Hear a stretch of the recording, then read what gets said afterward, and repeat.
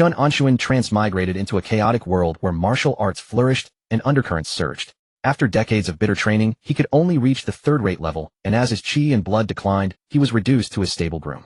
He thought his life would end in mediocrity, but then his octogenarian inverse scale, destiny, awakened. One day of practice now equaled a full year of past effort. Get out of the way. You old widower. Just a groom. Who do you think you are?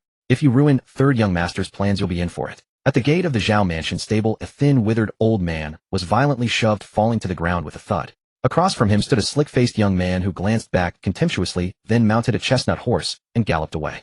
The withered old man sat weakly supporting himself with his right hand on the ground, muttering under his breath, "Little brat, if I hadn't taken you into the stable back, then you'd never have reached the third-rate martial realm.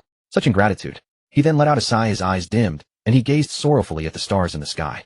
He was 80 years old now and had fallen to such a state, to be casually scolded by a servant of the mansion.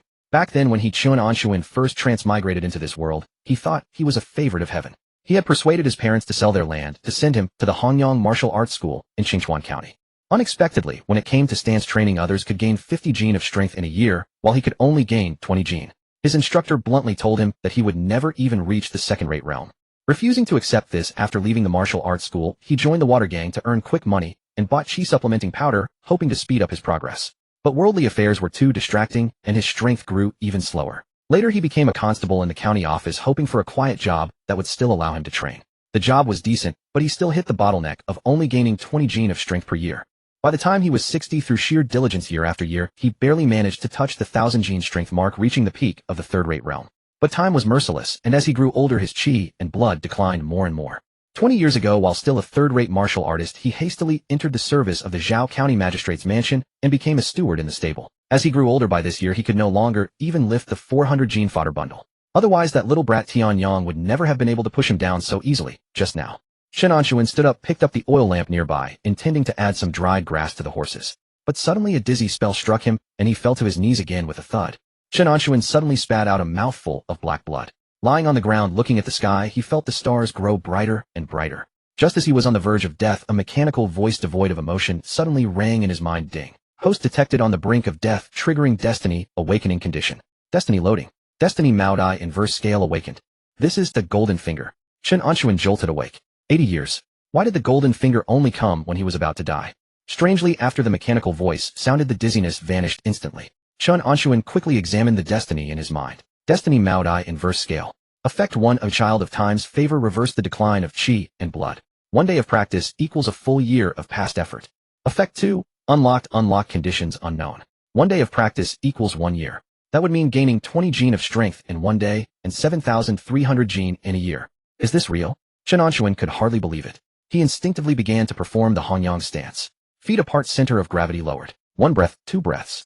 In just a moment, a faint, almost imperceptible warmth suddenly rose from the soles of his feet. Then it spread through his limbs and bones. This warmth was so tiny, like a single spark in the dead of winter, yet it stubbornly nourished his body. Where it passed, it brought a long-lost tingle and moisture. 20 years. For 20 years, ever since his chi and blood declined, he had never felt this sensation of strength growing. Chen Anshun was covered in tears. He cried like a child, releasing all the suppressed emotions of those years. The cries startled the 50 horses into a burst of neighing and woke up everyone in the Zhao mansion. What's all that wailing about? Did the old groom die? Let's go check. Soon guard Captain Lin Wei appeared first, followed by steward Uncle Zhou. The two looked at Chen Anshun, who seemed full of vitality, and were speechless. Old Chen, what happened? Lin Wei, who had a good relationship with Chen Anshun, looked at him with concern. Chen Anshun quickly waved his hand and said with a smile, "Nothing much, just my virgin technique unexpectedly reached perfection, and I got a little excited." "What? Virgin technique? Old Chen, you're still a virgin at 80. Lin Wei gasped, looking at Chen Anshun as if he were a monster. Such a man could be this hard on himself, preserving his virginity for 80 years. Chen Anshun's face had already regained its composure. Naturally, he couldn't reveal the Maodai destiny, so using the virgin technique as a cover was fine. In this world, to improve martial arts and increase the efficiency of the Hanyang stance, he had indeed preserved his virginity. And the mark of achieving the virgin technique was precisely a temporary reversal of chi and blood decline, which was similar to his Maodai destiny. He nodded and cupped his hands in thanks to the two for their concern. Uncle Zhou naturally returned to report to the master, while Lin Wei still sighed with emotion. "Old Chen, you're something. That kid Tianyang will probably lose sleep after hearing this. He's been hoping you die every day." Chen Anshun gave a cold snort, picked up the oil lamp that had fallen on the ground, and walked out of the stable with Lin Wei, saying, as he went, "Just wait. Now that my virgin technique has reached perfection, my strength is still recovering. If that kid wants to make trouble again, let him come at me." Now he couldn't wait to go home, continue his stance training, and increase his strength. After exchanging a few words with Lin Wei, he cupped his hands in farewell and came to the thatched hut beside the stable. This was the home he had lived in for 20 years. Inside the hut, there was only a bed, a stove, a heated brick bed, a broken table, and pots and pans hanging on the wall. Chen Anshun had no mind for anything else. He closed the door and began his stance training. He had practiced this Hanyang stance for 65 years, but only today did he realize its extraordinary nature. It felt as if his feet were connected to the earth, sending an endless stream of warmth up through his body. An old man acts like a wild youth. Left hand leading a yellow dog, right hand. Chen Anshun was reciting poetry happily in his mind, when suddenly his feet gave way, his stance was disrupted, and his stomach let out a loud growl. A hunger unlike anything he had ever felt hit him. It was as if he hadn't eaten for 3 days, and he had only been standing in the stance for a quarter of an hour. What is this? Chen Anshun was startled and uncertain. He pondered the description of the Maodai destiny in his mind, and feeling this overwhelming hunger suddenly understood. Although this destiny could accelerate strength growth, there was a saying in the martial arts school: refine essence into chi. The growth of strength requires a large amount of food and medicine. It doesn't come from nothing. In other words, his training efficiency had increased by 365 times, and so had his appetite. What he needed most now was to eat. Eat. Eat. Chen Anshun had lived for 80 years and possessed enough worldly wisdom to understand this truth. Though this golden finger was heaven-defying enough to accelerate his cultivation by leaps and bounds, such power did not materialize from nothing. It was much like a colossal furnace. To refine pure gold, one must ceaselessly feed it firewood and charcoal. And his own body was that very furnace. Food and medicinal herbs were the indispensable fuel. To swiftly recover his strength, he would have to throw money at the problem. Fortunately, the compensation for his position as head groom at the Zhao estate was rather decent. 3 taels of silver per month. Having no children or dependents, a single belly filled meant the whole household was fed. Over the past decade or more, he had managed to scrimp and save to accumulate a modest sum. Chen Anshun endured the searing pangs of hunger gnawing at his stomach as he staggered toward the heated Kong bed at the side of the room.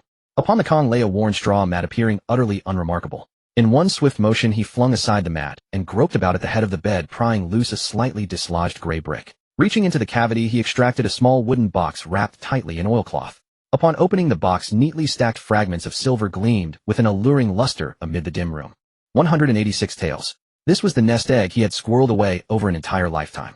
In days past, he would never have dreamed of touching even a fraction of it. But now, no burial fund could compare in importance to living this second life. Chen Anshun no longer hesitated. He counted out 20 taels of silver, wrapped them in a piece of tattered cloth, and tucked them into his bosom. Having completed these preparations, he locked the door and turned toward the direction of the marketplace. The sky had already begun to lighten with the pale glow of dawn, and a few human figures had begun to stir within the market. Butcher Nyo's meat stall had just been set up with half a blood-streaked side of beef laid across the chopping block. He was busy running a whetstone along his cleaver, the blade hissing against the stone. Upon spotting Chen Anshun approaching, Butcher Nyo raised his head, his face alight with astonishment. "Master Chen, what a rare guest this is. Must have been years since you last came by to buy meat, hasn't it?" Ever since his chi and blood had begun to decline 20 years prior, Chen Anshun's appetite had fallen far from what it once was. His daily fare typically consisted of thin porridge paired with pickled vegetables, and indeed it had been ages since he had graced Butcher Nyo's establishment with his patronage. Chen Anshun forced a thin smile and shook his head. "I'm old now, and I've finally seen the light. This thing called wealth, you bring none of it into the world, and you take none with you when you go. In the end, might as well enjoy a good meal and treat myself before it's too late. Looks like I'll be patronizing your business quite often from now on." These words carried such philosophical resignation that Butcher Nyo could not help but give him an approving thumbs up. "Master Chen, now that's truly living with clarity. All right, take a look. The beef today is top-notch. Which cut can I slice off for you? Give me 20 caddies, a good mix of fat and lean." 20 caddies of beef amounted to 2 taels of silver in total. Butcher Nyo deftly carved the portion, bound it with straw rope, and handed it over to Chen Anshun. Hoisting the hefty bundle of beef, Chen Anshun made his way next to the medicinal herb shop on the southern side of the marketplace. Shopkeeper, a packet of the chi replenishing powder. The proprietor was a wiry old man with a goatee, currently weighing herbs on a small scale. Upon hearing the request, he merely lifted his eyelids. 10 taels of silver per packet, no credit extended. Understood. Chen Anshun placed the 10 taels of silver decisively upon the counter. This chi replenishing powder was purportedly a formula that had traveled down from the imperial capital. Its authenticity remained uncertain, but its efficacy was undeniably potent. An ordinary third-rate martial artist who purchased even one packet would need to cautiously divide it into multiple doses, taking several months to fully absorb its medicinal properties. The price was naturally steep as well. Carrying the beef and medicinal powder, Chen Anshun hurried back to his thatched cottage. He set up a pot and tossed the entire 20 caddies of beef into it, then tore open the packet of chi replenishing powder and scattered all of its contents into the pot as well. Before long, a rich aroma of meat mingled with the fragrance of medicinal herbs drifted through the cracks of the thatched cottage, carrying over to the nearby stables. Tianyang and Xiao Chun, who had just approached the stables, simultaneously came to a halt and twitched their nostrils. What smell? That meat smells divine. Xiao Chun was a youth of 16 or 17, honest and straightforward by nature. He blurted out without thinking, "It's coming from Master Chen's place." Since when has Master Chen been so willing to splurge on meat? Both were servants at the stables, and in their recollection this head groom was more frugal than anyone. Tianyang had just returned from a horseback ride with the third young master. Barely past 20, he had a sly rat-like appearance. Hearing the remark, he replied with a sly grin, "Perhaps a man nearing death wants to have one good meal before he goes to satisfy his cravings." Hearing this, Xiao Chun hurriedly spat several times for luck. "Brother Tianyang, don't talk nonsense. Master Chen has always treated us well. May he live many more years."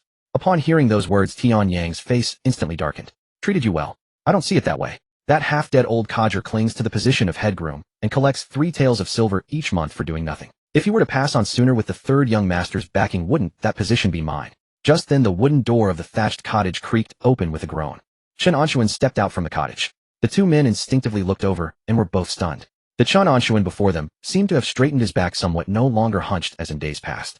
His gait had grown considerably steadier, imbued with an indescribable sense of power. The sight reminded both of them of the Master Chen from a decade ago, who could single-handedly haul 900 caddies of fodder. Xiao Chun gaped in astonishment. "And Master Chen, are you experiencing a final rally before passing?" Chen Anshun shot him an exasperated glare and cursed with full vigor, "Final rally my ass. I'm not dying anytime soon. What are you standing around gawking for? Get to work. Groom the horses, rub them down, take them out for exercise." That familiar yet unfamiliar reprimand jolted the both of them. Reflexively they bowed and voiced their compliance, scurrying off to their duties. Tianyang ran a few paces before he could not resist turning back to fix his gaze on Chen Anshun's retreating figure. Something is off, terribly off. His mind churned with turmoil, and no matter how he tried, he could not suppress one particular thought. Strange, truly strange. The arsenic I slipped into his dinner last night was enough to kill an oxhole. How is it that this old man not only failed to die, but looks rosy and full of vigor instead? Chen Anshun stopped in his tracks. With his strength restored, his 5 senses had sharpened significantly. He could feel that lingering gaze behind him, laced with a chill of suspicion. He slowly turned half his body and glanced at Tianyang.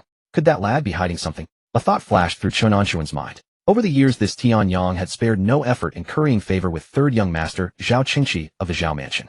Zhao Qingqi was the favored son of county assistant Zhao Guangfeng's third wife. Despite being the most pampered, he was a reckless young master with no scholarly merit, spending his days strolling with sycophants like Tianyang, bird-watching, visiting pleasure houses, and listening to musicians for amusement.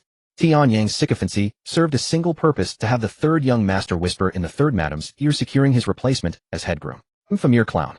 Chen Anshun averted his gaze and dismissed the matter entirely. He had no time to waste on such insignificant figures. His immediate priority was restoring his strength. With the septuagenarian's reverse scale producing effects equivalent to 1 year per day, he estimated it would take roughly half a month to reach the peak of the third-rate realm. For now, he needed to stabilize himself over these half a month. Watching Tianyang and Xiao Chun lead the horses toward the paddock, Chen Anshun turned back toward the stable. Picking up the iron shovel, he began clearing the manure, his movements several times faster than before. After shoveling, he spread fresh hay to protect the prized steeds from the cold. Rather than feeling tired from the labor, his limbs felt loosened and energized, a warmth flowing through his body. Once the stable work was done, he returned to his thatched cottage, closed the door, and resumed practicing the Hanyang staking stance, the foundational technique he had cultivated throughout his life to build his strength.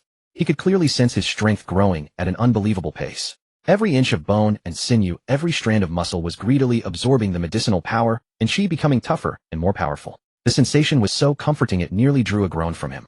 On the other side, the more Tianyang thought about it, the more unsettling it became. He immediately tossed the reins aside, dumped the work onto Xiao Chun, and slipped out of the Zhao estate, heading straight for the herbal shop in the market district.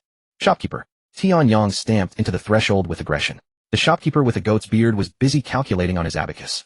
At the sound, he lifted his eyelids, recognized who it was, and lazily let them fall again. "The arsenic you sold me yesterday was fake." Tianyang slapped the counter. The shopkeeper's abacus beads stopped moving. He slowly looked up and rolled his eyes. "Our shop has carried a century-old reputation for fairness to all, young or old. The arsenic is guaranteed genuine. Dissolves instantly upon ingestion. If you doubt me, go home and try another packet yourself." "You..." Tianyang was flustered, his face turning red with frustration. As a mere servant, he indeed held little weight outside. He took a deep breath and brought out his backing. "You shameless shop. Just wait. I'll tell the third young master right away, have him bring men to seal up your den of counterfeit medicine." The mention of third young master immediately conveyed the authority of the county assistant's estate. The shopkeeper's expression shifted slightly. He set down his abacus, leaned forward, and lowered his voice.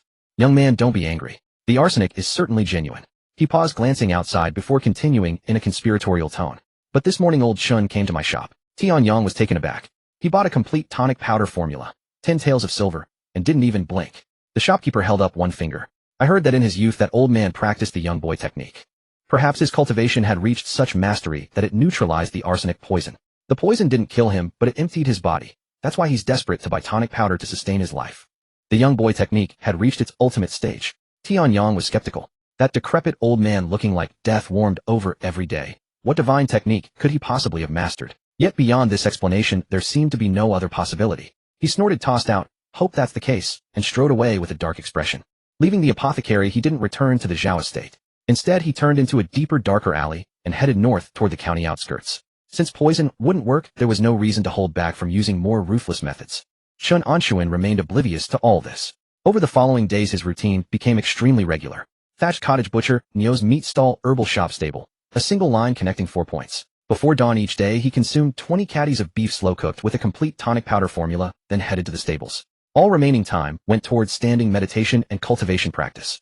The over 100 taels of silver in his possession were depleting at an astonishing rate. Beef cost 2 taels for 20 caddies, and a full tonic powder formula ran 10 taels. 12 taels a day. The wooden box wrapped in oilcloth was visibly shrinking. But in return, Chen Anshun's physique was undergoing dramatic transformation. In just 15 days this day arrived. Within his thatched cottage, Chen Anshun slowly concluded his cultivation. Rising to his feet, he walked to the room's center, sank his legs slightly, and assumed a proper horse stance. Instantly his right fist clenched his waist and back exerted force, and he thrust a punch straight ahead with full power. Whoosh!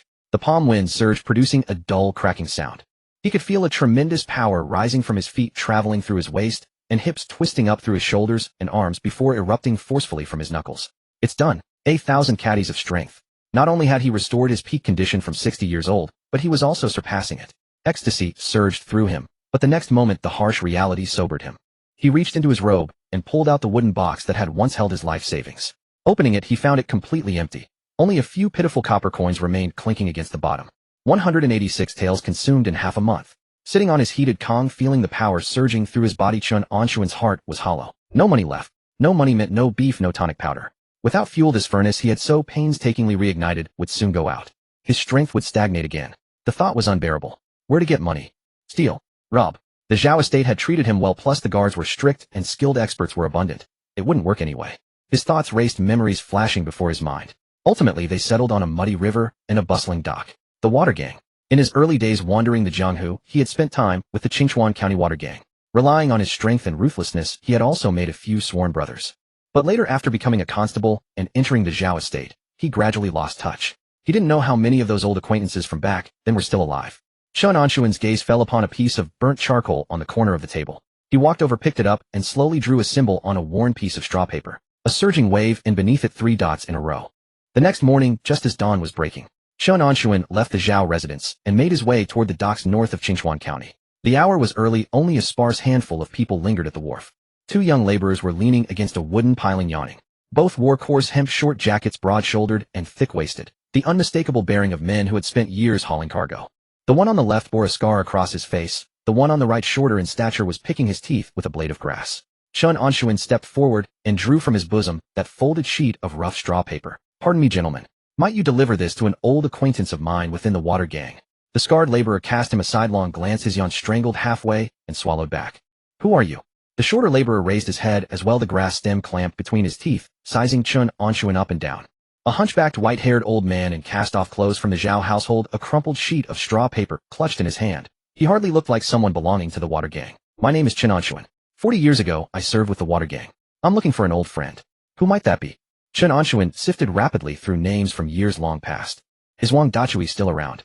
The scarred laborer shook his head. "What about Lu Haizi?" Another shake of the head. "Zhao Taizhu." The shorter laborer plucked the grass stem from his mouth and spat. "Old man, you've rattled off 3 in one breath, and I've not heard of a single one. You got the wrong place, didn't you? Don't think you can waltz down to the wharf just because you're old and have nothing better to do than pester us." "Su Liang." Chen Anshun let slip another name. The shorter laborer's words died on his lips. The scarred laborer's frame visibly stiffened, and the two exchanged a glance. The scarred one spoke first, his tone grown notably more cautious. "You said Su Liang." Chen Anshun nodded. The scarred laborer frowned, studying him up and down once more. "Su Liang is the chief of the 13 wells within our gang. You truly know him." 13 wells. Chief of the wells. Chen Anshun felt a tremor in his heart. The words themselves were foreign to him, but the note of respect in the scarred laborer's voice was unmistakable. That reckless young fool who 40 years ago had shared cold buns with him in the bilge of a grain boat and lapped blood at the edge of a blade. That fool had truly carved himself a place of standing within the water gang. I know him. He held out the straw paper. Just show it to him. He'll understand at once. The scarred laborer hesitated, then took the paper, unfolded it, and cast a glance over its surface. A single wave, 3 round dots. He could make nothing of it, but with the words, Chief of the 13 Wells, weighing down the page, he dared not treat it lightly. He tipped a look toward the shorter man. You keep watch here. I'll make a run for it. The shorter laborer nodded, popped the grass stem back between his lips, and settled once more against the piling. But the way he looked at Chen Anshun had shifted, from the impatience of moments ago to open curiosity. Chen Anshun said nothing further. He found a stone block, sat down, and waited. The river wind stirred his graying hair. He drew his hands into his sleeves and half closed his eyes. Chief of the 13 Wells. No small title that. 40 years apart, and old Su had made something far greater of himself than Chen Anshun ever had. But then it was only fitting. When it came to shrewdness and the gift for people, he had never been Su Liang's equal. Back in the days of the water gang, Su Liang had been the master of walking every line, offending no one, yet keeping company with everyone. A man born to make his living among the brotherhoods and factions. About the span of an incense sticks burning. From the direction of the wharf came the sound of hurried footsteps threaded through with a booming voice brimming with vigor. Where is he? Chen Anshun opened his eyes to see a white-haired, broad-shouldered old man striding toward him with the force of a galloping horse. 70-year-old Su Liang was far more vital than he had imagined. Though his hair had turned entirely white, his back remained ramrod straight, and he moved with the fierce, lively energy of a tiger on the prowl. He wore a long robe of deep blue-black silk, a short blade tucked at his waist, his whole bearing steeped in the brisk, practiced air of a seasoned wanderer of the Jianghu. The aura of a second-rank martial artist. One could no more hide it than hold back the tide. Su Liang covered the distance in 3 long strides, the straw paper still crumpled in his fist. He glanced down at Chen Anshun, then threw his head back with a great ringing laugh. Ha ha ha ha. Old dog Chen. It's really you. He hauled Chen Anshun straight up off the stone block and flung an arm around his shoulders. The grip was so fierce that Chen Anshun staggered 2 steps. Easy, you oaf. These old bones of mine can't take that sort of dismantling. Damn your ancestors. 40 years. 40 years, and you never once came looking for me. Su Liang cursed as he went, but his arm never loosened. He steered Chen Anshun toward the rear of the dock. Come on, let's go sit at my place. Standing around in this blasted wind. What sort of nonsense is that? The shorter laborer's eyes went wide, the grass stem slipped from his mouth to the ground without his noticing. The chief of the 13 Wells. What manner of figure was that within the water gang? A man who commanded over 100 souls beneath him, one whom even the hall masters of the gang addressed with deference. Could this fellow laughing and cursing with an arm around a white-haired old man truly be that same Su Liang? The Su de Jingtu whose emotions never showed upon his face. Su Liang's residence lay less than 2 streets south of the docks. A grand compound of 3 courtyards deep, crowned in green brick and dark tiles, with a pair of stone lions crouching sentinel at the gate. Above the lintel hung a plaque bearing the 2 characters Su Residence, its lacquer fresh and gleaming gold. Stepping into the courtyard, Chen Anshun swept a glance around. The parlor was furnished with a full set of rosewood chairs and tables, ink-wash landscapes hung upon the walls, and several pieces of porcelain stood upon the curio shelf in the corner. Not the height of extravagance, but in Qingchuan County such an establishment was already the bearing of a proper gentleman. Su Liang had indeed risen in the world. A measure of certainty, and a measure of ease, settled into Chen Anshun's heart. A maidservant brought in hot tea. Su Liang waved her away, poured a cup for Chen Anshun himself, then dropped into the great armchair with the swagger of a conqueror. Out with it. What have you been up to all these years? I sent people asking after you. All I ever learned was that you'd gone into the Zhao household as a stable hand. After that the trail went cold. Being a stable hand was being a stable hand. Nothing worth speaking of. Chen Anshun lifted the tea and took a sip. But you, chief of the 13 Wells. Not bad at all. Su Liang grinned, a hint of pride in his eyes. Lucky and tough as nails. In these 40 years the brothers who died on the river. 80 at the very least, 100 at the most. Yet somehow old me walks away alive every time. Broke through to the second rank a dozen or so years back. The gang leader, pleased as punch, handed me the 13 Wells to run. A second-rank martial artist. Chen Anshun turned those 4 words over silently in his mind. The threshold he himself had battered himself against for 60 years without ever crossing. Su Liang had stepped right over it. Envious. To say he wasn't would be a lie. But what rose above it was something harder to name. A quiet, inexpressible gladness. After the awakening of his fate aspect, that threshold no longer loomed before him like an impassable chasm. What are the 13 Wells? Chen Anshun steered the subject aside. I thought the water gang ran the grain transport. Su Liang waved a hand. That was water long under the bridge. The grain runs are still going, sure, but they haven't been the gang's only business for ages. After you left, the gang leader pushed his hand into all sorts of trades. The 13 Wells, those are the 13 Sweetwater wells inside Qingchuan County. He drew a shape in the air with his hand. Back in the day, every household drew their own water from whichever well they pleased. Chaos all the time, folk brawling over it half the day. So the gang leader stepped and gathered all 13 wells under the water gang's banner and assigned men to deliver water door to door. 100 won a month per household with 10,000 households in Qingchuan County. Do the math and you'll see what sort of revenue that brings in. Chen Anshun did the arithmetic in silence. 10,000 households, 100 won each. 1,000 taels of silver a month. Over a year, that single line of water delivery alone brought in 12,000 taels. And that was but one thread of the water gang's web of trade. The hand holding his teacup paused just slightly. The little band that once scrabbled for scraps at the wharf 40 years ago had swelled into a behemoth straddling all of Qingchuan County. A pity though, Su Liang sighed. If you'd stayed with the gang back then with your background and your fist, you'd have been a chief of the wells at the very least. Might even have broken through to the second rank ahead of me. Chen Anshun said nothing in reply. He lowered his gaze to his tea, the amber surface mirroring back the map of wrinkles upon his face. What would staying have earned him in the end? With his wretched talent, 20 caddies of strength a year.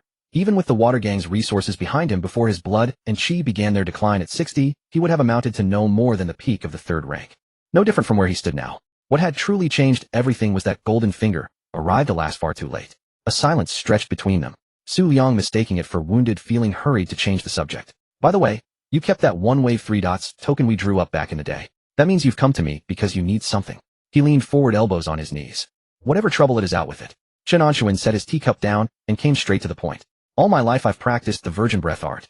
In my twilight years, by some twist of fate, the art achieved its great completion, and for now it has locked back the decay of my blood and chi. Su Liang's brows rose a fraction. I want to seize this final window of mine and make one desperate push to see whether I might break through to the second rank. But cultivation demands a great deal of silver. Every copper I've managed to salt away from my coffin has already been spent.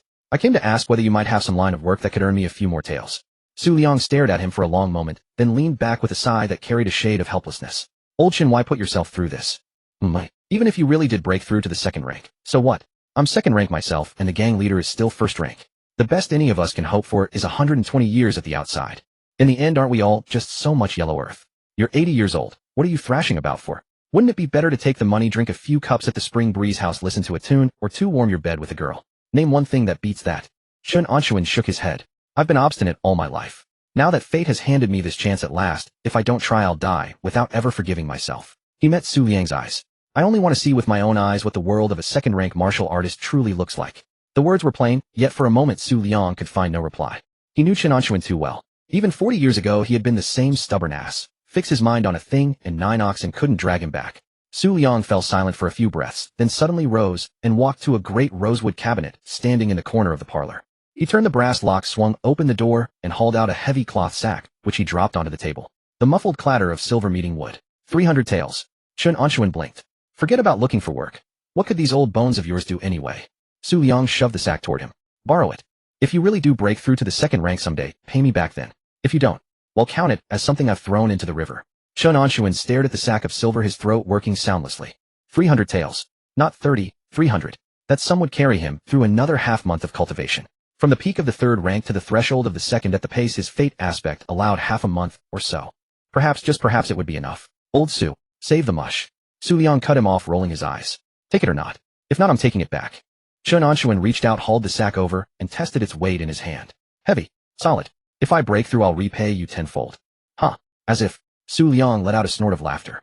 I'd sooner you took the silver down to the Spring Breeze House and made the most of it.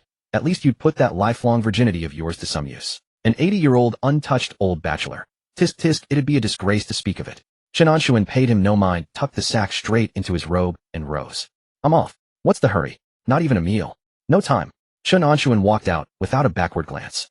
Su Liang stood at the parlor door, watching that lean spare back cross the courtyard, pass through the gate, and vanish around the street corner. He leaned against the doorframe, a smile he hadn't quite intended creeping across his lips.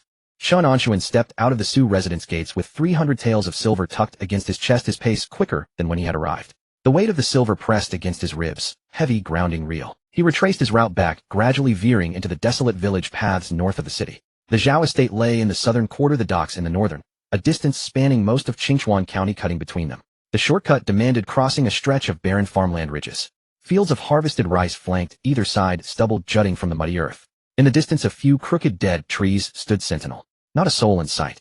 As Chen Anshun rounded a bend at an earthen slope, his footsteps faltered. 30 paces ahead, a burly man leaned against a stone marker by the road, arms crossed over his chest, blocking the passage. The man was broad-shouldered and thick-waisted, clad in a short gray-brown tunic with sleeves rolled to the elbows, exposing two sinewy forearms ridged with bulging veins. His feet were shod in a pair of well-worn cowhide boots, mud spatters freckling the leather.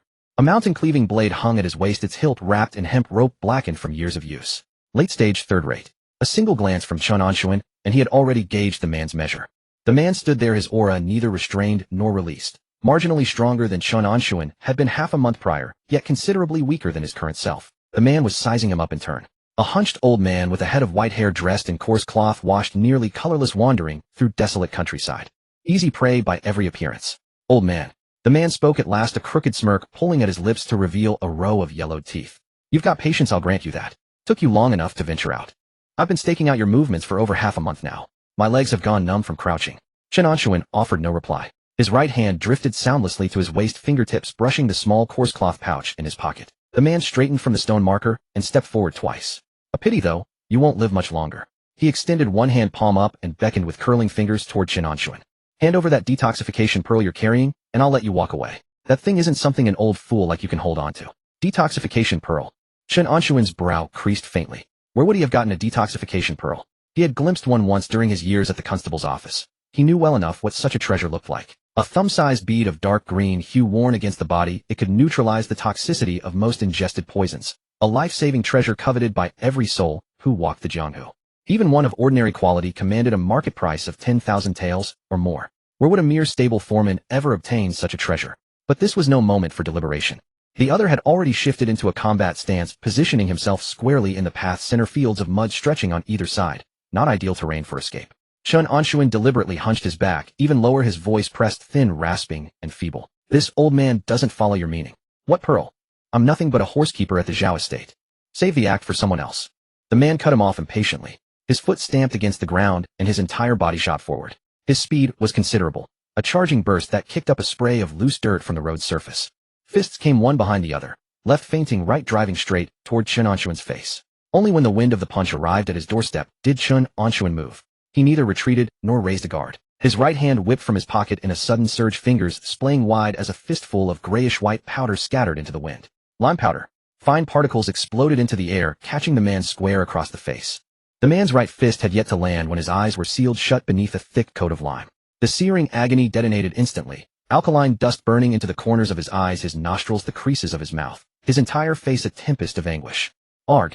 A shriek tore from the man's throat. Instinctively, he clapped both hands over his face and stumbled backward. His foot caught, and he nearly toppled into the ditch at the roadside. My eyes! You cursed old bastard, ambushing me. Chen Anshun gave him no chance to finish cursing. A single step forward, his right foot planted his stance, sinking into a horse-riding route, his waist and back coiling tight. 1,000 caddies of force surged from the soles of his feet, spiraling up through his spine to his right shoulder, finally channeling into his fist. One punch, driven straight into the man's chest. A muffled thud. The man's entire body was lifted half an inch off the ground by the impact, a crisp crack of splintering bone echoing from within his chest cavity. He flew 2 steps backward and crashed heavily onto the dirt road. A froth of blood sprayed from his mouth, mingling with lime powder into a grisly smear of gray and crimson against the earth. Chen Anshun withdrew his fist and shook the lime dust from his hand. Decades of wandering had etched certain rules into his bones. Enter mountain forests with a fire starter, traverse night roads with a short blade, walk desolate paths with lime powder in hand.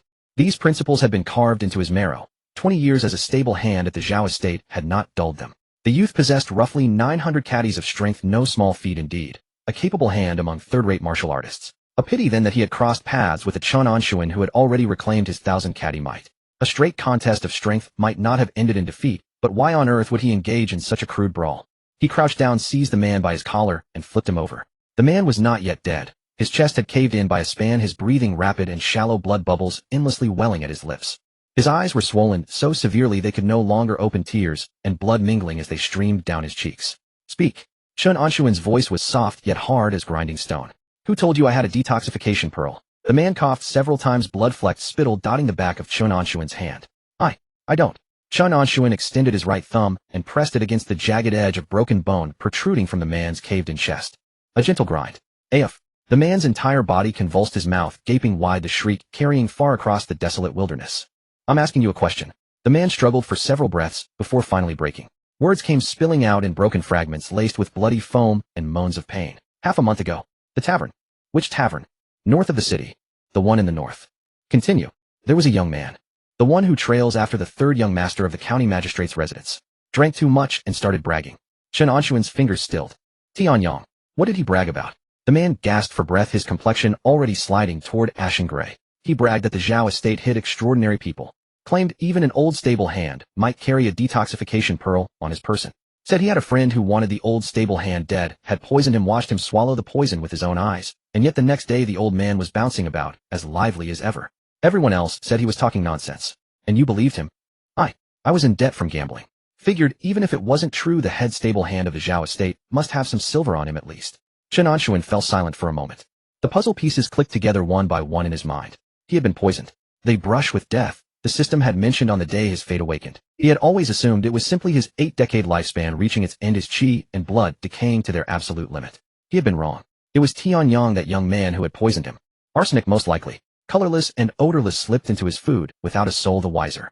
Had his fate not awakened in that critical moment, his corpse would already have grown cold, bundled in straw matting, and dumped into some unmarked grave. That look Tianyang had fixed upon him that day. It hadn't been puzzlement over why his spirits had improved, but bewilderment at why he was still breathing. Clever little Tianyang. To claim the position of stable foreman, he had resorted to poisoning and murder. The method lacked elegance, but it was ruthless and decisive. And the young schemer had prepared a contingency as well, deliberately frequenting the tavern, feigning drunkenness to spread word of the detoxification pearl to desperate gamblers with bloodshot eyes. Borrowing a blade to do his killing. Even if the poisoning failed, others would clean up after him. A mere servant at the Zhao estate, yet his machinations ran this deep. Chen Anshun lowered his gaze to the dying man sprawled upon the ground. A pity, though, this scheme had miscalculated one thing. He was no ordinary old stable hand. Chen Anshun straightened and swept his gaze in both directions. The ridges on either side lay empty, not a single wisp of cooking smoke rose from the distant village, and there wasn't even a stray dog on the road. He crouched back down and locked both hands around the man's throat. The man's clouded eyes flew wide, his mouth working soundlessly, a faint hissing scraping from his windpipe. A few feeble struggles, and his strength gushed away. His head lolled to one side, and did not move again. Chen Anshun released his grip, and wiped his hands clean on the man's clothing. He had killed without the slightest hesitation. Not out of cruelty, but out of necessity. If this man lived to return, word would spread.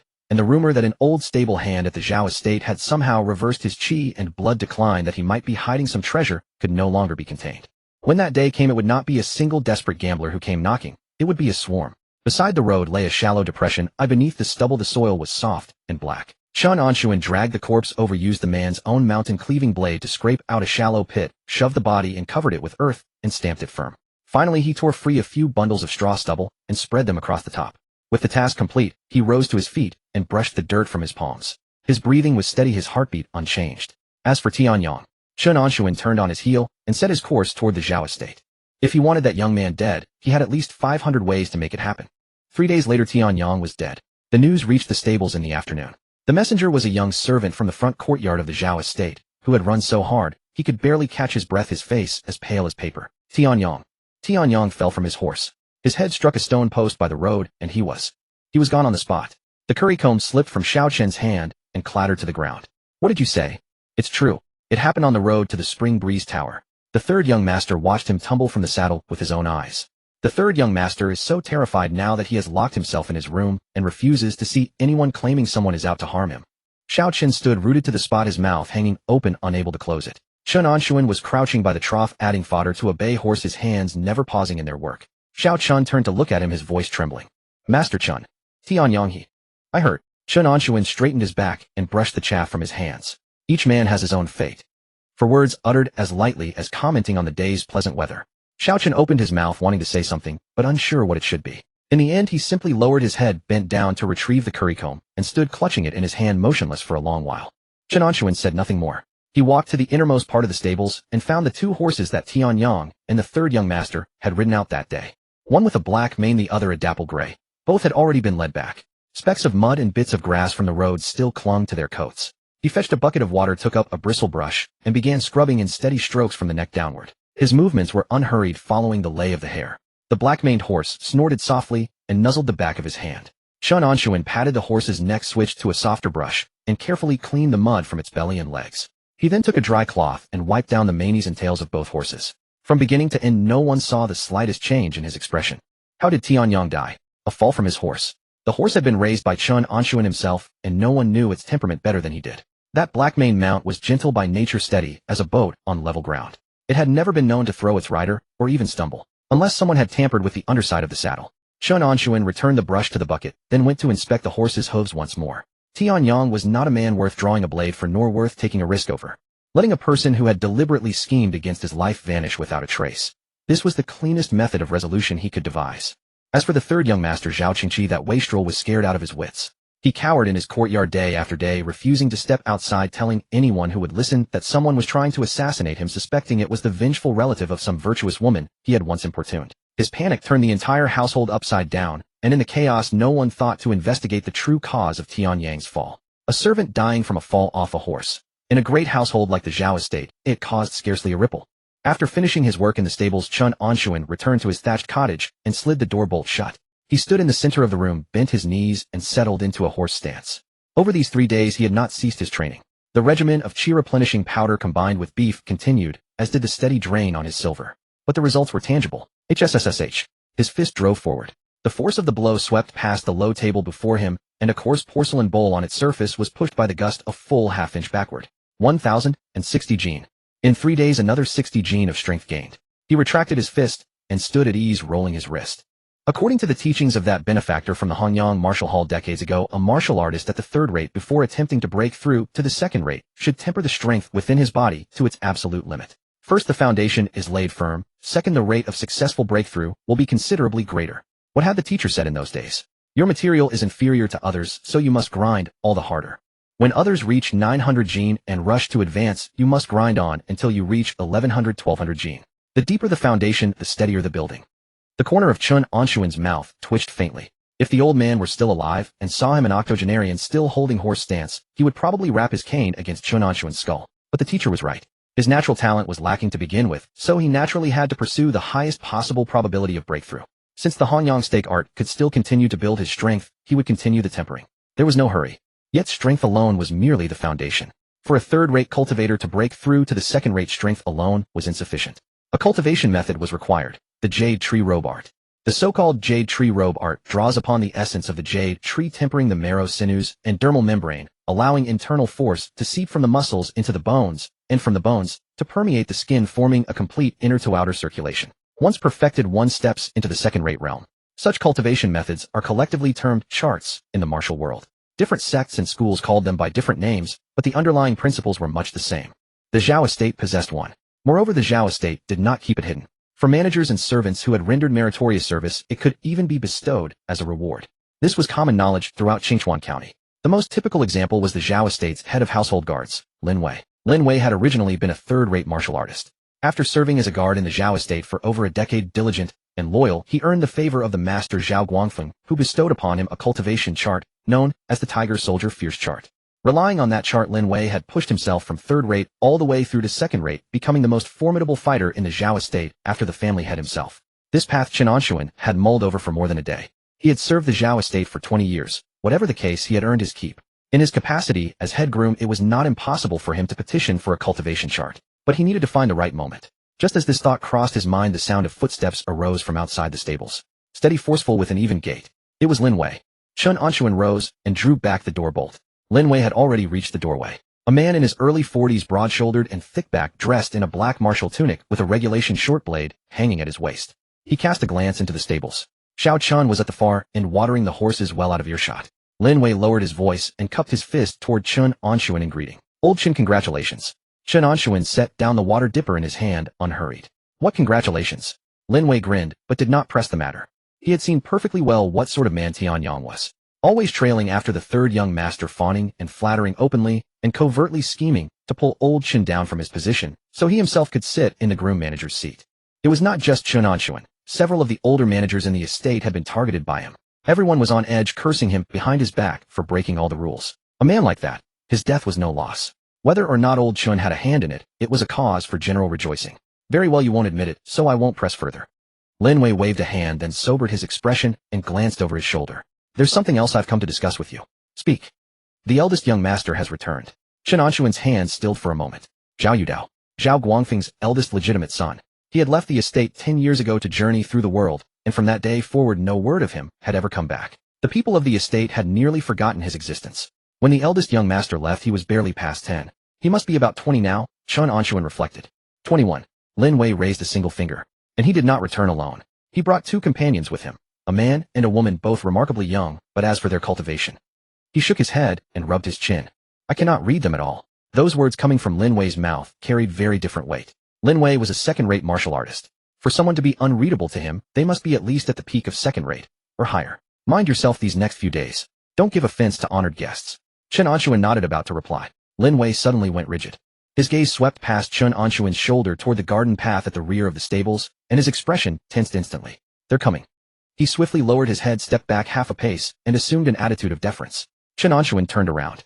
3 figures were walking along the garden path toward this spot. Leading them was a tall, upright young man, handsome of countenance, with sword-like brows and star-bright eyes, his bearing composed and unhurried. He wore a robe of moon-white brocade, a long sword at his waist, its scabbard inlaid with 2 thumb-sized pieces of jade, as green as spring water. His pace was neither hurried nor slow, carrying with it the natural distinction of one born to high houses. Zhao Yudao. Though 10 years had altered his appearance considerably, those eyes were unmistakably cut from the same mold as Zhao Guangfeng's. To his right walked a tall young man, dark of skin, clad in a martial jacket of stone blue, his sleeves bound tight at the cuffs, hands empty, but striding with the posture of one who could strike at any moment. To his left was a woman, some 23 or 24 years of age, with an oval face, willowy brows, almond eyes, and a complexion fair as snow. She wore a gown of pale celadon, her hair gathered in a simple knot with a single white jade pin, neat and unadorned without superfluous ornaments. A small embroidered pouch hung at her waist, swaying gently with each step. When the 3 were about 20 paces from the front of the stables, the woman suddenly paused. She tilted her head and looked in Chen Anshun's direction. Her delicate brows rose faintly, and her lips parted slightly. Oh, Zhao Yudao and the dark-skinned young man also halted, following the line of her gaze. Chen Anshun stood at the stable door, his back bent, still holding the water dipper in his hand, the very image of an honest, unassuming old groom. Beside him, Lin Wei kept his head lowered, scarcely daring to exhale. The woman tilted her head, a flicker of interest passing through her eyes. Brother Zhao, the elderly groom in your household, is rather a curious one. Brother Zhao, that old man who tends the horses in your household, seems rather intriguing. The woman's voice was soft, yet every syllable reached them with crystalline clarity. Broad shoulders, thick neck muscles, taut tendons along the forearms. The foundation of someone who has tempered his strength for decades. His physical training has reached an extraordinary depth, surpassing at least 1,000 jin. The woman smiled warmly, curiosity dancing in her eyes. But he hasn't yet entered the second tier. His inner force hasn't permeated the bone membrane. He's separated from it by naught but a sheet of paper. The swarthy young man now stepped forward to examine him, as well, his bushy brows lifting. At such an advanced age, never having trained to the bone membrane, yet his strength still exceeds 1,000 jin. He extended one hand, making an empty, grasping gesture before Chen Anshun, sensing the fluctuations of blood and chi emanating from the old man's body. He then released his hand and stepped back, raising one thick thumb. Old man, I am impressed. At your age, still pressing upward. Your martial heart is unyielding indeed. Chen Anshun's mouth moved, but he uttered no word. His mind was consumed by a single thought. The origins of these 3 people ran far deeper than Lin Wei had suggested. That woman had discerned the foundations of his martial arts with but a single glance. The swarthy young man had probed his blood and chi from a distance with practiced precision. These 2 cultivators had certainly surpassed the second tier. As for Zhao Yudao, he stood motionless, the aura around him drawn inward so tightly that not a single drop leaked out, making him in fact the most inscrutable of the 3. Zhao Yudao spoke at last. Old Chen, if I recall, you entered our household the year my father first took office as county vice magistrate. That is correct. How old were you at that time? 60. Zhao Yudao calculated silently. Then this year you must be nearly 80. Just 80 this year. Zhao Yudao's brows rose once more. A third-tier martial artist at 80, yet his blood and chi remained so vigorous. He had wandered the world for 10 years and encountered no few eccentric talents, but never before had he seen an octogenarian still tempering his sinews and bones, still striving toward the second tier. How did you manage it? The question was asked with disarming directness. Chen Anshun swept his gaze across the 3. Zhao Yudao was the eldest son of the Zhao household, and his manner of inquiry was casual, bearing no air of condescension. Though the swarthy young man and the woman both possessed profound cultivation, they harbored no ill will. Only a pure, unadulterated curiosity. There was nothing worth concealing. He had already recounted the matter of his pure yang art reaching completion to Su Liang once before, as speaking of it again would do no harm. When I was young, I practiced the pure yang art. I cultivated it my whole life, 60 years, and it never came to fruition. He set the water dipper on the edge of the horse trough and straightened his back. Last month, by some unknown stroke of fortune, the pure yang art suddenly reached its culmination. My declining blood and chi became locked in place, ceasing their downward spiral. All 3 were momentarily stunned. Zhao Yudao opened his mouth, then closed it again. The swarthy young man's eyes widened, his lips moving soundlessly. The woman stood transfixed for a full 3 breaths before slowly exhaling. The pure yang art. 60 years, and it reached completion. Her voice had risen half an octave. She had of course heard tell of the pure yang art. Her father's Wugwang was a grandmaster-level figure with over 100 disciples beneath him, among whom not a few practiced this very art. But the completion of the pure yang art demanded more than mere time and perseverance. It required an entire lifetime unbroken by desire, untainted by wandering thoughts. 60 years. One man from 20 to 80 preserving his purity of body for 6 full decades. What manner of willpower must that have required? The swarthy young man clicked his tongue and raised his thumb once more. Old man Tian Wu have roamed far and wide and encountered many an unyielding soul, but for this resolve of yours I am genuinely humbled. 60 years without wavering. If it were me, I could not have held on for 3 months. Chen Anshun offered no reply. 60 years without wavering. It sounded far grander than the truth. The truth was far simpler. His talent was too poor, his life too destitute. He had never even crossed the threshold of the spring wind brothel. Every coin he had scraped together for his coffin had been poured into beef and medicines. It was not strength of will, but the absence of choice. Yet such truths need not be shared with outsiders. If they wish to imagine him a martial ascetic possessed by the Tao of cultivation, then let them imagine it. Zhao Yudao studied him for a long moment, then suddenly laughed. Old Chen, you are quite the character. 20 years tending horses under my roof, and I never knew the stables harbored such a hidden figure. The woman suddenly spoke up. Brother Zhao. Zhao Yudao turned. She tilted her chin toward Chen Anshun. Perhaps we should let this old gentleman lead our horses and serve as our guide. Zhao Yudao blinked. This man has lived in Qingchuan County for decades. He must know the surrounding terrain, villages, and waterways intimately. We have come here by order of the prefectural government to apprehend a certain individual. We cannot afford to grope about blindly. With a local guide familiar with the land, our work will be twice as effective for half the effort. The swarthy young man Tian Wu nodded in agreement. Junior sister speaks wisely. The 3 of us are all outsiders, complete strangers to Qingchuan County. Relying solely on inquiries would take far too long. Zhao Yudao considered for a moment and found reason in their words. 3 pairs of eyes settled upon Chen Anshun simultaneously. His heart sank a fraction. Apprehension. A prefectural decree. Each of these words carried weight beyond measure. His thoughts were consumed by the singular pursuits of earning money, cultivating his art, and breaking through to the second tier. To follow these 3 on their errands would mean 3 to 5 days at the least, perhaps a full fortnight, during which his cultivation would be forced to a halt. Cultivation demanded sustained momentum. Once broken and resumed, the effects would inevitably diminish. Moreover, since the prefectural government had dispatched these 3, the cultivation of their quarry was certainly no trivial matter. And should they chance upon that person, what use would he be? A 3rd-tier peak practitioner who had only just regained 1,000 gene of strength.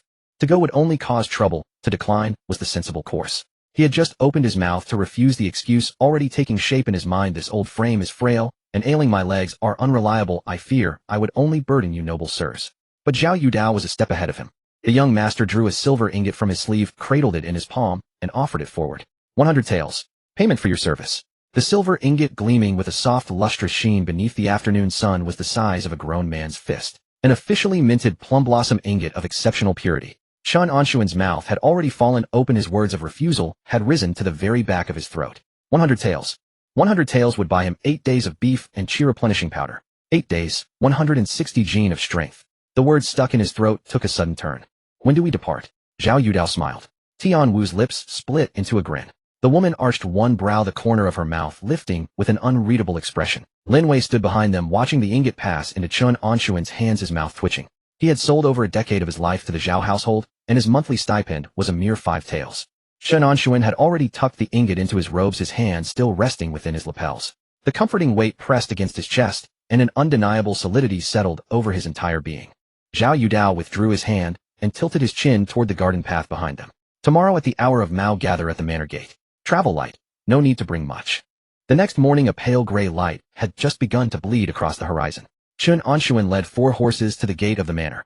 He had barely slept the night before. Not because he couldn't, but because he was loath to waste a single moment in slumber. He had held his horse stance for 2 full hours, only resting once the blood and qi coursing through his body had grown thoroughly hot.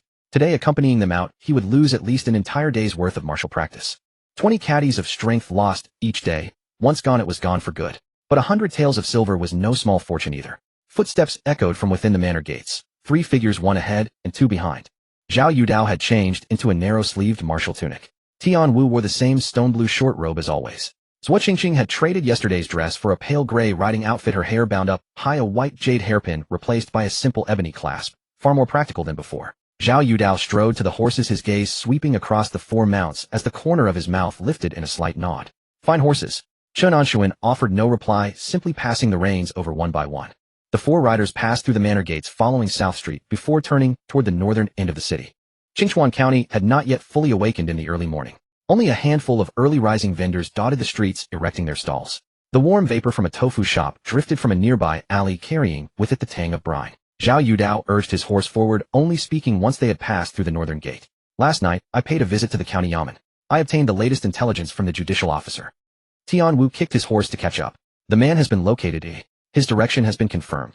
Zhao Yudao adjusted his reins, slowing his pace, to let Chen Anshun draw closer. A man from beyond the realm, who fled the commandery city a month ago heading south. He passed through 2 counties, killing 2 second-rate martial artists along the way. 2 second-rate. The words hung in the air. Chen Anshun listened from behind his grip on the reins, unconsciously tightening by a fraction. A man capable of slaying 2 second-rate martial artists in succession would be an unstoppable force in Qinchuan County. Someone of Lin Wei's caliber might not even escape unscathed should he encounter such a figure. The judicial officer's men tracked him for half a month before finally losing his trail in the vicinity of White Sheep Mountain outside the northern part of the city. Zhao Yudao turned his head, casting a glance at Chen Anshun. Old Chen, are you familiar with White Sheep Mountain? Very. Chen Anshun's reply came swift and decisive. He knew White Sheep Mountain all too well. In his younger years as a constable, he had tracked down the mountain bandits' dens north of the city no fewer than 10 times. Later, while tending horses at the Zhao estate, the manor horses were taken up the mountain to graze each spring and autumn, and he had always led the expeditions himself. Which paths could accommodate horses, which trails permitted only single-file passage, which hollows held streams. He could find them all with his eyes closed. Then you lead the way ahead. Chen Anshun pressed his heels into the bay horse's flanks, and it darted forward at a brisk trot. With nothing to do along the road, the 3 behind him began to chat. Tian Wu's voice carried far, audible clearly even from 2 horse lengths away. Junior sister Qingqing, I heard from people in the gang a while back that some great fortune was discovered near the capital. Even grandmasters and great-grandmasters are rushing over there. Is this true or false? Zhua Qingqing sat atop her horse, one hand holding the reins, the other resting casually on her knee, her bearing languid and at ease. It is true. Within the Zhongnan mountain range on the western outskirts of the capital, someone has discovered an ancient ruin. They say it contains remnant cultivation technique scrolls left by some unknown figure, seemingly relating to matters beyond the innate realm. Once the news spread, martial experts from across the realm converged upon it. Tian Wu smacked his lips. Then has master gone? Father received an invitation.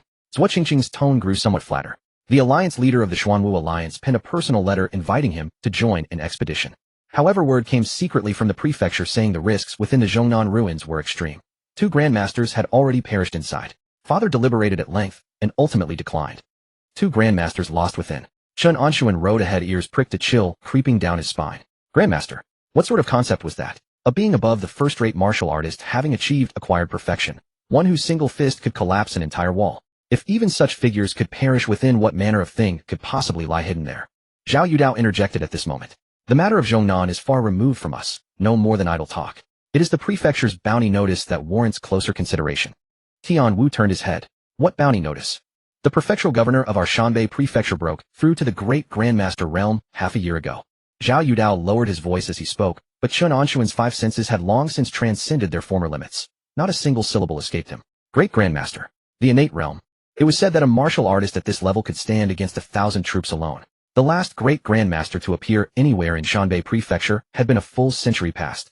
Having achieved this breakthrough, the governor resolved to purge the prefecture of lurking outsiders and the bandits and marauders entrenched throughout the region. This pursuit is but one part of that campaign. Zhao Yudao patted the neck of his black colt. To rally support from all quarters, the governor has put up a batch of rewards. The foremost among them, a millennium vermilion fruit. The rhythmic clop of hooves echoed on. Zhua Qingqing was silent for 2 breaths. A millennium vermilion fruit. Zhao Yudao gave a nod.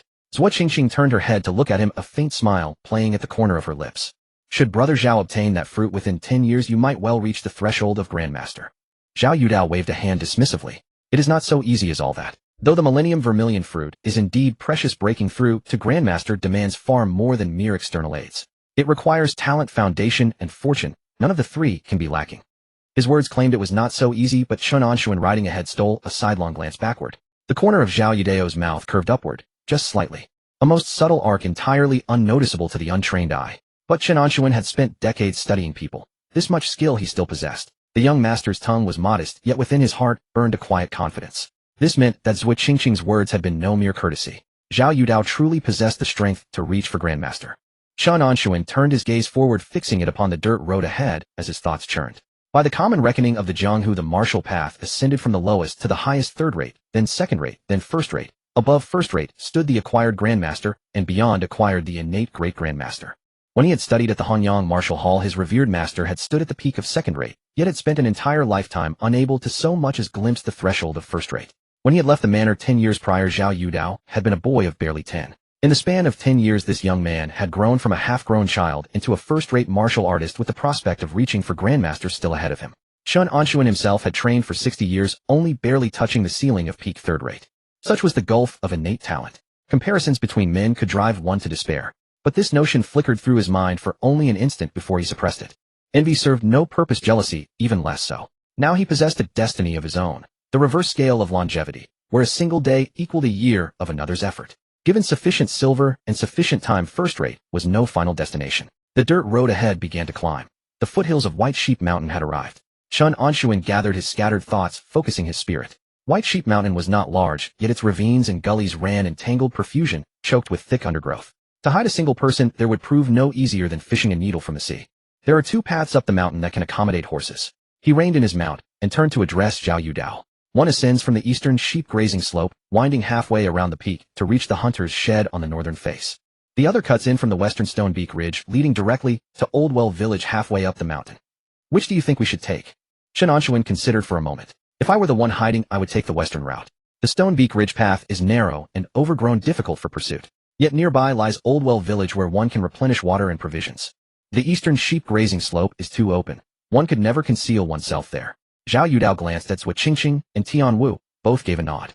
We take the western route. The 4 horses turned onto the mountain trail, leading towards Stone Beak Ridge. The path was indeed narrow, barely accommodating 2 horses abreast. Branches from the undergrowth on either side scraped ceaselessly against the mounts, emitting sharp, rustling whispers. Chen Anshun led the way, controlling his horse, while keeping his gaze fixed upon the ground. The mountain soil had been softened by recent light rains, preserving hoofprints and human footprints alike, with uncommon clarity. He discerned several sets of older footprints, their directions scattered, likely from villagers in the vicinity. He also noted places where wild boars had rooted, churning the earth into disordered clods. After approximately half an incense stick's time, the mountain trail split into 2 at a fork. The left-hand path descended, leading down to Oldwell Village nestled within the valley. The right-hand path ascended, delving deeper into the mountain forest. Chen Anshun reined in his horse. His gaze locked upon the muddy ground at the fork. Upon the left-hand path, a fresh trail of footprints lay. The tread pattern of the soles was crisp, the stride somewhat wide, pressed deeper than those of an ordinary man. The weight was considerable, yet the gait remained even. No clumsy dragging of feet through the mire. Not a farmer. Not a hunter. The footsteps of one trained in martial arts. To the left, Chen Anshun lowered his voice. Zhao Yudao urged his horse forward, following the direction Chen Anshun indicated to the ground, his pupils contracting almost imperceptibly. The 4 descended along the left-hand path. The undergrowth grew ever denser, the mountain trail ever narrower, until even horses could pass no further, forcing them to dismount and lead the animals on foot. Chen Anshun tethered the 4 horses' reins to an old locust tree at the roadside, then followed the 3 others on foot. Rounding a bend, the vista opened up abruptly. The valley floor was a level expanse scattered with 7 or 8 adobe houses. This was Oldwell Village, a small settlement comprising scarcely a dozen households in all. At the village entrance stood a dilapidated temple, half its roof tiles shattered, exposing blackened rafters to the sky. The stone steps before its doorway were thick with moss. Chen Anshun's feet came to a halt. Beneath the eaves of that ruined temple, a man sat leaning against a pillar. White robes, hair unbound, a sheathed long blade resting at his feet. He appeared to be in his early 30s, lean of frame, a short beard circling his jaw, his complexion a sallow gray. Upon the fabric of his right shoulder spread a large stain of dark brown, dried blood. The man seemed to be dozing, his head inclined slightly downward. Zhao Yudao, Tian Wu, and Zui Qingqing all halted at the same instant. The 3 exchanged glances, silently conveying their assessments. Tian Wu's right hand had already drifted to the edge of his arm guard. Zui Qingqing's hand moved soundlessly toward the pouch at her waist. At that very moment, the white-robed figure beneath the temple eaves abruptly raised his head. His gaze met Zhao Yudao's directly. A moment of confrontation hung, suspended in air. The white-robed man sprang up from the ground, his left hand sweeping up the long blade. The wound on his right shoulder tore open, a thin line of fresh crimson seeping forth. He did not draw the blade, but tucked it, scabbard and all, beneath his arm, and in a single motion hurled himself toward the forested slope behind the ruined temple. His movement was extraordinarily swift. Tapping the earth with his toes, his entire body skimmed low across the ground, vanishing into the brush behind the temple in 3 strides. After him, Zhao Yudao darted past the ruined temple's back wall, his robes slicing a white scar through the underbrush before vanishing in a blink. Tian Wu and Zui Qingqing followed closely behind. Chen Anshun remained rooted in place, not taking a single step forward. Pursue them? Pursue what? A man capable of slaying 2 second-rate martial artists with ease. Was his presence as a peak third-rate cultivator truly going to help, or only make things worse? Besides, he had been paid to lead the horses, not to trade his life for a bounty. He turned around, took a few steps toward the old locust tree where the horses were tied, then paused. His gaze fell upon the temple's entrance. The door hung half open, the interior swallowed in darkness. The man in white had been sitting against a corridor pillar earlier, and when he fled he had only grabbed a blade, carrying nothing else. Something was off. While he rested there, hadn't there been something tucked within the shadows behind that pillar? Chen Anshun's footsteps veered in a new direction. He walked to the temple entrance and peered inside. The clay bodhisattva on the altar had half its face crumbled away with cobwebs woven thick and dense.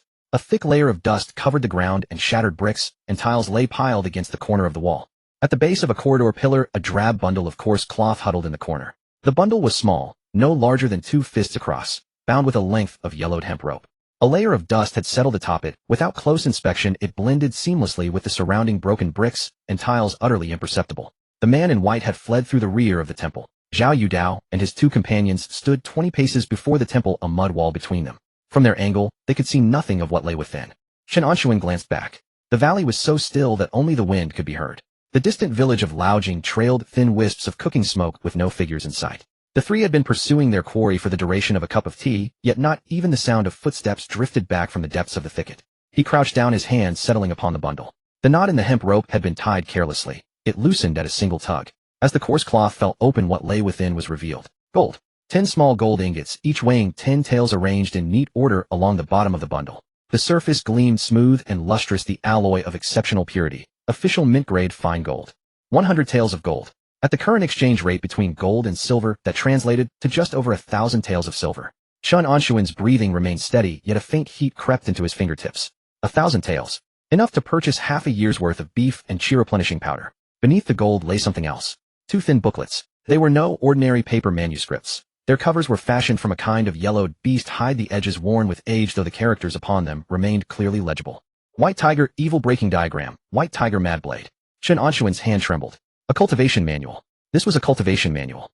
He opened the first page of the White Tiger Evil Breaking Diagram. It was densely covered with meridian pathways and skeletal cross-sections, accompanied by cultivation mantras inscribed in fine minuscule script along the margins. He scanned only a few lines before the key phrases leapt out. Qi permeates bone, tendons and membranes connect, from within to without. This was a method for breaking through to the second rank. He had long been deliberating how to obtain a cultivation manual from the Zhao household, even scheming whether to find the right moment to petition Zhao Guangfeng directly. Now the manual lay within his grasp. He flipped through 2 pages of the White Tiger Mad Blade as well. A blade technique meant to complement the White Tiger Evil Breaking Diagram, following a path of raw ferocity and ruthless force. Chen Anshun closed the 2 booklets and tucked them into the hidden pocket on the left side of his inner garment, which was sewn with a concealed clasp, nothing discernible from the outside. Having done this, he did not rush to rise. His hand turned back to the bundle, rearranging the gold ingots into their original order. He retied the hemp rope exactly as it had been, reproducing the direction of the knot, the tension, leaving every trace as it once was. Finally, he stuffed the bundle back into its corner at the base of the pillar, brushing a layer of dust over its surface, as though it had never been touched. He did not take the gold, not because he didn't want to, but because he couldn't. 100 taels of gold was no light burden. It would clink audibly with every step, inevitably drawing Zhao Yudao's notice. The manual was different. So long as it was pressed close to the body, it would make no sound. Greed that overreaches and invites detection is a losing bargain he would never entertain. Chen Anshun rose to his feet, stepped back from the ruined shrine, and returned to the old locust tree. The 4 horses munched quietly on the wild grass sprouting around the roots. He inspected the reins once over and patted the neck of one of the chestnut mounts. His heartbeat gradually steadied. The 2 thin booklets pressed against his ribs within the hidden pocket brought him a profound sense of ease. That sensation was 100 times more reassuring than 100 taels of gold. Roughly a quarter of an hour later, a roar echoed from deep within the valley. Though distant, the sound rebounded several times off the mountain walls, each word emerging with crystalline clarity. Remnants of Guju. You shall not survive for long. The roar cut off abruptly. The valley fell silent once more, even the birdsong pausing for several breaths. Another half-cup's worth of time passed before the sound of footsteps rose from the thicket.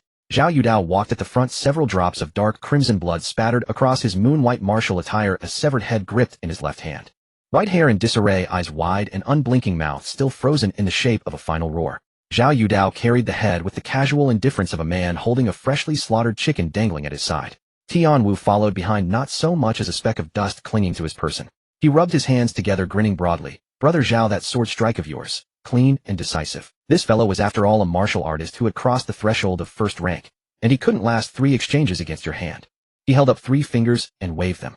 Truly worthy of being the most outstanding disciple under Master Zhua. Reputation well deserved. Zhua Qingqing brought up the rear, her steps unhurried. She had not even drawn her weapon. Senior brother Tian speaks true. Brother Zhao's breakthrough has been swift, and his swordsmanship is unparalleled. If father were to learn of this, he would surely be gratified. Zhao Yudao set the head down upon the ground, wiping his hands with the hem of his robe. A stroke of fortune. The man's right shoulder was injured, his internal force diminished by at least 3/10. Otherwise it wouldn't have been so effortless. Chen Anshun stood beside the horses, gazing at the head that had rolled onto the grass. A first-rank martial artist. Even wounded, even with 3/10 of his internal force sapped, he was still first rank. 3 exchanges, and he was dead. Zhao Yudao's strength far surpassed the first rank. Zhua Qingqing's claim that he might reach grandmaster within 10 years was likely an understatement. By now Tian Wu had crouched down, rummaging about the severed neck of the man in white. No identity plaque, no token. He rose, dusting off his hands. Nothing but a bare head. It'll have to suffice for reporting back. Zhua Qingqing offered no reply. She tilted her head, casting a glance toward the ruined temple. Then she walked over. Her pace was unhurried. She passed through the temple door, circled the interior once. In less than 10 breaths, she bent down and lifted the bundle from the base of the corridor pillar. This gentleman left in such haste that he forgot his belongings. She placed the bundle upon the stone steps at the temple entrance, untied the hemp rope, and peeled back the coarse cloth. The 10 gold ingots cast a soft yellow glow beneath the sunlight. Tian Wu leaned in and gave a low whistle. 100 taels of gold. This wandering martial artist certainly traveled in style. Zhao Yudao cast a brief glance, his expression unchanged. A dead man's possessions, if left untouched, they'd only benefit strangers. Divide them among yourselves. Zhua Qingqing gathered the gold together, then suddenly turned her head and smiled at Chen Anshun. A share for every witness. She split the 10 ingots into 4 piles, without ceremony, 2.5 in each. 1 portion for brother Zhao, 1 for senior brother Tian, 1 for me. She picked up the last pile and held it out toward Chen Anshun. Old man, this one's yours. 25 taels of gold. Converted, that was more than 250 taels of silver. Chen Anshun was stunned. For this single trip, he had earned 100 taels of silver for leading the horses, and now another 250 had fallen into his lap unbidden. 350 taels in total, equivalent to a full 10 years' wages at the Zhao household. He stepped back half a pace, mouth falling open. This wouldn't be right. I'm just a humble horse leader. His hand had already reached out. The moment the 2.5 gold ingots landed in his palm, his 5 fingers closed by reflex, gripping them firmly and securely. Tian Wu watched the contrast between his protesting words and his swift, eager hand, and burst out laughing. Zhao Yudao shook his head, the corner of his mouth twitching slightly. Zhua Qingqing tilted her head as she regarded him, her smile deepening. Chen Anshun stuffed the gold into his bosom, his weathered face flushing faintly. No shame in it. In this world no one ever had too much silver. He lowered his head, pretending to straighten his lapels, while one thought circled endlessly through his mind. Just what is this Zhua Qingqing after? 25 taels of gold given away without a second thought. Zhua Qingqing is an outsider. What reason would she have to be so generous to an old wretch like him? Surely she couldn't have taken a fancy to him. The 4 made their way back to the residence. Zhua Qingqing walked at the rear, her steps light and sprightly, swaying the embroidered purse at her waist like a tail. Ahead, Chen Anshun led the 4 horses, hunched over, his pace measured and unhurried as they descended the mountain. Tian Wu sidled up to Zhao Yudao and lowered his voice so much that his words seemed to brush directly against Zhao's ear. Brother Zhao, what's gotten into our junior sister today? Zhao Yudao glanced at him sideways, but said nothing. Tian Wu rubbed his nose, then cast a cautious glance back at Zhua Qingqing to make sure she was far enough away before continuing. Since we left, she's spoken more to that old man than she has to both of us combined. Do you remember when we were in the guild? Those handsome young senior brothers who approached her, didn't they all get rebuffed within 2 words? I remember. Last month during the city patrol, that young military officer dispatched from the prefecture. Handsome at the peak of second-rate cultivation. He tried striking up a conversation with our junior sister, and she didn't give him a single word in response. Tian Wu extended a finger and jabbed it toward the retreating figure of Chen Anshun ahead.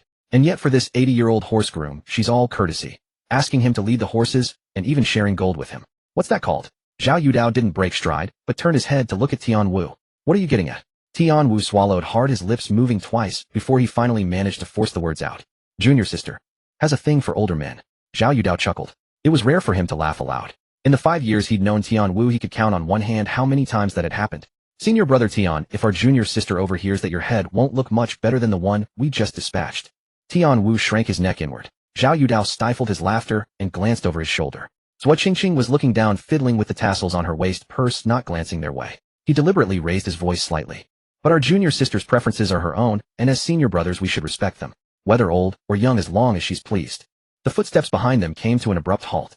Zhao Yudao didn't turn around, but the corners of his mouth twitched. 3 heartbeats passed. A pebble hurtled through the air from behind and struck Zhao Yudao squarely on the back of the head. The impact was light but astonishingly precise. Ha! Zhua Qingqing's voice rang out from behind, laced with gritted teeth fury. Zhao Yudao, try another word of nonsense and see what happens. Zhao Yudao rubbed the back of his head and turned around. Zhao Qingqing stood 5 paces away, a faint blush coloring her cheeks, her lips pressed into a thin line, anger shimmering in her eyes. Yet she offered no explanation.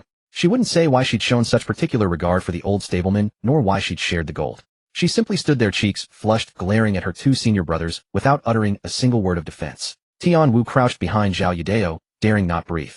Zhao Yudao spread his hands in surrender and dropped the matter. The 3 fell in behind Chen Anshun, who still led the horses, and made their way down the mountain back to the city. Chen Anshun walked ahead, leading the 4 horses. His back bent, his steps steady. The 3 behind him were speaking in hushed tones, but not a word reached him. They were more than 20 paces apart. The mountain wind was fierce, and the steady thunder of hooves completely muffled any sound from behind. Upon entering the Zhao residence, Chen Anshun handed the reins of the 4 horses to Xiao Chun and offered Zhao Yudao and the others a respectful salute. This old man will go see to the horses first. Zhao Yudao nodded. Zhao Qingqing made a non-committal sound, her gaze lingering on him for a moment, her lips parting as though to speak, but she said nothing and followed Tian Wu toward the guest courtyard. Chen Anshun turned and disappeared into the stables. Zhao Yudao did not follow to the guest courtyard. Instead, he paused at the courtyard entrance, changed direction, and made his way along the corridor toward the study east of the main hall. The study door stood half open, and the scent of pine soot ink drifted out. Zhao Yudao pushed the door and stepped inside. Zhao Guangfeng sat behind the desk brushing annotations onto official documents with a wolf hair brush. In his early 50s, he took good care of himself with only a few scattered strands of gray at his temples. He wore deep navy, everyday robes, a mutton fat jade pendant at his waist, and a string of agarwood beads on his wrist. It was exactly the bearing of a county magistrate's assistant. Nothing more, nothing less. At the sound of footsteps, Zhao Guangfeng did not lift his head. "You're back." "I'm back." "The man is caught. Put to the sword on the spot." Zhao Yudao drew the severed head from his sleeve. It had been wrapped in oilcloth, and set it on the low table beside the desk. Zhao Guangfeng laid down his brush, glanced at the oilcloth bundle, and gave a nod. "A first-rate outsider, and you handled him alone." He had an injury to his right shoulder, his internal energy reduced by 3 parts in 10. 3 exchanges was all it took. Zhao Guangfeng showed no reaction and picked up his brush again. To him, this was no different from approving a document for road repair. Zhao Yudao sat in the chair opposite the desk and lifted the nearby teacup for a sip. It was cold. "There's one more thing I want to mention, Father." "Go on." "That old groom steward of ours, old man Chun." Zhao Guangfeng's brush hesitated. "What about him?" "Does Father know he practices martial arts?" Zhao Guangfeng rested his brush on the holder and leaned back in his chair. "I knew. When I recruited him into the manor 20 years ago, I already suspected the old man was trained. Despite his spirit and blood having withered away, he still stubbornly practiced horse stance every day. I even told your mother back then that this old man was something else. Others his age would have long accepted their fate, yet he kept fighting against it." Zhao Yudao set down his teacup. "Father may not know, but he's no ordinary man now." Zhao Guangfeng raised an eyebrow. "That old man practiced infant purity art for 60 years and achieved breakthrough last month. His vital energy has reversed, and his strength has exceeded 1,000 caddies. He's pressing towards second-rate cultivation." A silence fell over the study. Zhao Guangfeng slowly sat up straight. 1,000 caddies. Uncle Zhou told me about the breakthrough in the infant purity art. I didn't expect him to recover so quickly. Zhao Guangfeng was quiet for a moment before the words escaped his lips. "Stubborn donkey." But as he said it, his fingers tapped twice on the desktop. An unconscious habit whenever he was deep in thought. 80 years old and breaking through to second rate. Zhao Guangfeng shook his head. If this old man had some silver and could acquire a cultivation manual, the possibilities would be truly hard to predict. Zhao Yudao did not respond. Zhao Guangfeng looked at him. "You want a petition for a manual on his behalf?" "No. I'm merely letting Father know." Zhao Guangfeng snorted and picked up his brush again. "Very well. I'll keep it in mind." Elsewhere, Chen Anshun returned to the thatched hut behind the stables and bolted the door shut. One by one he drew out the items hidden in his clothes. 2.5 ingots of gold placed on the left side of the low table. The silver ingot given by Zhao Yudao set on the right. The leftover bits of silver from a few days prior poured from an earthen jar beneath the bed and piled in the center. He squatted before the table and began to reckon. 25 taels of gold calculated at the prevailing gold-to-silver exchange in Qingchuan County. 1 tael of gold worth a little over 10 taels of silver, amounted to more than 250 taels. Add to that 100 taels of silver, and then the heap of loose silver in the jar. He counted each piece by hand: 7 taels and 3 mace. 357 taels and 3 mace. The daily expenditure of beef and replenishing chi powder he had long since committed to memory. 20 caddies of beef, 2 taels of silver. 1 dose of replenishing chi powder, 10 taels of silver. Add to that a scattering of miscellaneous costs, and each day came to just over 12 taels. 357 taels and 3 mace would last 29 days with a small remainder to spare. Nearly a month. Chen Anshun gathered the gold and silver back into the jar and shoved it beneath the bed. As he straightened, his hand brushed by chance against the hidden pocket at his ribs. 2 thin booklets remained tucked there undisturbed. The White Tiger Sha Banishing Diagram. The White Tiger Mad Blade. He did not rush to open them, but first changed into a set of clean clothes, and soaked the dirt-stained sweat-soaked old garments in a wooden basin. Then he seated himself on the edge of the bed, drew out the white tiger sha banishing diagram, and turned the pages one by one. He studied it for the span of an incense stick's burning. The flow of the meridians he could comprehend. His benevolent master at the Hanyang Martial Hall had once taught him the basics of meridian knowledge, rudimentary to be sure, but the framework remained. The anatomical diagrams of the skeleton were annotated in meticulous detail. Which sinew connected to which bone, through which joint force was channeled inward, how it seeped through the periosteum, how it broke through to the surface of the skin, all drawn with crystalline clarity. The accompanying verses were far from obscure. The annotations were rendered in plain, everyday speech, plainly indicating that the compiler of this manual had no intention of hoarding its secrets. The core distilled into a single line. With force shake the membrane. With the membrane encase the bone. When inner and outer become one, a treasure robe is self-formed. Employing a strength exceeding 1,000 caddies, set the muscles and membranes of the entire body to vibrating. Let the force seep from the sinews into the bones, then surge back from the bones through the skin's surface, completing a full circulation. Once this circulation is achieved, one becomes a second-rate martial artist. Chen Anshun closed the booklet and rested with closed eyes for a while. Not difficult. At least for him, not difficult. His strength had already surpassed 1,000 caddies and was still rising. The Hanyang stance practice granted him an additional 20 caddies of growth each day. So long as his strength was sufficient, the process of vibrating the muscular membranes would flow ever more smoothly, and his confidence in breaking through would grow ever higher. The principle his master once spoke of, the deeper the foundation, the sturdier the building, was precisely this truth. From that day forth, Chen Anshun's existence settled into a rhythm of absolute regularity. He rose at the Mao hour and held his stance for a full 2-hour period. At the Chen hour, he reported to the stables, feeding the horses, grooming them, mucking out the dung. Each task performed without omission. At the Wu hour, he ate beef. 3 caddies cut into large chunks, boiled until tender, dusted with a handful of coarse salt, and swallowed together with the broth. At the Wei hour, he consumed the replenishing qi powder. Bitter enough to numb the root of his tongue, he forced it down with 2 gulps of cold water. At the Shin hour, he resumed his stance practice. At the Yu hour, he concluded his training and retired early. 1 day, 2 days, 3 days. Xiaochen took notice of the changes in Chen Anshun. The old man's complexion grew rosier with each passing day. His once hollowed cheeks gradually filled out, and his cheekbones no longer protruded so starkly. The sinews on his arms still stood out prominently, yet the grain of his muscle had tightened into a denser ring than before. When he walked, his back remained bent, but his footsteps carried a heavier weight. With every step he planted upon the ground, the loose dust upon the surface would be pressed into a shallow imprint. Master Chen, you recently. What good things have you been eating? Beef. Beef can do this to a person. It can't. Xiaochen scratched his head and asked no further. The 4th day? 1,120 caddies. The 5th day? 1,140 caddies. The 6th day? 1,160 caddies. The 7th day, Chen Anshun stood upon the open ground behind the stables. The sun had drifted to the west, and the martial guards had long since finished their drills. The training ground stood empty.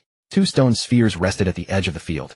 Carved from granite, their surfaces roughened for an easy grip. Each weighed 600 caddies, used by the guards to build their strength. Lin Wei was capable of raising 1 with a single hand and 2 with both, a feat considered top tier within the household of Zhao. Chen Anshun strode forward and pressed both hands upon one of the stone spheres. His fingers latched into the grooves upon its surface, his horse stance sank low, his waist and back twisted taut. Force surged upward from the soles of his feet, channeled along his spine into both arms. The stone sphere lifted from the ground. 600 caddies of granite rose to the height of his chest, steady and secure. His arms trembled faintly, yet did not sway. He lowered the sphere and stepped before the second. His left hand took hold of the first, his right hand closed upon the second. 2 spheres. 1,200 caddies. Force erupted simultaneously from waist and leg, a muffled grunt forced from his throat. Both spheres rose from the ground as one. His arms extended out to either side of his body. Blue veins bulged from his wrists all the way to his shoulders, and the vessels along his neck swelled thick as earthworms. 1 breath, 2 breaths, 3 breaths. Both arms rose above his head. 1,200 caddies. Having held steady for 3 breaths, he lowered the spheres. The muffled thud of their landing sent the loose pebbles upon the ground bouncing into the air. Chen Anshun shook out his arms as his chest rose and fell in violent heaves, then steadied. The corners of his mouth split open into a grin. Not a faint twitch. A genuine, unreserved parting of the lips, revealing a row of old teeth worn smooth by the years. 1,200 caddies. The figure his master once spoke of, he had arrived at it. The foundation was deep enough. He lingered no longer upon the open ground. He turned and returned to the thatched hut, bolting the door behind him. From the hidden pocket, he drew out the white tiger sha banishing diagram and turned to the 3rd page. Upon it was depicted a comprehensive chart of the body's meridian system, 12 principal vessels marked in vermilion red lines linking every bone of the limbs and trunk. With force, shake the membrane. Chen Anshun's legs sank low as he rooted himself into a horse stance. He began to marshal the strength of his entire body. Not channeled into his fists, not pressed down beneath his feet, but thrust outward in every direction at once. 1,200 caddies of force surged forth from his dantian, spreading along the meridians into his four limbs. Upon reaching the boundary between muscle and membrane, the force ceased its outward journey and began to vibrate upon the very spot. Wong. A thread of subliminal resonance emanated from within his body. His muscles began to tremble at a frequency nearly imperceptible to the eye, carrying along the thin membrane adhered to their surface in unified vibration. Pain. Not the anguish of flesh, but that sour swelling ache seeping outward from the seams of bone. Force struck against the periosteum in relentless waves. With each surge, another hairline fissure appeared upon the bone's surface. Not true fracturing. The periosteum was loosening, opening, accepting the influx of power from without. Sweat broke forth across Chen Anshun's brow, sliding down his cheeks and dropping onto the earthen floor, each drop carving a tiny crater. His jaw clenched tight enough to grind. The first layer of membrane broke. Force poured into the radius of his right arm, seeping upward along the bone's surface and penetrating into the marrow. A wave of searing heat rose from within, so intense that his entire right arm trembled. Then the left arm, the legs, the spine, the ribs. Power seeped inward inch by inch. With every bone it entered, that bone grew a fraction heavier, a fraction harder. The entire process endured for roughly half an instant, sticks burning.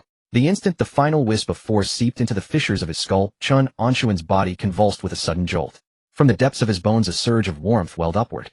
Along the periosteum, through the muscles, across the skin, it unfurled from within outward. From crown to sole, beneath every inch of his flesh flowed a current of warm, circulating power.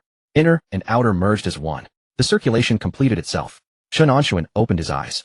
The light within the thatched hut was dim, yet he felt that every object had grown distinct. The motes of dust clinging to the cobwebs in the corner, the drifting fluff suspended within that single sliver of sunlight filtering through the door crack, all rendered in flawless detail. He lowered his gaze to study his own hands. The skin across his knuckles remained that same sallow, weathered hide of an old man, but the grain of muscle beneath had transformed. Tighter, denser, heavier. As his fingers flexed and curled, an unprecedented sense of power resonated from within the joints. Not brute strength, but a unified, harmonious force fused into the very marrow of his bones. Second rate. He rose to his full height. The spine, bent for 6 decades, did not straighten entirely, yet stood at least 2 inches taller than before. The bearing of the man was a world apart from what it had been half an hour past. Chen Anshun stood in the center of the thatched hut and uttered a low, quiet laugh. Not the measured twitch of restrained lips, but the unrestrained release of a breath held within his chest for 60 long years. Huh. He tipped his head back and laughed again, louder than the first. 60 years. At 20 he had entered the Hanyang Martial Hall. By 30 he had yet to glimpse the threshold of third rate. At 40 he wandered the Jianghu and was beaten within an inch of his life. At 60 he accepted his fate and withdrew to Zhao Manor to tend horses.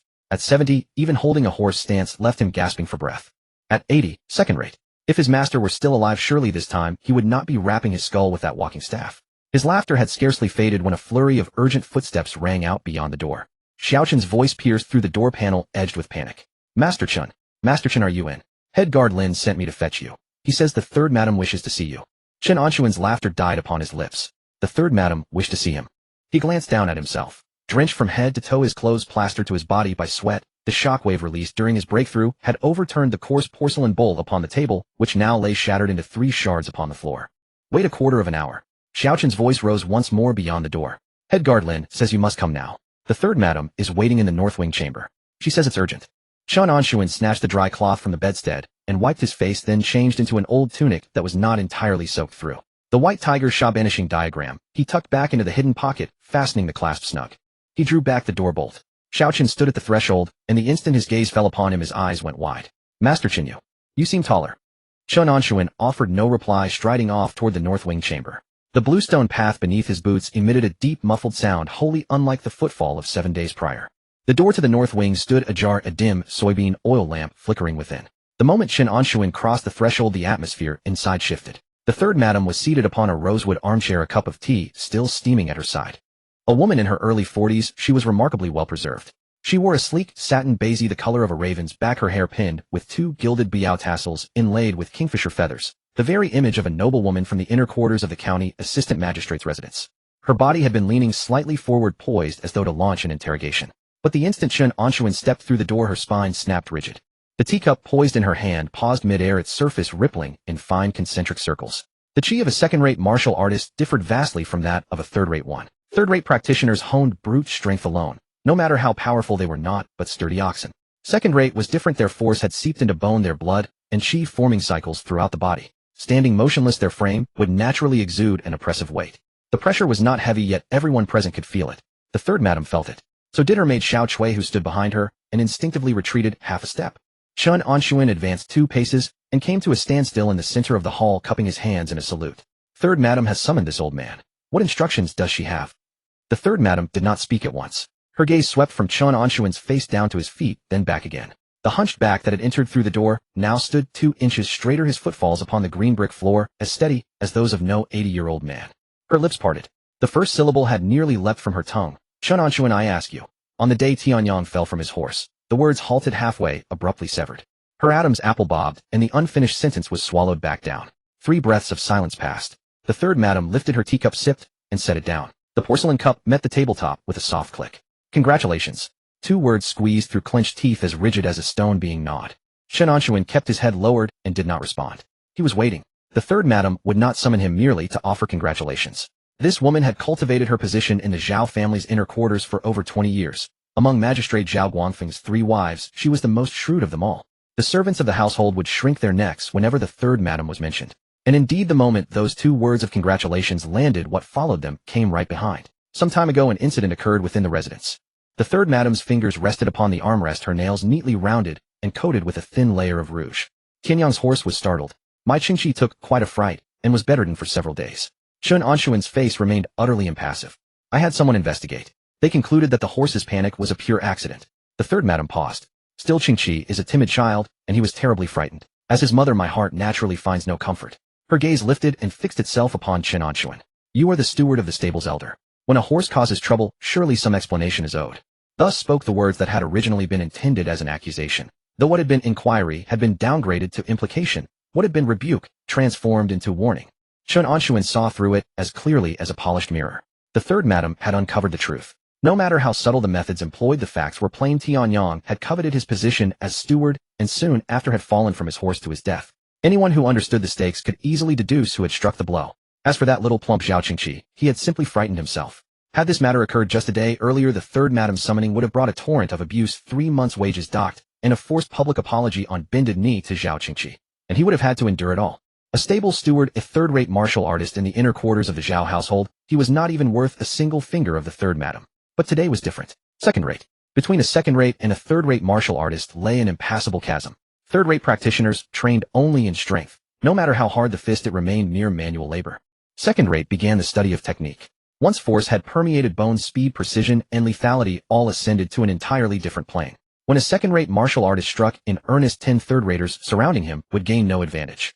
In Qingchuan County, a second-rate martial artist was a personage worthy of an invitation card and tea in the main hall of the county office. The third madam, for all her influence, remained merely a concubine of the county assistant magistrate. The county assistant magistrate himself, when meeting a second-rate martial artist, would receive him with perfect courtesy, offer him a seat, and serve him tea. Hence the words, on the day Tianyang fell from his horse, had been swallowed back. Hence, accusation had become implication.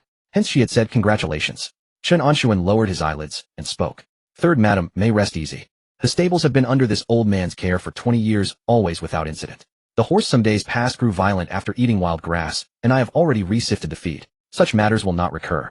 The words were measured and even. No admission of fault, no apology, yet a step offered. The third madam's nail lightly scraped the armrest. That is good. She raised her teacup and sipped again. Let us consider this matter concluded. Qingqi is no longer young. It is time he learned some backbone. The page was turned. Chen Anshun cupped his hands and took his leave. As he turned, the smile pressed at the corner of his lips nearly slipped free. He exhaled. Turbid breath, stifled breath. 20 years of humiliation endured while tending horses. Today he expelled it all. Before, Tianyang had lorded his youth and strength over him, and with the third young master as his backing, had schemed daily to take his place. Not only did he tend the horses poorly, he had even poisoned them. Even those within the household who knew the truth would not stand on the side of an 80-year-old stable hand with no future.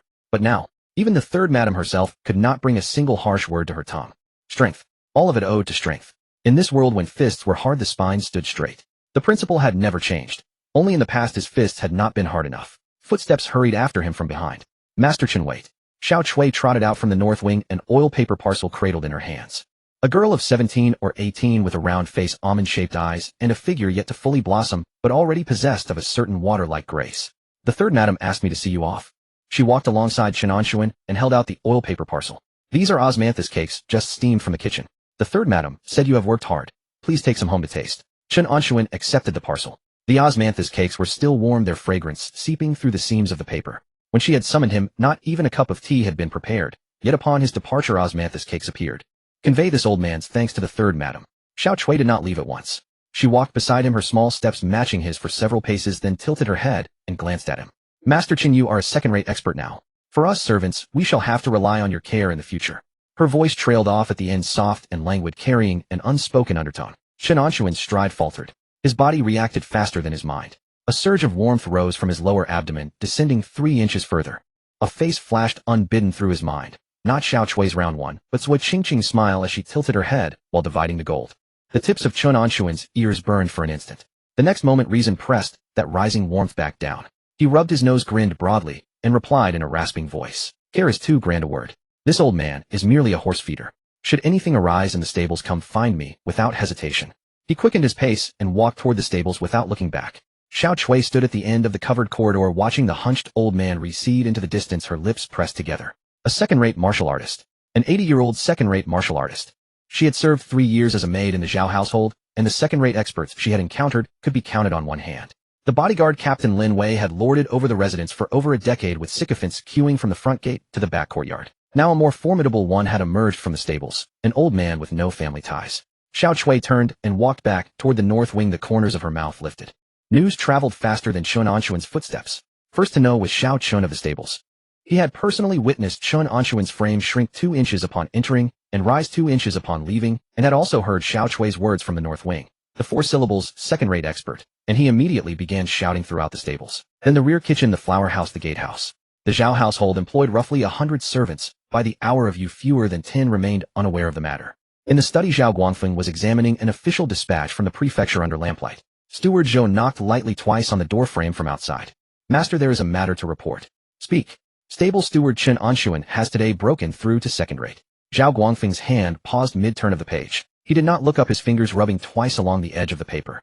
Eldest told me only days ago that this old man was pushing towards second-rate. Zhao Guangfeng closed the dispatch and leaned back into his chair. I did not expect it so soon. This old servant did not expect it either. Zhou stood at the doorway without entering. This Chen Anshun has fed horses in the household for 20 years without a word of complaint. Zhao Guangfeng's fingers tapped the tabletop twice. The study fell silent for several breaths. Stubborn old mule. He repeated the same words he had spoken that day, identical to the earlier occasion. But this time the tone differed. In daylight it had been wistful, now something else had crept in. Zhao Guangfeng rose and walked to the window. The study window faced south, offering a view of the ancient scholar tree's shadow in the courtyard. Zhou, what distance do you think an 80-year-old second-rate martial artist can still travel? Zhou deliberated for a moment. This old servant understands nothing of the martial path.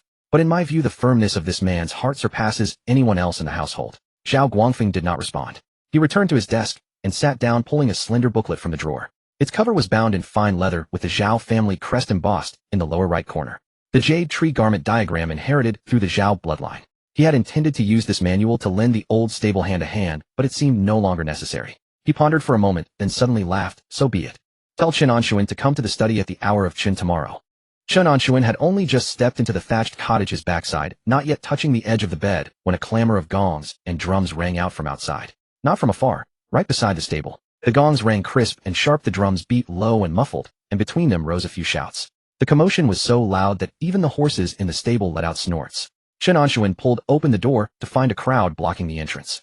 Steward Zhou led the way at the front, followed by over a dozen servants, some bearing gongs, some beating drums, others carrying trays draped with red cloth.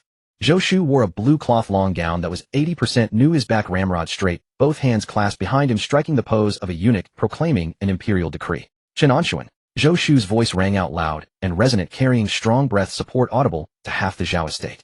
The master bestows a reward.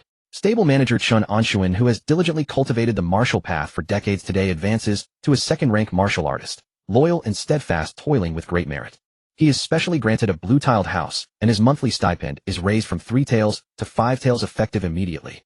The words had scarcely fallen when the gongs and drums struck up once more. Chen Anshun stood in the doorway, one hand resting on the frame. Inside the room sat the worn wooden plank bed he had slept on for 20 years, with an old jacket left unfolded beside the pillow from that morning.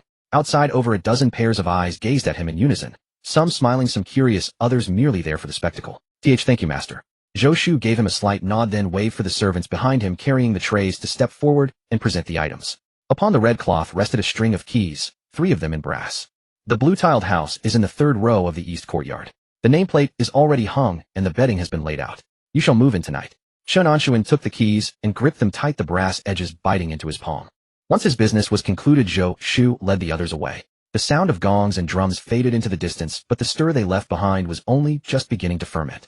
From the kitchen, Wang Shun, Auntie Wang, leaned half her body out of the stove room, a skimmer in hand. Oh, so old Chun is moving into a blue-tiled house.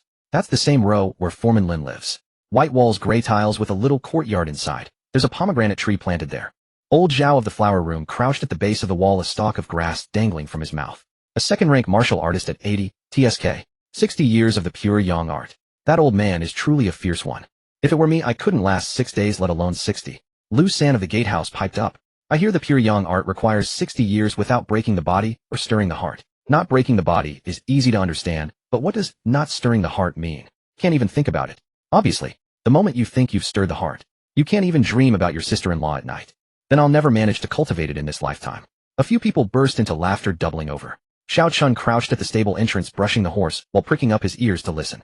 He was closest to Chen Anshun and had watched the old man's changes these past few days more clearly than anyone. His appetite grew ever larger, his strength ever more fearsome, and the footprints he left when walking grew ever deeper. But when the true moment of breakthrough arrived, he still hadn't expected it to come so quickly. Master Chun is really amazing, Xiao Chun muttered, the horse brush in his hands unconsciously quickening its pace. When the news reached the guards' quarters, several guards who were just finishing drills on the training field gathered together to mutter. Old Chun from the stable. That hunchbacked old man. Second rank. For real. Steward Zhou personally announced it with gongs and drums. Could it be fake? Then isn't he on the same level as Foreman Lin now? At this, the men simultaneously fell silent. Lin Wei stood right at the edge of the training field. Arms folded across his chest, he leaned against a wooden post at the field's edge, his expression an unreadable mixture. Though they got along well and both served as stewards within the estate, he had always felt a certain sense of superiority before that 80-year-old stable hand. Now Chen Anshun had also reached second rank. On the same tier as himself. Lin Wei twitched the corner of his mouth, lowered them, and rubbed the back of his neck. Still, the man's got grit. A guard beside him leaned in. Foreman Lin is old Chen cultivating the pure yang art. The kind that takes 60 years to reach completion. Then once it's complete, does he not need to keep the vow anymore? Lin Wei glanced at him sidelong and gave a soft snort of laughter. Once the pure yang art reaches completion, qi and blood reverse their flow, and the primordial yang is already secured.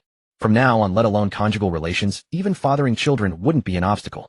The words weren't spoken loudly, but two little maids happened to be passing by the neighboring flower room. Their footsteps paused for a beat.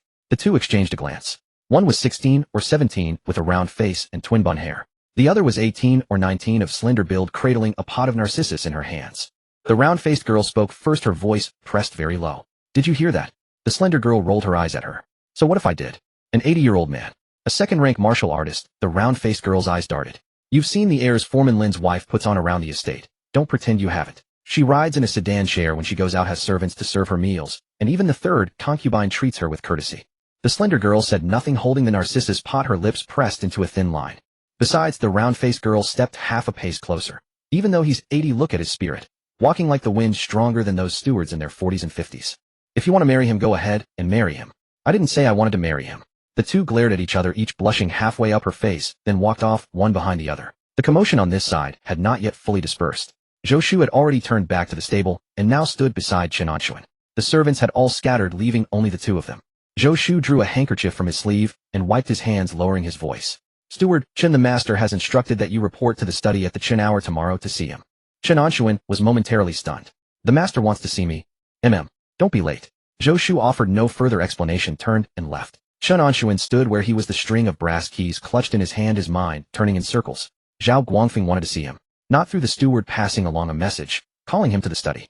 The study of the vice magistrate. In his 20 years at the Zhao estate, he could count the times he had been inside on one hand, and each time he had stood while receiving a scolding. This time was different. That evening, Chen Anshun moved into the blue-tiled house. Xiao Chun helped him sort through the things in the thatched cottage, though there wasn't really much worth moving. A set of old bedding, 2 changes of clothes, an earthenware jar for storing silver, and an old kitchen knife with a broken handle. The blue-tiled house stood in the third row of the east courtyard, a dwelling unto itself with its own gate. He pushed open the door to find a pomegranate tree greeting him, its branches lush with leaves. The courtyard was small but swept clean. The main building had 2 rooms. The east chamber served as the bedroom with fresh bedding laid out. The west chamber held a square table and 2 chairs with a wardrobe tucked into the corner. White walls, gray tiles, doors and windows neat and trim. Chen Anshun stood for a while in the courtyard, his hand resting on the trunk of the pomegranate tree. The rough bark pressed against the pads of his fingers. 20 years in the thatched cottage. When the wind picked up, dirt would blow in through the cracks in the walls. When it rained, the roof leaked, and he'd have to catch the drips with a broken basin. Turn over in bed, and the plank would creak loud enough that the horses in the neighboring stable would snort in response. Now there were white walls and gray tiles, a door that could be bolted, windows that shut tight. The first time in his life he had lived in such a respectable place. He did not indulge the feeling for long. He closed the door, stood in horse stance for an hour, washed his feet, and went to sleep. The following day at the Chen hour, Chen Anshun changed into his cleanest jacket, smoothed his collar at the entrance of the east courtyard, and made his way toward the study. The study door stood half open, the scent of pine soot, ink drifting out. Identical to what Zhao Yudao had smelled upon entering last time. Chen Anshun paused at the doorway, raised his hand, and knocked twice against the frame. Come in. Zhao Guangfeng sat behind the writing desk, a cup of steaming tea at his elbow. He had no official documents to review today. I spread across the desk were merely a folding fan and a small dish of pine nut candy. Sit. Chen Anshun's gaze swept the surroundings. Upon the round-back chair opposite the desk lay an indigo blue cushion. It must have been placed there deliberately. He walked over and sat down, half his backside barely grazing the seat. Zhao Guangfeng did not rush to speak. He picked up the folding fan, slowly unfurled it, then folded it closed again. Old Chen. 2 words light as air, carrying the easy cadence of small talk. Chen Anshun's back stiffened almost imperceptibly. Old Chen. Not Chen Anshun, not stable manager, not Old Chen head, but Old Chen. In 20 years Zhao Guangfeng had never once addressed him so. 20 years now. Zhao Guangfeng set his folding fan upon the table, his tone as casual as though remarking upon the weather. The year you first entered the estate. I recall it was winter. Uncle Zhou led you to the main hall to kowtow, and that tattered cotton jacket of yours still carried a peculiar stench. Chen Anshun offered no reply. I read your records back then. A man from the Hanyang Martial Hall, decades of training behind you, yet your qi and blood had withered, and you had nowhere else to go. Zhao Guangfeng tapped the tabletop twice with his fingers. A man who had spent his life in martial arts suddenly reduced to tending horses. Anyone would assume you had come for nothing more than a bowl of rice. And that is precisely what I did come for. Zhao Guangfeng let out a dismissive snort. If you truly came merely to eat, why would you still practice your horse stance every night? Stripped to the waist in the dead of winter, squatting behind the stables, your snot freezing into icicles the next morning. And still you held the stance. I stood watching from the study window on the second floor, then thinking to myself that this old man was a stubborn fool indeed. Chen Anshun's shoulders shifted slightly. Zhao Guangfeng had known all along 20 years ago. Back then I had just inherited the position of county magistrate. Mountains of disordered accounts, pressure from above bearing down upon my head. I was so swamped I scarcely knew whether I was coming or going. Zhao Guangfeng leaned back against his chair, the corners of his mouth lifting faintly. Sometimes I would be reviewing documents until the dead of night, and when I lifted my head to see you still squatting there, my heart would actually feel steadied. He paused. An old man with waning qi and blood who refused to accept his fate. How could I, a magistrate at the peak of first class, allow myself to fall before him? Peak of first class. Those 4 words falling from Zhao Guangfeng's lips carried no more weight than a mention of a day's bowl of noodles. Chen Anshun's back stiffened almost imperceptibly. Peak of first class. He had heard a description of that realm only once before, spilled from the lips of his venerable master at the Hanyang Martial Hall, force piercing 3 inches of armor, shattering stone from 100 paces. The county magistrate of Qingchuan County was in fact a martial artist at the peak of first class. Zhao Guangfeng's fingers drummed once beside the dish of pine nut sweets.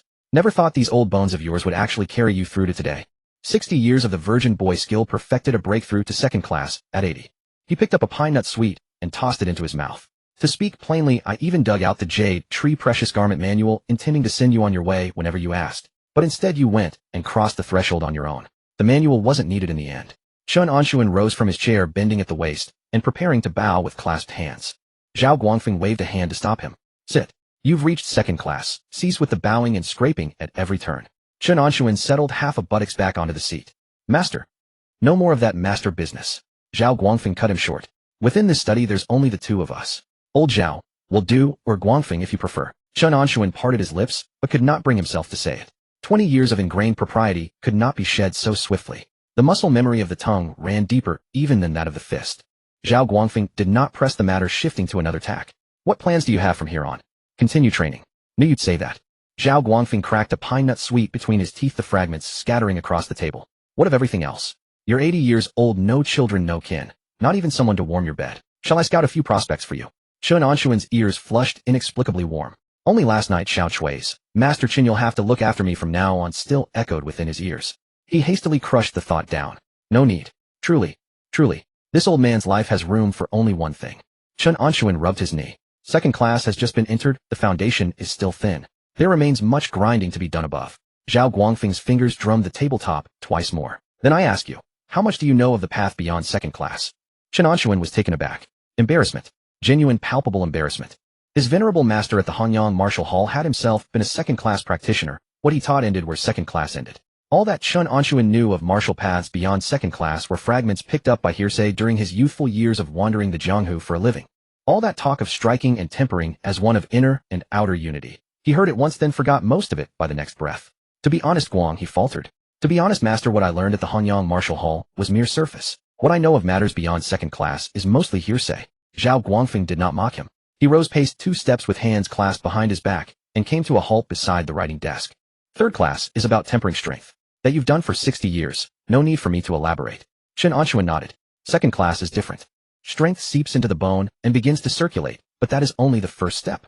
What second class truly demands is learning how to wield this strength. Zhao Guangfeng lifted his right hand, fingers pressed together, and made a casual sweep. The folding fan upon the writing desk leapt into the air. No wind, no sound. The fan simply sprang from the surface, tumbled in a single circle through the void, and settled steadily back into his palm. Chen Anshun's pupils contracted. The feat appeared effortless, but he had just entered second class and understood too well how immense its difficulty truly was. To channel strength from within the body to without applying it with precision upon so weightless an object as a folding fan. 1 iota too much, and the fan would fly away. 1 iota too little, and it would not stir at all. A peak first-class martial artist's mastery over force had reached such exquisite refinement. You possess some 1200 gene of strength now, do you not?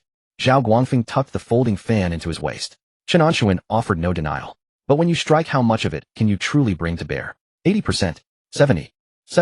Chen Anshun recalled that single punch that had slain the gambler. 1000 gene of force channeled into the fist, slamming into the man's chest. Thoroughly satisfying indeed. But upon reflection, there had been a momentary hitch when the waist and back twisted, and a thread of force had leaked as the transmission passed from shoulder to striking surface. A touch over 70. So your 1200 gene of strength lands upon the fist as no more than 800 and some. Zhao Guangfeng raised a single finger. The first thing second class must cultivate is reducing that loss to the minimum, or even unleashing multiplied force. How is it unleashed? Mere stance work is insufficient. One must learn a method of striking.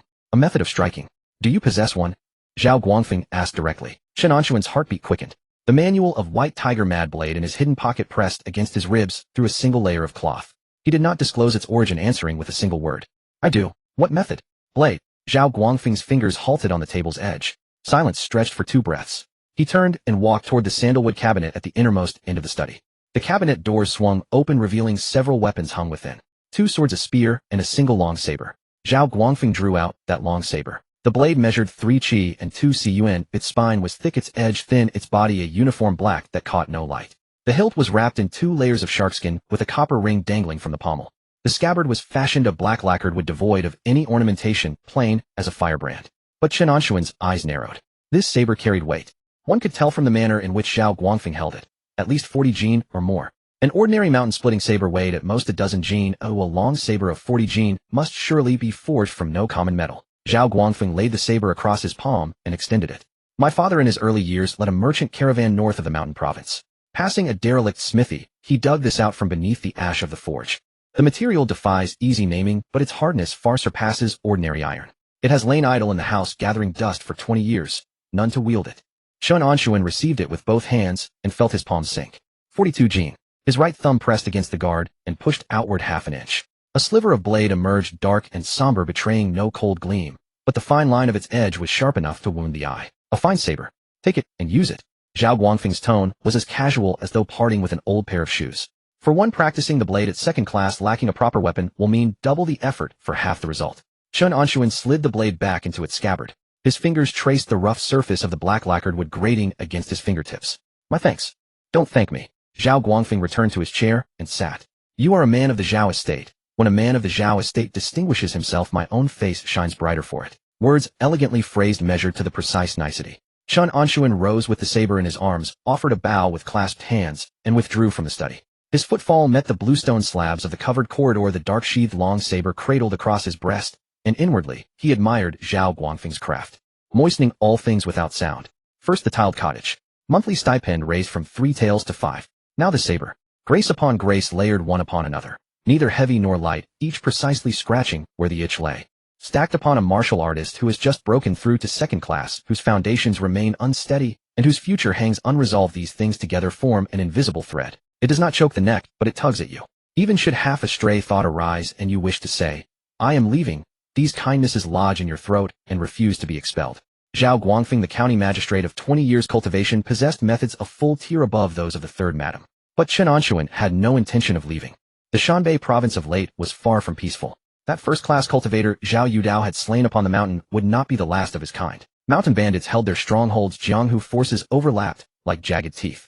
An old man fresh to second class once beyond the compound walls of the Zhao estate, it could hardly count on surviving whole. A second-class martial artist was passable in Qingchuan County, but set against the entirety of Shanbei province, he was merely a fish of somewhat larger size. Better to remain within the Zhao estate, where safety lay. A roof over his head, food in his bowl, time to cultivate. As for the work of the stables henceforth, Zhao Guangfeng had already issued word that Uncle Zhou would arrange hands to assist. No need for him to attend to every matter personally. Most of the day could now be freed for stance practice and blade work. But for one matter alone. Chen Anshun returned to the tiled cottage, laid the saber upon the table, and drew out the earthenware jar from behind the wardrobe. He appended it. Bits of silver scattered sparsely across the tabletop, and he counted them one by one. Together with the remaining small gold ingot converted to silver, the total came to 261 taels and 7 yen. Beef and cheese supplement powder came to a little over 12 taels a day. 261 taels and 7 yen would last 21 days. 21 days hence, could the Hongyang stance still yield 20 jin of strength each day? It could, but that would be empty practice. Without beef to replenish the expenditure of qi and blood, without qi supplement powder to catalyze the circulation of the meridians, mere stance work would advance slowly and the body would have to bear the strain of depletion. The foundation of second class had just been laid. This was the moment to pour substance into it. To cut off supplies now was no different from laying the foundations of a house and then halting construction. Silver.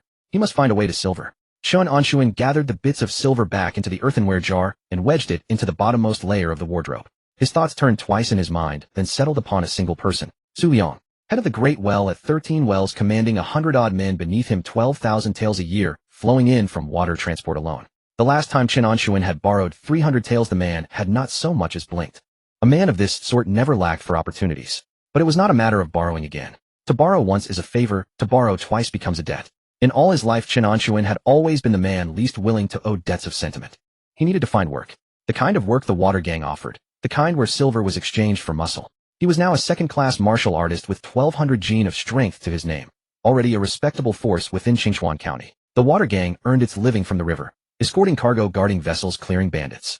Which of these did not call for men who could fight? Tomorrow he would go down to the docks. Chen Anshun picked up the dark-sheathed long saber from the table, laid it across his knees, and rested his right hand upon the hilt. The sharkskin's grain grated against his tiger's mouth, rough and solid. He drew the manual of White Tiger Mad Blade from his hidden pocket and turned to its opening page. Upon the title page was a single line, the ink parched and brittle, the brushstrokes sharp and fierce. The blade onward, never to return. Once drawn, no turning back. His thumb pressed against the guard, pushing the blade outward by an inch. The edge slid forth in silence, its dark gleam reflecting the weathered lines of his face. The blade is unyielding. Once drawn, it never returns. Chen Anshun repeated those 8 words 3 times in silence, then turned to the second page. The text of the White Tiger Mad Blade proved far more concise than he had anticipated. There were no flowery incantations, no verbose expositions on mental methods. Each form contained only a single guiding principle, accompanied by several sketches rendered in ink lines depicting body movements. The drawings were rough, yet the alignment of joints and the pathways of force transmission were marked with crystalline clarity. The Mad Blade comprised only 3 forms. The first, white tiger bearing the corpse. A fierce tiger pounces upon its prey, to the death. The corpse clamped in its jaws, with me there is no enemy. The accompanying illustration showed a figure gripping a blade, pressing forward from a bow stance, the weapon slashing diagonally outward from the waist along a descending arc. It was neither the common horizontal slash nor the vertical cleave, but rather an upward cutting sweep, descending from above and sweeping inward. The blade's tip was circled on the drawing, labeled with 2 characters throat. Chen Anshun spread the page flat on the square table, pinning it down with a teacup. His right hand lifted the long blade in its black sheath. He pushed open the main hall's door and stepped into the courtyard. The bluestone slabs were laid smooth and even, with not a single weed sprouting between the cracks. The courtyard was modest in size, no more than 20 paces across, yet ample space for blade practice. A pomegranate tree stood in the southwest corner, its branches heavy with fruit as large as fists, red beyond ripeness, the skins stretched taut moments from splitting open. Moonlight fell upon the bluestone slabs, casting his elongated shadow across them. Chen Anshun stood with blade raised, feet planted shoulder-width apart. No need to hide any longer. As this thought surfaced, he was momentarily stunned. For 20 years in that malodorous stable, he had secretly held horse stances alone, terrified of being seen and laughed at. Now he stood openly in his own courtyard, a 42-pound long blade held firmly in hand. No more concealment. He exhaled a breath of stale air, his right hand gripping the handle, while his left secured the end of the sheath. His thumb pressed against the crossguard and pushed outward. The blade slid free, its dark gleam flashing briefly beneath the moonlight. The first form white tiger bearing the corpse. Chen Anshun recalled the trajectory of body movement from the blade manual. Bow stance pressing forward, his center of gravity settled on the left leg. His right arm drove force from the waist, sweeping the blade along a diagonal arc. He attempted one slash. His strength dissipated. His waist had not twisted into position, his shoulder moved first. The arc traced by his blade was absurdly crooked, and when retracting, his center of gravity pitched forward, nearly sending him sprawling headlong into the pomegranate tree. Incorrect. He returned to his original position, closed his eyes, and traced the illustrations once more in his mind. Bow stance, settled waist, twisting hips, extending shoulder, the blade's release. 5 movements executed in a single breath. The crux lay in the step of twisting the hips. The waist and hips were the pivotal juncture of force transmission. If the hips failed to unlock, everything that followed was wasted. Once more, his second slash surpassed his first. His waist and hips had unlocked, yet the shoulder extension lagged by half a beat, and the blade's arc still veered. The third slash. His hips achieved their position, his shoulder followed in kind, yet the retraction came too hastily, the blade trembling once in midair. The fourth slash. The fifth. The sixth. Each blade stroke smoother than the last. By the 20th slash, Chen Anshun came to a halt. He lowered his gaze to the long blade in its black sheath, then glanced at the footprints he had left upon the blue stone. Something was amiss. No, not amiss. Too smooth. 20 slashes. It had taken him only 20 slashes to grasp the fundamental framework of white tiger bearing the corpse. Bow stance pressing forward, waist settled, and hips twisted, shoulder extended, and blade released, the edge cleaving downward along its diagonal arc, then retracted in a return sweep. The entire sequence could now flow as one breath. Minor hesitations lingered, but the framework had taken hold. 20 slashes to entry-level mastery. Such speed was abnormal. When he had studied fist arts at the Hanyang Martial Hall, a set of the most basic collapsing fist had required 3 months before he achieved entry-level proficiency. His kind teacher had said his aptitude was dim-witted, that he ranked at the bottom among fellow disciples. What took him 3 months, others grasped within half a month. That, however, was fist arts. This was the blade. The blade exceeded fist arts in complexity. A weapon was an extension of the arm, adding one more transmission link, which logically should render mastery slower. Yet he had entered through its gate in 20 slashes. Chen Anshun gripped the blade handle, his mind turning the matter over and over. It was not that he had suddenly grown clever. It was that 60 years of stance training had not been practiced in vain. What did Hanyang stance training cultivate? The transmission of force. From the soles of the feet to the waist and hips, from waist and hips to shoulder and back, from shoulder and back to the striking surface of the fist.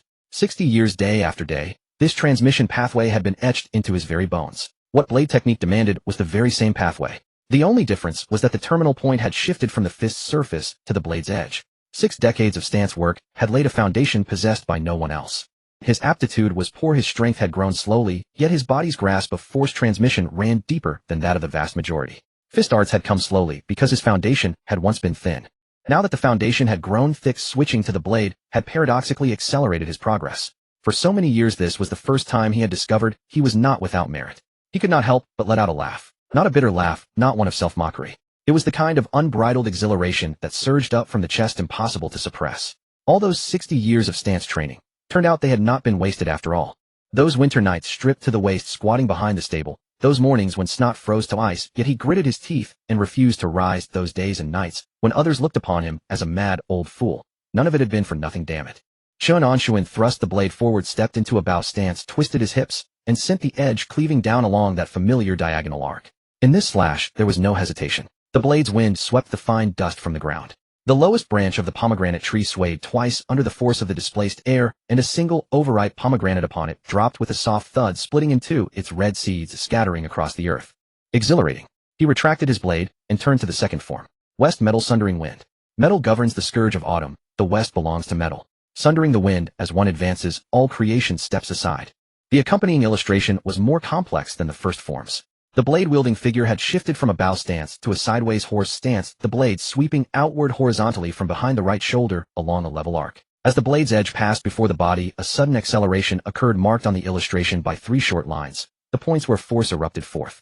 Unlike white tiger bearing the corpse's direct strike at the throat, west metal sundering wind swept across the waist and abdomen. A single horizontal slash, and within 3 feet any living thing would be severed clean in two at the waist. Chen Anshun positioned himself according to the illustration's body movement and attempted the first slash. It proved harder than the first form. The force of the horizontal sweep demanded uniformity, the points of acceleration demanded precision, the blade's body must not waver upon retraction. Yet with the foundation of the first form already laid, the second form yielded to comprehension still more swiftly. He practiced for roughly an hour, and the framework of west metal sundering wind too took hold. Rough still but taking shape. The third form Mad Thunder's celestial prison. 10,000 thunders crash down a prison unbreakable. Trapping the foe within one slash shatters all. The instant he turned the illustration, Chen Anshun's brows knitted together. The illustration for this form depicted 3 figures. One held a blade in the center, while 2 stood to either side. The blade wielder's weapon traced an eerily bizarre trajectory, first cleaving, then sweeping upward, then slashing horizontally. The 3 movements were not separate, but fused within a single slash. The blade's edge carved a closed circle in the air, trapping the foe within. This was not a technique for single combat. It was a method of encirclement for facing many. One against many. Chen Anshun stood at the courtyard center, tracing the illustration's trajectory 3 times in his mind, then attempted his first slash. The blade scattered halfway through. The linkage between the 3 movements proved too intricate. A force shattered during the second segment. The upward sweep and the horizontal slash that followed could not connect at all. He retracted his blade and began anew. Still shattered. He tried once more. The point of failure shifted backward by an inch. Chen Anshun did not grow impatient. This form's difficulty existed on an entirely different plane from the preceding 2. The first 2 forms were straight lines. This one was a closed curve. Haste would not avail. He repeatedly dissected the technique, breaking the 3 movements into discrete steps, grinding through them one segment at a time. Cleave, twist the waist, sweep upward, turn the wrist, slash, horizontally retract. He practiced for another hour. The 3 segments could now be strung together in rudimentary fashion, but the linkages between them remained stiff and far removed from true entry-level mastery. Chen Anshun sheathed his blade and wiped the sweat from his brow. The April night breeze brushed against his body, chilly and penetrating. His sweat-soaked shirt clung to his back. Beneath the pomegranate tree that split fruit still lay upon the ground, its red seeds glinting beneath the moonlight. 2 hours, and the first 2 forms had achieved entry-level mastery, while the third had but glimpsed the threshold. Such swiftness placed in any martial hall would merit the 2 characters heaven's favored. Chen Anshun leaned the blade against the wall, bent down, and retrieved the split pomegranate, plucking a segment and tucking it into his mouth. Sweet. Sweetness threaded through sourness, the juice abundant trickling down from the corner of his lips. He settled himself against the pomegranate tree, chewing pomegranate as he turned to the annotations following the white tiger mad blade. The annotations were concise. Only when all 3 forms are mastered can they be fused. Once fused, the blade knows no fixed form, moving as the heart dictates. Moving as the heart dictates. For characters spoken as though they weighed nothing. Yet merely achieving entry into the first 2 forms had brought him such exhilaration, the road ahead was worth anticipation. Chen Anshun chewed through the last pomegranate seed, spat the pit upon the ground, rose to his feet, and returned indoors to sleep. Early the next morning, Chen Anshun wrapped his black-sheathed long blade in cloth, strapped it across his back, and stepped out of the Zhao residence, heading toward the docks. At the gate of Su Liang's estate, 2 servants were squatting on the steps, gnawing on sesame flatbreads. Seeing him approach, one of them rose to his feet and sized him up from head to toe. "You're the one who came by before, aren't you?" "Chen Anshun. I'm looking for your boss, Dejingtu." The servant hollered toward the inner courtyard. Before any answer could come, the sound of brisk footsteps rang out from the main hall, followed by the booming, resonant voice of Su Liang himself. "Back again. This time I haven't got 300 taels for you." Su Liang strode out in a gray cloth short tunic, a Yixing teapot in hand, clearly just risen. Drawing near, his footsteps faltered for a beat. His nostrils flared once, and his gaze swept from Chen Anshun's face to his shoulders and back, then dropped to the ground at his feet. "You've broken through." The perception of a second-rate martial artist was razor-sharp. The steady, profoundly dense aura emanating from Chen Anshun was utterly unlike what it had been 2 days prior. Not long ago, he had wielded the peak strength of a third-rate warrior, 1,000 gene of force, but now that power had been drawn inward, sinking deep into his sinews and bones. This was the hallmark of one who had just stepped through the threshold of the second rate. Su Liang thrust the Yixing teapot into the arms of the servant beside him, darted forward in 2 swift strides, and reached out to clap Chen Anshun on the shoulder. "You old dog, Chen. A few days ago you were begging to borrow money from me, saying you wanted to give it a try.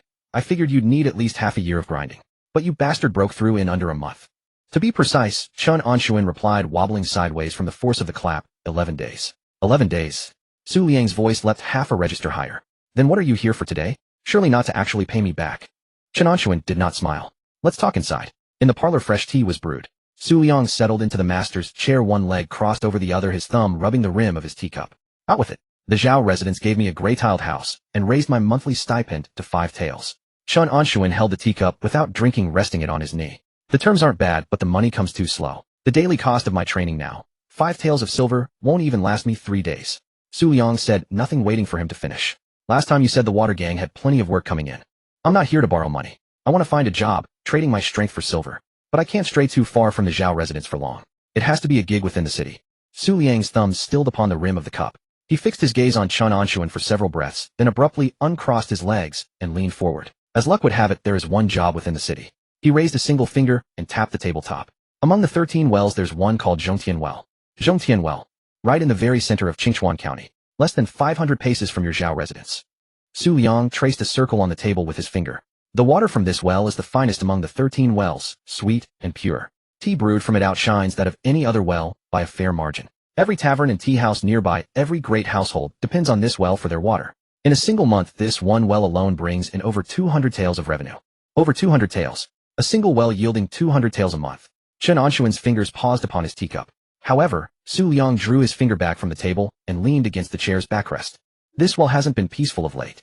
In what way?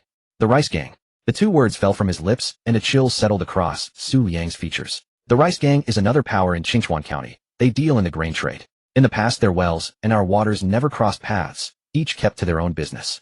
But grain prices have plummeted these past 2 years. Their fortunes have soured and now their eyes have turned to our wells. He raised 2 fingers. They've made 2 attempts so far.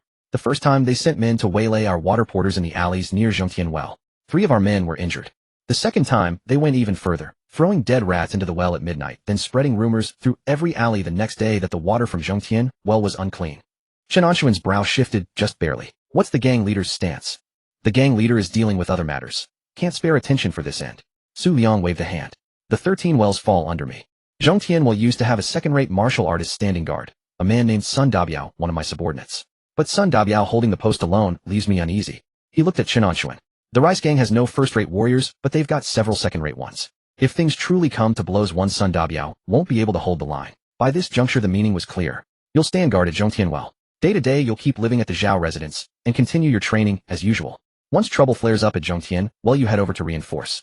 500 paces, if you run hard 10 breaths, and you're there. How much is the monthly pay? 30 taels. Chen Anshun lifted his teacup and took a sip. 30 taels. Added to the 5 from the Zhao residence that made 35 taels a month. Still a far cry from the 12 taels a day his training demanded, but at least enough to keep drawing breath. And if a real fight breaks out? Su Liang gave a low grunt. When the fight, and we'll talk further. The rice gang's heads aren't worth much, but hold Zhongtian Well, and your share of the year-end dividend won't be small. Chen Anshun set his teacup down. Deal. Just like that. Not going to ask how many second rates the rice gang has. What difference does asking make? I'm not about to back out. Su Liang was struck dumb for a heartbeat, then threw his head back with a roar of laughter. You stubborn old bastard Chun. You're still the same ornery mule you were 40 years ago. When his laughter subsided, he drew a bronze token from his sleeve and slapped it down on the table. The token was the size of a palm, its face engraved with the pattern of a well, and on its reverse the 2 characters Zhongtian were carved. Take it. This is the guard's token for Zhongtian Well. Flash it, and the people at the well will recognize you. Report to Zhongtian Well tomorrow, and meet Sun Dabiao. The lad's got a foul temper, but his fists are solid. You two should get along fine. Chen Anshun tucked the token into his lapel and rose to take his leave. Su Liang called out to him. Old Chen. Su Liang's smile faded, and he straightened his expression. The rice gang recently transferred someone into Qingchuan County. He held up a single finger. Street name iron counterweight. Peak of the second rate. They say one punch from him can punch through 3 inches of blue stone. This man isn't local to Qingchuan County. He's a bruiser the rice gang brought over from Ningchuan Prefecture. Brought in specifically to deal with Zhongtian Well. Peak of the second rate. Chen Anshun, who had just entered the second rate, paused mid-step. You've only just broken through. Your foundations are still thin. Su Liang wrapped his fingers twice against his knee. If you really run into iron counterweight, don't try to take him head on. Just buy time. I'll send people. Chen Anshun said neither yes nor no. He turned and walked out of the parlor, his boots stepping along the bluestone path. The cloth-wrapped black-sheathed long blade on his back swayed in rhythm with each stride. The bronze token pressed against his ribs through his clothes ice cold. Peak of the second rate. Iron counterweight. A fist that could punch through 3 inches of bluestone. His right hand reached almost of its own accord behind his back to brush the sharkskin texture of the blade's grip. White tiger carrying the corpse, mastered just last night. Whether it would be enough, only trying would tell. Chen Anshun stepped out through the great gate of Su's residence and took a stride or two toward the Zhao residence, then suddenly halted. Across the lane at a tea stall, a stocky, burly man was holding a bowl of tea.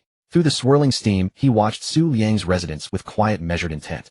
The burly man's right hand rested beneath the table out of sight. The way his left hand held the tea bowl was wrong. The tiger's mouth faced outward, the 4 fingers gripping the bowl, the thumb pressed against the rim. That was a hand shaped for seizing, not for sipping tea. Chen Anshun pulled back his steps, slipped sideways into a narrow alley beside him, pressed his back against the wall, and drew the cloth-wrapped blade from behind his back. The cloth fell to the ground, the black-sheathed long blade held horizontally before him. From the direction of the alley's mouth, the clear, crisp sound of a tea bowl striking the tabletop drifted over. Footsteps. Neither fast nor slow, each one landing on the bluestone slabs at the alley entrance, heavy and suffocating. Chen Anshun's hand gripping the sword hilt remained still. back pressed against the alley wall, standing sideways, ears attuned to the sound. The footsteps drew ever closer. That oppressive aura arrived before the footsteps themselves. Heavy, dense, seamless. This was not something a third-rate martial artist could produce. No matter how much strength a third-rater possessed, their aura was scattered like paste wrapped around their body. Any seasoned fighter could see through it at a touch. The aura before him was different. Tightly contained, solidly compressed like a lump of iron, firmly blocking the alley entrance. Second-rate. And not just any second-rater. Chen Anshun's back was pressed against the wall, the rough brick seams digging into his spine. The black-sheathed long sword rested across his body, his right thumb resting on the guard, ready to draw that single inch at any moment. The burly man's figure appeared at the alley mouth. Stocky build, but with extraordinarily broad shoulders, his arms as thick as his calves. A square face, a fold of flesh on his chin, small eyes that moved slowly, but when they fixed on someone, there was a crushing, blunt weight to his gaze. The iron weight. No doubt about it. Su Liang had said this man could punch through 3 inches of bluestone with a single strike. Chen Anshun glanced down at the burly man's right hand. Thick knuckles, protruding joints, veins bulging on the back of his hand, every sinew visible. He could tell without touching how thick the calluses were on those fists. The burly man stopped at the alley entrance, not advancing further. The two men faced each other across 4 steps. Chen Anshun did not move. The man's eyebrow twitched. He clearly had not expected someone cowering in panic inside the alley. Instead, there stood an old man, sword in hand, back against the wall, utterly steady. Silence lasted 3 breaths. The burly man spoke first. "Who are you?" For words spoken quietly, but each one carrying the weight of something driving downward. Chen Anshun did not answer. Not from unwillingness, but from calculation. He had only just entered the second rank, his foundation as thin as paper. Before him stood the iron weight at the peak of second rate, a gap far greater than a mere fraction. In a real fight, White Tiger carrying corpse had only been practiced for 1 night. Whether he could even strike true was doubtful. He could not win, but he could not show fear. In a confrontation between martial artists, the one who flinched first would be led by the nose for everything that followed. His esteemed master at Hanyang Martial Hall had once said, "You may die before others, but never appear lesser before them." Chen Anshun sheathed his sword. The gesture caused the burly man's brows to knit. Sheathing a blade was harder than drawing it. Drawing was an attack. Sheathing was a retreat. Yet to sheath during a standoff between warriors meant either submission or utter disregard for the opponent. Chen Anshun secured the sword at his waist, lifted his head, and looked at the burly man. County Administrator Zhao's residence. Chen Anshun. 7 characters. The first 4 were his credential, the last 3 his name. The burly man's steps halted. County Administrator Zhao's residence. Throughout all of Qingchuan County, beneath Magistrate Fong, stood Assistant Magistrate Zhao Guangfeng. Every major and minor affair in Qingchuan County, Magistrate Fong rarely interfered. In truth, Zhao Guangfeng made all the decisions. Taxes, public order, civil administration, trade routes. Did anything pass without Zhao Guangfeng's hand? The operating rights to the water syndicate's 13 wells had been approved by Zhao Guangfeng himself. A man of the Zhao residence. The burly man's right hand shifted within his sleeve, but did not emerge. He stared at Chen Anshun for 5 or 6 breaths, his gaze sweeping over the black-sheathed sword before settling on the old man's face. An 80-year-old man, face etched with wrinkles, yet his spine stood straight as a rod, unwavering. What business does a Zhao household man have at the residence in Dying Head? Chen Anshun sidestepped the question. And what are you doing outside that same residence? The flesh beneath the burly man's chin quivered. Being challenged by an elderly man who had only just entered the second rank was humiliating. But the words Zhao residence hung between them, making it difficult for him to lash out. He did not know much about Zhao Guangfeng, only that this assistant magistrate had held power for 20 years, ruthless in method, deep in connection, and not a single soul in Qingchuan County dared to confront him to his face. Before the Rice Gang transferred him to Qingchuan County, his superiors had given him one explicit instruction: attack water syndicate members at will, but do not touch anyone from the Zhao residence. Was this old man truly from the Zhao household? The burly man was uncertain, but he was not afraid either. He withdrew his right hand from his sleeve, flexed 5 thick short fingers in the air, and his knuckles emitted a series of crisp cracks. Does the Zhao residence make you untouchable? He stepped forward half a pace, his aura of second-rate peak pressing down without restraint. The Rice Gang also has officials behind us. Chen Anshun's spine tightened under that pressure, the black-sheathed sword at his waist digging into his hip. He did not retreat. The 2 men locked eyes for 3 more breaths. The burly man's eyes rolled, and he snorted. Mind your own business. With that, he turned and walked away. Footsteps receded one by one, dull, even-paced, just as they had come. Light returned to the alley entrance. The cries of the tea vendor drifted in. Chen Anshun leaned against the wall and slowly exhaled. His back garment was soaked through. Not from heat. From pressure. A second-rate peak aura placed before him was no different from a mountain. His body, having only just entered the second rank, was at its limit, simply holding himself together without showing weakness. In a real fight, he would be rolled onto the ground within 3 exchanges. But he had not fought. The Zhao residence's reputation had done its work. Chen Anshun looked down at the black-sheathed sword at his waist, his lip twitching. No wonder that brat Tianyang strutted about like an invincible brute, defying anyone and everyone and whenever trouble arose immediately declared, "My master is the county magistrate." Flash that credential and 9 out of 10 people in Qingchuan County would think twice. The Iron Weight had thought twice, but only for a moment. His remark, that the Rice Gang also had officials behind them, was not empty intimidation. The Rice Gang had been able to contend with the Water Syndicate in Qingchuan County for so many years only because of official backing. Without it, Zhao Guangfeng would have crushed them long ago. This credential could shield him temporarily, but not forever. The next time he encountered the Iron Weight, once the man had sized him up and realized he was merely an old horsekeeper in the Zhao household, that tiger skin would lose its power. Time. What he lacked most right now was time. Chen Anshun walked out of the alley heading toward the Zhao residence, his mind running calculations over and over. Hongyang's stance added 20 gene of strength each day. 1200 gene currently. After 1 month, 1800 gene. Add a month of grinding the 3 forms of White Tiger Fierce Blade from beginner to basic mastery, reducing the loss in power transmission further. With 1800 gene of strength, 80% entering the blade. 1440 gene. The Iron Weight could punch through 3 inches of bluestone, which translated to at least 1500 gene of explosive force. Still short, but not unbeatable. The key was that during this month the Rice Gang must not touch Zhong Tianwell. Once they moved, he would have to step in. Once he stepped in, he would have to fight. Once he fought, he would expose his limits. Once exposed, the Iron Weight would know he was merely a rookie second-rater, and the Zhao residence's credential would no longer protect him. He needed to stall. How? When Chen Anshun reached the rear gate of the Zhao residence, his pace suddenly slowed. Stall. Not by him doing the stalling, but by making the Rice Gang too afraid to act. Today the Iron Weight had been surveilling outside Su Liang's residence, which meant the Rice Gang was already probing the Water Syndicate's defenses. They wanted to know how many men the Water Syndicate had and how thick the defenses at Zhong Tianwell were. Then let them remain uncertain. Chen Anshun walked through the rear gate of the Zhao residence, his mind already turning to what he needed to do next. That evening the lanterns of the Zhao estate were hung out for the night. Chen Anshun did not enter the house, but turned out through the back gate and walked south along the alley. The alley twisted and turned, growing ever narrower with each step. Zhong Tianwell sat at the very heart of Qingchuan County, more than 500 paces from the Zhao estate. A ring of bluestone formed the wellhead, and on the half-man-high parapet surrounding it 2 characters were carved: Zhong Tian. Beside the well stood a small shed, its oil lamp casting a dim yellow glow. Beneath the shelter sat a long bench, and upon it a swarthy-faced man with his legs crossed, an iron rod clutched in his hand and resting across his knees. The sound of footsteps reached his ears, and the swarthy-faced man raised his head. "Who's there?" The iron rod had already been leveled across his body in defense. Chen Anshun stopped 3 paces outside the shed, drew the bronze token from his robes, and held it outward for a brief moment, so its face could be seen. The lamplight fell upon the bronze token, clearly illuminating the wellhead pattern and the 2 characters, Zhong Tian. The swarthy-faced man squinted for a couple of breaths before lowering the iron rod. He did not return it to his knees, however, but planted it into the ground, his hands still gripping the shaft. "So you're old Chen Anshun, and your son Dabiao?" What a stupid question. Apart from me, who'd be guarding this well? Son Dabiao rose to his feet. He was not tall, but his shoulders were broad, his neck thick and short, and 2 lumps of flesh bulged outward on his cheeks, giving him the look of a man who had swallowed gunpowder and might explode at any moment. He sized Chen Anshun up from head to toe. "Big Wellhead said you just broke into the 2nd tier. The day before yesterday." A downward curl pulled at the corner of son Dabiao's mouth. "I understand what Big Wellhead means. If you've come to lend a hand, I have no objections. But let me speak plainly first. Zhong Tianwell is my territory, and I've guarded it for 3 years without a single mishap. Now that you're here, you follow my lead." Chen Anshun nodded. "Understood." Son Dabiao was momentarily taken aback. He had clearly not expected this 80-year-old man to agree so readily.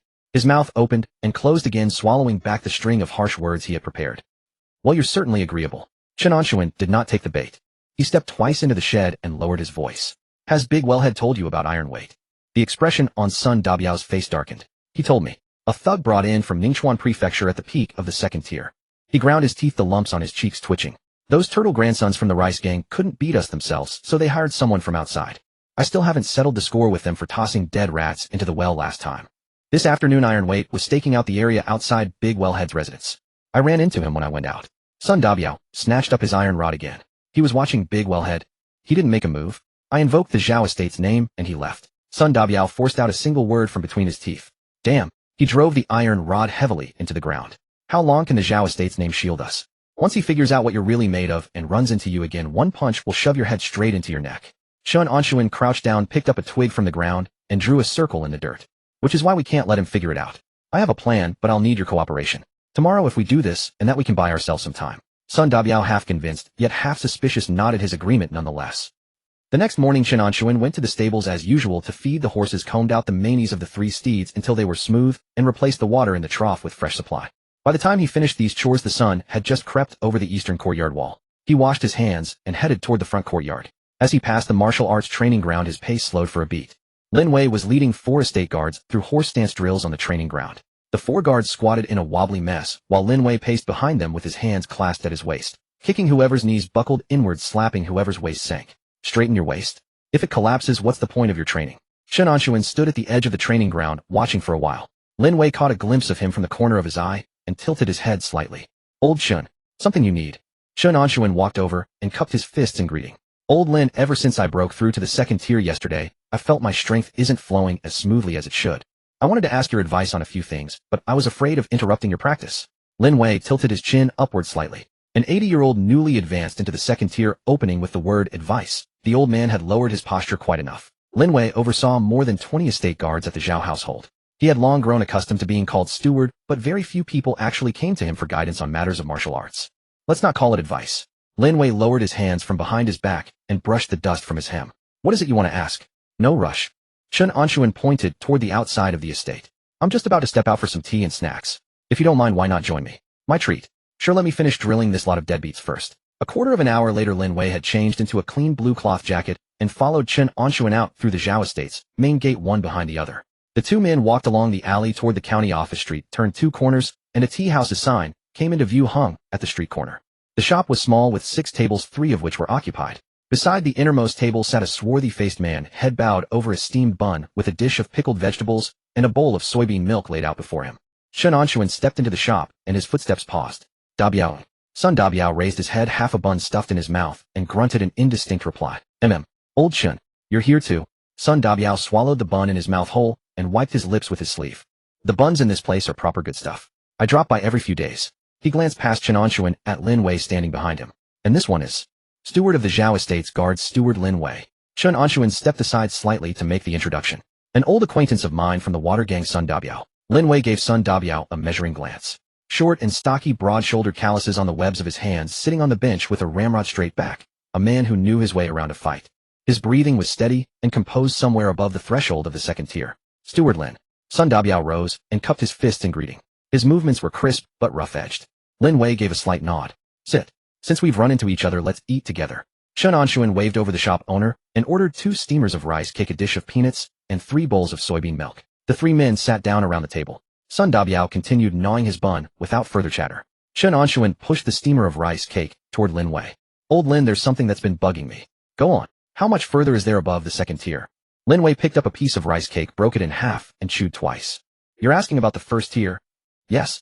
I just entered the 2nd tier with 1200 gene of strength. They say the peak of the 2nd tier can reach 2000 gene or more. But the 1st tier, where exactly is the gap? Lin Wei set down the rice cake in his hand, lifted his bowl of soybean milk, and took a sip. A long way off.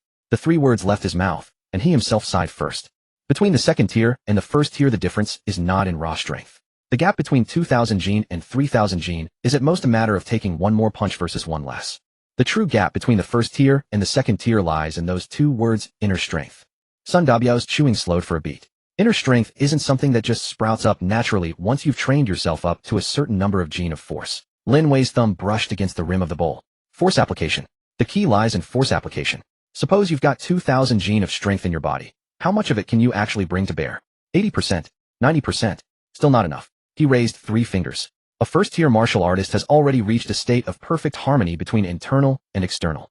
Every tendon in the body, every bone, every inch of muscle all unleash force at the same instant with not the slightest deviation. Once you've reached that level, the force you put out is no longer the number stored in your body. At the very least, 3 times that. 3 times. Sun Dabiao set his bun down. Let me put it in terms you can picture. Lin Wei withdrew one of his 3 fingers, leaving 2.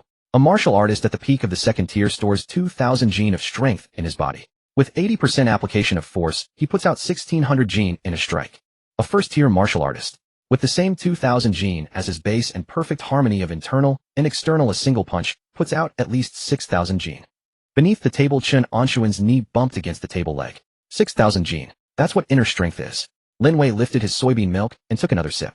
It doesn't appear out of thin air. It is something the body itself generates once you've trained your application of force to its absolute limit. Tendons, bones, blood vessels, breath.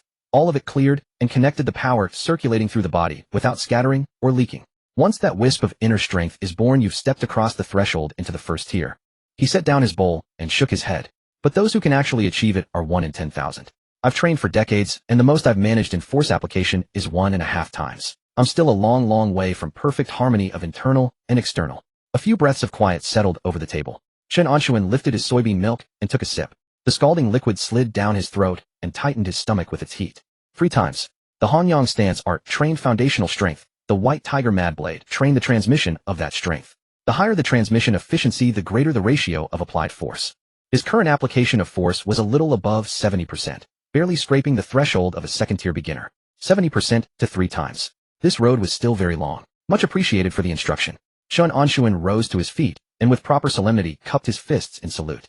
Sun Dabiao rose as well, wiped the grease from his hands onto his thighs, and cupped his fists in greeting. Steward Lin, those words of yours are worth 100 steamed buns. Lin Wei was amused into waving him off. Don't pour me honey. The two of you. One an 80-year-old man who just entered the second tier, the other a swarthy-faced fighter at the middle of the second tier, wanting to break through to the first tier. First get your application of force up to 3 times, then we'll talk. He stood up and brushed off his clothes. Old Chen, let's go. Those little brats are probably slacking off again. If we get back late, I'll have to kick each and every one of them.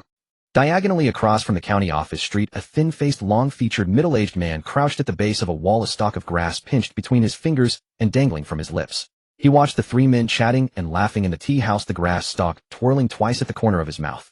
Once the 3 men had walked off into the distance, he stood dusted off his backside, turned into the alley beside him, and stopped at the door of an unremarkable courtyard. He knocked 3 times on the door. The door opened, and he slipped inside. In the courtyard, Iron Weight sat on a stone bench, his 2 thick stubby hands resting on the stone table, a pot of tea set out before him. The thin-faced man sidled up to the table and lowered his voice. Brother Tua, I watched Zhong Tianwell all morning. The guard on duty, Sun Dabiao, met 2 people at the tea house next door. One of them was the old man from the Zhao estate, the same one you ran into in the alley the day before yesterday. Oh, Iron Weight's thumb rubbed against the lid of the teapot. And the other one. The other one. The thin-faced man dropped his voice even lower. Wearing a blue cloth jacket. I circled the shop and listened to their conversation. The old man called him Steward Lin, the steward of the Zhao estate's guards. Iron Weight's thumb came to a halt. The Zhao estate's steward of guards. The 3 of them sat at one table to eat together, laughing and chatting, looking quite familiar with one another. Iron Weight said nothing. The thumb atop the teapot lid began to circle again. 1 revolution, 2 revolutions, 3 revolutions. An old man from the Zhao estate. The guard on duty at the water gang's Zhong Tianwell, the steward of the Zhao estate's guards. 3 of them together for tea and snacks. 2 days ago in the alley, that old man had claimed to be a person of Deputy Magistrate Zhao's estate. At the time he'd thought it was some offhand bluff. Now it seemed it had been no bluff at all. He really was a man of the Zhao estate. And he had ties to the water gang. And his relationship with the Zhao estate's steward of guards was no shabby one either. Iron Weight drew his hand back from the teapot. Go look into something for me. Whatever you say, Brother Tua. Find out whether the Zhao estate has been up to anything lately. In particular, whether Zhao Guangfeng himself has had anything to say about the water gang's 13 wells. The thin-faced man nodded and turned to leave. Wait. Iron Weight called him back. Don't alert the Zhao estate people. Investigate quietly. Come straight to me once you have something.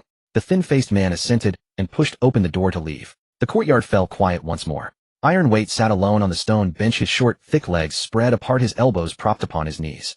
Strange. By all rights, the Zhao estate shouldn't be stepping onto the field itself. The gaunt-faced man stepped out of the courtyard and headed north along the alley, his expression darkening with every step. Don't alert the Zhao household. Investigate quietly. Easier said than done. Zhao Guangfeng had been running things in Qingchuan County for 20 years. His estate employed dozens of servants, guards, and stewards, and his network of informants was spread as wide as a fisherman's net. Stand in front of the Zhao estate for barely a moment, and before you can even count the brass studs on the gate, someone will tap your shoulder from behind and ask what you're doing. Investigate quietly. Quietly how? Crouch by the wall and munch on flatbread, or drag over a ladder and climb over the walls. The gaunt-faced man spat the blade of grass from his mouth onto the ground and cursed. Damn that short bastard. Those words rolled around in his belly several times before squeezing out of his throat, his voice pressed, so low he could barely hear it himself. He had seen Iron Weight's fists in action. Last month at the docks of Ningchuan Prefecture, a careless porter muttered one word too many. Iron Weight drove his fist into a stone slab beside him, and stone and blood together shattered across the ground. That slab was fully 2 inches thick. He had never witnessed the legendary 3-inch greenstone slab being split, but the 2-inch slab had truly shattered before his very eyes. So cursed as he might, the job still had to be done. The gaunt-faced man stood at the mouth of the alley for a while, scuffing the ground with his toes as he ran through the web of connections in Qingchuan County in his mind. The rice gang had put down roots in Qingchuan County for over a decade, and what sustained them was not bloodshed but grain. 70% of all rice trade in the entire county passed through the rice gang's hands. Restaurant owners, street vendors, wealthy households purchasing provisions. Whoever could afford to avoid dealing with the rice gang. Where there was business, there were favors. Where there were favors, there was information. What was near the Zhao estate? The gaunt-faced man's eyeballs swiveled twice and the corner of his mouth curled upward.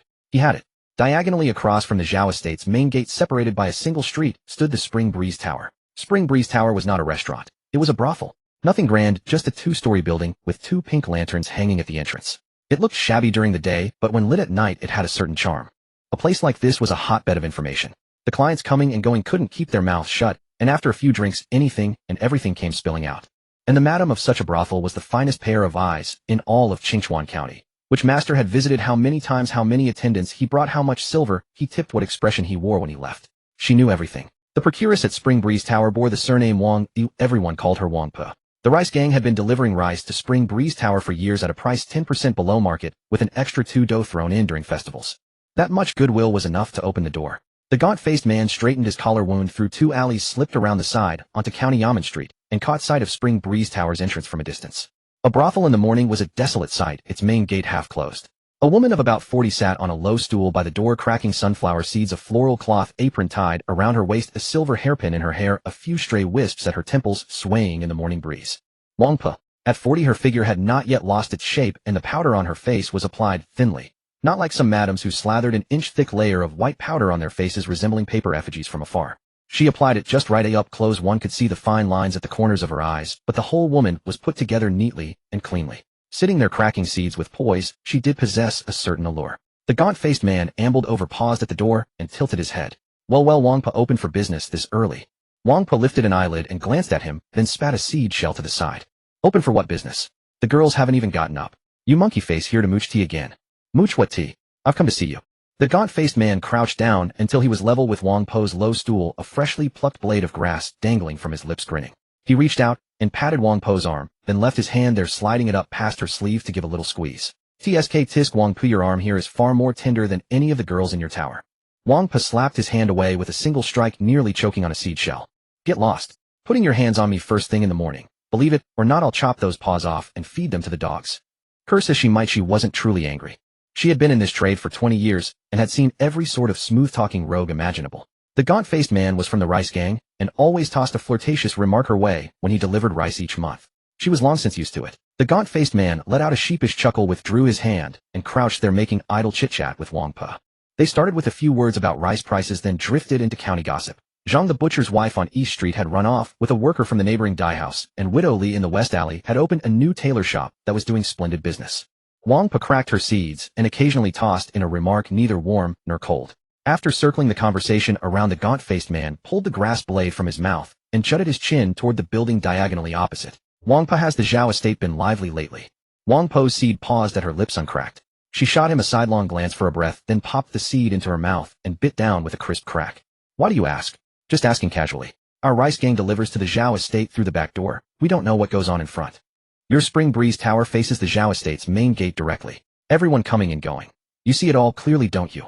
Wang Po spat out a seed shell and wiped her hands on her apron. See it clearly, yes. But this mouth of mine doesn't come free.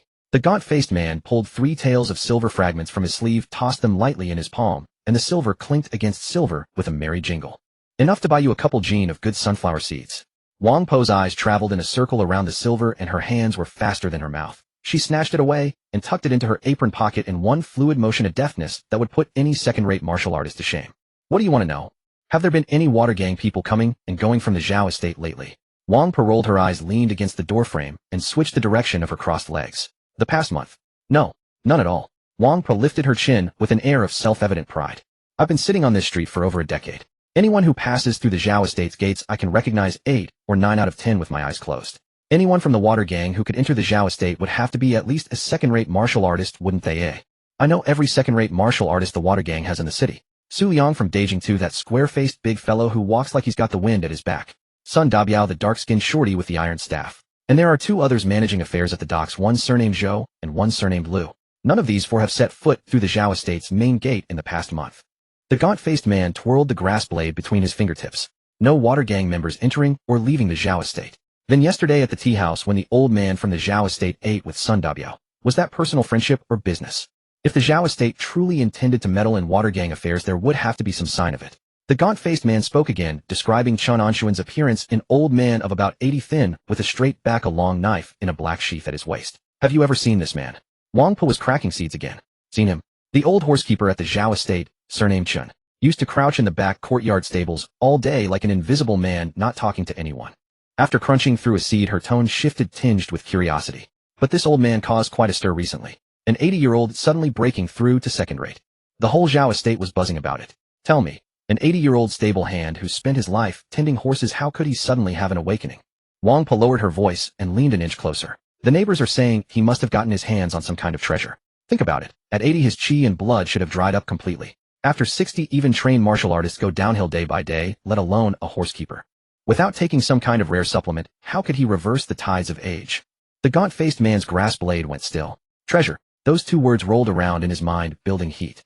He had lived 43 years, traveled north and south, and heard his share of strange tales. There was someone who dug up a 100-year-old wild polygonum in some deep mountain and overnight leaped from unranked to third rate. There was someone who found a blood jade pill in an ancient tomb, swallowed it, and instantly opened his chi, stepping into the gates of second rate. But 80 years old. An 80-year-old reversing the tide of chi and blood, breaking straight through from the peak of third rate into second rate.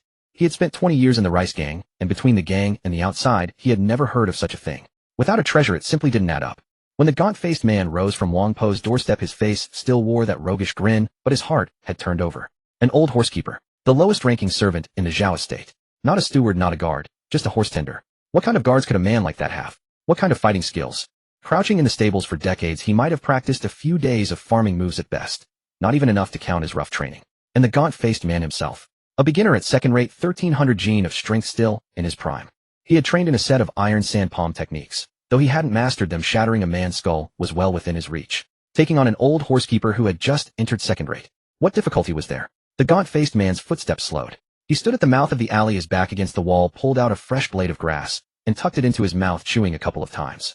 Perhaps when making his report, he could leave out a few details. From deep within the alley, someone was calling out, selling tofu. The gaunt-faced man brushed the dust from his hem, turned around, and headed toward Iron Wait's courtyard. As he walked, he rehearsed in his mind what he intended to say. Brother Wait, the Zhao estate has been quiet. No water gang members have gone there in the past month. That old man is nothing but a horsekeeper, no significant background. As for everything else, his right hand turned over inside his sleeve, the calluses on his fingertips scraping against the rough cloth lining, producing a soft rustling sound. The rest he would handle himself. When he pushed open the courtyard gate, Iron Wait was still sitting on the stone bench, his posture unchanged. The water in the teapot had gone cold, and a single stain of tea clung to the rim. The gaunt-faced man bent forward, and word by word poured out his carefully crafted report. When Iron Wait finished listening, his thick, stubby fingers tapped the stone table 3 times. A horsekeeper. A horsekeeper. He only broke through at 80. His foundations are terribly shallow. Not worth your personal attention. Iron Wait grunted and asked no more. The gaunt-faced man retreated to the door, his face wearing its usual obsequious grin. The moment the courtyard gate closed behind him, his spine straightened. The gaunt-faced man stepped out of the courtyard, but did not hurry away. He squatted for a moment at the mouth of the alley, chewed a stalk of grass into pulp, spat it out, and plucked a fresh one to dangle from his lips. One thought churned relentlessly through his mind: what precious thing could that old groom possibly be hiding upon his person? Wang Po's words were hardly idle gossip. 80 years of age, the season when blood and chi wither to exhaustion. At such years, not to mention breaking through to the second tier, merely standing and walking without gasping for breath would count as a body of remarkable vigor. Yet this old fellow surnamed Chun had somehow clawed his way from the peak of the third tier straight into the second. Something was off. Terribly off. The gaunt-faced man had spent over a dozen years making his way through Qingchuan County, and there was scarcely any strange affair he had not witnessed. But this was truly a first. He needed to probe further. He rose to his feet, dusted off his backside, and sauntered toward the direction of the Yamen Street. Halfway there, he ducked into a narrow lane.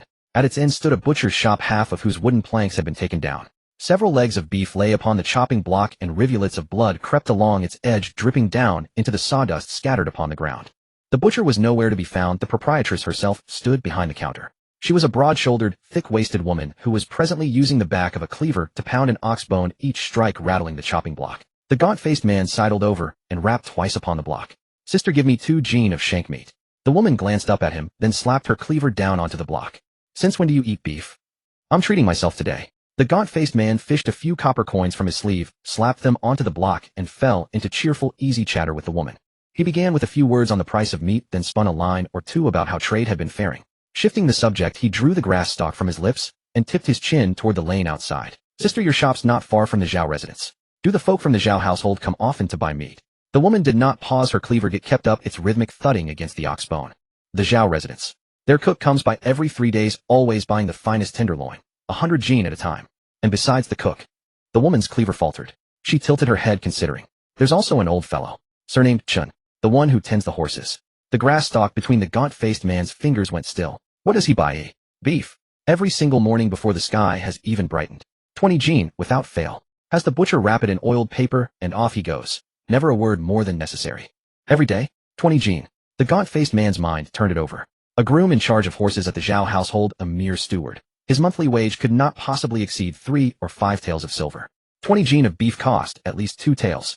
Over a month the meat alone would set him back nearly 60 taels. Where did the silver come from? The woman was still prattling on. Beats me where the old fellow gets his coin. Never used to see him in here not once. Just this past month or so he suddenly grew rich. Buys meat every day, never haggles over the price. The gaunt-faced man took the wrapped meat, tucked it into his breast, and turned to leave. His footsteps were markedly quicker than when he had come. Silver from an unknown source. An 80-year-old who had reversed the decline of his blood and qi.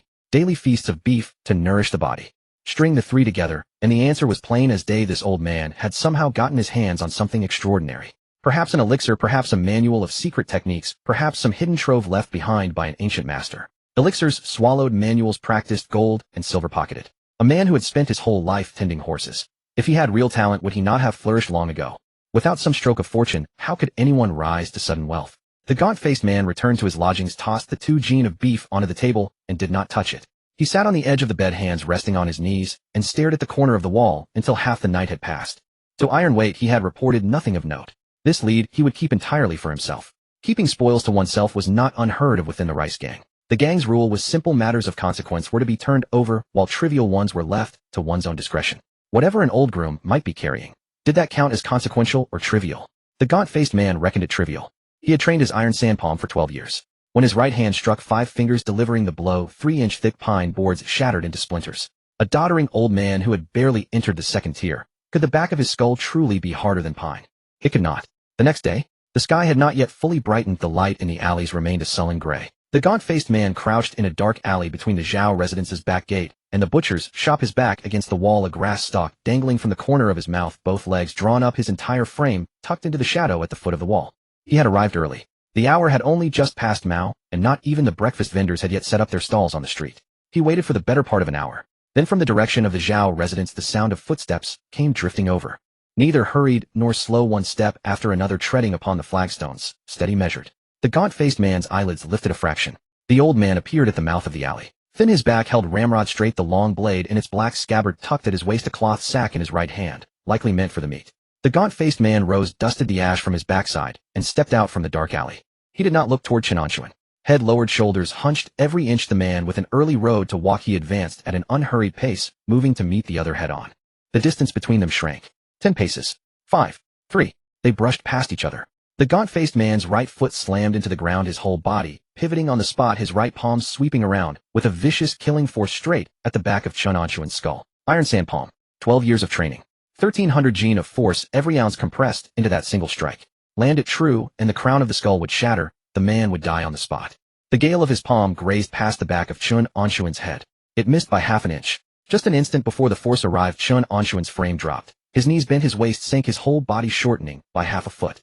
The strike swept over the crown of his head, lifting a few strands of white hair as it passed. The gaunt-faced man's pupils contracted. This old man had been prepared. Not a reflex of the moment. He had been on guard all along. From the very instant their eyes had met, the old man had not for a moment let down his guard.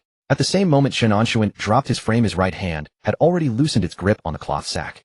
Before the muffled thud of the sack hitting the ground could reach his ears, the black scabbard long blade had already slid into his right hand. His thumb pressed against the guard, the blade emerging 3 inches from the scabbard, and his wrist turned. White tiger carrying the corpse. The blade rose from below, a diagonal slash. There was nothing fancy in this strike. The blade left the scabbard swift, and swift was its return, and nothing lingered between. White tiger carrying the corpse is an opening form designed expressly to counter close-range ambushes. Its path begins at the flank, traces a diagonal line, and aims straight for the opponent's throat. The gaunt-faced man was too close. After his palm struck empty air, his body was still pitched forward, his center of gravity not yet recovered. When the gleam of the blade rose from beneath, his first instinct was to throw his torso backward. His waist bent back, his head flung backward, his whole frame nearly arcing into the shape of a bow. The edge of the blade skimmed past his right ear. A searing, stinging pain exploded from the root of his ear. The gaunt-faced man let out a strangled scream. His right hand flew to his ear, blood welled through his fingers. Half the auricle hung from the base of his ear, attached by a thin layer of skin, while blood streamed down his neck, staining a patch of his collar. Damn you to hell. The gaunt-faced man staggered back 3 steps, his back slamming into the alley wall. The agony twisted his features, blood and sweat mingling across his face. That stinking Wangpo woman tricked me. What groom who just entered the second tier? The speed and force behind this blade. His words were cut short. Chen Anshun gave him no chance to catch his breath. The black scabbard long blade swept back, reversing into a strike with the flat of the blade, which cracked across the gaunt-faced man's right knee. Over 1200 Jin of force, 7/10 of it delivered through the blade. More than 800 Jin crashing down upon the kneecap. A muffled crack echoed through the alley, the sound of bone shattering. The gaunt-faced man's right leg folded inward at an unnatural angle, and his whole body collapsed to the ground, a tuneless wail escaping his lips. He braced himself on both palms, trying to crawl. His left leg kicked twice against the ground, but the right leg no longer obeyed him. A bulge had risen where the knee had been, a splinter of bone jutting up through the fabric in a sharp point. Chen Anshun stepped forward, resting the tip of his blade against the gaunt-faced man's Adam's apple. The alley fell silent. The gaunt-faced man lay prone, his face pressed to the flagstones. Blood welled from both his ear and his knee, trickling through the cracks between the stones and converging into a thin rivulet. His breathing came fast and shallow, his chest heaving with each rise and fall. His fingers clawed at the ground, the beds of his nails filled with grit. The blade's tip, cold against his Adam's apple, pressed the skin taut with every swallow of saliva. "Who sent you?" Chen Anshun's voice was low, 3 words, each delivered in turn, clipped and dry, stripped of all superfluous emotion. The gaunt-faced man's lips trembled twice. "Where do you reside? And why have you come seeking trouble with me?" The blade's tip pressed forward another fraction, and a bead of blood welled up upon the skin.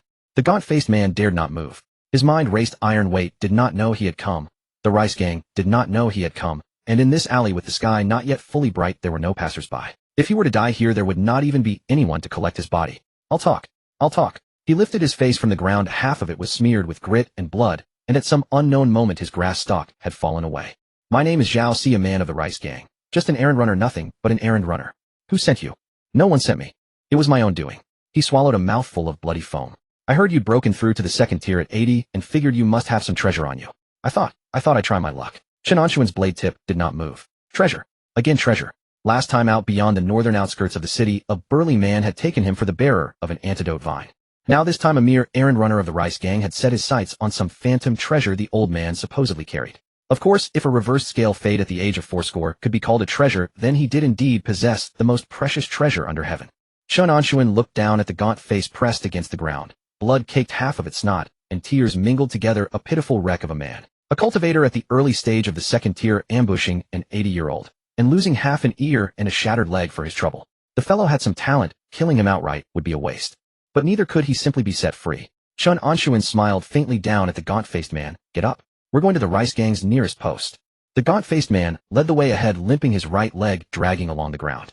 Blood on his pant leg had already dried into a hard crust, scraping with every step and making the corners of his mouth twitch with pain. Chen Anshun followed 2 paces behind, his black-hilted long saber tucked at his waist, his right hand resting lightly on the hilt, unhurried. The alley grew progressively more remote. Turning west 3 times from County Yamen Street, they passed through a cluster of low rammed earth houses. After another 100 steps southward, an earthen wall enclosed a courtyard. The gate consisted of 2 patched wooden panels, and from the cracks seeped the musty smell of aged rice. The gaunt-faced man halted and glanced back at Chen Anshun. "Here it is. The Rice Gang's small grain warehouse lies west of the city. Normally stores around 1,000 caddies of loose rice, guarded by 3 men. What level are they, oi? 3rd rate. The strongest sits at mid-tier 3rd rate. The other 2 can barely claim entry status. Young lads, the gang assigned them to watch this place. No real skill." Chen Anshun's thumb brushed across the guard of his blade. 3 3rd rates. His current foundation was 1,200 caddies of strength, 70% refined into his saber, 800-something caddies effective. A mid-tier 3rd rate could muster at most 400 or 500 caddies, and even channeling half that capacity would be a struggle. Roughly 200-odd caddies delivered. No blade needed. "You knock." The gaunt-faced man licked his lips and rapped 3 times on the wooden door. A muffled voice came from within. "Who's there?" "Zhao Si. 2 August sent me to check the rice." The bolt clicked. The left door panel creaked open half a span. A young man in his early 20s poked his head out, hair, disheveled face still fogged with sleep. He took in the blood smeared across the gaunt-faced man's features, and that dragging right leg pausing in confusion. "4th brother, what happened to you?" Chen Anshun's figure materialized from behind him. The youth's words caught in his throat. A dry, thin palm had already struck his temple with measured force, just enough to make a 3rd-rate beginner's eyes roll back. The young man went limp, and Chen Anshun caught him by the collar, setting him down gently by the threshold. The courtyard was modest. Directly ahead stood a rammed earth building with its door open, revealing dozens of rice sacks stacked halfway to a man's height inside. To the left, a thatched shed sheltered two young men squatting over their meal, each holding a coarse porcelain bowl filled with thin gruel and pickled vegetables. Both looked up simultaneously. Chen Anshun had already crossed into the courtyard. The one crouching on the left reacted faster, slamming his bowl down and rising to shout. Chen Anshun closed the distance in 2 strides, his right palm striking the man's neck. The shout died into a choked groan as the body crashed forward, face plunging into the spilled gruel bowl on the ground. The third man remained frozen, bowl raised, mouth open, chopsticks holding a pickle midair. Chen Anshun's left hand descended onto his crown and pressed down. The bowl shattered. The body followed. Less than 5 breaths had passed. Silence reclaimed the courtyard, broken only by the thin gruel seeping from the broken porcelain into the mud. The gaunt-faced man hobbled into the courtyard, surveying the 3 bodies sprawled on the ground, his Adam's apple bobbing. This old man struck too cleanly. 3 third-rates eliminated without a sound. Chen Anshun dragged a wooden stool from beneath the shed, settled into it, and rested his black-hilted saber across his knees. Come here. The gaunt-faced man limped over. Do you know these 3? Yes. All gang rats, runners and porters. Chen Anshun nodded, unclasping his saber from his waist and offering it hilt first toward the gaunt-faced man. Kill 2. Leave 1 alive. His legs buckled, nearly sending him to his knees. Chen, Master Chen, this. A token of loyalty. The 3 words pressed against his chest like a blade at his throat. He stared at the saber's hilt, wiping his palms twice on his trousers, unable to take it. Chen Anshun offered no pressure. He simply sat on the stool, legs spread, elbows resting on his knees, head tilted as he watched. An 80-year-old man, face mapped with wrinkles, yet his posture radiated an unsettling ease. His mind raced. Refuse, and he'd be the next body on the ground. This old man had sliced half his ear and shattered his knee half an hour ago without blinking. Kill, and Zhao Si would never return to the Rice Gang. One survivor escaping meant Iron Abacus would uncover everything within half a day. But refuse, and he wouldn't last half a day. The gaunt-faced man took the blade. It was heavier than he'd expected. He approached the youth who'd been knocked unconscious first by the threshold, squatted, and pressed the saber across the man's throat. His hand trembled. Chen Anshun's voice came from behind, steady and measured. Don't slit. Thrust. Slitting means blood sprays everywhere. Heart is cleaner. The gaunt-faced man grit his teeth, redirected the point toward the youth's left chest. Eyes shut. Pushed. The blade entered 3 inches. The young man shuddered once and died before regaining consciousness. When he withdrew the saber, his hand had stilled. The second came faster. Approach, crouch, thrust, withdraw. 2 bodies lay in the courtyard, blood seeping from their chests, staining the earth in 2 dark patches. He offered the saber back, hands soaked with blood despite 3 wipes on his trousers. Chen Anshun took it, wiped the blade twice against the shed post, and sheathed it. From now on, you Zhao Si sail with me, Chen Anshun. He nodded toward the still-living youth on the ground. Leave this one. When he wakes, he'll run back and report. When Iron Abacus learns of this, what do you think he'll conclude? The gaunt-faced man's face drained of color, then went ashen. Iron Abacus would suspect someone within Qingchuan County was playing games. A small rice warehouse raided, 2 dead, 1 survivor fleeing, but unable to identify the killer. 3 third-rates knocked unconscious before being slain pointed to a killer of at least second-rate. The second-rate martial artists of Qingchuan County. The Water Gang had several, the Zhao estate had several, and Iron Abacus kept his own ledger in mind. But Zhao Si did not appear on any of those lists. Zhao Si belonged to the Rice Gang. Iron Abacus will look to the Water Gang. The gaunt-faced man's throat cracked with dryness. Correct. Chen Anshun rose, brushing dust from his trousers. So now you need to think about how to keep him occupied. Crouching on the ground with his injured leg numb from pain, his mind worked faster than usual. When your life hangs in another's hands, clarity sharpens tenfold. Iron Abacus was transferred from Ningchuan Prefecture. He moistened his cracked lips. He doesn't know Qingchuan County, and he doesn't know the Rice Gang's people within the county. Their warehouses, rice shops, hidden assets. He hasn't fully mapped them out. Chen Anshun offered no response, waiting for him to continue. The Rice Gang operates 4 major warehouses in the city, storing this autumn's grain harvest. 60,000 caddies at minimum. Iron Abacus has only visited 2 of them. He doesn't even know where the doors of the other 2 face. The gaunt-faced man sketched lines on the ground with his right hand. While he hasn't seized full control, we strike first. Steal the rice, transport it outside the city, sell it to the bandits in the northern mountains. Their fortress runs short on provisions year-round. They could consume 50,000 caddies in one go. Chen Anshun squatted. And after we steal it. Iron Abacus came to help the Rice Gang seize the Water Gang's territory, but without rice on hand, what leverage does he have over those shop owners? 70% of Qingchuan County's rice trade flows through the Rice Gang. Empty warehouses mean empty shops, and the unrest won't come from the Water Gang. It'll erupt from within their own ranks. The more he spoke, the smoother it came, the pain in his shattered leg forgotten. The shop owners will bring this to the county magistrate. Magistrate Fong ignores affairs, but Assistant Magistrate Zhao handles them. If Zhao Guangfeng gets involved, what standing does a hired thug from outside have in the Rice Gang, if he can't even guard a warehouse? Chen Anshun's thumb rotated around the blade guard. This gaunt-faced man's mind was sharp indeed. Even rats have their ways. What's the guard strength at the 4 warehouses? 2 warehouses have 2 men each, all third-rate. The other 2 have 3 each. The strongest is entry-level second-rate. The rest, are all third-rate. Shift changes. Noon. There's a half-hour window between shifts when the old guards leave and new ones haven't arrived, leaving only one man in each warehouse. Chen Anshun rose. Bind your leg first. Then lead the way. The gaunt-faced man found a roll of coarse cloth beneath the shed, bit down on his teeth as he wrapped his shattered knee tight, then located a wooden staff to use as a crutch, limping to his feet. For the next half-day, the two moved through Qingchuan County's alleys and streets, targeting the noon window. The first warehouse lay behind the northern grain market. The gaunt-faced man knocked while Chen Anshun moved in behind. A single palm strike to a third-rate guard, silent from start to finish. The second warehouse lay by the eastern river. Its guard was an entry-level second-rate, barely 28, carrying a signal staff. Chen Anshun didn't allow a response. His black-hilted saber flashed 3 inches from the scabbard, the flat of the blade cracking against the wrist. The staff fell, and a palm strike to the back of the neck followed immediately. Third, fourth. The gaunt-faced man watched from the sidelines. Each time followed the same pattern: knock, enter, 1 or 2 strikes down. Clean. Efficient. No wasted motion. This old man fought with the practiced ease of someone training horses, and it chilled him. Once all 4 warehouses were cleared, the gaunt-faced man contacted the Northern Mountain Fortress's liaison outside the city. A stocky, rodent-faced man drove 8 ox carts into the city, unloading rice bag by bag from the 4 warehouses. 50,000 caddies of rice required 3 round trips across the 8 carts, all completed before the Shen hour. The Northern Mountain contact inspected the goods, then pulled out 500 taels of silver wrapped in oiled paper from his satchel, setting the heavy bundle on the cart plank. Chen Anshun unwrapped the paper and counted. 500 taels, not a single miscount. He withdrew 300 for himself and pushed the remaining 200 toward the gaunt-faced man. The gaunt-faced man froze. Master Chen, this. Yours.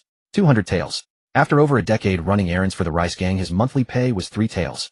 200 taels would sustain him for 5.5 years without spending a dime. His hands trembled as he accepted the silver, tucking it into his shirt, adjusting it twice to secure it properly. Just half a day earlier, this old man had pressed a blade to his throat, forcing him to kill. Now he was handing over 200 taels with the casual generosity of someone scattering beans. The gaunt-faced man suddenly realized that working for Master Chen, even with his head perpetually on the line, meant whatever hung from his belt was considerably heavier now than before. Under the rice gang, Iron Abacus had sent him to investigate the Zhao estate for 3 taels monthly, offering nothing but indifference afterward. Here in half a day, 200 taels in hand, plus his life. His life belonged to Chen Anshun. So did the money. The gaunt-faced man pressed his hand against the silver, once more planted his crutch firmly, and straightened his spine. Master Chen, I'm at your service from now on. Chen Anshun offered no reply. He folded the oiled paper and tucked it into his sleeve, glancing up at the sky. The Shen hour had just passed, the sun slipping west, casting elongated shadows through the alley. Go rest. Let your leg heal. He took 2 steps toward the city, paused without turning around. By noon tomorrow, Iron Abacus will discover the warehouses are empty. The rice shops in Qingchuan County will erupt. How you play this within the gang is up to you. The gaunt-faced man stood behind, leaning on his crutch, watching that lean figure turn into the alley mouth and dissolve into the gray light. The silver pressed against his chest, heavy and real, far more substantial than his shattered leg. He glanced down at his blood-stained right hand, dried crusts clinging to all 5 fingers. 2 lives taken. 200 taels earned. The gaunt-faced man shifted his crutch to the other hand and limped back. After a few steps, a grin broke across his face, but before it fully formed, the movement tore at the wound on his missing ear half, drawing a sharp hiss of pain through clenched teeth. Somewhere deep in the alley, someone called out that stalls were closing. The gaunt-faced man turned into a side path and vanished into the dusk shadows. Meanwhile, at the Eastern River warehouse entrance, a third-rate young man clutched his head as he rose from the ground, stumbling toward Iron Abacus's courtyard. By the time the young man from the Riverside warehouse on the east side of the city stumbled into Iron Wait's courtyard, Chen Anshun had already turned into the alley behind the Zhao estate's back gate. The twilight light fell upon the green tiles, stretching the shadow of the eaves into long ribbons. He pushed open the back gate, passed through the narrow corridor, and casually brushed the neck of a bay horse as he went by the stables. The horse snorted and nuzzled his sleeve with its nose. Chen Anshun gave its neck a pat, without stopping, heading straight back to his own small courtyard with green-tiled roof. Once the door was closed, he pulled the oil paper parcel from his chest and set it upon the bedboard. Unwrapping it, 300 taels of gleaming silver fragments spilled across the rough cloth bedding, casting a muted sheen within the dimly lit room. He did not rush to count them. Sitting upon the edge of the bed, he first unbuckled the black-sheathed long saber from his waist and laid it across his knees, dragging his thumb twice across the guard. No blood stained the blade. Across the 4 warehouses that day, he had not killed a single person. All had been struck down with his palms. This had been calculated. The rice gang lost 50,000 caddies of rice, and the warehouse guards had been knocked unconscious, not slain. Zhao Si had killed 2 men. That was Zhao Si's business. When the survivors awoke and fled back with word, they spoke only of being knocked unconscious, not hacked down. There is a difference in nature between knocking someone out and slaying them. Knocking them out is retribution. Slaying them is making an enemy of them. Retribution is commonplace in the Jianghu. Nothing remarkable about it. But to make an enemy of them would be something else entirely, a feud of blood without end. Chen Anshun had no desire for such a reckoning with the rice gang. He was merely a stable foreman of the Zhao estate, earning a mere 5 taels a month, but he was still a man of the Zhao estate. So long as he did not strike heavily against the rice gang's men, nor meddle directly in the strife between the water gang and the rice gang, the Zhao estate would shelter him. As for the water gang's 30 tael monthly stipend, good to have, but no great loss if it ceased. With 300 taels in hand, his footing was altogether different. Chen Anshun stacked the silver ingot by ingot upon the bedboard and counted them once. 300 taels exact. Added to the 220 taels and 3 mace remaining from before plus the water gang's 30 tael monthly stipend, the sum came to 550 taels and 3 mace. 20 caddies of beef each day, 2 taels. A dose of chi supplementing powder, 10 taels. 12 taels a day, 360 taels a month. 550 taels. Enough to let him train steadily within the Zhao estate for a month and a half. The Hanyang stance art adds 20 caddies of strength each day. After a month and a half, his foundational strength could be piled past 2,000 caddies. What remained was the matter of force application. If the White Tiger Mad Blade could be drawn upward from 70% of its force up to 1.5 times, or even twice that, then he need no longer concern himself with the rice gang's disposition. Chen Anshun wrapped the silver in cloth, stuffed it into the hidden compartment beneath the bedboard, and covered it with a loose brick. He rose and rolled his shoulders twice. The shirt against his back remained dry, not as it had been the day before yesterday, when the pressure of Iron Weight's presence in the alley had drawn a cold sweat from his body. Today he had fought 4 times and knocked 7 men unconscious, and from beginning to end his heartbeat had not once faltered. This body was changing. It was not only strength that was growing, but also courage. The Hanyang stance art nurtured not merely sinew and bone, but essence, chi, and spirit. When essence and chi are full, a man becomes steady. When steady, his hands do not falter. Chen Anshun hung the saber upon the wooden peg on the wall, laid down upon the bedboard, and closed his eyes. From tomorrow he would train like a madman. The stance art without pause, the blade arts increased in volume. The 3 forms of White Tiger Mad Blade. White Tiger bearing the corpse, Western Metal rending wind, and Mad Thunder Heaven's prison. Each form slashed 500 times 1,500 cuts a day until his force application was ground from 70% to its absolute limit. Lin Wei said that a first-rate martial artist's force application reached 3-fold. 3-fold was too far. Of first, he would reach 2-fold. West of the city, Iron Weight's courtyard. Thin Long Face was carried in by 2 men. 2 rice gang servants supported him, one on each side, dragging him from the courtyard gate to the front of the stone table. His right leg dragged upon the ground, blood from his trouser leg soaking through the rough cloth bandage, each scrape against the floor staining a fresh patch of dark crimson. Half of his ear was wrapped in a strip of torn cloth, the bandage soaked with blood as well. One layer dried, another wet, stacked together, a grisly sight. Iron Weight sat upon the stone bench, his 2 short, thick legs spread apart, elbows propped upon his knees. The teapot was the same one as before, set upon the stone table, the tea stains beside the spout dried into a brown streak. Thin Long Face was lowered to the ground, half kneeling, half collapsed, and raised that blood-smeared face, his lips trembling twice. Brother Weight. Iron Weight made no sound. 2 small eyes fixed upon Thin Long Face, turning slowly, once around and once again. That crushing dull pressure came over him once more. A chill crept along Thin Long Face's spine. He had run errands under Iron Weight for 3 months. He knew too well what that silence portended. The gossipy dockworker at Ningchuan Prefecture's wharf last month had beheld the same silence before his death. Brother Weight, I only meant to go and feel out that old stable hand of the Zhao estate again. Thin Long Face's throat was parched as tinder, every word carrying the taste of blood. Never expected this old thing was a true blade expert. At our meeting, 1 stroke, and he sliced my ear clean off. He raised a finger to point at the half ear wrapped in torn cloth, then patted his shattered right leg. The leg too was his doing. After he was done, that wasn't the end of it. He pressed his blade to my neck and forced me to steal rice from the granary. I refused, and he would have killed me. I truly had no choice, Brother Weight. Thin Long Face snot and blood mingled together, trickling down from his chin. He even forced me to kill 2 of the brothers guarding the warehouse. I didn't want to, but he had his blade pressed against my back. Hard. Iron Weight's thumb rapped once against the surface of the stone table. Thin Long Face's mouth snapped shut at once. The courtyard fell silent for 3 breaths. Iron Weight spoke at last. His voice was not loud, but every word fell like a stone. You still have the gall to come back. Thin Long Face had drooped, his forehead nearly touching the ground. Iron Weight drew back his right hand from the stone table, his 5 short, thick fingers clenched, once the knuckles silent. He stared at Thin Long Face for 5 or 6 breaths, then forced a turbid breath through his teeth. Before he could give way to his fury, a clamor of footsteps and raised voices came from beyond the courtyard gate. Master Iron. Is Master Iron there? Where's my rice? The shipment promised for today. How am I to take an empty warehouse? 3 streets of rice shops have had their supplies cut off. Customers are blocking the doors, cursing. What am I business? The courtyard gate was pushed open from outside. Of 4 or 5 middle-aged men in silk shirts poured in, fury written upon each face. At their head was a fat man whose belly had to be squeezed past the door frame. The moment he entered, he jabbed a finger at the air. Master Iron Maiwan's rice shop has worked with the rice gang for 11 years without a single break in supply. What is the meaning of today? All 4 warehouses emptied. Is the rice gang no longer interested in doing business in Qingchuan County? The several shopkeepers trailing behind chimed in one after another, wave upon wave of complaint crashing against Iron Weight. Iron Weight's jaw tightened, the band of flesh along his chin twitching twice. He rose to his feet, and the aura of a peak second-rate martial artist surged outward. Half the clamor in the courtyard died down at once. But it did not silence them entirely. These rice merchants were not martial artists, or what they feared was not fists but cut-off livelihoods. All of you shut up. 3 words from Iron Weight, and at last the courtyard fell quiet for 2 breaths. The matter of the rice will be handled by me. Within 3 days it will be replenished.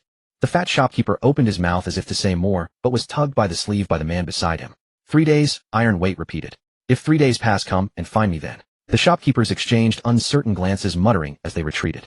The fat shopkeeper paused at the door to call back. Master Iron, I'll leave you with this. Someone has already gone to the county office to file a complaint. If Magistrate Fong inquires, you'll have to answer for it yourself. The courtyard gate closed. Iron Weight slammed his fist upon the stone table. The teapot lid leapt up, tea splashing across the surface. Footsteps sounded once more. This time it was no shopkeeper. The courtyard gate was gently pushed open, and a thin old man in a long gray cloth gown walked in. A neatly trimmed goat beard streaked with gray, a sharp chin, jutting cheekbones, and 2 small eyes set deep within sunken sockets that carried a brooding shrewdness when they fixed upon a man. Mi Dong, the chief of the rice gang. Iron Weight's back stiffened almost imperceptibly.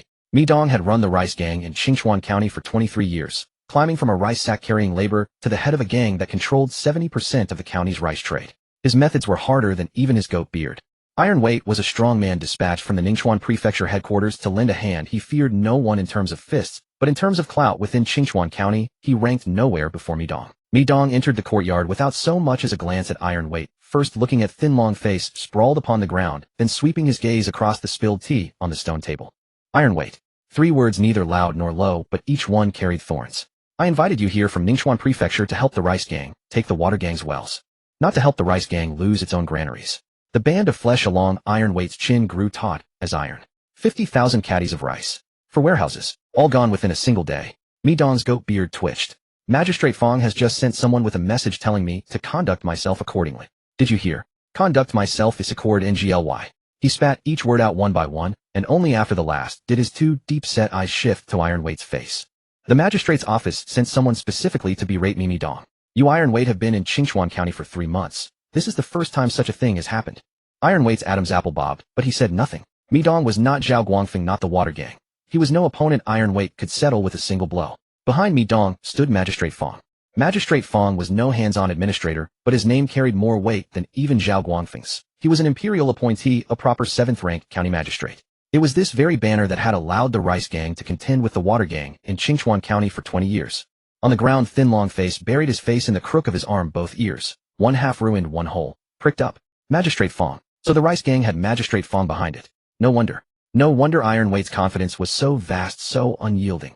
Even in the face of that man from the Zhao estate, he had shown no fear. County Vice Magistrate Zhao Guangfeng, for all his toughness, still had the magistrate above him. Mi Dong's goat beard trembled twice more. He turned and walked toward the gate, stopping at the threshold without looking back. Within 3 days, 50,000 caddies of rice, not a single grain short. If you cannot make up for it, you may explain yourself to the Ningchuan Prefecture headquarters. He tilted his head slightly, his peripheral vision falling upon thin long face on the ground. Don't kill this piece of trash. He knows every farming household around Qingchuan County. Send him out to collect rice. Whatever he can bring back is fine. The courtyard gate closed. Iron Weight stood alone in the courtyard, his 2 short, thick arms hanging at his sides, 10 fingers clenching and loosening and clenching again. After a long moment, he looked down at thin long face upon the ground. Get up. Go collect rice. Thin long face hauled himself up from the ground, his right leg dragging, his left hand bracing against the wall as he inched his way toward the courtyard gate. As he passed Iron Weight, his head hung very low, so low his chin nearly touched his chest. But on the side, Iron Weight could not see the corner of thin long face mouth twisted upward.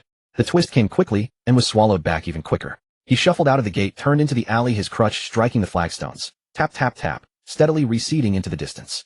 At the end of the alley, the tofu seller had begun to hawk his wares again. Thin long face drew a silver ingot from his coat, bounced it once in his palm, and tucked it back. Collect rice. Whose rice to collect, how to collect it, how much to collect, at what price? There were enough tricks within those questions for him to work a great many schemes. The crutch struck the ground once more, and thin long face turned into a side alley, vanishing into the shadows of the lane. The news spread from Chunfeng Tower. Old woman Wang's speed cracking melon seeds matched her speed spreading gossip. That same day before noon had passed the entire county magistrate street. New men from the rice gang had provoked that old groom at the Zhao residence, and 4 warehouses were completely emptied. 50,000 caddies of rice vanished overnight. Old woman Wang chewed over this tale 3 times, each retelling adding more spice. The first time was to shopkeeper Lu next door at the general store.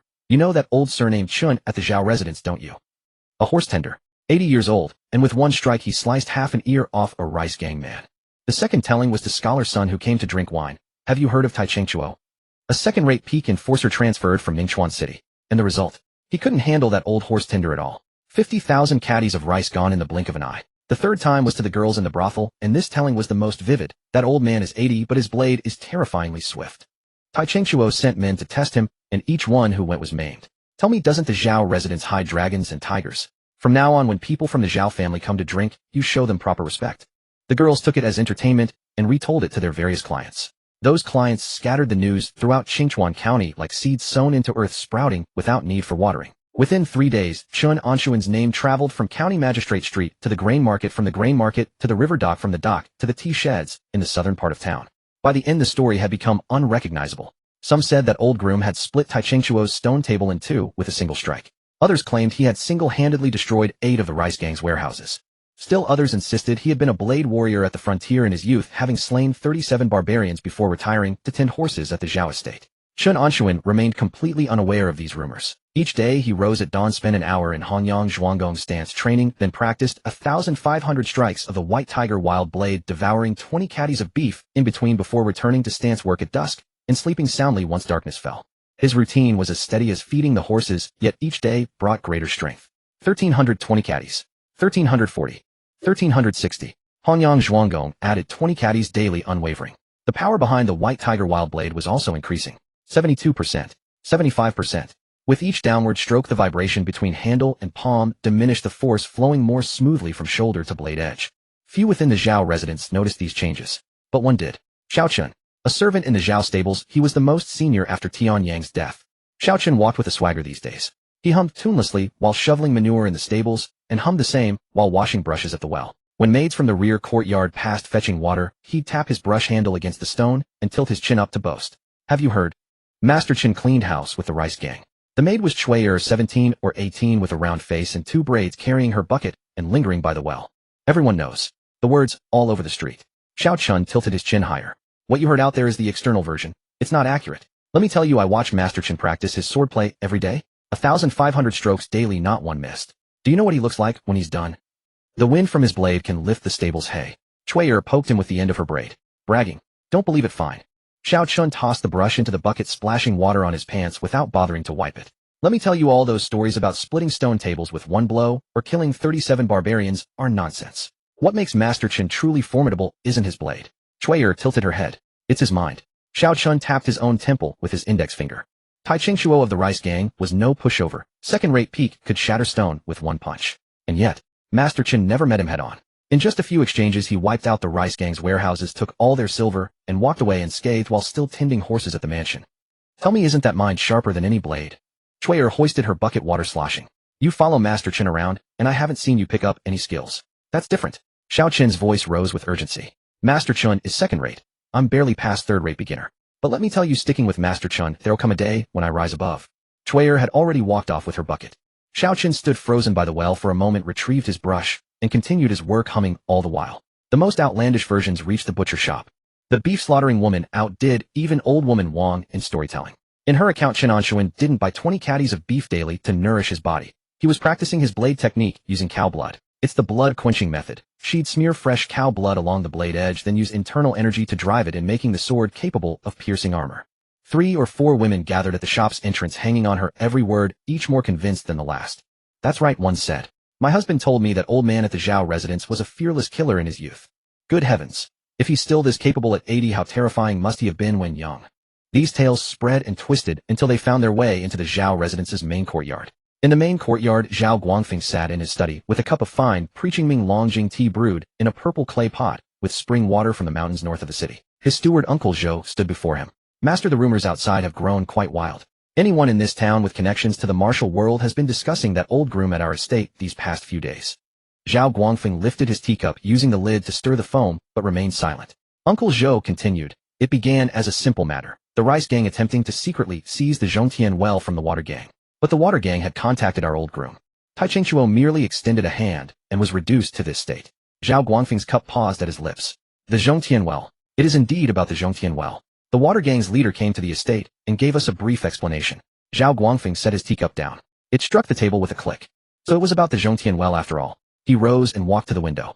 Beyond lay the rear garden of the Zhao estate, where an ancient locust tree's branches blocked half the sky. Through gaps in the leaves, he could faintly make out the direction of the stables, the corner of a blue-tiled roof peeking through. Uncle Zhou. Yes, sir. Go fetch Chen Anshun. In the time it takes to drink a cup of tea, footsteps echoed from down the corridor. Uncle Zhou led the way ahead while Chen Anshun followed 2 paces behind, his black scabbard long sword still drawn at his hip, his right hand resting naturally beside the hilt. When Zhao Guangfeng first saw him at the study door, it wasn't the sword that caught his attention. It was the way the old man walked. His steps were small, but sure, his spine straight. There was something of the old military about it, yet not entirely. Men with military backgrounds walked with rigid stiffness, but this old man was different. He moved with relaxed ease. That relaxation carried a certain heaviness to it. Chen Anshun entered the study and took his position 3 steps inside the doorway, stopping there. You summoned me, sir. Zhao Guangfeng returned to his desk and sat gesturing toward at his side. Be seated. Chen Anshun didn't hesitate, pulling out the chair and sitting down. His back remained straight, never leaning against the backrest. Zhao Guangfeng studied him for a moment. The rumors outside are running rampant that our stablemaster single-handedly dismantled 4 of the rice gang's warehouses. Is this true? Chen Anshun offered no denial nor confirmation, his eyelids lowered, hands resting on his knees, waiting for Zhao Guangfeng to finish speaking. Zhao Guangfeng showed no urgency. He lifted his teacup, took a sip, and set it down. I don't involve myself in the rice gang's affairs nor the water gang's. Qingchuan County's waters are too shallow for their squabbles. They can settle things among themselves. Then his tone shifted. But the root of this matter is the dispute over Zhongtian Well, correct? A look of confusion crossed Chen Anshun's face. Was there something particularly special about the Zhongtian Well? Zhongtian Well is more than just a well. Zhao Guangfeng lifted his teacup and took a sip, set it down, and tapped the lid gently against the rim. Chen Anshun did not move. Zhao Guangfeng rose and walked to the eastern wall of the study. Hanging there was a map of Qingchuan County, its paper yellowed with age, its corners curled, dozens of points marked upon it in cinnabar ink. His finger landed on a spot southeast of the city and tapped once. 3 years ago, a man from beyond the realm was wandering near Zhongtian Well. Another man from beyond the realm. Chen Anshun's brow twitched. All those who came from beyond the borders of Guzhou Kingdom were called men from beyond the realm. It was said that such men from beyond the realm mostly owed no allegiance to any nation, but rather called sects their home. These sects were extraordinarily mysterious and harbored hostility toward Guzhou Kingdom. The man Zhao Yudao had slain on White Sheep Mountain was one such outsider. Zhao Guangfeng withdrew his finger from the map and turned to lean against the wall. First-class martial realm. These 4 words dropped into the room, and the air in the study grew heavier. Chen Anshun remained seated in his chair without shifting. Both hands rested on his knees, his thumb unconsciously rubbing along the seam of his trousers. First-class martial realm. A threshold he could not reach no matter how hard he strove. A base strength exceeding 3,000 gene force amplified threefold, a single punch capable of splitting open a crack in the city wall. And then, oi. The prefecture sent people. Zhao Guangfeng tilted his chin upward by an inch. 2 of them. Both first class. That very night, they cornered that outsider on the barren slope east of Zhongtian Well. They fought for half an hour, then struck him dead. Chen Anshun's thumb came to a halt. Prefecture. First class. Slain. These 3 words strung together weighed heavier than 50,000 gene of rice. That the prefecture could dispatch first-class martial artists to handle the matter meant that outsider was no common fugitive. He was a man listed on the wanted register. Zhao Guangfeng walked back behind the desk and sat down. By regulation, after an outsider is slain, all items upon his person, gold and silver inheritances, elixirs, martial manuals, should be searched, sealed, and sent back to the prefecture for archiving. He lifted his teacup, did not drink, and turned it half a circle in his hand. But that man had nothing on him. Not a single thing. Chen Anshun raised his head. Empty. His waist pouch was empty, his bosom was empty. Not even a copper coin was found. A first-class martial artist wandering the Jianghu for over a decade at the very least, yet his person was spotless, as if he had just emerged from his mother's womb. Zhao Guangfeng set his teacup down with a clink. Do you think that's normal, eh? Not normal. Far too abnormal. A first-class martial artist wandering the Jianghu without gold or silver could be explained. Some men cared nothing for wealth.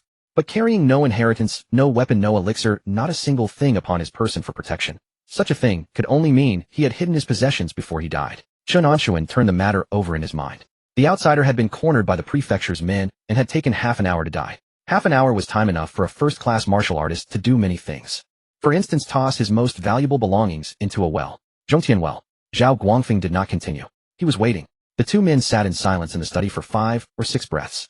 Outside the window, the leaves of the old locust tree rustled in the wind. From the stables came a whinny muffled by distance. Chen Anshun spoke. Did the prefecture's men not continue searching? They did. That day they turned over the entire barren slope. The next day they expanded the range, sweeping everything within 3 li around Zhongtian Well. They They found nothing. Zhao Guangfeng drew a circle on the desk with his finger. But before they could investigate further, something else came up in the prefecture. The two men withdrew that very night.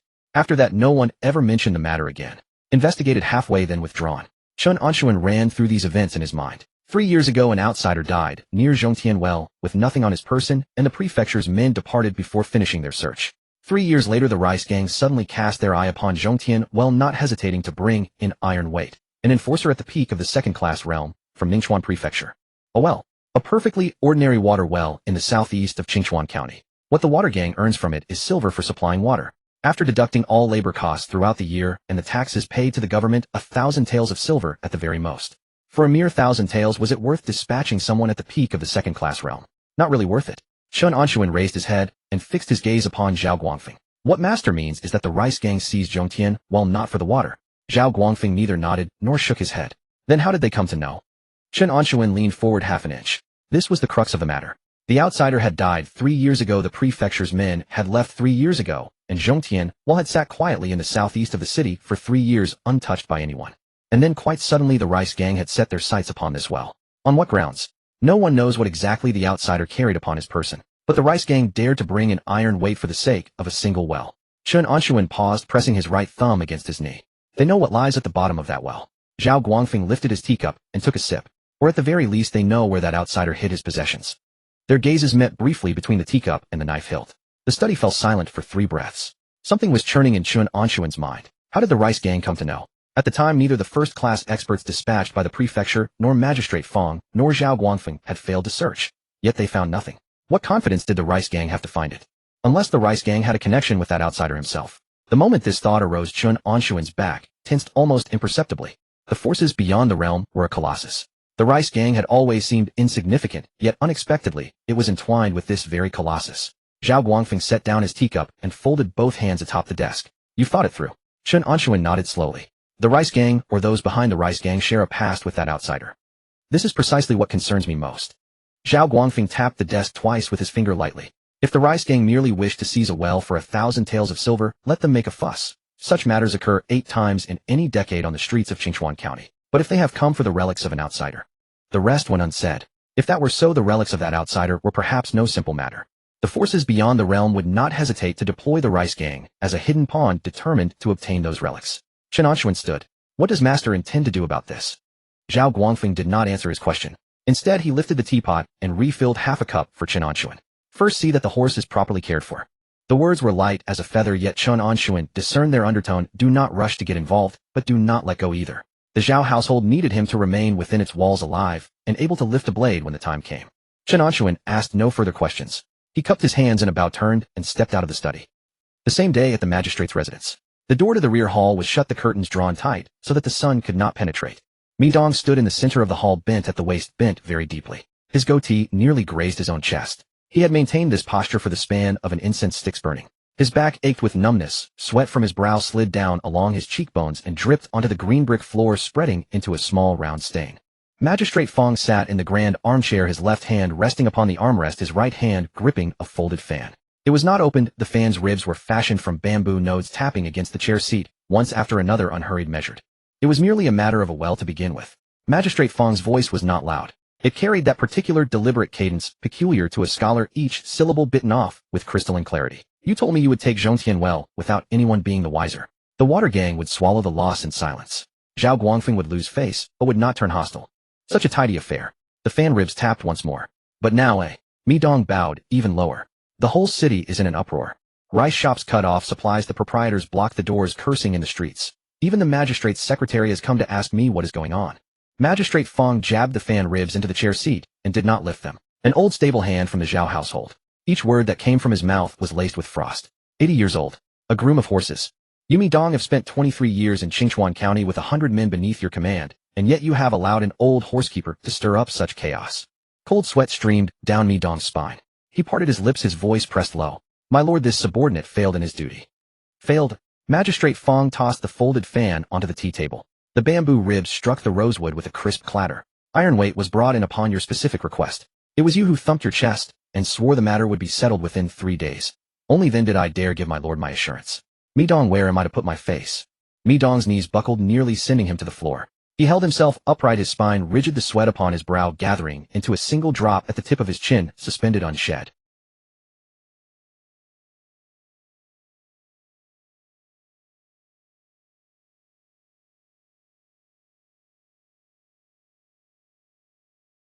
I care not whether he is groom or blade master.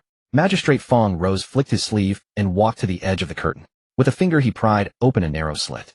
A blade of sunlight from outside cut straight into the room, falling precisely across Mi Dong's face. Mi Dong squinted, yet dared not move. What lies at the bottom of Zhongtian well? My lord presses urgently for it. It must be obtained. Magistrate Fong released the curtain.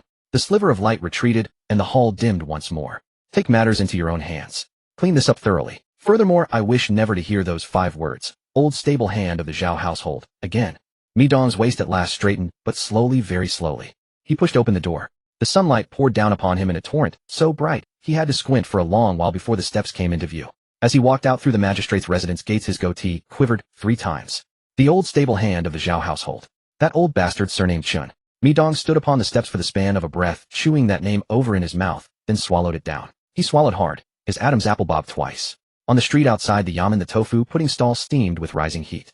A few idlers squatted at the foot of the wall, cracking sunflower seeds, chatting idly about this and that. Heard about it. That old groom from the Zhao household cleaned out the entire rice gang warehouse. Cleaned out.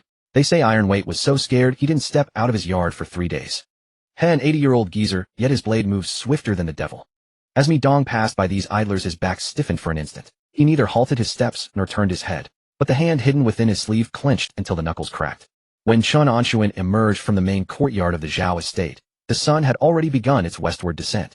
He crossed through the garden, passing the old locust tree, his steps neither hurried nor slow, his right hand resting loosely upon the hilt of his blade. His mind, however, was far from at ease. Zhao Guangfeng's words churned ceaselessly within his skull. Those beyond the mortal realm. A first-rate martial artist. Zhongtian well. 3 years past, a first-rate warrior had perished there, his body left immaculate, the object of his search nowhere to be found. 3 years later, the rice gang had suddenly set its sights upon that very well. The thread connecting these 2 events, Zhao Guangfeng had not spoken aloud, yet he had drawn it forth for all to see. As Chen Anshun rounded the stables, the bay horse nuzzled his sleeve with its muzzle once more. He reached out and patted the animal's neck without breaking stride. Before he had reached the threshold of the small courtyard with its gray-tiled roof, he spotted Xiao Chun squatting upon the stone steps. The boy cradled a wooden box in his arms. No larger than a palm, fashioned of cedar, crudely wrought, its edges left unsanded. He squatted there, shifting the box from left hand to right, as though clutching a burning sweet potato. Master Chun. Xiao Chun sprang to his feet, nearly sending the wooden box flying. Chen Anshun's step faltered for an instant. Where did this come from? Just now, only just now, at the great gates of the Zhao estate. Some idle fellow handed it to me. He said it must be delivered to you, then turned and walked away. I chased after him, but couldn't catch him. Chen Anshun nodded and accepted the box. This was the method of correspondence he had arranged with the long-faced Zhao Si. When matters arose that precluded direct meeting, an unrelated stranger would be enlisted to carry the parcel. The wooden box serving merely as shell, the true contents concealed within. He took the box and weighed it in his palm. Light. Nothing inside. Or at least nothing of substantial weight. Enough. Get back to your duties.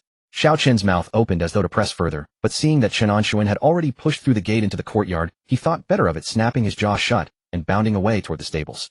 The courtyard gate closed behind him. Chen Anshun set the wooden box upon his knee and examined it from every angle. No hidden clasp, no mechanism of any kind. Simply a crudely fashioned cedar box, its lid pressed down tight. He did not trouble himself to pry it open. Lifting his right palm, he struck once at the center of the box.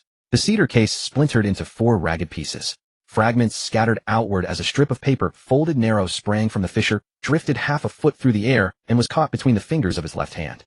The slip was small, no wider than 2 fingers, its edges torn, bearing 7 characters scrawled in crooked hand. Behind the rice gang stands the county magistrate. Chen Anshun's thumb pinched the paper's edge. He did not move. 7 characters. He stared at them for 3 full breaths. The courtyard held not a single sound. Even the wind had ceased. Behind the rice gang stands the county magistrate. Magistrate Fong. Chen Anshun turned the slip over. The reverse was blank. He brought the paper to his nose and inhaled. Fresh ground ink written within the past half-day. He recognized Zhao Si's hand. Ugly in a manner all its own. These characters were indeed Zhao Si's work. Chen Anshun gathered the paper into his fist, crumpled it into a ball, placed it in his mouth, chewed twice and swallowed. Only when ground to nothing was it secure. Seated upon the edge of his bed, legs spread apart, Chen Anshun reached for the water on the table and took a casual swallow. Magistrate Fong, a 7th-rank official of the imperial court in Qingchuan County, the one who sat in the great hall of the yamen and pressed for 1,000,000 seals upon documents. Zhao Guangfeng's immediate superior. The patron who had shielded the rice gang for 23 years. When Zhao Guangfeng had spoken this very day in the study of the Rice Gang, or those behind the Rice Gang having ties with those beyond the mortal realm, he had not uttered the name of Magistrate Fong. Was he ignorant, or did he know and find it inconvenient to speak? It mattered little. What mattered was this: if Magistrate Fong truly stood as the Rice Gang's backer, then the contest for Zhongtian, well, was no mere squabble among gangs for territory. This was a magistrate of an entire county, serving the interests of forces from beyond the mortal realm. A cold prickle crept along Chen Anshun's spine. Not fear. The instinct of a hunter sensing danger. If Magistrate Fong were entangled with those beyond the mortal realm, then whatever lay hidden beneath Zhongtian, well, must be something no pile of silver, no common gang, could bear the weight of. It was a gambit set by powers from beyond the veil. What treasure could warrant a county magistrate personally pressing matters forward? A grandmaster's elixir? A divine weapon of the innate realm? Or perhaps a spirit fruit of 1,000 years vintage? Chen Anshun's mind turned through its calculations, each conjecture quickening the beat of his heart by half a measure. Or perhaps an inheritance from beyond the mortal realm. At the very least the legacy of a grandmaster. The instant this thought took form, his body had already leaned forward half an inch. Zhongtian, southeast of the city. Less than a quarter hour's ride on horseback. His hand had already found the hilt of his blade. Then it stilled. Chen Anshun closed his eyes for a moment. When he opened them again, he withdrew his hand from the hilt and laid it back upon his knee. He could not go. That burning impulse within his mind, he forced down by sheer will, hard pressing until it sank into the marrow of his bones. The thing was tempting enough to make one's mouth water, yet now it was a burning weight. Death to any hand that touched it. The Rice Gang wanted it. Magistrate Fong wanted it. The powers beyond the mortal realm wanted it. All three parties watched Zhongtian with hungry eyes. For an old man at the threshold of second rate to insert himself would not be making trouble. It would be delivering his life upon a platter. If Chen Anshun were to so much as touch Zhongtian, well, he would earn the enmity of all three powers at once. The Zhao estate might shield him for a moment, but not for a lifetime. What he needed now was no stroke of fortune. The fate of the autumn years was itself the greatest fortune. So long as his fate endured, he could cultivate 20 gene gained each day through the Hongyang stance art. In a month and a half, a foundation of 2,000 gene. The power of the White Tiger Madblade could then be pushed higher still. By that time, so long as he avoided Zhongtian, well, few within Qingchuan County would be capable of moving against him.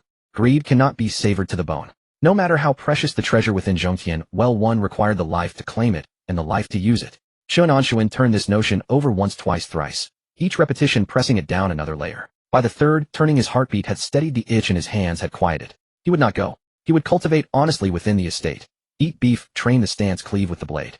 Once his foundation was solid enough, what came after could wait for its proper season.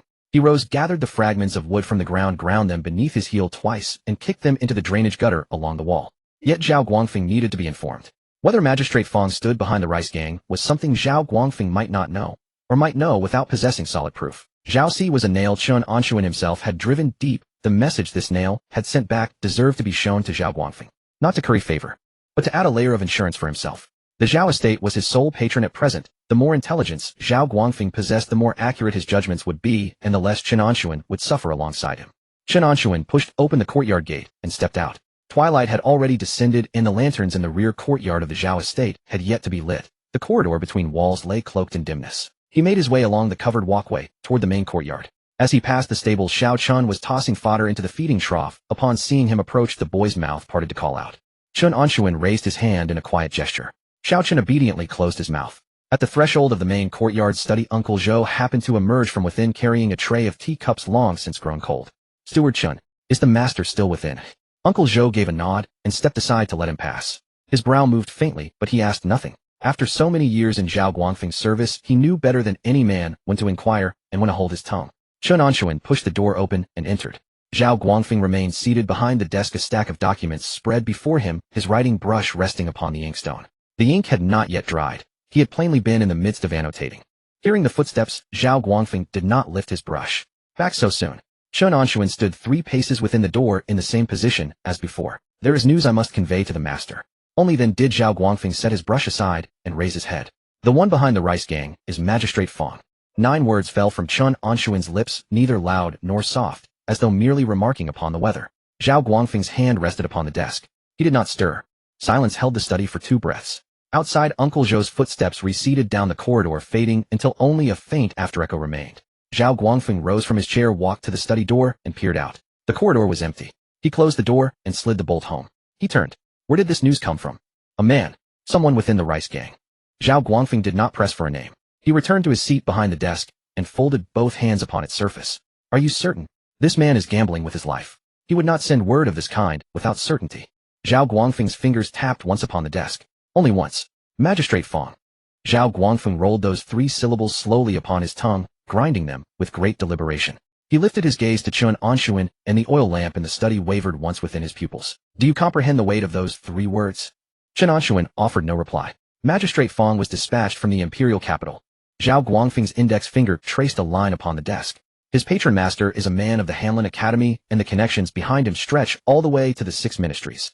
I, Zhao Guangfeng, have labored in Qingchuan County for 16 years, and for 16 years he has kept me crushed beneath his heel. And now you tell me he is entangled with forces from beyond the mortal realm. Zhao Guangfeng's finger came to rest upon the desk, and did not withdraw. If these words prove false, then let it pass. But if they prove true... Zhao Guangfeng fixed him with his gaze for 5 or 6 breaths. A single oil lamp burned in the study. The flame did not stir, casting the shadows of 2 men overlapping upon the wall. After a long moment, Zhao Guangfeng rose from his chair, walked to the map hanging upon the eastern wall, turned his back to Chen Anshun, and raised his hand to tap upon it. The finger fell precisely upon Zhong Tianwell. If it proves true, Zhao Guangfeng's hand did not move from the map, then the heavens above Qingchuan County are about to change. He withdrew his hand and turned. Zhong Tianwell, do not touch it. Chen Anshun inclined his head. Do not come within a single step of it. Chen Anshun inclined his head once more. Zhao Guangfeng stared at him for 2 breaths, then drew an object from his sleeve and set it upon the desk. A small porcelain vial, thick as a thumb, its mouth sealed with wax, its ceramic a pale blue-white, bearing no mark of any kind upon its surface. Take this back with you. Chen Anshun cast a glance at it. Qi-restoring powder, superior grade. Zhao Guangfeng pushed the vial forward half an inch. 3 times the potency of whatever you purchase outside. 1 vial holds 3 doses, enough for half a month. Chen Anshun reached out and took the vial, turning it once in his palm. The ceramic was faintly cool, the weight slight, yet through the porcelain wall he could detect a faint sharp fragrance of medicinal powder within. Superior grade Qi-restoring powder.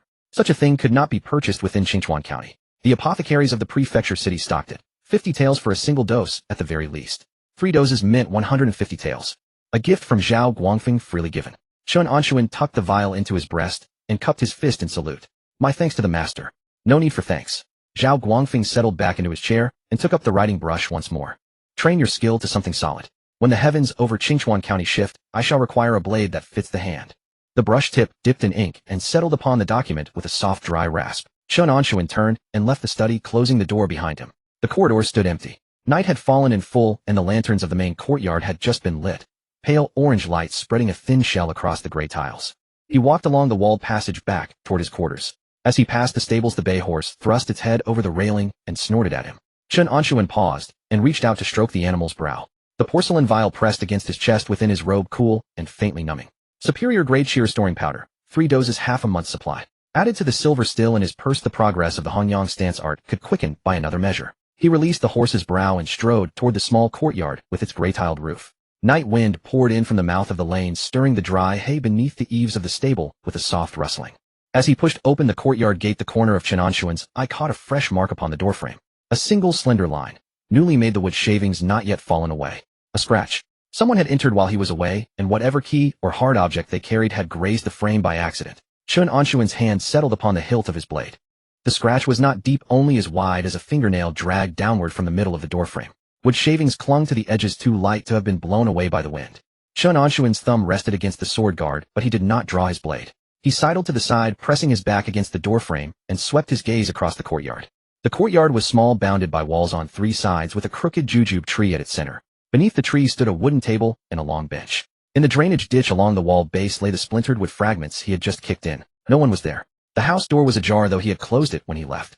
Chen Anshun pushed open the courtyard gate without making a sound, moving stealthily along the shadows at the wall base. He circled to the side of the house door, rested his right hand on his sword hilt, hooked 2 fingers of his left hand under the door's edge, and wrenched it open. The room was empty. The bed slats, hidden compartments, and wooden nails on the wall for hanging the sword, all had not been disturbed. The window was closed, the window paper intact with no signs of being poked through. Chen Anshun swept every corner of the room before retreating back into the courtyard. A half cup of water now sat on the table. He had finished the water there when he left. The cup had been empty. Now the cup was filled nearly halfway with water placed squarely in the center of the tabletop. Chen Anshun approached the table without touching the cup, bending down to examine it closely. A fine turbidity shimmered on the water's surface. Without close inspection, it looked no different from ordinary well water. But well water was clear, whereas this was not. The bottom sank with a trace of almost imperceptible darkness. He straightened and let out a cold laugh. It was a faint smile, the corner of his mouth twitching for an instant before fading away. His left hand lifted the cup, his arms swung, and the water splashed onto a patch of grass in the courtyard's corner. The moment the water struck the ground, the grass leaves curled inward. Immediately after, black vapor hissed up from the wet patch, and 2 or 3 stalks yellowed from their bases, turned black, and shriveled into withered thin threads. Poison. Chen Anshun stepped back and stared at the scorched patch of grass for 3 breaths. The black vapor dispersed, quickly vanishing with a gust of wind. But on the grass remained a palm-sized scorch mark. Anyone passing by at daybreak at Zhao Manor would likely assume someone had simply splashed a basin of hot water. Hot water alone could not produce this. This kind of poison dissolved in water was colorless and odorless. It would not take effect immediately upon ingestion, but rather worked chronically. Within 3 to 5 days, the victim would suffer body-wide fatigue and blocked meridians. When cultivating, unable to summon a single breath of qi, the consequences ranged from qi deviation to hemorrhaging from all 7 orifices. The methods of the Mi gang. Chen Anshun inverted the cup and set it upside down on the table, wiping his hand with his sleeve. Decent enough work. But that was about all they could manage. The men of the Mi gang did not dare storm Zhao Manor openly. Zhao Guangfeng was a county vice magistrate, a proper 8th rank official. The plaque above the main gate bore the title of county vice magistrate. Bursting in to beat someone would be no different from assaulting a government yamen. No matter how arrogant Tai Qingtua acted, he would not dare swing his fist at the door of a county vice magistrate's residence. So they resorted to such despicable tactics. Poison, sabotage, stabbing from behind. What would they try next? Arsenic in his beef. Croton berries in the horse trough. Chen Anshun rechecked the inside and outside of the courtyard. Over the wall tops, through the drainage ditch, the soil beneath the jujube tree, to confirm no other hidden traps remained. Returning to the room, he wrapped that cup in 2 layers of coarse cloth and set it aside in the corner untouched. He then retrieved a clean earthenware bowl from beneath the bed slats, walked to the well beside the stable, and drew half a bowl of water, inspecting it under the moonlight. Clear. No problem. He carried the bowl back inside, and produced the small porcelain vial Zhao Guangfeng had given him. The wax seal was intact, the bottle mouth showing no signs of having been opened. He had already inspected it once when he received it in Zhao Guangfeng's study. Examining it again was not suspicion, it was habit. In times like these, an extra measure of caution meant one less way to die. His thumb pinched, and the wax seal shattered. A pungent fragrance wafted from the vial's mouth, far richer than any qi-boosting powder he had purchased outside. Top-grade qi-boosting powder. Chen Anshun brought the vial close to his nose. Within the sharp fragrance lay a hint of coolness. One inhalation and his internal organs felt half as clear and unblocked. 1 dose of this equaled 3 from the outside. 3 doses rationed carefully could sustain him for nearly half a month. Combined with his daily progress in Hongyang Zhuangdong, 20 caddies per session, his foundational strength would reach 1,600 caddies within 15 days. If he could further refine his capacity to channel that power. No rush. First take it. He tipped the vial, pouring 1 dose into the bowl, and dissolved it with well water. The medicinal powder dissolved instantly upon entering the water. The liquid in the bowl turned from clear to pale amber, a fine layer of bubbles floating on the surface. He drained it in 1 gulp.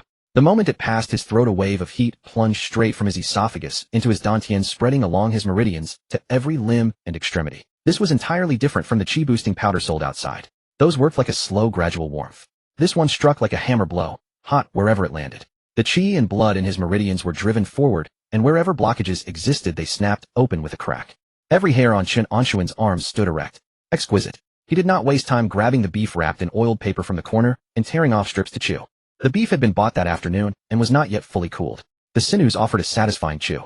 With each bite paired against the medicinal force, his stomach churned warmly. Of the 20 caddies of beef, he ate most of it. The medicinal power and the heat from the meat mingled, filling his belly. Chen Anshun let out a burp, stood up, walked into the courtyard, and took down the black-sheathed long sword from the wall. White Tiger, fierce blade, first form, White Tiger carries the corpse. The moment the blade left its scabbard, the air in the courtyard was split by a thin seam along the edge. This strike was different from usual. The medicinal power of the top-grade qi-boosting powder surged wildly through his meridians, every one of them swollen and distended. The force surging up from his dantian came faster than ever before. The blade fell. The air in the courtyard trembled, and 2 leaves dropped from the jujube tree. Chen Anshun sheathed his sword and glanced at the blade's edge. Power output 76%. Slightly higher than yesterday. He did not stop. The second strike followed immediately. White Tiger carries the corpse flowed into western metal, severing wind, then furious thunder, heavenly prison. 3 forms chained together, 1,500 strikes total, not one omitted. Moonlight bathed the courtyard.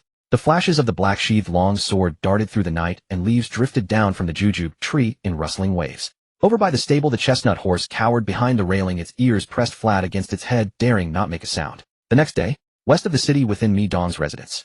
In the rear courtyard study, Mi Dong sat in his armchair, his goatee trimmed neatly, his sunken eyes fixed unblinking on the teacup on the desk. Outside the door, a lean gang member entered with his body bent, stopping 2 paces away. Brother Master, word has come from there. The old horseman at Zhao Manor rose at dawn as usual to practice his stance, trained with his blade for an hour, ate 20 caddies of beef, and his vigor was greater than yesterday. Mi Dong's goatee twitched. It failed. It failed. That cup of water remains untouched on the table, and the patch of grass in the courtyard corner was scorched. Mi Dong pinched his fingers twice against the armrest, his knuckles silent. The old man is a seasoned fox. The 4 words ground out between his teeth, each one bitten sharply. They had exerted such great effort to infiltrate the rear courtyard of Zhao Manor, evading every watchful eye, slipping the poison into the water cup, executing everything flawlessly. Yet that 80-year-old stubborn relic refused to even drink directly from the cup. The lean gang member kept his head bowed, not daring to reply. Mi Dong waved his hand, the gang member retreated, and the study door closed. He rose from his chair and walked to the wooden cabinet behind his desk. A brass lock hung on the bottom drawer of the cabinet. He took a key from his waist, unlocked it, and pulled the drawer open. Inside the drawer lay a pouch. Palm-sized ash black, its material impossible to identify. Not cloth, not leather, not silk. It felt cold and smooth to the touch, rigid when squeezed, yet returned to its original shape the moment he released it. The pouch's opening was cinched by a thin cord, both ends of which were embedded into the body of the pouch. There was no visible, no clasp to be found. Mi Dong took out the pouch and weighed it in his palm. Heavy. Disproportionately heavy for its size. This object had been salvaged from the bottom of Zhongtian, 3 years prior. When that exiled cultivator was killed, nothing was found on his person. Not even the people in the commandery could find it. But Mi Dong had. Not through searching, but through a single phrase whispered by the exiled cultivator before death, and passed along through a trusted intermediary. The 7th course of bricks in the well wall, eastern side, 3rd one. Long before Magistrate Fong ordered a search for this object, Mi Dong had already retrieved it. All that commotion about mobilizing the iron steel yards to occupy the well was merely a smokescreen. But he could not open it. Mi Dong had tried cutting with blades, burning with fire, smashing with iron hammers, exhausting every method he could think of. Not even a scratch marred the surface of the pouch. He had even found a first-rate martial artist to pour internal energy into it. After the duration of an incense stick, that warrior's hands were trembling, yet the thin cord at the pouch's mouth remained completely unmoved. An object beyond the mortal realm. Something that no one of his level could ever open. Mi Dong examined the pouch inside and out, then returned it to the drawer and locked it. Very well. He sat down before his desk, picked up his brush, dipped it in ink, and wrote several lines on a sheet of paper. Upon finishing, he folded it, slid it into a bamboo tube, and sealed the opening with wax. This object in his possession was a curse. Magistrate Fong was pressing urgently, and the great figure behind him was pressing even harder. Rather than clinging to an unopenable pouch and living in constant fear, it would be wiser to hand it over as soon as possible and exchange it for substantial benefits. During this period, a strange occurrence manifested in the rear courtyard of the Zhao residence. The stable's manager Chen Anshun had stopped eating the meals provided by the Zhao household. Each day the kitchen maid delivered the meals to the door of the small blue-tiled courtyard on time. The wooden tray was left outside the threshold. Morning steamed buns had gone cold, noon's stir-fried dishes had developed a congealed layer of oil, and evening's rice porridge had formed a thick skin upon its surface. When the dishes were collected the following day, they remained untouched. At first the kitchen staff assumed the old man simply found the food unpalatable, so they specially prepared 2 additional meat dishes. It made no difference. 3 days later the steward Uncle Zhou came to ask after him, but Chen Anshun merely replied with 4 words, "I will handle it myself." Uncle Zhou did not press further. From that day forward, Chen Anshun adopted a completely different approach to his meals. Some days he would buy beef from Butcher Zhang in the southern part of town, other times he sought out Peddler Li in the northern district, and occasionally he would ride straight to a village outside the city walls to have a beast slaughtered fresh on the spot. He never returned to the same merchant twice, never placed orders in advance, and never allowed others to make purchases on his behalf. Once he brought the ingredients back, he would set up his own pot to cook, draw water from the well with his own hands, and split the firewood himself. He had even cycled through 3 complete sets of bowls and chopsticks. Initially, Xiao Chun had been unable to understand the reasoning behind such elaborate precautions. But one day, while helping Chen Anshun split firewood near the drainage ditch at the foot of the wall, he noticed a patch of scorched black grass. He crouched down to examine it for 3 breaths, and his face turned pale. From that moment on, Xiao Chun also stopped eating at the kitchen and began following Chen Anshun to share his meals every day. Over the course of a month and a half, the foundational strength of the Hongyang stance technique steadily climbed from 1,360 caddies, gaining 20 caddies each day without fail. 1,400. 1,500, 1,600. Once past 1,600, the daily increase remained unchanged, but his body's response shifted. The deep ache and tension within his muscles and bones grew progressively worse each day. By the second half of each stance practice, his calf muscles would tremble uncontrollably, and the fascia along both sides of his spine tightened like iron rods. The premium-grade qi nourishing powder sustained him through it. After consuming the 3 doses Zhao Guangfeng had provided, Chen Anshun spent his own silver to leverage the Zhao family's connections in the commandery city, arranging for monthly purchases. 50 taels per dose, 3 doses a month, 150 taels total. The fortune he had taken from the grain guild's warehouse still held considerable reserves. He could afford this. The medicinal properties and the caloric energy from the beef converged within his meridians, churning together into a thick, warming current that expanded, saturated, and fortified every single meridian. 1700, 1800, 1900. By the 45th day, the foundational strength of the Hanyang stance had stabilized firmly at 2,000 caddies. 2,000 caddies. Chen Anshun completed his final round of stance practice in the courtyard. When he rose, his knees made no sound, his spine remained straight, and his legs held firm as though rooted 3 feet into the earth. He raised his right hand, clenched his fist, then released it. His fingers moved with fluid agility, his joints free of any resistance. Power flowed seamlessly from his dantian to his fingertips without obstruction. 2,000 caddies of foundation doubled by the output of the White Tiger Fierce Blade. One strike carried 4,000 caddies. He reached for the black-sheathed long blade hanging on the wall and drew it. White Tiger carries a corpse. The blade cleaved through the courtyard air, splitting it asunder. Half a branch of the jujube tree snapped silently before falling to the ground with a soft thud. The cut was perfectly clean, the wood fibers forming a smooth cross-section. Chen Anshun glanced at the severed branch, then returned his blade to its scabbard. Double output. He had only possessed the White Tiger Fierce Blade for a little over 2 months, yet his output had already surged from 70% to twice his base. The Hanyang stance drew its daily 20 caddy increase from the blessing of the octogenarian destiny, ironclad and unchanging. But the power growth of the White Tiger Fierce Blade came from no external aid. It was forged entirely through his own relentless practice, one strike at a time.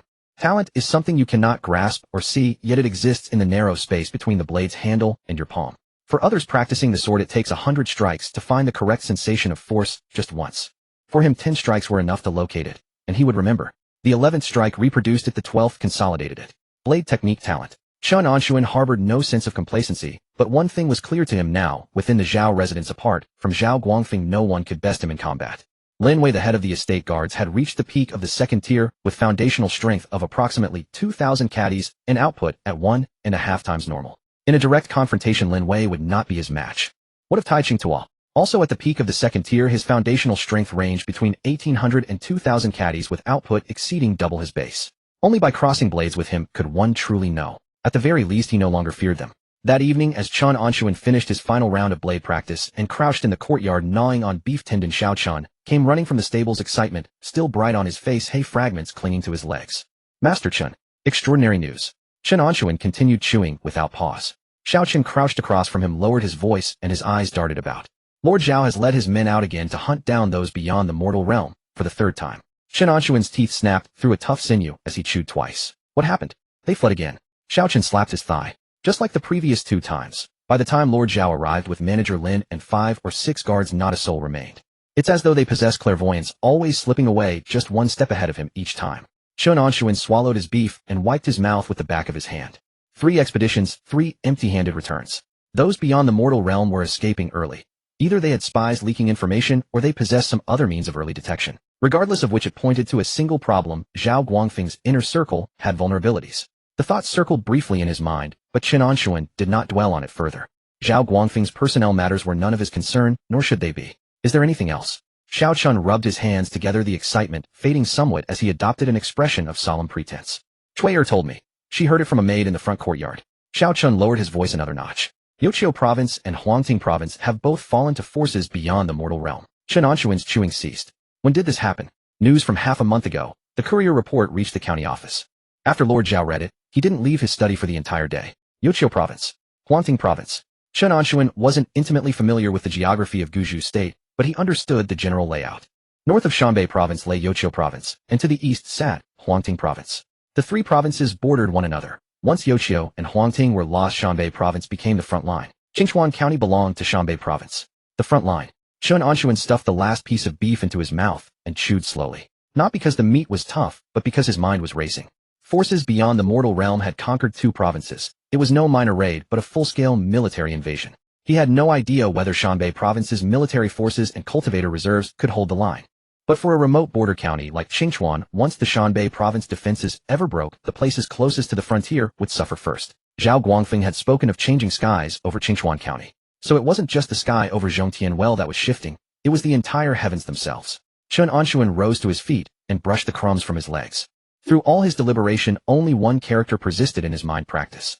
He wouldn't touch the treasures of Zhongtianwell, would stay clear of Magistrate Fang's messy affairs, and lacked the standing to play the grand game of those beyond the mortal realm. The only thing he could do was keep accumulating strength, pushing higher and higher. The Hanyang stance would continue climbing. 2,000 caddies was not the finish line. The white tiger fierce blade would keep sharpening. Double output was far from the ceiling. Survival mattered above all else. That same night, County Magistrate's residence rear hall. Magistrate Fong knelt. A 7th-rank county magistrate, an official appointed by the imperial court, wearing his official robes, his knees pressed against the bluestone floor, his back bowed to its lowest point. Seated in the principal's chair before him was a young man. In his early 20s, tall and lean, with long purple hair cascading freely over his shoulders. Uncrowned, unhelmed, left to hang loose. His features were handsome, yet a lazy smile lingered at the corners of his mouth, relaxed and utterly devoid of warmth. The purple-haired youth sat with one leg crossed over the other, his right hand idly rubbing the surface of a gray-black pouch, his thumb tracing its edges. "You've gone to considerable trouble, Lord Fong." Magistrate Fong's forehead pressed against the stone tiles, his voice muffled. "I dare not accept your praise, my lord. This object fell into Zhongtian well 3 years ago. I spent considerable effort retrieving it." The purple-haired youth held the pouch up to the lamplight, turned it over, then turned it back again. 3 years. The youth's tone was languid. "When my junior brother took this artifact and left, the sector master was so furious he refused to eat for 3 days. Who would have thought he wouldn't perish at the hands of the commandery's top swordsman, but instead stumbled into a place like Qingchuan County?" Magistrate Fong's spine trembled. The purple-haired youth paid it no mind, bringing the pouch close to his nose to sniff, then flicking its surface with his finger. A key to the secret realm in perfect condition. He tucked the pouch into his robe and leaned back against the chair. Magistrate Fong knelt on the ground, hesitated for a breath or two, then finally spoke. "My lord, forgive my presumption, but what exactly is this secret realm key? And what is this secret realm?" The purple-haired youth glanced down at him. Just one glance. Magistrate Fong's remaining words caught in his throat, unable to be swallowed or spoken, his entire body frozen to the spot. The youth's lips still curved into that indifferent smile. "Lord Fong, what cultivation realm have you reached?" Magistrate Fong's lips moved slightly. First rate peak." The purple-haired youth's thumb tapped once against the armrest. "Below the innate realm all are but ants. Lord Fong, should you one day reach the innate realm." He rose, pushed his chair back, and his long hair slid from his shoulders to rest at his waist. "Only then would you be worthy to ask those 2 questions." Magistrate Fong's knees pressed hard against the bluestone floor, cold sweat trickling down from the nape of his neck, tracing the line of his spine before soaking through his inner garments. The purple-haired youth had already begun walking toward the doorway. He paused at the threshold, turning half his face. "Oh, by the way," Magistrate Fong looked up. 300 li north of Qingchuan County lies a mine called Black Iron Ridge. Within half a month, I need 3,000 caddies of Xian iron ore transported to Qingchuan County." Magistrate Fong's mouth opened slightly. 3,000 caddies of Xian iron ore. That's an enormous quantity. The commandery authorities. The purple-haired youth had already crossed the threshold, his parting words drifting back to him like the night breeze itself. "Half a month from now, the commandery will no longer have jurisdiction here." Magistrate Fong knelt alone in the empty rear hall, his legs numb, his mind buzzing with turmoil. "Half a month from now, the commandery will no longer have jurisdiction here." The meaning behind those words. The candlelight in the rear hall flickered, and Magistrate Fong's shadow on the wall twisted into a distorted mass. He pushed against the ground, trying to rise, but his right leg buckled, and his knee struck the bluestone floor once more. 10 days. The foundational power of Hanyang Zhugong rose from 2,000 jin to 2,200 jin.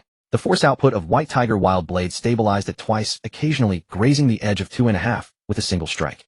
Chen Anshun continued his routine, stamping the pole, cleaving with the blade, gnawing on beef.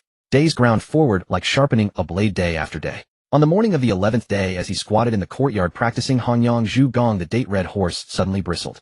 Urgent hoofbeats echoed from the stables, the railings clattering. The date-red horse let out a neigh, sharp and trembling.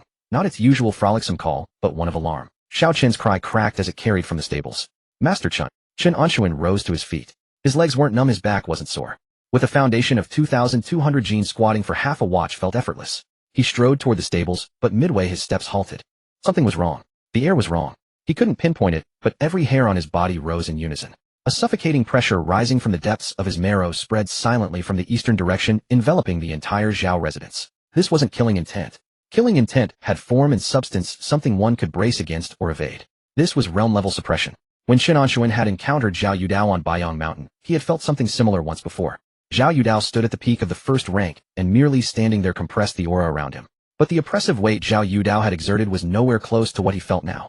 10,000 miles apart. This pressure descended from above the heavens, even and uniform, without turbulence or killing intent, simply resting upon them with unyielding steadiness. His breathing was unaffected. His blood flow was unimpeded. Yet the skin at the nape of his neck turned ice cold. Chen Anshun's right hand settled on his sword hilt. He wasn't drawing his blade. It was instinct. He took a few steps toward the stables, and found Xiao Chen already crouched beneath the railing, embracing the date-red horse's head, his young face ashen, white, his legs trembling. "Master Chen W, what is that thing?" Chen Anshun didn't answer him. From the main courtyard of the Zhao residence came hurried footsteps, multiple groups of people running mixed with hushed orders. He patted Xiao Chen's head. Stay in the stables. Don't move. With that he walked along the passage toward the main courtyard. The courtyard was already crowded. Lin Wei the guard commander led 7 or 8 guards lined up in the courtyard, hands resting on their weapons, no one speaking. Zhao Guangfeng stood on the steps before the study. Beside him stood an unfamiliar figure. An old man past 70 of modest height, dressed in a faded gray robe, his white hair gathered loosely at the nape. His back was slightly stooped, both hands concealed within his sleeves. Chen Anshun had seen this old man 3 days prior. When Zhao Guangfeng had introduced him, he had said only, "This is Zhao Yudeo's master grandmaster Zhuguang." Peak of the later heaven realm, a figure ranked within the top 20 across Shanbei province. Zhao Guangfeng had invited Zhuguang to the Zhao residence, signaling he was prepared to confront Magistrate Feng head-on. But at this moment Zhuguang's hands had emerged from his sleeves. They were trembling. Not from fear, but an involuntary physiological response beneath that overwhelming pressure. That even the peak of later heaven couldn't suppress such a reaction was sufficient to reveal the caliber of the one standing atop the city walls. Zhuguang turned his head and spoke to Zhao Guangfeng. His voice was low, but the courtyard was silent, and everyone heard. Xiantian. The moment those 2 words landed, the spines of 7 or 8 guards stiffened simultaneously. Lin Wei's hand slid off his weapon, then gripped it again, repeating the motion twice. Zhao Guangfeng didn't move, standing on the steps, the lines on his face sinking half an inch. Can we withstand him? Zhuguang shook his head, cleanly without a shred of hesitation. A grandmaster of the Xiantian realm. All below the later heaven are but clay chickens and tiled dogs. Before him I could not endure 3 moves. The old man drew his hands back into his sleeves. The trembling ceased, but his entire bearing collapsed. He had cultivated his entire life, reached the peak of later heaven, and stood among the elite of Shanbei province. Yet upon encountering the Xiantian realm, he couldn't even find the qualification to fight back. Chen Anshun stood at the courtyard corner, not advancing. A Xiantian grandmaster. An existence that grandmasters could not resist. The Rice Guild Nakata, the Fong faction's external forces. Behind this entire chain of events stood precisely such a figure. Not the slightest chance of victory. He heard commotion rising from the distant direction of the city walls. Not the sound of combat, but of crowds running and shouting.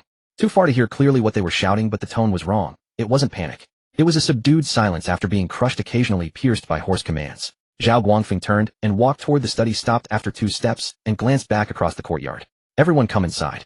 The study door closed. Zhao Guangfeng stood behind the desk. Zhuguang sat in a chair against the eastern wall, hands resting on his knees, silent. Lin Wei and 6 guards stood by the doorway, steward Zhou guarding the windowsill. Chen Anshun leaned against the western wall, his left hand on his sword hilt. Zhao Guangfeng spoke. The flag atop the city has been changed. 5 characters. No one in the room responded. Magistrate Feng has handed over the county seal. The Guzhou banners on the walls have been taken down. The new flag bears the words, Sword Pavilion. Zhao Guangfeng's finger pressed once against the tabletop. Qingchuan County from this day forth no longer belongs to Guzhou. Silence for 3 breaths. Lin Wei swallowed hard, his Adam's apple bobbing. Zhao Guangfeng didn't give them time to process. The one who arrived is a Xiantian grandmaster. As elders was said, we cannot withstand him. I do not intend to die defending Qingchuan County, nor will I kneel to present a document of surrender. His gaze swept from left to right, examining every person in the room. I intend to lead everyone to Ningchuan Prefecture. The prefectural capital of Shanbei province still stands, the garrison remains, and the Guzhou banner still flies. As long as we reach Ningchuan, there remains a route to retreat. At this, Zhao Guangfeng withdrew his hand from the desk and clasped it behind his back. Those who wish to stay, stay. Qingchuan County changing hands need not mean worse conditions. Sword Pavilion needs people to govern, and it requires manpower. I will not stop you. He paused. Those who choose to follow me gather at the rear gate in half an hour. Travel light. Each person takes only 1 horse and 3 days' provisions. Silence held the room for 5 or 6 breaths. Lin Wei was the first to step forward, cupping his fists. This subordinate will accompany you, sir. The 6 guards behind him exchanged glances, and 4 of them also cupped their fists. The remaining 2 kept their heads down, saying nothing. Steward Zhou stood by the window for 2 breaths, then walked to Zhao Guangfeng and bowed. This old servant will go pack our belongings. Zhao Guangfeng nodded. One by one the others in the room made their choice known. Chen Anshun leaned against the western wall, his right thumb brushing along the crossguard. Stay or go. No deliberation needed. 2 breaths were sufficient. If he stayed, the accounts with the Rice Guild and Magistrate Feng remained unsettled, and he would face death. Go. Besides, with a foundation of 2,200 gene and strength at the peak of the 2nd rank, this pond of Qingchuan County had grown too shallow. Hongyang Zhugang continued to grow. White Tiger Wild Blade kept sharpening. Ningchuan was a prefectural capital, rich in experts, abundant in resources, full of opportunities. Chen Anshun straightened from the wall. Sir, I will go prepare the horses. Zhao Guangfeng glanced at him, said nothing more, and waved his hand. Chen Anshun pushed the door open and strode toward the stables. Xiao Chun was still crouched beneath the railing, embracing the date-red horse's head, his eyes red, not from crying, but from fright. Up! Saddle the horses. Chen Anshun tapped the railing. Lead out every horse in the Zhao residence that can still move. Xiao Chun froze for a breath. Master Chen, are we running? Not running. Chen Anshun untied the date red horse's reins and reached for a saddle on the wall. Relocating. Xiao Qin's legs still trembled, but his hands and feet were nimble, leading horse after horse out. Chen Anshun slung his black-sheathed long sword to the date red horse's saddle, then returned to the courtyard to retrieve a porcelain bottle of premium chitonifying powder, the remaining silver, and half a pack of beef jerky, stuffing everything into his saddlebag. At the courtyard gate, he looked back. The crooked jujube tree, the coarse porcelain bowl, the scorched patch of earth by the wall base. Less than 3 months had he lived here. He closed the courtyard gate, but didn't lock it. Half an hour later, at the Zhao residence's rear gate. 7 horses, 11 people. Zhao Guangfeng rode a blue-dappled horse at the front, Zhou Guang seated in a light cart. Lin Wei and 4 guards formed the center, steward Zhou Zhao Qingqi and 3rd Madam squeezed onto a flatbed cart at the rear. Chen Anshun and Xiao Qin each mounted 1 horse, bringing up the rear. In the direction of the city walls, a new banner unfurled in the morning wind. Gray field black characters. The words Sword Pavilion hung from the ramparts all the way down to the wall base. Beneath the banner stood a figure, a long sword slung diagonally across his back, its tassel swaying in the wind. Across nearly half the city, his silhouette had blurred into a dark speck, yet that oppressive presence still firmly enveloped the entire city. Zhao Guangfeng pulled on the reins, turning his horse northward. Move. Chen Anshun nudged his horse's flanks, and the date red horse fell in behind the group. The city gates weren't yet sealed. Sword Pavilion's people had only just taken the ramparts, and street order hadn't yet been reestablished. Zhao Guangfeng had chosen the timing to slip through this narrow window perfectly. Beyond the north gate, farmland stretched on both sides of the imperial road. Wheat seedlings stood green, and a few bewildered farmers crouched on the ridges, looking up as the small company passed. The date red horse's hooves struck the packed earth road with a steady cadence. Chen Anshun looked back one final time. The walls of Qingchuan County appeared low in the morning light, the gray banner fully unfurled on the ramparts, snapping in the wind. Xiao Qin rode beside him, shoulders hunched, suddenly speaking. Master Chen, is Ningchuan far? 300 li. Then, will we come back? Chen Anshun didn't answer. The date red horse snorted, its 4 hooves treading on freshly turned soil along the road heading north. Behind them, the silhouette of Qingchuan County receded inch by inch until all that remained was a corner of that banner on the city walls, still clinging to the horizon. The gray-bottomed banners atop the city walls had barely been secured when a half-naked thug from the Rice Gang burst out of an alley on South Street, sprinting toward the county yamen gates and nearly crashing into the stone steps. 2 men from the sword cottage stood at the gate, narrow-bladed longswords hanging at their waists, blocking his path. Who are you looking for? The thug doubled over, gasping 3 times, then raised a hand and jabbed it toward the interior. Looking for Magistrate Fong. Our gang leader sent me to deliver word. The sword cottage men didn't hold him long. When Magistrate Fong emerged from the rear hall, the front of his official robes was still creased and his sash tied crookedly. A clear sign he had only just risen from kneeling and hadn't yet recovered. The thug dropped to his knees. Magistrate Fong, the people of the Zhao estate have fled. Magistrate Fong's foot paused mid-stride. Zhao Guangfeng.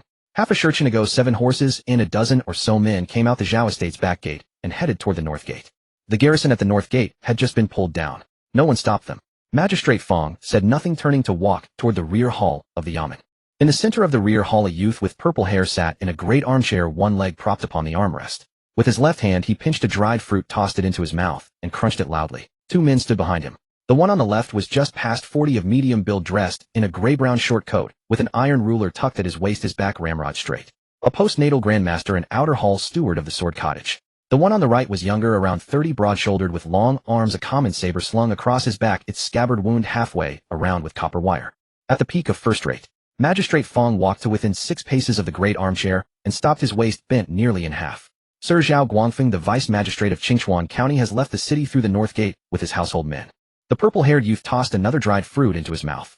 He ran. Yes, about half a shurchen ago. The purple-haired youth finished chewing, wiping his hand on his robe. An 8th-rank vice magistrate, so he ran, let him run.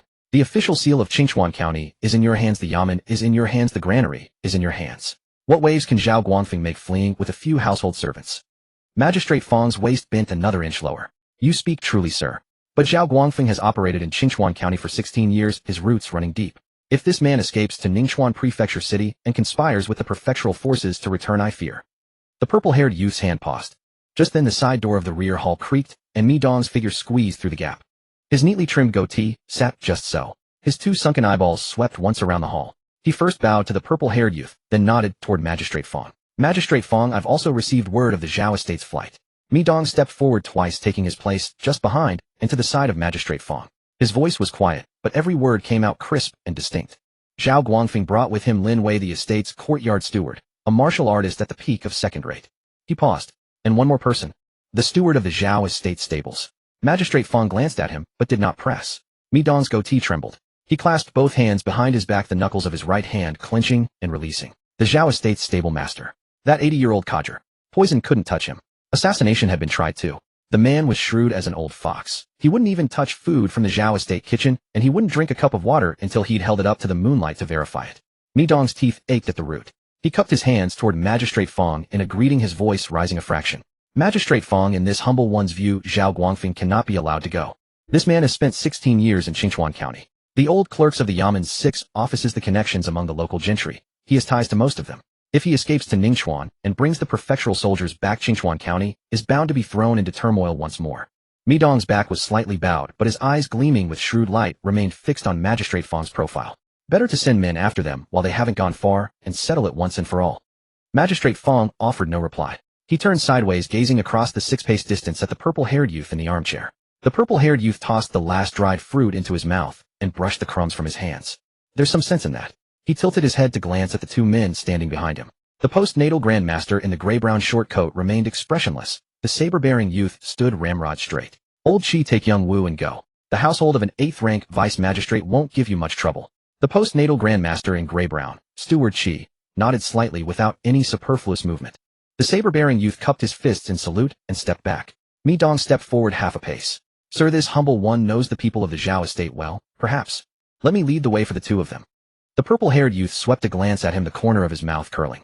Go. Mi Dong turned and walked outward twice as fast as he had entered, the soles of his feet scraping across the threshold as he crossed it. Outside the rear hall, the sun had already risen the height of a pole, bleaching the ground white. 3 swift horses waited at the Yamen gate. When Steward Chi swung into the saddle, he cast a glance at Mi Dong and said nothing. The saber-bearing youth said nothing either. Mi Dong vaulted onto his horse. The gray mare beneath him was no fine steed, but it would suffice for chasing the hastily assembled Zhao Estate party.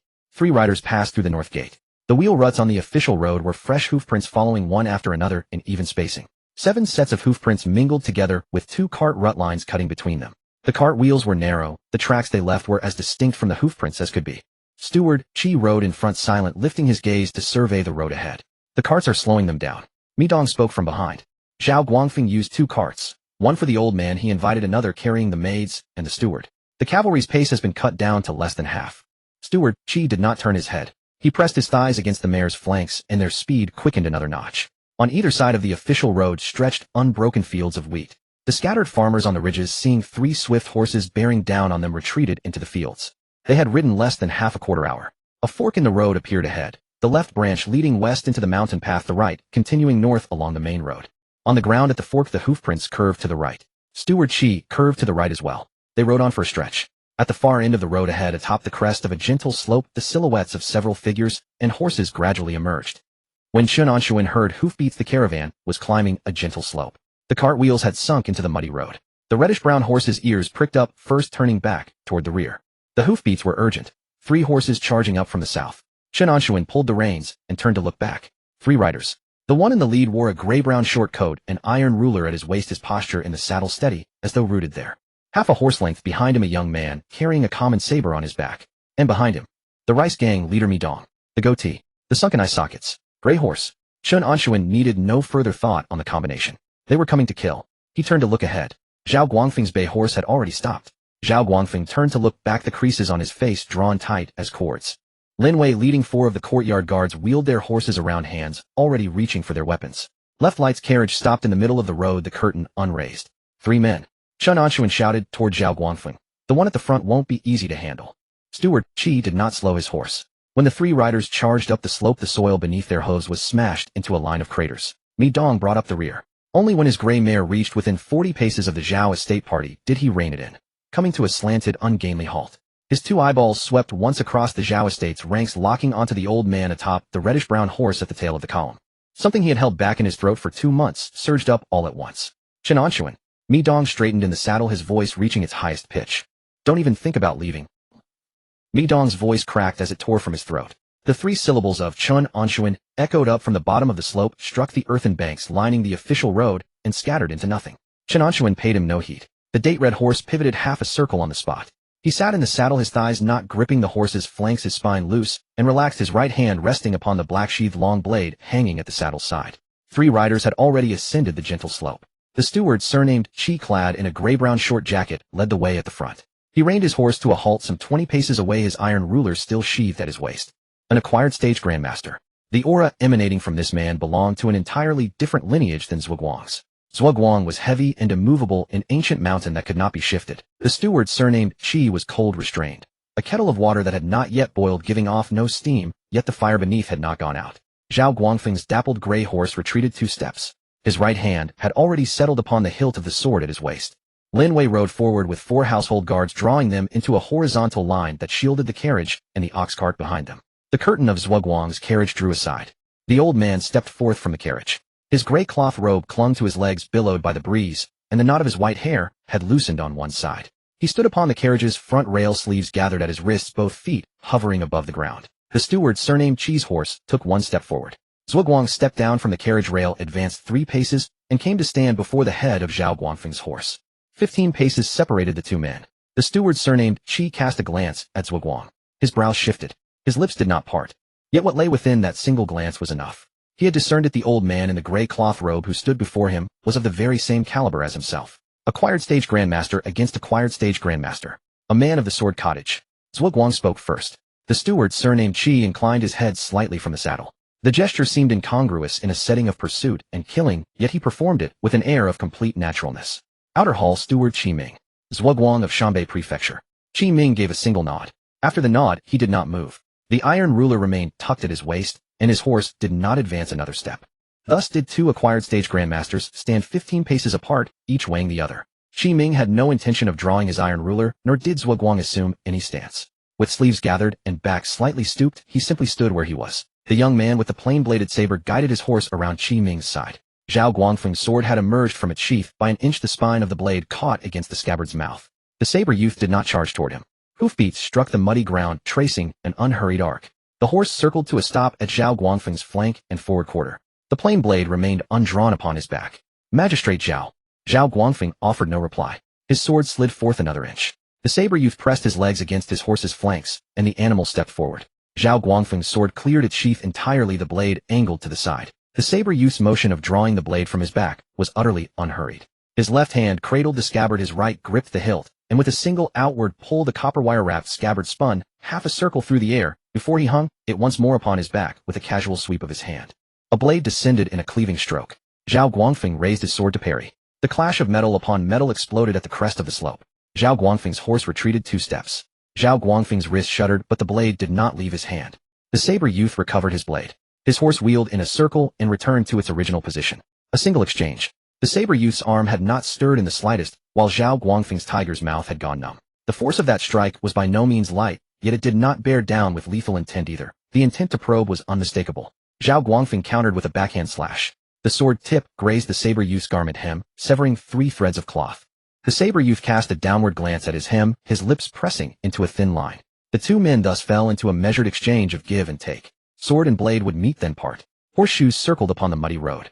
The combat unfolded at a measured pace, each form leaving room for the next, neither striking toward the other's vital points. Mi Dong could wait no longer. He had not come for a friendly spar. Qi Ming stood rooted like a wooden stake alongside that old man, motionless. The saber youth was engaged in a pushing match with Zhao Guangfeng. If this dragged on, nightfall would overtake them. Once night fell, Zhao Guangfeng would vanish into the mountains and pursuit would grow tenfold more difficult. Mi Dong dismounted from his gray horse. As he landed, his heel caught a patch of loose earth, and he staggered half a step before steadying himself.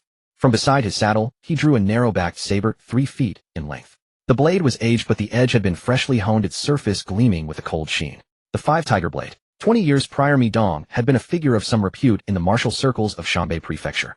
He had cultivated the 5 tiger blade to its 4th form, attaining a force multiplier of 1.5. Later, upon becoming the chief of the Mi gang, he had set the saber aside. But the foundation he had laid had never left him. Peak of the 2nd tier. His legs drove against the earth as he charged headlong toward the date-red horse at the rear of the column. Chen Anshun dismounted from his horse. His feet met the muddy road without a sound beyond what was necessary. They planted firm. His right hand lifted the black-sheathed long blade from the saddle's side, his left settled upon the scabbard, his thumb hooking over the guard. Lin Wei wheeled his horse as though to ride toward him. Guard the family. Chen Anshun did not turn his head. The 4 characters fell from his lips, crisp and decisive. Lin Wei's horse came to a halt. He stared at Chen Anshun's back for the span of a breath. 2 words lodged in his throat and went unspoken. After a moment's hesitation, he turned his mount about and withdrew to his position between the carriage and the ox cart. By the time Mi Dong closed to within 10 paces, the opening form of the 5 tiger blade had already been readied. The blade angled upward past his head, the edge facing forward, both arms locked straight, his waist and hips sinking low. This form was called Tiger's Roar on the Ridge. Even the opening stance carried a killing intent. When the blade came cleaving down, it followed a path of grand sweeping strokes. The saber wind poured down from above the crown, the strength of shoulder and arm alike compressed into the cutting edge. A force of 1.5 times its base. Mi Dong's foundational strength hovered around 1900 jin, so a single stroke unleashed nearly 3000 jin of force. Within the martial circles of Qingchuan County, such a blow was more than sufficient to fell any foe. A single thought occupied Mi Dong's mind: speed. Seize the moment before that old relic could react while Qi Ming and that saber youth were still tangling with Zhao Guangfeng and Zhuo Guang. Cleave down in one stroke the plague that had plagued his Mi gang for 2 months. A coachman of the Zhao household. 2 months prior he had been nothing but a third-rate nobody. An old man who had broken through to the second tier a mere 2 months ago. What waves could such a one possibly make? The blade fell. Tiger's Roar on the Ridge. 3000 jin of force cleaved down from above. Chen Anshun did not dodge. The black-sheathed long blade slid from its sheath. White tiger bearing the corpse. 2 blades met in midair. The sound of metal striking metal was muffled, brittle. Not a clean clang, but a dull, heavy thud. Mi Dong's narrow-backed saber was knocked half a chi aside. His tiger's mouth rang with a violent tremor, and the hilt nearly leapt from his grip. His legs slid backward a single step, his boots carving 2 furrows into the muddy ground. 3000 jin against 4400. Chen Anshun's base of 2200 jin channeled through the white tiger frenzied blade at its doubled force delivered 4400 jin in a single stroke. The disparity in force exceeded 1000 jin. Mi Dong's arms went numb. His fingers lost half a breath's worth of control. His eyes, those deep-set hollowed orbs, widened in disbelief. This was wrong. That force was wrong. 2 months ago this old relic had just broken through to the second tier. His base strength could not have exceeded 1000 at most. How much could he have grown in 2 months' time? Chen Anshun gave him no time to ponder. The second blade. Western metal splits the wind. The edge swept in from the right side swifter than the first. Mi Dong raised his saber to parry. He parried it, but both forearms trembled so that the bones within ached. His entire being was shoved half a step to the left. The third blade. The fourth blade. The fifth blade. The trajectory of the white tiger frenzied blade was at once swift and heavy, each stroke following a path of overwhelming force. Chen Anshun's form lacked fluidity, his footwork could hardly be called refined. Yet every blow struck the very same point, the dead center of Mi Dong's blade. Against a disparity of over 1000 jin, a single strike could be endured, 2 strikes could be withstood at the very edge of one's limits. After the third, Mi Dong's hands began to tremble. The sixth blade. A notch chipped from the edge of Mi Dong's narrow-backed saber. The seventh blade. His right foot sank into the soft mud at the roadside and could not be extracted. His center of gravity tilted askew. The eighth blade. The ninth blade. The 10th blade. Mi Dong retreated with all the desperation he could muster, his blade raised before him, his stance utterly broken apart. Before such absolute disparity and force, the forms and principles of the 5-tiger blade might as well have never been learned. He could only brace his blade across his chest and take the blows head on. With each one his feet slid half a step backward. Sweat dripped from his goatee onto the spine of his blade, then was shaken loose by the tremors. The 11th blade. The cloth binding wrapped around Mi Dong's hilt snapped apart, exposing the wooden grip beneath. The 12th blade. Mi Dong's knees buckled. Not a crouch, but a collapse beyond his endurance.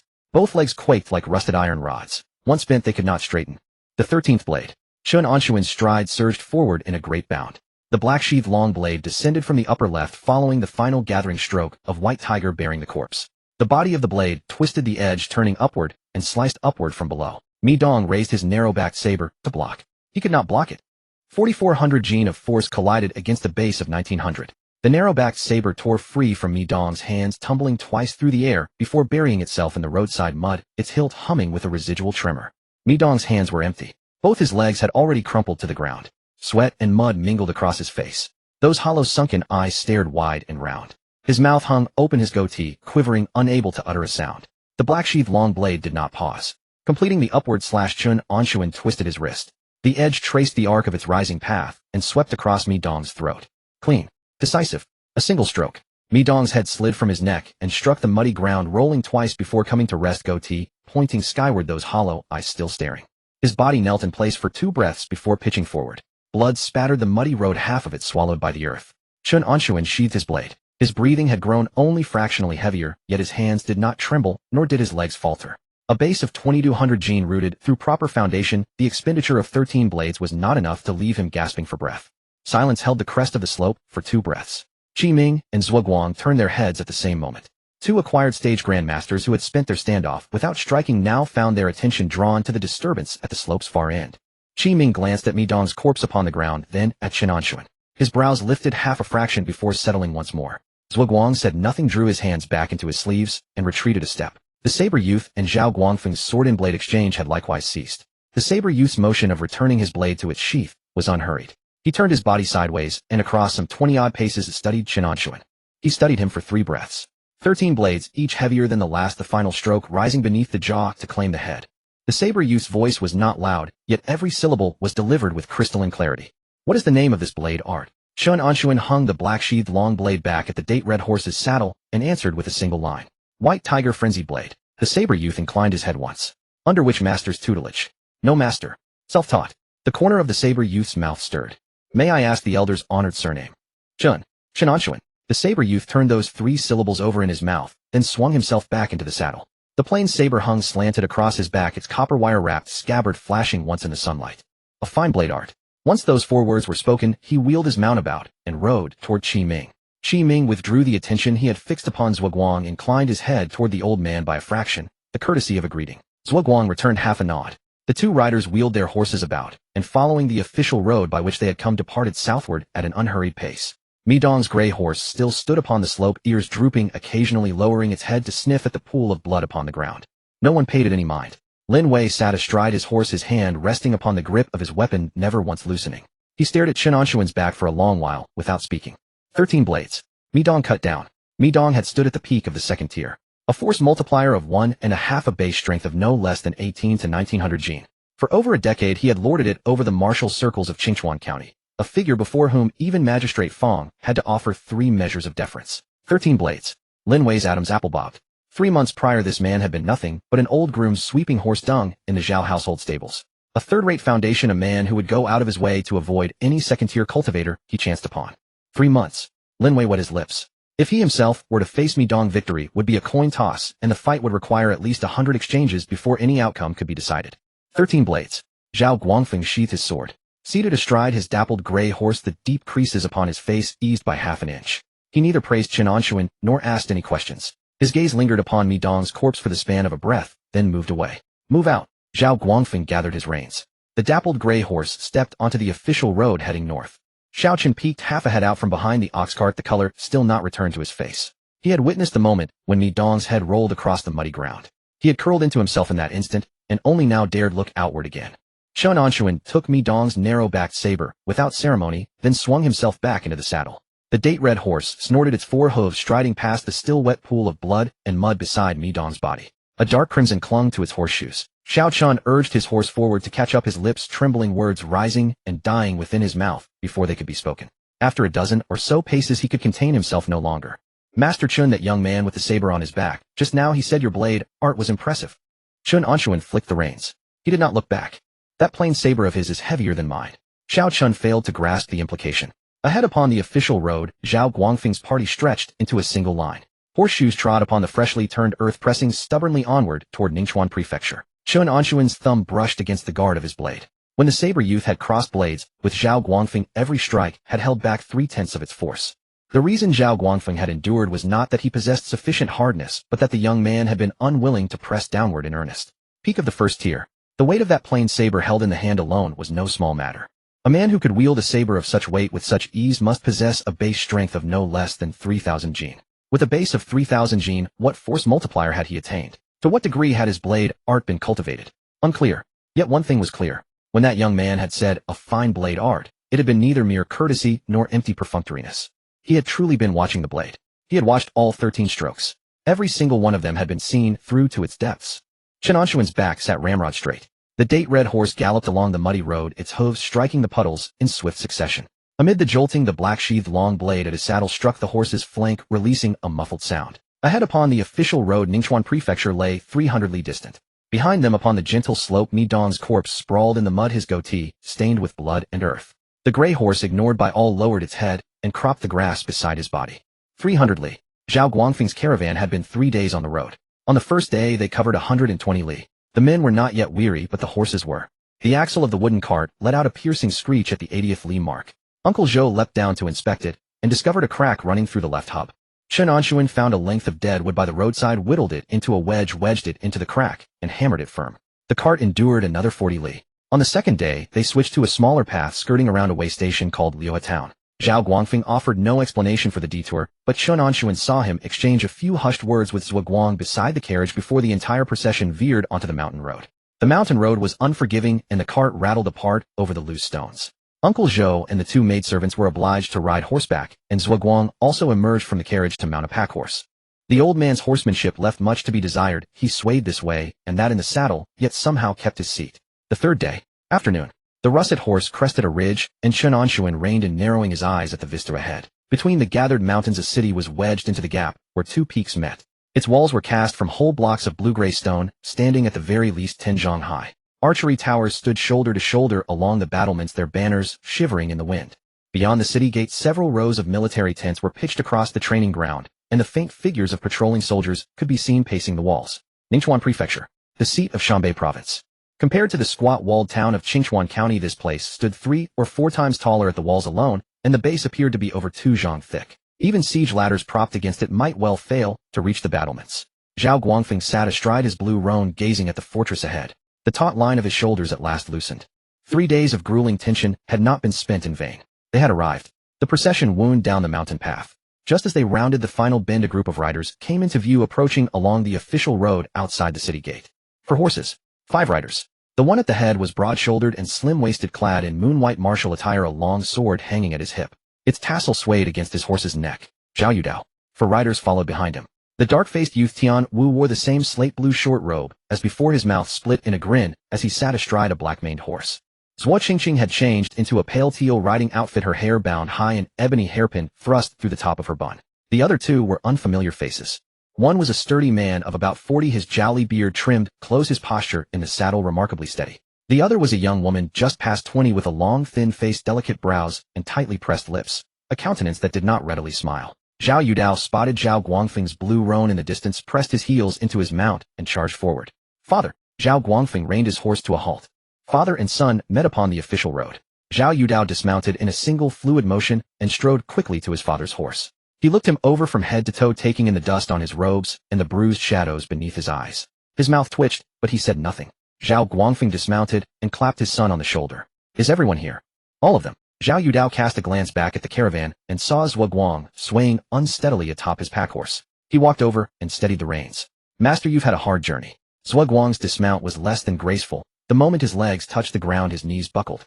The old man gathered his sleeves with a grunt and offered no reply. A day and a half in the saddle had worn his backside raw. 2 words of sympathy hardly sufficed.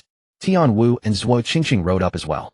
Tian Wu vaulted down, covered the distance in 3 long strides, and dropped to a crouch before Zhuo Guang to massage his legs. Master, if I'd known you were coming, I'd have met you halfway. Zhuo Guang shot him a look. You meet me. You can't even find your way out of a paper bag. Tian Wu gave a sheepish laugh, ignoring the jab, his hands never pausing in their work. Zhuo Qingqing did not dismount. From the saddle, she gave Zhao Guangfeng a nod. That was the extent of her greeting. After seeing Zhuo Guang settled, Zhao Yudao returned to his father's side and lowered his voice. Father, I've heard everything about Qingchuan County. Zhao Guangfeng's expression darkened for a moment. A Xiantian grandmaster from Sword Hut came in person. Zhao Yudao nodded. I know. Word reached Ningchuan 2 days ago. I brought men to wait outside the city. He paused, studying the expression on his father's face.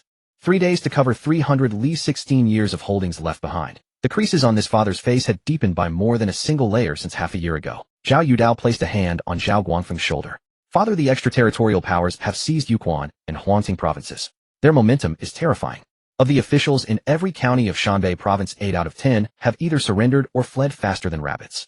Zhao Guangfeng said nothing. But those who fled all the way to Ningchuan Prefecture can be counted on one hand. Zhao Yudao withdrew his hand and stepped back half a pace. You were the vice magistrate, not the magistrate. Magistrate Fong surrendered, but you did not. You led your entire household out of the city overnight, covered 300 li in 3 days, and made for the prefectural seat.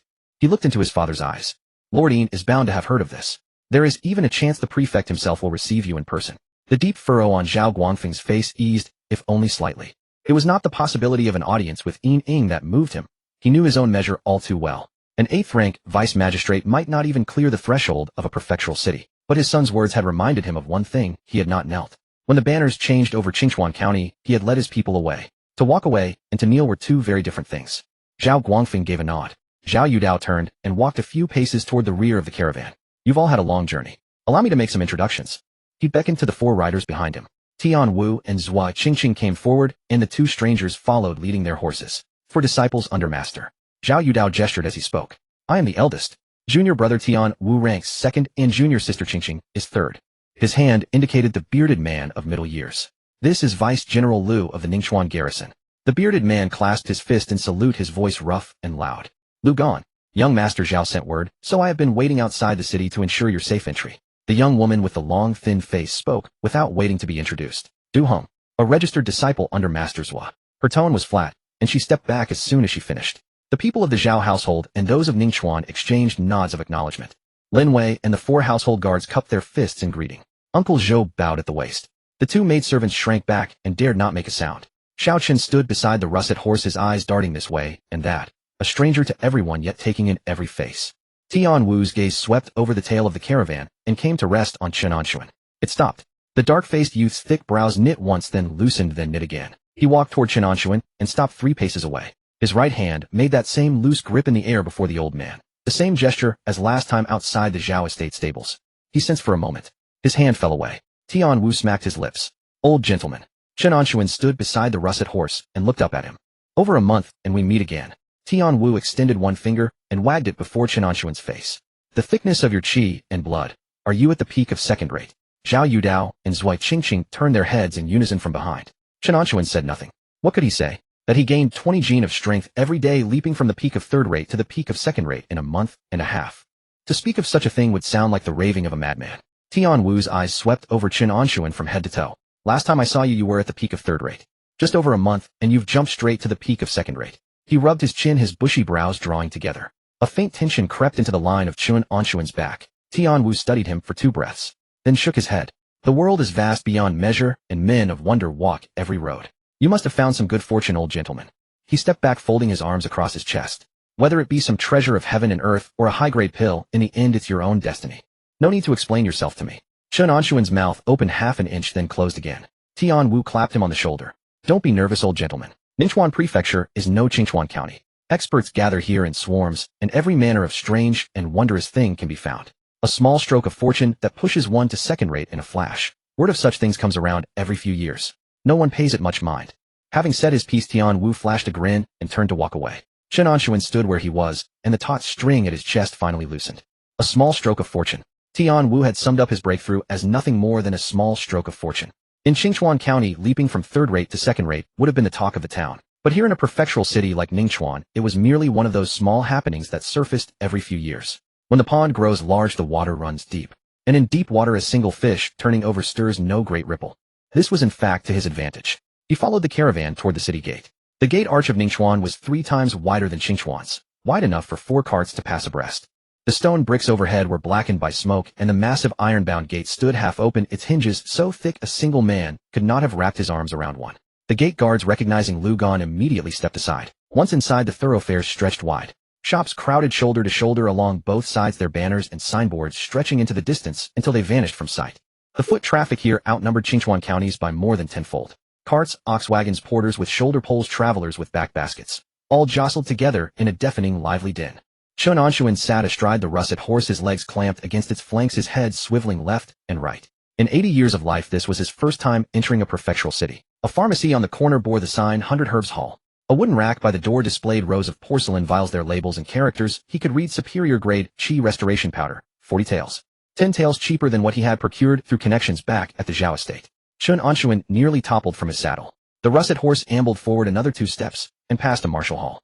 Its frontage was modest, but a wooden plaque stood by the entrance, its surface carved with a dense list of items for purchase. Wanted martial manual diagrams, weapon catalogs, and pill recipe fragments of second-rate quality or above. Price negotiable. In Chen Anshun's inner pocket, the corners of 2 slim booklets pressed hard against his ribs. He turned his gaze back to Zhao Yudao's broad back ahead.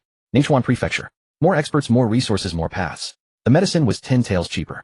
30 taels saved in a month. Money saved meant more beef. Enough for an extra day and a half supply. A day and a half.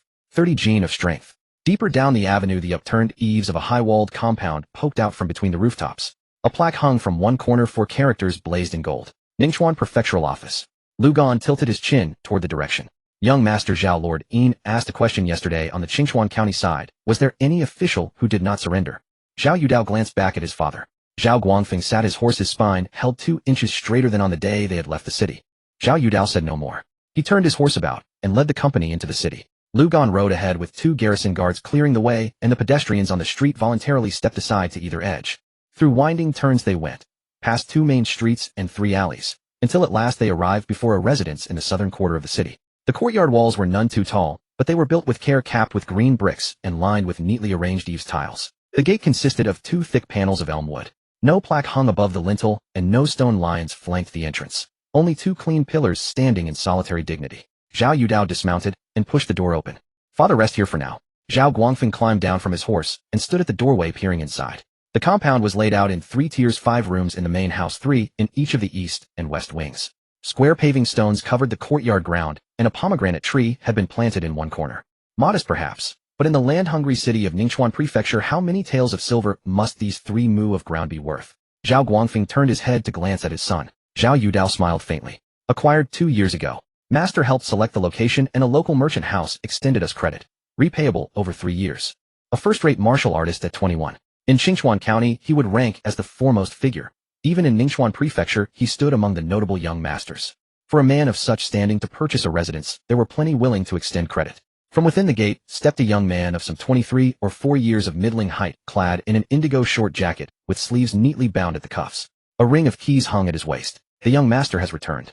Zhao Yudao waved a hand toward him. Tong Shuang, this is my father, Lord Zhao Guangfeng. See to the rest of the household too. Have hot water and a meal prepared. Tong Shuang cupped his fist in salute, then turned with brisk efficiency and began issuing orders to the 2 odd-job men in the yard to heat water to set up the cooking pots. The servants of the Zhao household filed in through the gate. Uncle Zhou supported third madam as she entered. 2 maids carried the bundles. Lin Wei led 4 bodyguards into the outer courtyard. Zhou Guang, propped between Tian Wu and Zhou Qingqing on either side, was helped into the eastern chamber of the main house. The old man's buttocks had worn raw from the journey, and his legs splayed outward in an undignified gait as he walked. Chen Anshun led the bay horse into the courtyard and cast a sweeping glance about. In the northwest corner stood a small stable with 4 stalls. 2 of them were already occupied by tethered horses. He led the bay horse over, tethered it securely, and drew from his saddlebag half a measure of bean feed, which he poured into the trough. Xiao Chun followed behind, craning his neck this way and that, peering about with unabashed curiosity. Uncle Chun, this compound must be worth at least 2 or 3,000 taels, wouldn't it? More than that. Chen Anshun unloaded the saddlebag from the horse's back and weighed it in his hands. Silver was running scarce. After his breakthrough to the 2nd rank, he had spent lavishly, frantically purchasing chi-restoring powder and supplementing his diet with beef. Only through such means had he achieved the peak of 2nd rank in a month and a half and slain Mi Dong with a single 13th strike. The price of that feat was a purse now drained to its dregs. Chen Anshun opened the bag and counted with care 55 taels of silver and 30 copper coins. Even by the modest prices of Qingchuan County, this sum could last but 4 more days. And after those 4 days, cut off from silver, cut off from beef and chi-restoring powder, even a life destined for great longevity would grind to a halt. He needed to find work. Tong Shuang bustled about making arrangements, and only when everyone had taken their seats and received their water did he at last allow himself a breath of relief in the courtyard. Chen Anshun walked over carrying a bowl of cool water. Steward Tong. Tong Shuang turned around and gave him a measuring glance from head to toe. An old man of some 80 years, yet his back was straighter than most in the courtyard. On the web of his right hand between thumb and forefinger lay a thick callus, the callus of a swordsman. You are from the Zhao household. Stable master. Chen Anshun. Tong Shuang's manner grew notably more courteous. One who had followed the master all the way from Qingchuan County to Ningchuan Prefecture was either a trusted servant or a confidant. Either way, no one to be slighted.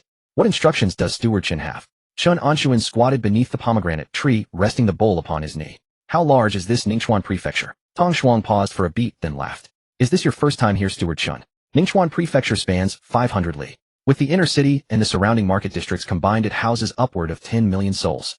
Half the population of all of Shanbei province is squeezed into this one place. 10 million souls. Qingchuan County, by the most generous count, held barely more than 20,000. 500 times that.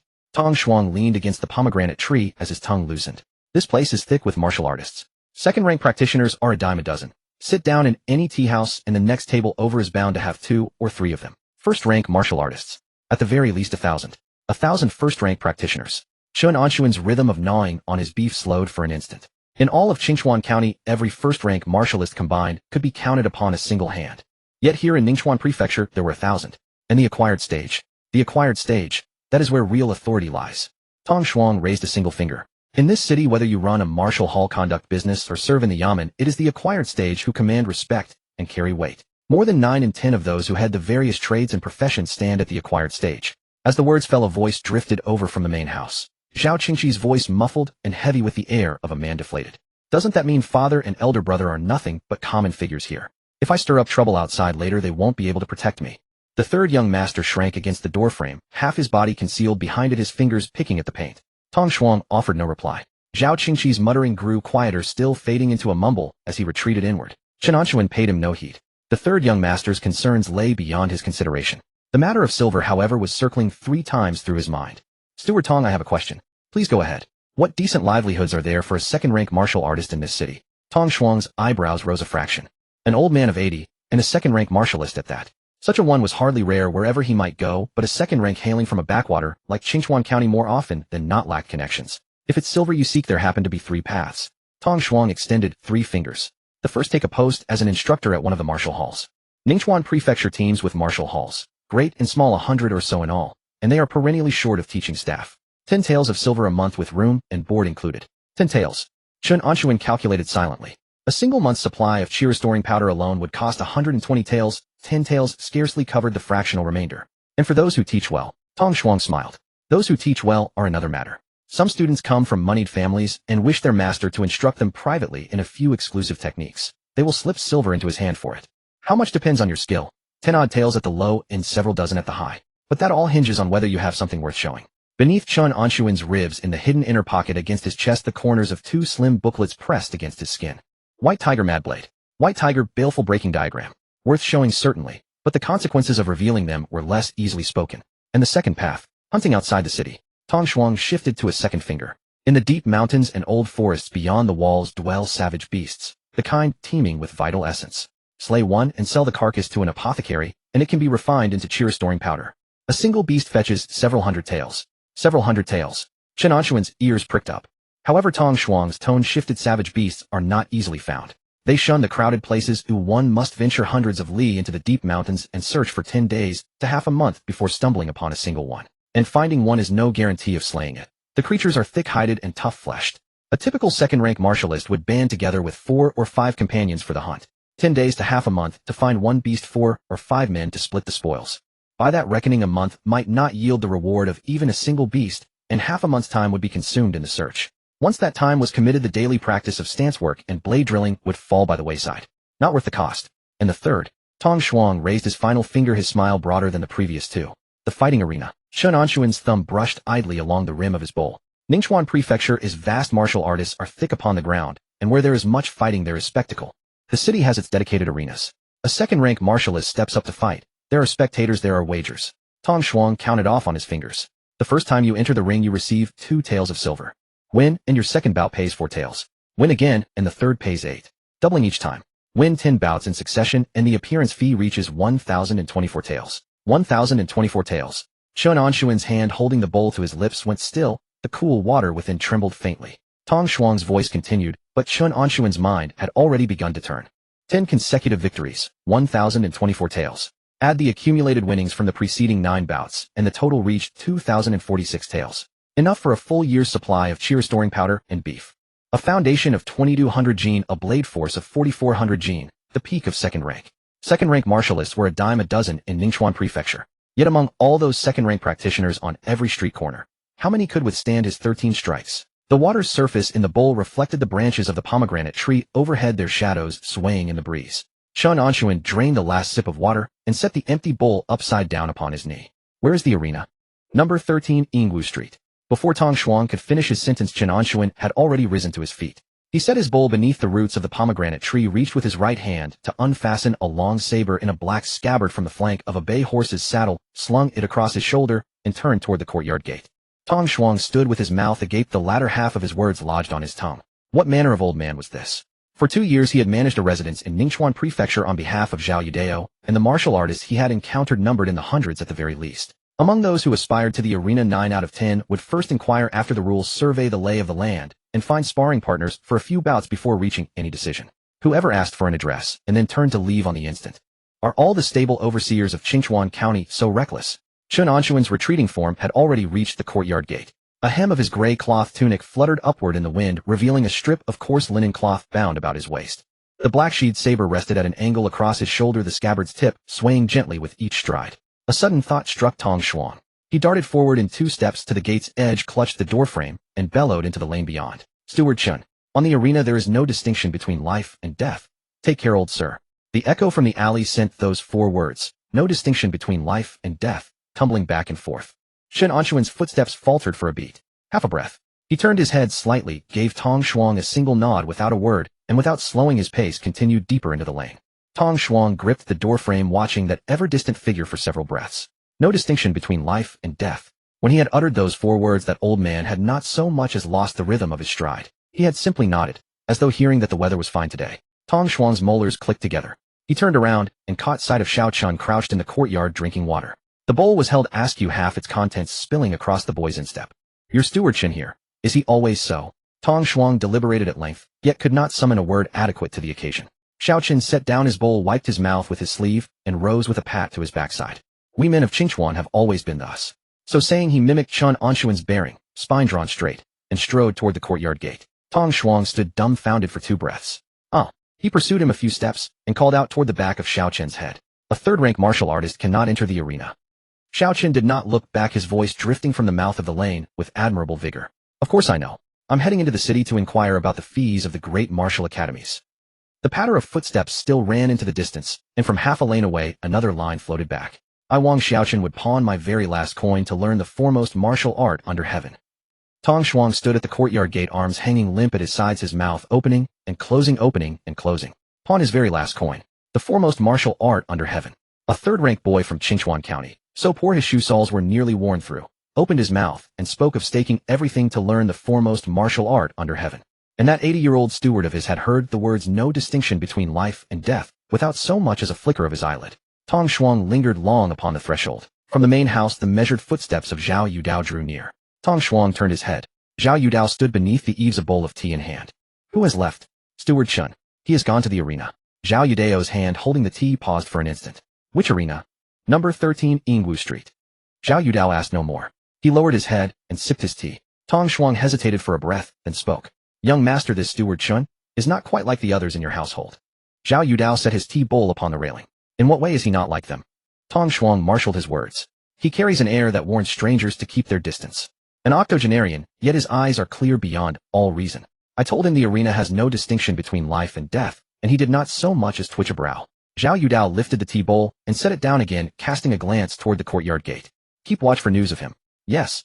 Yingwu Street. Chen Anshun had wound his way through the city, turning 7 times, asking 6 people, and straying down 2 wrong alleys, before he at last found the place. Yingwu Street was narrower than the other main thoroughfares of the city, its shops, on either side, mostly tethered to the martial trade. Sellers of blades, sellers of armor, smiths who mended weapons, brokers who took in remnants of cultivation manuals. Signboard after signboard pressed one against another.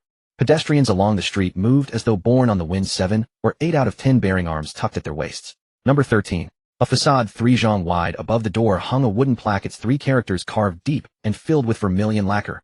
Yingwu Tai. Beneath the facade stood a thatched awning. Beneath the awning was set a long table, and behind the table sat a fellow of leisure. To call him a fellow of leisure was not entirely precise. The man was some 40 years of age, clean-shaven, had a sweatcloth draped about his neck, his upper half clad in a short double-breasted jacket worn open at the chest to reveal an old scar running from collarbone to lower ribs. His 2 arms lay upon the table, the sinewy muscles of his forearms bunched and swelling. Upon the desk lay an open register, and beside it a row of bronze tokens, each the size of a palm, their obverse engraved with the 3 characters Yingwu Tai, and their reverse stamped with a serial number. The sun hung at its zenith, and foot traffic upon the street had thinned to a scattered few. Chen Anshun walked beneath the awning, slid the black-sheathed saber from his shoulder, and planted it upon the ground. The scabbards but struck the flagstones with a muffled thud. The bald fellow of leisure lifted an eyelid, and cast a glance his way. Once done, his 2 brows knit toward the center. Some 80 years of age. A tunic of gray cloth. Hair white for the greater part. His back was not yet bowed, but the creases upon his face ran deep enough to mark a man well steeped in years. Old sir, you've wandered into the wrong place, haven't you? The martial establishments are next door. Turn left, the second house. Chen Anshun set the saber upright before the table. Peak of the 2nd rank here to register for the arena tournament. The bald fellow's brows loosened, then knit again, drawn tighter than before. He leaned half his body forward, peering over the table to take Chen Anshun's measure. He scanned him from head to toe. Not the scrutiny of a man appraising another, but of one inspecting goods. After 2 breaths the bald fellow settled back against the chair. The thickness of his blood and chi is, I'll admit, sufficient to reach the peak of the 2nd rank. He lifted a bronze token from the table and weighed it in his palm, but did not hasten to hand it over. I'll go over the rules once. Before you mount the stage, you sign a life and death pact. Upon the stage, there is no distinction between life and death. Win, and you take the silver, and walk away, or lose, and you are carried down. Should you die, bring your own coffin. The arena is not responsible. He paused, his two eyeballs roving a slow circle about Chen Anshun's face. Old sir, how many years have you? 80. The bald fellow's mouth twitched. 80. He savored the word, turning the bronze token over in his hand. 6 years in this trade, and I've seen every sort of man. Old fellows in their 60s stepping onto the stage. Yes, men barely turned 70, those two. But 80. He shook his head.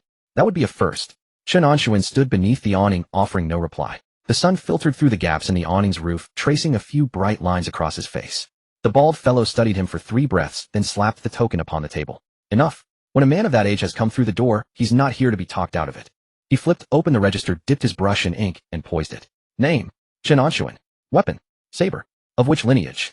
Chen Anshun paused for a beat. White Tiger Mad Saber. The bald fellow's brush hovered above the paper for a breath. White Tiger Mad Saber. He had never heard of it. The saber lineages of Ningchuan Prefecture numbered in the dozens at the least. He had let none slip past him, yet this name was a stranger. Unorthodox. He swallowed the word, unspoken. Whether one could fight would be settled upon the stage. To press further would be to suggest. He looked down upon the man. A man of 80 deserved better than that. The brush fell. The name was entered upon the register. The bald fellow slid the bronze token across its face upward. Upon the reverse, engraved ding, 37. Tonight at the hour of the rooster, come find me to receive your number and mount the stage. Tari, and you forfeit your chance. Chen Anshun picked up the token, turned it over, and glanced at it once. Ding, rank number 37. The token was not heavy, but held in the palm it seemed to brand the flesh with heat. The hour of the rooster. 5 hours yet. He tucked the token into his breast, swung the black-sheathed saber back onto his shoulder, and turned to leave. The bald fellow leaned back in his chair, watching Chen Anshun's retreating figure at the far end of Yingwu Street. 80 years of age. Peak of the second rank. A saber art no one had ever heard of. He lowered his gaze to the fresh line of characters he had just inscribed upon the register. The 3 characters Chen Anshun were not yet dry, their ink glistening upon the paper. The bald fellow took up the sweatcloth and dabbed at his neck, muttering under his breath. Tonight's bouts may yet prove rather interesting. Beyond the awning, the sun had slipped a finger's breadth toward the west. Before an ironmonger's shop on Yingwu Street, 2 young martial artists were sorting through sabers. One of them glanced sideways toward the awning and spied the bald fellow scribbling in his register. There's a bout tonight. The bald fellow did not look up. Ding, rank. An old blade hand of 80. The 2 young martial artists exchanged a glance. 80. The bald fellow snapped the register shut and tossed it upon the table. The bronze tokens clinked in answer. 80. He walked in steady as a stake, registered without a moment's hesitation, turned and left without so much as a question about the rules. He lifted the teapot from the table and gulped a mouthful of cold tea. The life and death pact hasn't been signed yet. He'll sign it when he arrives at the hour of the rooster. The footsteps of the 2 young martial artists before the ironmongers faltered for a moment. One of them had already set the saber he had chosen back upon the rack. Tonight at the hour of the rooster. At the hour of the rooster. Tari, and you forfeit your chance. The 2 young martial artists abandoned the ironmonger's shopkeeper and walked side by side into the depths of Yingwu Street. After some 10 paces, one of them looked back at the awning. Climbing the arena at 80. Is he weary of life, or does he truly possess the skill? The other gave no answer and quickened his step by half a beat. At the corner at the far end of Yingwu Street, Chen Anshun's retreating figure had long since vanished from sight. The scabbard's tip of the black-sheathed saber gave one final sway before disappearing into the crowd. The bronze token within his breast pressed close to his chest, warmed by the heat of his body. Ding, 37. The hour of the rooster. The hour of the rooster. Chen Anshun stood punctually before the door of number 13 Yingwu Street. The bronze tag pinned to his chest had been warmed by his body heat throughout the afternoon, and now it burned against his skin. The bald idler was still seated beneath the awning. Upon seeing him approach, the man rose from behind the table and slapped a yellowed sheet of paper onto its surface. Life and death pact. Press your fingerprint. Chen Anshun swept his gaze across the characters written on the paper. He dipped his thumb into cinnabar paste and pressed it firmly onto the sheet. The bald idler collected the paper, drew a ring of keys from his waist, selected the bronze one, and jerked his chin toward the interior of the doorway. Follow me. Beyond the entrance lay a narrow alley. Whitewashed brick walls rose on either side, and an oil lamp hung every few paces. The flames burned low, casting just enough light to illuminate the path beneath their feet. After some 20 paces, they turned a corner, and the space before them opened up wide. Chen Anshun's stride faltered for a heartbeat. This was nothing like what he had imagined. The arena was modest in size, a perfectly square stone platform, 3 zhang on each side. The fighting surface was paved with a single slab of bluestone, and 4 thick wooden pillars rose at its corners. Crossbeams connected their tops, from which hung 8 great oil lamps that flooded the platform with brilliant light. Yet the surrounding stands were packed with spectators. 3 tiers. The lowest consisted of long wooden benches, the second of wooden chairs, and the third was erected directly atop a brick platform cushioned with straw mats. No fewer than 300 or 400 souls were crammed into this space, no larger than the palm of a hand. A low hum of conversation pressed in from every direction, carrying with it the smell of sweat, the smoke of oil lamps, and the toasted fragrance of fried peanuts. The people of Ningxuan Prefecture had a fondness for such entertainment. The bald idler came to stand beside him and gestured with his lips toward the stone platform. Lot Ding is scheduled for the 6th bout. Wait in the holding area until the first 5 matches are finished. Admission is 500 won per person, and tonight we've sold out. 500 won. 300 or 400 people. Admission alone yielded over 100 taels of silver. Add the rake from the wagers, and the arena's proprietor stood to earn several hundred taels in a single night. No wonder such a business could flourish. The holding area lay to the left of the stone platform, partitioned off by a wooden fence into a small enclosure where 7 or 8 people were already squatting. Some carried blades, some shouldered staves, others arrived empty-handed. Their ages ranged from barely 20 to past 50. Chen Anshun stepped inside, found a corner to squat in, and stood his black-sheathed long saber upright before him, both hands resting upon the scabbard. A man of some 30 years beside him turned his head for a glance, looked again, parted his lips, as if to speak, thought better of it, and turned his face away. The first 5 bouts concluded swiftly. The first match pitted 2 young men of mid-tier second-rate skill against each other. One wielded a staff, the other a whip. After some 20 exchanges, the staff-bearer took a lash across the shoulder from the whip and conceded. The second bout featured a short man of peak second-rate skill against a large man of mid-tier second-rate. In 3 moves, the short man drove a fist into the larger man's chest, sending him flying off the platform. The third bout matched 2 peak second-rate fighters. They clashed for over 40 exchanges until one wielding a crane-beak sickle snagged his opponent's ankle and hurled him from the stage. The cheers from the stands rose in successive waves. Some slapped their thighs, some tossed peanuts into their mouths, others hoarsely cursed the loser for his lack of backbone. Chen Anshun remained crouched in his corner, his thumb slowly tracing the guard of his saber. The 6th bout. Lot Ding number 37, Chen Anshun. The bald idler's voice exploded from the edge of the stone platform, carrying the cadence of a storyteller. 80 years of age. Peak second rate. Weapon, saber. The buzzing in the stands paused for a single breath. Then it detonated. 80. Which 80? That white-haired old man. He's probably here to sweep the floor. Chen Anshun emerged from the wooden enclosure of the holding area, his black-sheathed long saber, held in his right hand, the tail of the scabbard hovering 3 inches above the ground. He mounted the stone steps and stepped onto the bluestone surface, coming to stand firm. The laughter from the stands had not ceased. Since when does this arena start taking in old men? He's probably some beggar from the next street who walked into the wrong door. Enough talk, let's get this going. I bet he won't last 3 moves. From the opposite side of the platform, a bald-headed man strode up through the other entrance. Powerful, brutish, broad. His shoulders were twice the width of Chen Anshun's, his arms as thick as a child's waist. His neck was nearly invisible. His head seemed to grow directly from his shoulders. His face was a mass of jowls, his nose crooked, and a vertical scar marked his left eye corner. In his right hand, he gripped a demon-subduing pestle. Iron. The head of the weapon was twice the size of a fist, cast with 6 ridges, their edges polished to a gleaming shine. The thing alone must have weighed 30 or 40 caddies. Someone in the stands let out a whistle. That's that then. The old man's done for tonight. Chen Anshun stood upon the platform, his right thumb giving the saber's guard a gentle push. The black-sheathed saber slid free by 3 inches.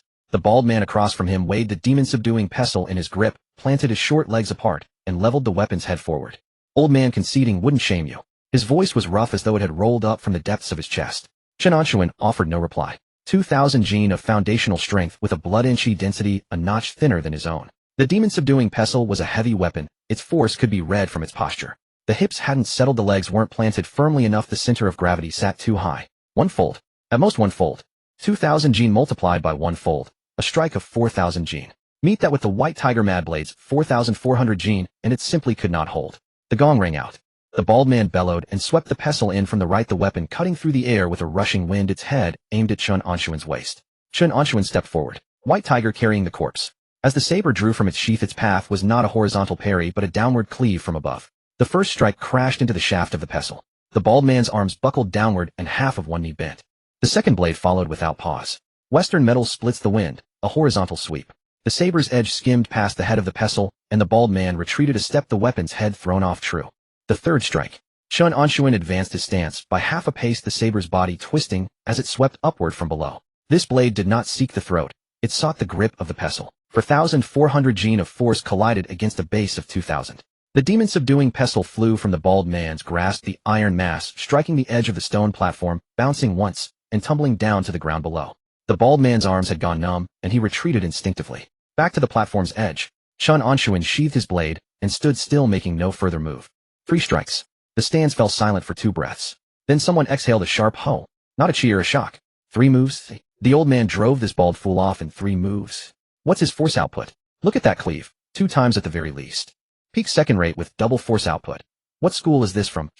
The buzzing returned, swelling once more, but unlike the laughter before, it now carried a layer of measuring scrutiny. At the edge of the stone platform, several veteran gamblers who had spent years at Ingwu Arena had already gathered together. A thin-faced middle-aged man counted on his fingers. Double force output, foundational strength at least 2,000 and above, blade strikes over 4,000 Jing. The first 3 rounds in Lot Ding are all newcomers. At this caliber, 3 consecutive wins is a certainty. A short stout man beside him rubbed his hands together. I bet 5 rounds. The first 5 matches are low in caliber. His strength can hold 7 rounds. A shrill-voiced fellow interjected. Look at the rhythm of his strikes. This isn't brute force, there's method to it. His blade art has a lineage. 7 rounds is achievable. The odds were posted. 3 consecutive wins paid 1 to 1.5, 5 consecutive paid 1 to 3, 7 consecutive paid 1 to 6, 10 consecutive paid 1 to 15. No one wagered on 10 consecutive wins. The second round opponent stepped onto the platform. A middle-aged man wielding a chain and ball flail, peak second rate. The chain whirled through the air with a rushing hum.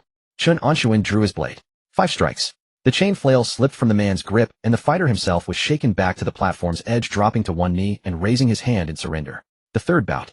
A dual-blade wielder, peak second rate, whose swordsmanship was nimbler than the previous 2. He attacked from both sides, his offensive intensity relentless. Chen Anshun never retreated a single step. 7 strikes. Every blow landed square on the flat of the dual-blade fighter's weapons. By the 7th strike, the blade in his left hand had flown away, while the one in his right had 2 notches chipped from its edge. Surrender. Those in the stands who had wagered on 3 consecutive wins collected their coins and merrily stuffed peanuts into their mouths. The stout man who had bet on 5 consecutive wins rubbed his palms, craning his neck forward.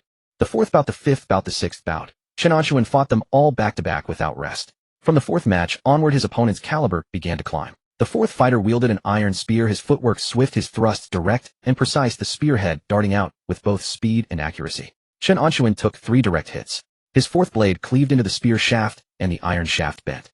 6 strikes ended it. The 5th bout was a fist artist, weaponless. A base of 2,300 Jing, with 1.5 times force output. His fists were wrapped in iron-plated guards, and his punches cut the air. Chen Anshun took a solid blow to his left shoulder. The bone let out a crack. He gritted his teeth and held his ground, his saber cleaving out 4 times in succession, forcing the fist artist's arms to go numb, the iron plating on his guard splitting at the seams. 8 strikes to close it out. The 6th bout. Iron whip. 9 strikes. The mood in the stands shifted from curiosity to feverish excitement. The stout man collected his 5 consecutive win payout, his hands red from clapping, and turned to shout at the person beside him. I told you, 7 rounds. This old man is no simple matter. I'm betting again. 7 consecutive. I wager 20 taels. The shrill-voiced one had already risen to his feet, both hands braced against the railing of the front row. What lineage is this blade art? White Tiger, what, never heard of it. Every strike is heavier than the last. The force layers and stacks upon itself. By those final blows, his opponents simply can't bear it. Unorthodox school, perhaps. I know every blade art lineage in Ningchuan Prefecture, and there's no such style among them. An unorthodox school that can fight like this. Why don't you cultivate an unorthodox school and show me? The 7th bout. Chen Anshun's left shoulder still ached faintly. That punch from the 5th match had not gone unpaid. His opponent was a halberdier with crescent-shaped blade heads, peak second rate, with force output approaching double. This was the toughest of the first 7 opponents. Chen Anshun's saber clashed with the crescent halberd 6 times, and each collision sent a numbing shock through his tiger's mouth. On the 7th strike, his stance surged forward, a great pace, the saber's body twisting as the closing form of White Tiger carrying the corpse swept upward from below. The crescent halberd slipped from his opponent's grasp. A strangled roar erupted from those in the stands who had wagered on 7 consecutive wins. The 8th bout. Iron mace. 5 strikes. His opponent's mace was too short to reach Chen Anshun's blade edge and was pressed down the entire time. The 9th bout. Long sword. The opponent was a swordsman of some 30 years, his footwork more nimble than anyone before him. His blade pursued a path of lightness and deftness, refusing to clash head-on, with Chen Anshun striking only at exposed openings. Chen Anshun took a thrust. The sword tip grazed his left forearm, slicing through a layer of skin. Blood welled up and stained his gray cloth tunic. He did not lower his gaze to look at the wound. The path of the White Tiger mad blade had never been evasion. It was suppression. As the 4th strike cleaved out, the swordsman attempted to slip aside. Chen Anshun's left foot stamped forward, forcibly widening the arc of that 4th blade by half a foot. The saber's edge scraped along the flat of the swordsman's blade, and 4,400 Jing of force surged down the spine of the weapon. The swordsman's wrist twisted, and the long sword nearly flew from his grip. The 5th strike. The 6th. The swordsman gritted his teeth and endured 2 blows, but his footing had already broken apart. The 7th strike. The sword flew. The swordsman retreated to the platform's edge, both arms hanging at his sides, his fingers trembling. He gazed at Chen Anshun and drew 2 ragged breaths, and cupped his fist in salute. You have my concession. 9 consecutive victories. The roar from the stands crested to its peak. Those who had wagered on 7 consecutive wins had already pocketed their winnings. All that remained outside were a pack of gamblers still howling at the top of their lungs. 10 consecutive wins. Put it on 10 consecutive wins for me. What's the odds? 1 to 8. Just changed. Bet. 50 tails. Upon the stone platform, Chen Anshun sheathed his saber and stood at the center of the platform. The rise and fall of his chest was greater than in the previous bouts. His left shoulder ached, his left forearm bore a wound, and after 9 rounds his stamina had taken no small toll. His base of 2,200 gene could bear it. But if he continued to drain himself, the force behind his strikes would decline. The bald idler stood at the platform's edge and bellowed out the announcement for the next bout. 10th bout. From the opposing entrance, a figure mounted the stone platform. Medium height, narrow shoulders, thin.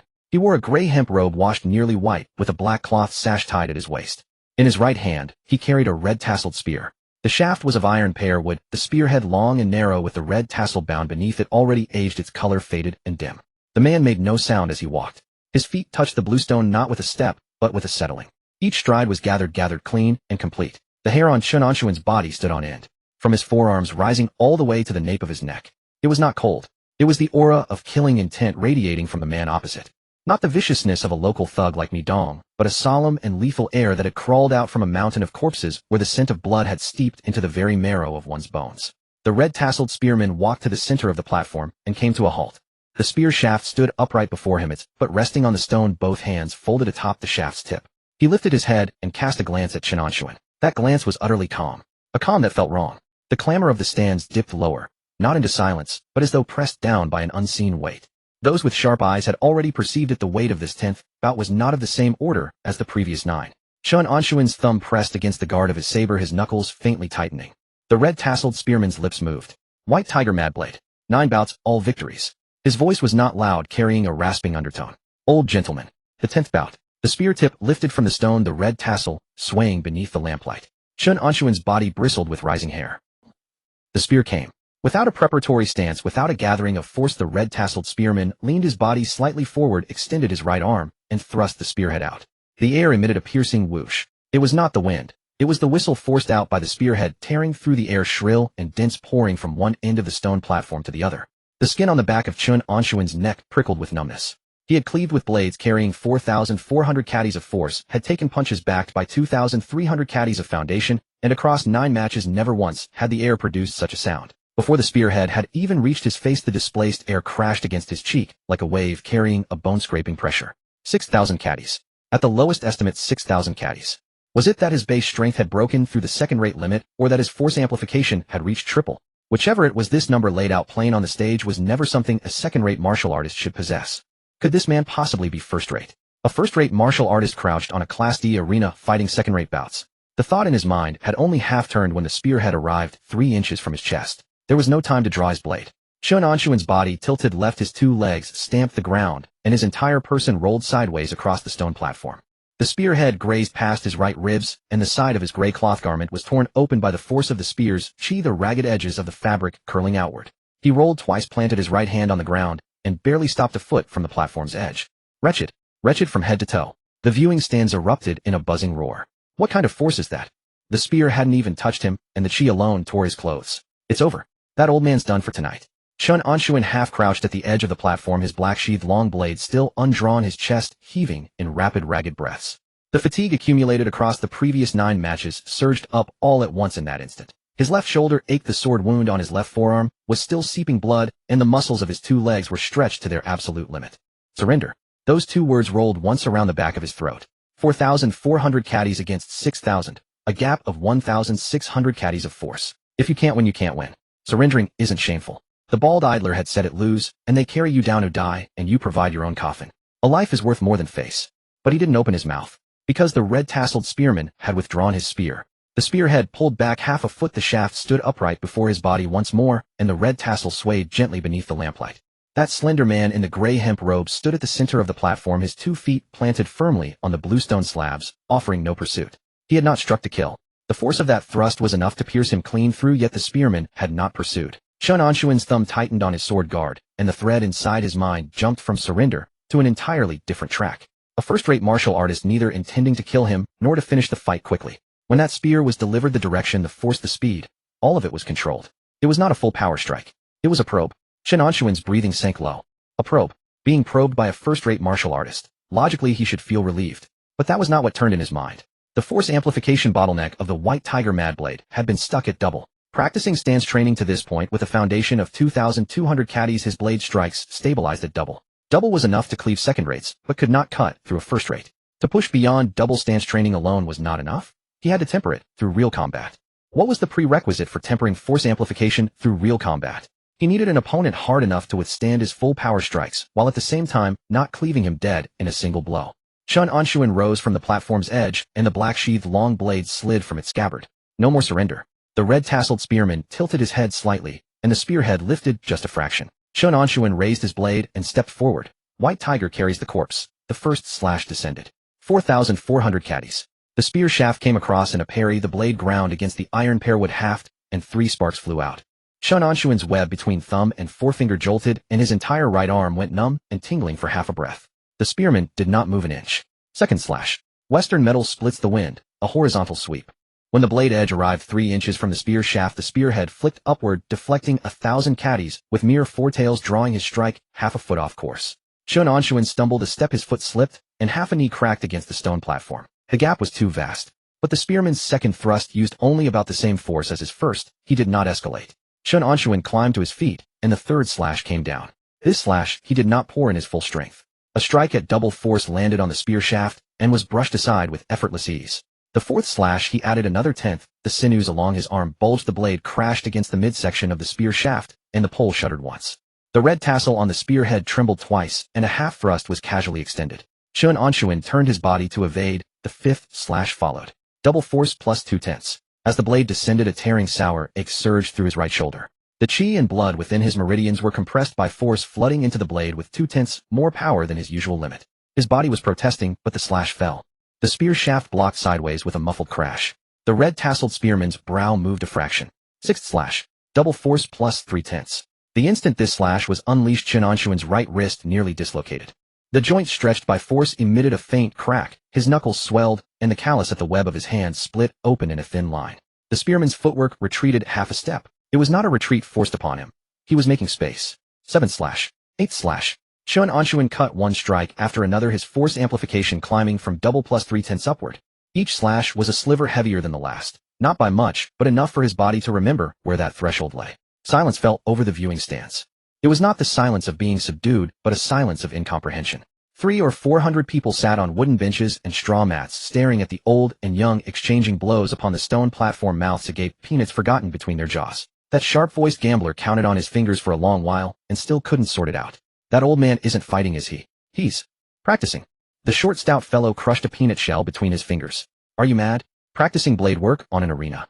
Look at the spearman's footwork. He's feeding him moves. Upon the stone platform, Chen Anshun's 12th slash was unleashed. His force amplification had reached double and a half. The blade ground across the spear shaft, peeling a layer from the iron pearwood surface. Wood chips flew in every direction. The spearman's 2 arms dipped slightly, and his stance retreated an inch.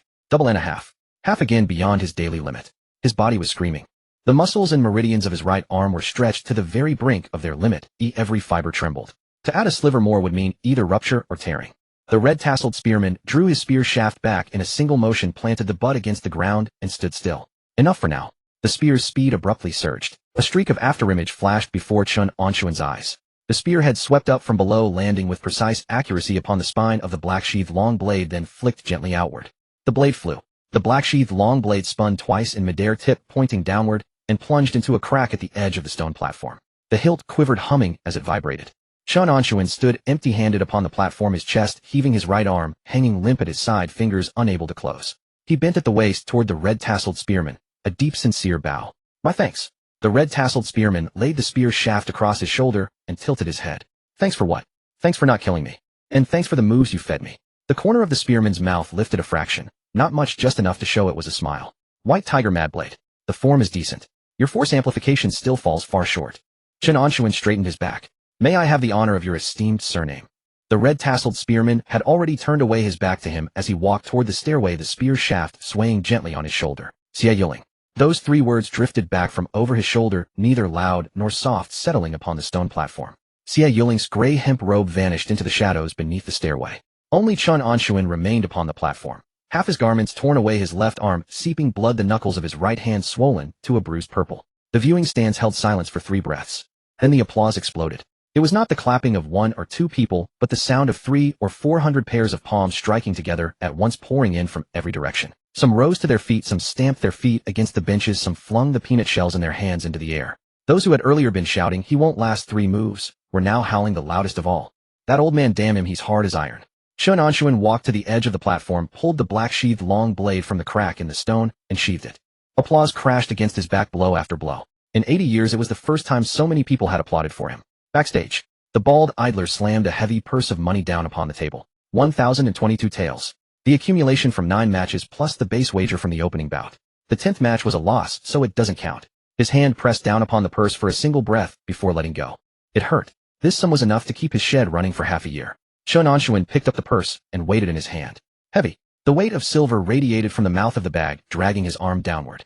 The bald idler leaned forward half a body's length and lowered his voice. "Old sir, let me say one more thing." Chen Anshun tucked the purse into his breast. "The waters in Ningchuan Prefecture run deep. For a second-rate martial artist to walk away with 1,000 taels of silver is already the ceiling.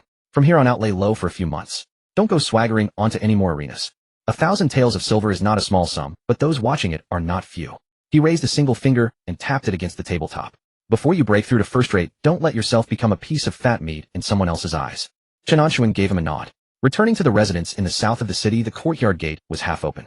Tong Shuang was crouching beneath the pomegranate tree, gathering up bowls and chopsticks. Hearing the gate creak, he looked up and saw Chen Anshun push the door and walk in. Half of his gray cloth garment was torn away, a strip of cloth torn from the hem was wound around his left arm, the knuckles of his right hand were swollen, yet his face remained calm and unreadable. Tong Shuang's chopsticks came to a stop.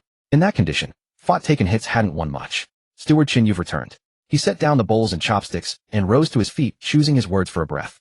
"The first time on an arena is always like this. Victory and defeat are common things. Don't take it to heart."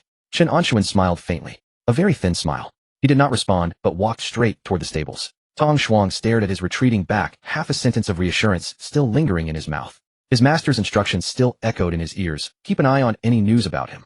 Half an hour later, the news Tong Shuang had sent people to gather from Yingwu Street lay spread across the table. He crouched beneath the pomegranate tree, clutching that slip of paper covered in match scores, his 2 eyeballs scanning from the first line to the last, then from the last back to the first. 9 consecutive victories. The opponent of the 10th match was Xie Yuling. Tong Shuang's chin dropped onto his knee. In the stable at the northwest corner of the courtyard, Chen Anshun leaned against the bay horse, the purse of money in his breast pressing against his ribs. 1,022 taels of silver pressed against his chest, his body, heat warming the silver through. He raised his right hand and looked at his swollen knuckles. 1.5. Tonight, the upper limit of force amplification for the White Tiger Mad Blade had been pushed from double to 1.5. Outside the stable, Tong Shuang hurried toward the main house. "Young master." That old man surnamed Chun, 9 wins in a row. His opponent in the 10th match was Xie Yuling. From beneath the eaves of the main room came the faint sound of a tea bowl being set down upon the table. "Oh, 9 consecutive victories." Zhao Yudao set his tea bowl back on the table, the base striking with a crisp sound. Tong Shuang stood beneath the eaves, breathing hard, the slip of paper in his hand crumpled into a wrinkled ball. The opponent in the 10th match was Xie Yuling, a top-tier martial artist. He lost, but nothing broken, nothing damaged. Walked back on his own. Zhao Yudao did not take the slip. With both hands clasped behind his back, he glanced toward the courtyard gate. The stables were shrouded in darkness save for the occasional snort from the bay horse. Xie Yuling. He rolled those 3 syllables across his tongue. Among the top-tier martial artists of Ningchuan Prefecture, few wielded the red-tasseled spear, and fewer still bore the surname Xie. He had heard that name before, but never crossed paths with its bearer. Does the young master know him?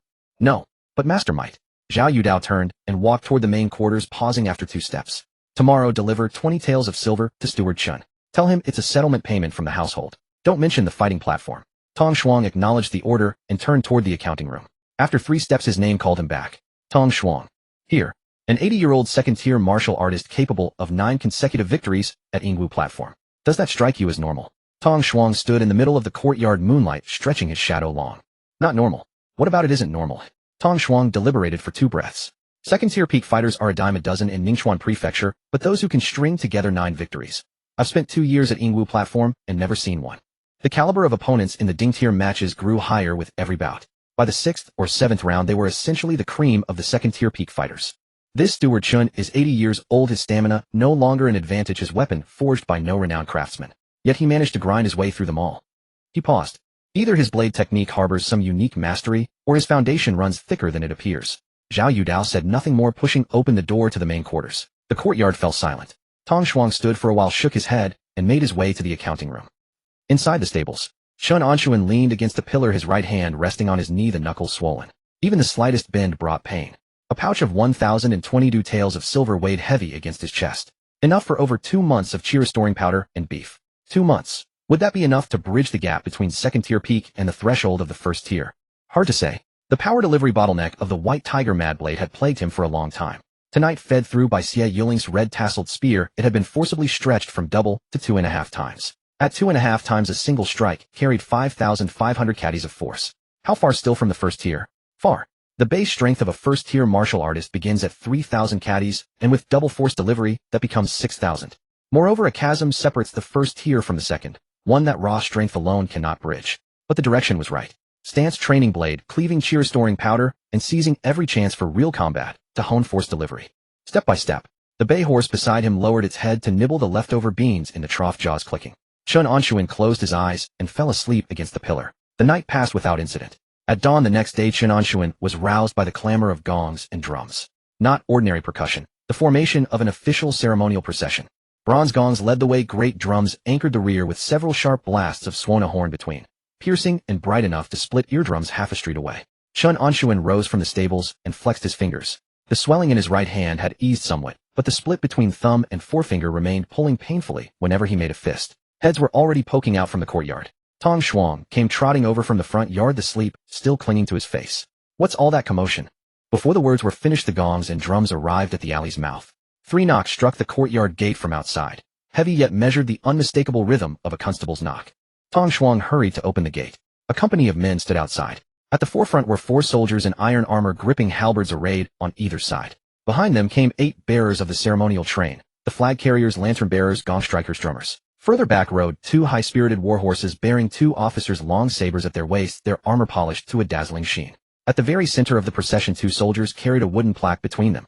The plaque was carved from rosewood, its frame gilded in gold, 4 great characters upon its face filled thrice with cinnabar lacquer, House of Loyalty. Tong Shuang's jaw nearly struck the doorstep. The leading officer swung down from his horse and swept his gaze over the gate and doorplate. Is this the residence of Magistrate Zhao Guangfeng of Qingchuan County? Before Tong Shuang could answer, the door of the main quarters opened. Zhao Yudao strode out, Zhao Guangfeng following behind. Zhao Guangfeng wore a blue cloth robe of middling freshness, his hair neatly combed. The dust of yesterday's journey had been washed away, yet shadows of sleeplessness lingered beneath his eyes. Clearly a night spent ill at rest. Zhao Yudao cupped his hands in greeting. I am Zhao Yudao. This is my father, Zhao Guangfeng. The officer sized Zhao Guangfeng up and down, nodded once, clasped his fists, and raised his voice threefold. Magistrate who of Ningchuan Prefecture has learned that the magistrate of Qingchuan County rebelled, while Vice Magistrate Zhao Guangfeng remained steadfast in his loyalty, leading his kinsmen out of Ningchuan. His lordship is deeply moved. By special grace, he bestows a gilded plaque bearing the words, House of Loyalty, to honor the Zhao family's devotion to righteousness. That proclamation rang out sharp and far. From both ends of the alley, neighbors poked out their heads. From the crack in the neighboring gate emerged 2 faces, one grown, one child, eyes wide as saucers. Across the way, the owner of the tea house rushed to his door with kettle in hand, the lid forgotten. Zhao Guangfeng's spine straightened a fraction. In Qingchuan County, he had been crushed beneath the pressure of the purple-haired innate grandmaster from the Sword Cottage, not daring to lift a finger in defiance. His flight from the county had been a wretched affair, sleeping rough, eating wind, no different from a stray dog with its tail between its legs. Upon reaching Ningchuan Prefecture, he lived in a house his son had purchased, ate food his son had earned, and never once stepped outside the gate. Now a gilded plaque had crashed down upon him, 4 characters, House of Loyalty, gleaming above his head. Beside him stood a resplendent ceremonial guard in vivid armor, while neighbors' heads popped out from every corner.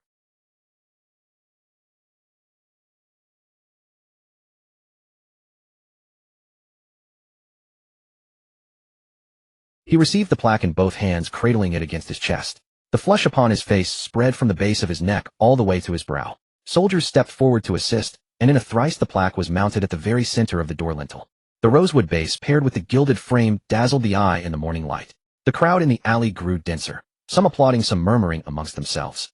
The Zhao family. Which Zhao family? From Qingchuan County. Word is the county magistrate rebelled, and this vice magistrate led his whole family out to seek refuge in Ningchuan. Humph. I've heard of the eldest son of this Zhao household, Zhao Yudao, a first-tier martial artist at 21 and a disciple of Master Zhua. A father of such loyalty, a son of such martial promise. This Zhao family has a future, mark my words. Zhao Guangfeng stood beneath the lintel, gazing up at those four characters, his eyes growing faintly hot. Zhao Yudao stood behind him, but he was not looking at the plaque. He was looking at the officer.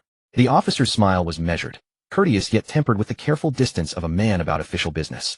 Having bestowed the plaque, he did not leave. Not leaving meant there was more to come. Zhao Yudao shifted half a step to the left, and met the gaze of Zhuguang, who stood leaning on his cane beneath the eaves of the main quarters. Zhuguang shook his head slightly. Master and disciple exchanged no words, yet their meaning aligned perfectly. Zhao Yudao had spent 2 years in Ningchuan Prefecture, and he knew Prefect Yin's character inside out. His lordship the prefect was sharp and capable, governing both civil and military affairs with meticulous order. When court officials spoke of the Ningchuan prefect, their judgment came in 4 characters: upright and resolute. But what was the other side of upright and resolute? An abacus more finely tuned than anyone's. Sure enough, once the officer judged that Zhao Guangfeng had gazed upon the plaque long enough, he stepped back half a pace, drew an official dispatch from his breast, and presented it with both hands. Lord Zhao, besides the bestowal of the plaque, his lordship the prefect has a further commission to confer. He unfolded the dispatch, cleared his throat, and raised his voice another notch. In view of Qingchuan Vice Magistrate Zhao Guangfeng's combined civil and martial talents and his steadfast character, he is hereby appointed Deputy Commander of the 3rd Army of Ningchuan Prefecture to assume his post in 10 days. A murmur rose anew in the alley. Deputy Commander of the 3rd Army. That's a meteoric rise, from Vice Magistrate straight to a prefectural army's Deputy Commander. Well, this is what they call an exceptional appointment. A man of loyalty and righteousness, after all. The hand that received the dispatch trembled. Deputy Commander of the 3rd Army of Ningchuan Prefecture. The Vice Magistrate of Qingchuan County had been a mere 8th-rank functionary managing tax registers and civil matters with not a single proper soldier under his command. The Deputy Commander of Ningchuan's 3rd Army was a 6th-rank position commanding several thousand men, a leap of 3 full ranks. Zhao Guangfeng's mouth opened again. What virtue or ability does Zhao possess to deserve? The officer thrust the dispatch into his hand, clasped his fists, and bowed. Lord Zhao, pray do not be overly modest. His lordship the prefect said loyal ministers and worthy generals are the pillars of the realm. On the 10th day at dawn, report to the 3rd Army encampment. Someone will be there to receive you. Having said this, he swung back into the saddle and led the ceremonial train back the way they had come. The gongs and drums receded into the distance. The onlookers at the alley's mouth had yet to disperse, murmuring in clusters of 2 and 3. Zhao Guangfeng stood at the gate holding the dispatch, his bearing rigidly upright, his eyes scanning the document again and again, 3-4 times over. Zhao Qingqi had somehow slipped to the door, poking out half his body, mumbling a single phrase. Father, have we made it big? Zhao Guangfeng paid him no heed. Zhao Yudao stepped to his father's side, lowering his voice. Father, let's talk inside. The courtyard gate closed. In the main hall of the principal quarters, Zhao Guangfeng spread the dispatch flat upon the table, its 4 corners weighted down by tea bowls and paperweights.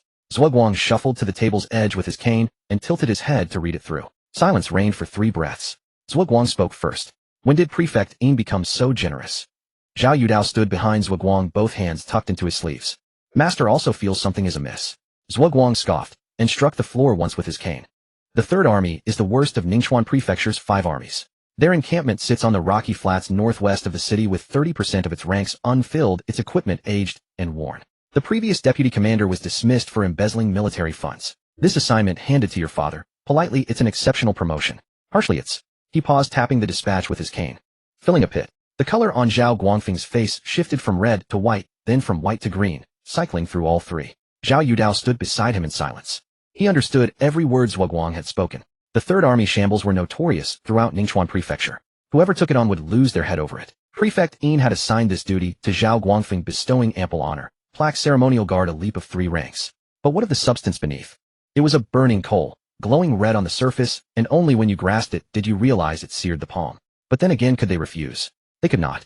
The Zhao family had just arrived in Ningchuan Prefecture. No roots, no connections, no silver. The plaque of House of Loyalty had been personally bestowed by the prefect, witnessed by every soul in the alley. The dispatch had been accepted. The watching neighbors had heard everything.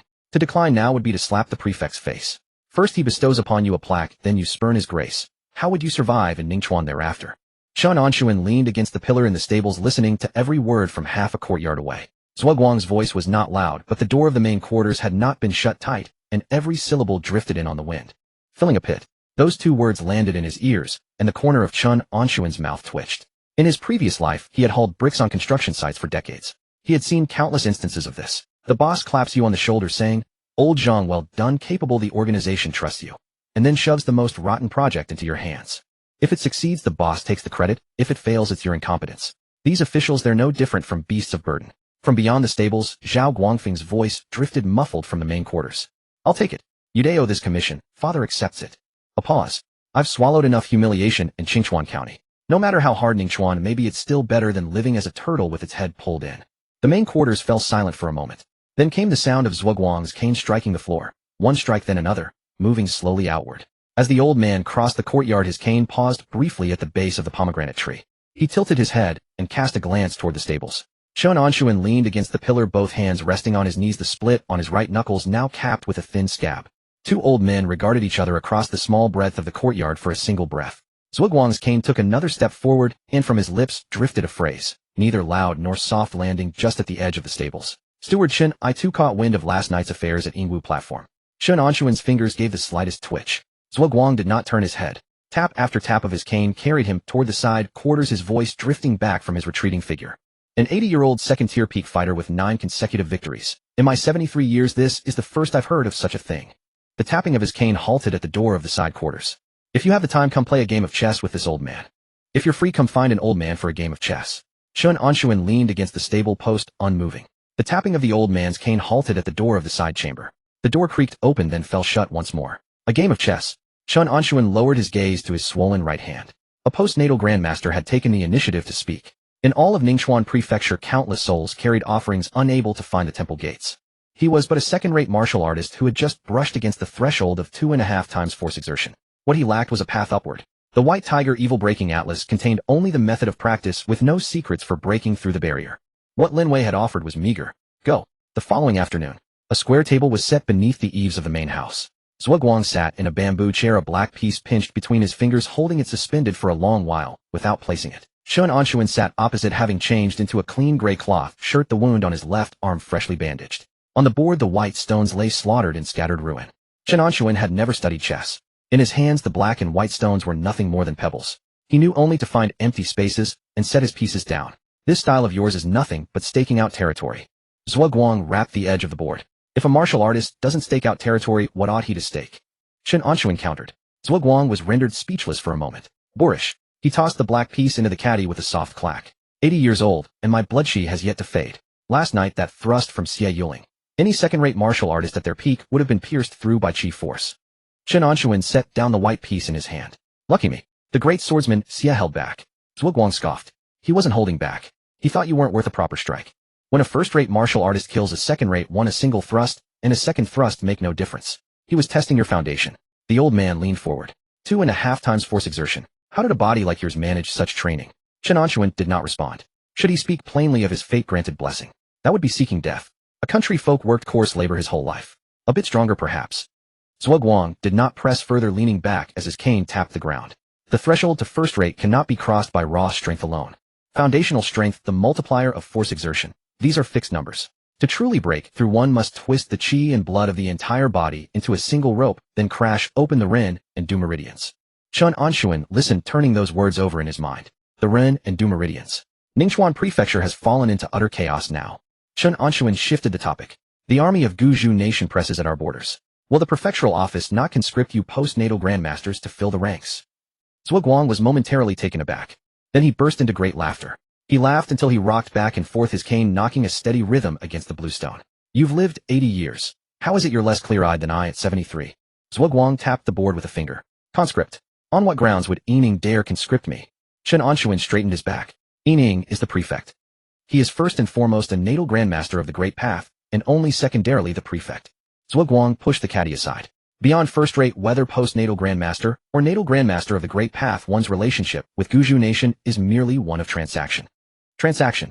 The sand table in Chen Anshun's mind began to shift. So at such heights, imperial authority becomes mere ornament. The court offers silver and resources, and only then do the grandmasters act on the court's behalf. Without payment, who cares whose flag flies atop the city walls? Zhuguang gave a cold snort. But if Yining is willing to pay a handsome price, this old man wouldn't mind serving as a hound for once. Chen Anshun raised his thumb. Elder's insight is profound. Zhuguang was well pleased, his chin lifted slightly. You old rogue. Your blade work is decent, and your mind is nimble besides. Once this old man heads off to join the army, you follow at my heel. I take the meat, you take the soup. A bit of military merit exchanged for silver, better than fighting for your life at the Yingwu platform, isn't it? Chen Anshun carried 1,000 taels of silver in his coat. But how long could that sum last? replenishing chi powder beef to eat, feeding that bottomless pit of 2,000 gene of foundational strength. A meal ticket had delivered itself to his door. I shall abide entirely by elders was arrangement. Chen Anshun nodded. A heavy tread of footsteps sounded from beyond the courtyard gate. Not the soft step of cloth soles on earth, but the clinking scrape of iron plates. Zhao Guangfeng strode into the courtyard. The blue cloth robe was nowhere to be seen. In its place a suit of black iron lamellar armor. The plates bore some age, their edges polished bright by wear. A regulation-long saber hung at his waist. The scholar official's air of pedantry was crushed beneath that iron shell, replaced by a hard, cold demeanor. Tong Shuang emerged from the side chamber, carrying a basin of water. Upon seeing Zhao Guangfeng, she froze in place. The basin tilted, spilling water across her shoes. Zhao Guangfeng paid her no heed, walking straight to the stone table. Elders what? Zhuo Guang lifted his eyelids. Quite the imposing figure, General. Zhao Guangfeng pulled over a bamboo chair and sat down. The iron armor pressed against the bamboo, releasing a jarring screech. Deputy Commander of the Third Army. Rank 6 lower grade. Zhao Guangfeng stated his post. A quota of 3,000 men beneath me, with 1,800 actually present. A shortfall of 1,200. Zhuo Guang laughed coldly. Ghost soldiers eaten to such a degree. Why didn't Yining lop off the previous deputy commander's head? He did. His head still hangs on the gate of the camp. Zhao Guangfeng's tone was flat. Chen Anshun listened from the side. 1,800 men. Sent to stem the army of an outworld faction. That wasn't war. That was walking to one's death. Zhao Guangfeng pressed his palm upon the stone table. Prefect Yin has set forth his terms. He fixed his gaze upon Zhuo Guang. Postnatal grandmasters who take part in the campaign shall not be folded into the military formation, but permitted to hunt freely. 3 heads of enemy postnatal grandmasters shall be exchanged for a single strand of natal Dao intent. The courtyard fell silent. Wind swept through the pomegranate tree, its leaves rustled. Zhuo Guang's hand trembled. The black piece he had been clutching slipped from his fingers, striking the board with a crisp clack. The old man sprang to his feet. The motion was too swift, the bamboo chair toppled over. His cane clattered to the ground. Natal Dao intent. Chen Anshun watched Zhuo Guang's reaction. A 73-year-old postnatal grandmaster hearing those 4 words, casting aside even his cane. Whatever could cause a postnatal grandmaster to lose composure so utterly must be of inestimable worth. Zhuo Guang gasped for breath, his chest heaving. Has Yining lost his mind? To strip away even a single wisp of Dao intent and place it upon a vessel. Even for him, a natal grandmaster of the Great Path, that is a maiming of his own foundation. How could he bear to offer it as bounty? Zhao Guangfeng pressed both hands upon his knees. The front against Guzhou nation is in dire straits. Their number of postnatal grandmasters surpasses our own. Heavy rewards will summon the brave. Elders, will you go? Zhuo Guang turned in place a pair of times. 3 heads of enemy postnatal grandmasters. Difficult. But this was the one and only chance. I'll go. Zhuo Guang halted his steps, each word measured. Tell Yining this work I accept. Zhao Guangfeng nodded. He turned his head, his gaze settling upon Chen Anshun. Steward Chen. Chen Anshun rose to his feet. My lord. Zhao Guangfeng gestured toward his own iron armor. The Third Army is a sorry mess. Troop shortfalls, poor equipment. Once I arrive, I'll have barely a handful of men who can truly fight. He paused for a beat. I've heard of your deeds at the Yingwu platform. 13 blades to slay me Dong. 9 consecutive victories to carve through the Dingtier ring. Your blade work could serve a great purpose in the army. A recruitment. Chen Anshun's mind calculated swiftly. Join the Third Army. The battlefield is no ring. On the ring it is 1 against 1. Oh, when you cannot win you may concede. On the battlefield it is a meat grinder. Wild blades cut down even seasoned veterans. Refuse. Stay on as steward of the Zhao household, drawing a few taels of silver each month. And once that 1,000 taels is gone. Steward Chen. Zhao Guangfeng leaned forward. If you will but follow me to the Third Army, name your terms. Chen Anshun looked at Zhao Guangfeng. I eat a great deal. Zhao Guangfeng was momentarily taken aback. What do you mean? Practicing martial arts taxes the body. I must eat meat every day paired with replenishing chi powder. Chen Anshun held up 2 fingers. In great quantity. Zhao Guangfeng laughed. The iron armor quivered with his laughter. So long as you agree to come, replenishing chi powder and beef shall be supplied without limit. The Third Army may be poor, but feeding one man's appetite we can still afford. Unlimited supply. Chen Anshun's breath caught for a beat. Those 5 words were more substantial than any high office or lavish reward. What he lacked most now was resources. Given sufficient replenishing chi powder and meat, his foundational strength could be piled ever higher. Pile it to 3,000 gene to 4,000 gene. When that day came, 2.5 times force exertion unleashed would be the force of 10,000 gene. A first-rate martial artist. Still cleaved apart in a single stroke. Agreed. Chen Anshun nodded. Zhao Guangfeng rose. At the hour of Mao, 9 days hence, at the rocky shoals northwest of the city, the camp of the Third Army. He turned and strode away in great steps. The clashing of iron armor echoed through the courtyard. Zhuo Guang set the fallen bamboo chair upright and sat down once more. Boy, on the battlefield blades and arrows strike without warning. Don't think that eating replenishing chi powder alone will keep you alive. Chen Anshun gathered a handful of white stones, placing them slowly back into the caddy. Elders will promise just now to bring me along for the soup. Zhuo Guang grunted. That depends on whether you've the life to hold that bowl. Zhuo Guang snorted. That depends on whether you live long enough to hold that bowl. Chen Anshun dropped the last few white stones into the board. Crackling sounds echoed. You wouldn't know how tough a fate was until a blade had tested it. 9 days later, northwest of the city, a beach of scattered rocks. The wind swept across the tidal flats, stirring up great clouds of yellow sand that stung the face. The Third Army's camp sat atop the jumble of rocks. A ring of wooden palisades encircled it, rotting and decrepit, some places uprooted entirely, revealing massive gaps. The camp gate was crooked and unmanned. Zhao Guangfeng sat astride his horse in worn iron armor, staring at the dilapidated entrance. Chen Anshun led a chestnut mare behind him. The horse bore 4 enormous sacks on its back filled with qi tonifying powder and premium dried beef that Chen Anshun had exchanged for 1,000 taels of silver won at the Martial Excellence Arena. Inside the carriage at the rear, Zhuo Guang lifted the curtain to survey the camp, a cold smile crossing his features before he let the curtain fall. Zhao Guangfeng urged his horse forward with a kick to its flanks and rode through the gate. Within the camp, hundreds of soldiers lay scattered across the open ground. Most were without armor, clad only in thin garments, using weapons as pillows as they basked in the sun. Some picked at their feet, others scratched for lice. At the sound of approaching hooves, a few nearby soldiers turned their heads for a glance, but made no move. Zhao Guangfeng dismounted and approached a veteran still picking at his foot. The old soldier cast him a glance before returning to his task. Zhao Guangfeng drew his commission as a 6th-rank vice commander from his coat and slapped it against the veteran's face. Roll call. The veteran tore the paper from his face and casually scanned the official seal. His motion froze. He scrambled to his feet and bellowed at the top of his lungs. The new commander has arrived. Get your damn asses in formation. Half an hour later, 1,800 soldiers barely stood in a formation before the central command tent. The ranks were crooked and ragged, weapons rusted, armor plates incomplete. Zhao Guangfeng stood on the steps, surveying the entire army without reproach. He turned his head and pointed at Chen Anshun. Steward Chen, we are short on men. You will serve temporarily as a messenger and remain outside my tent for orders. Chen Anshun bowed his head in acceptance. Messenger. No drilling of this ragtag mob. No forming battle arrays. No responsibility for camp defenses. Each day required only shuttling military orders between a few tents. All remaining time was his own. Most crucially, Zhao Guangfeng's promise of unlimited meat rations had been honored. Chen Anshun's mind worked swiftly through calculations. In turbulent times, joining the military demanded caution. The last thing one should do is draw attention. Playing the humble messenger allowed him to remain near the central tent with legitimate reason, gathering intelligence firsthand while quietly accumulating wealth. This was a guaranteed profitable venture. To the left of the central command tent, Chen Anshun was assigned a small independent tent. He carried the 4 large sacks inside.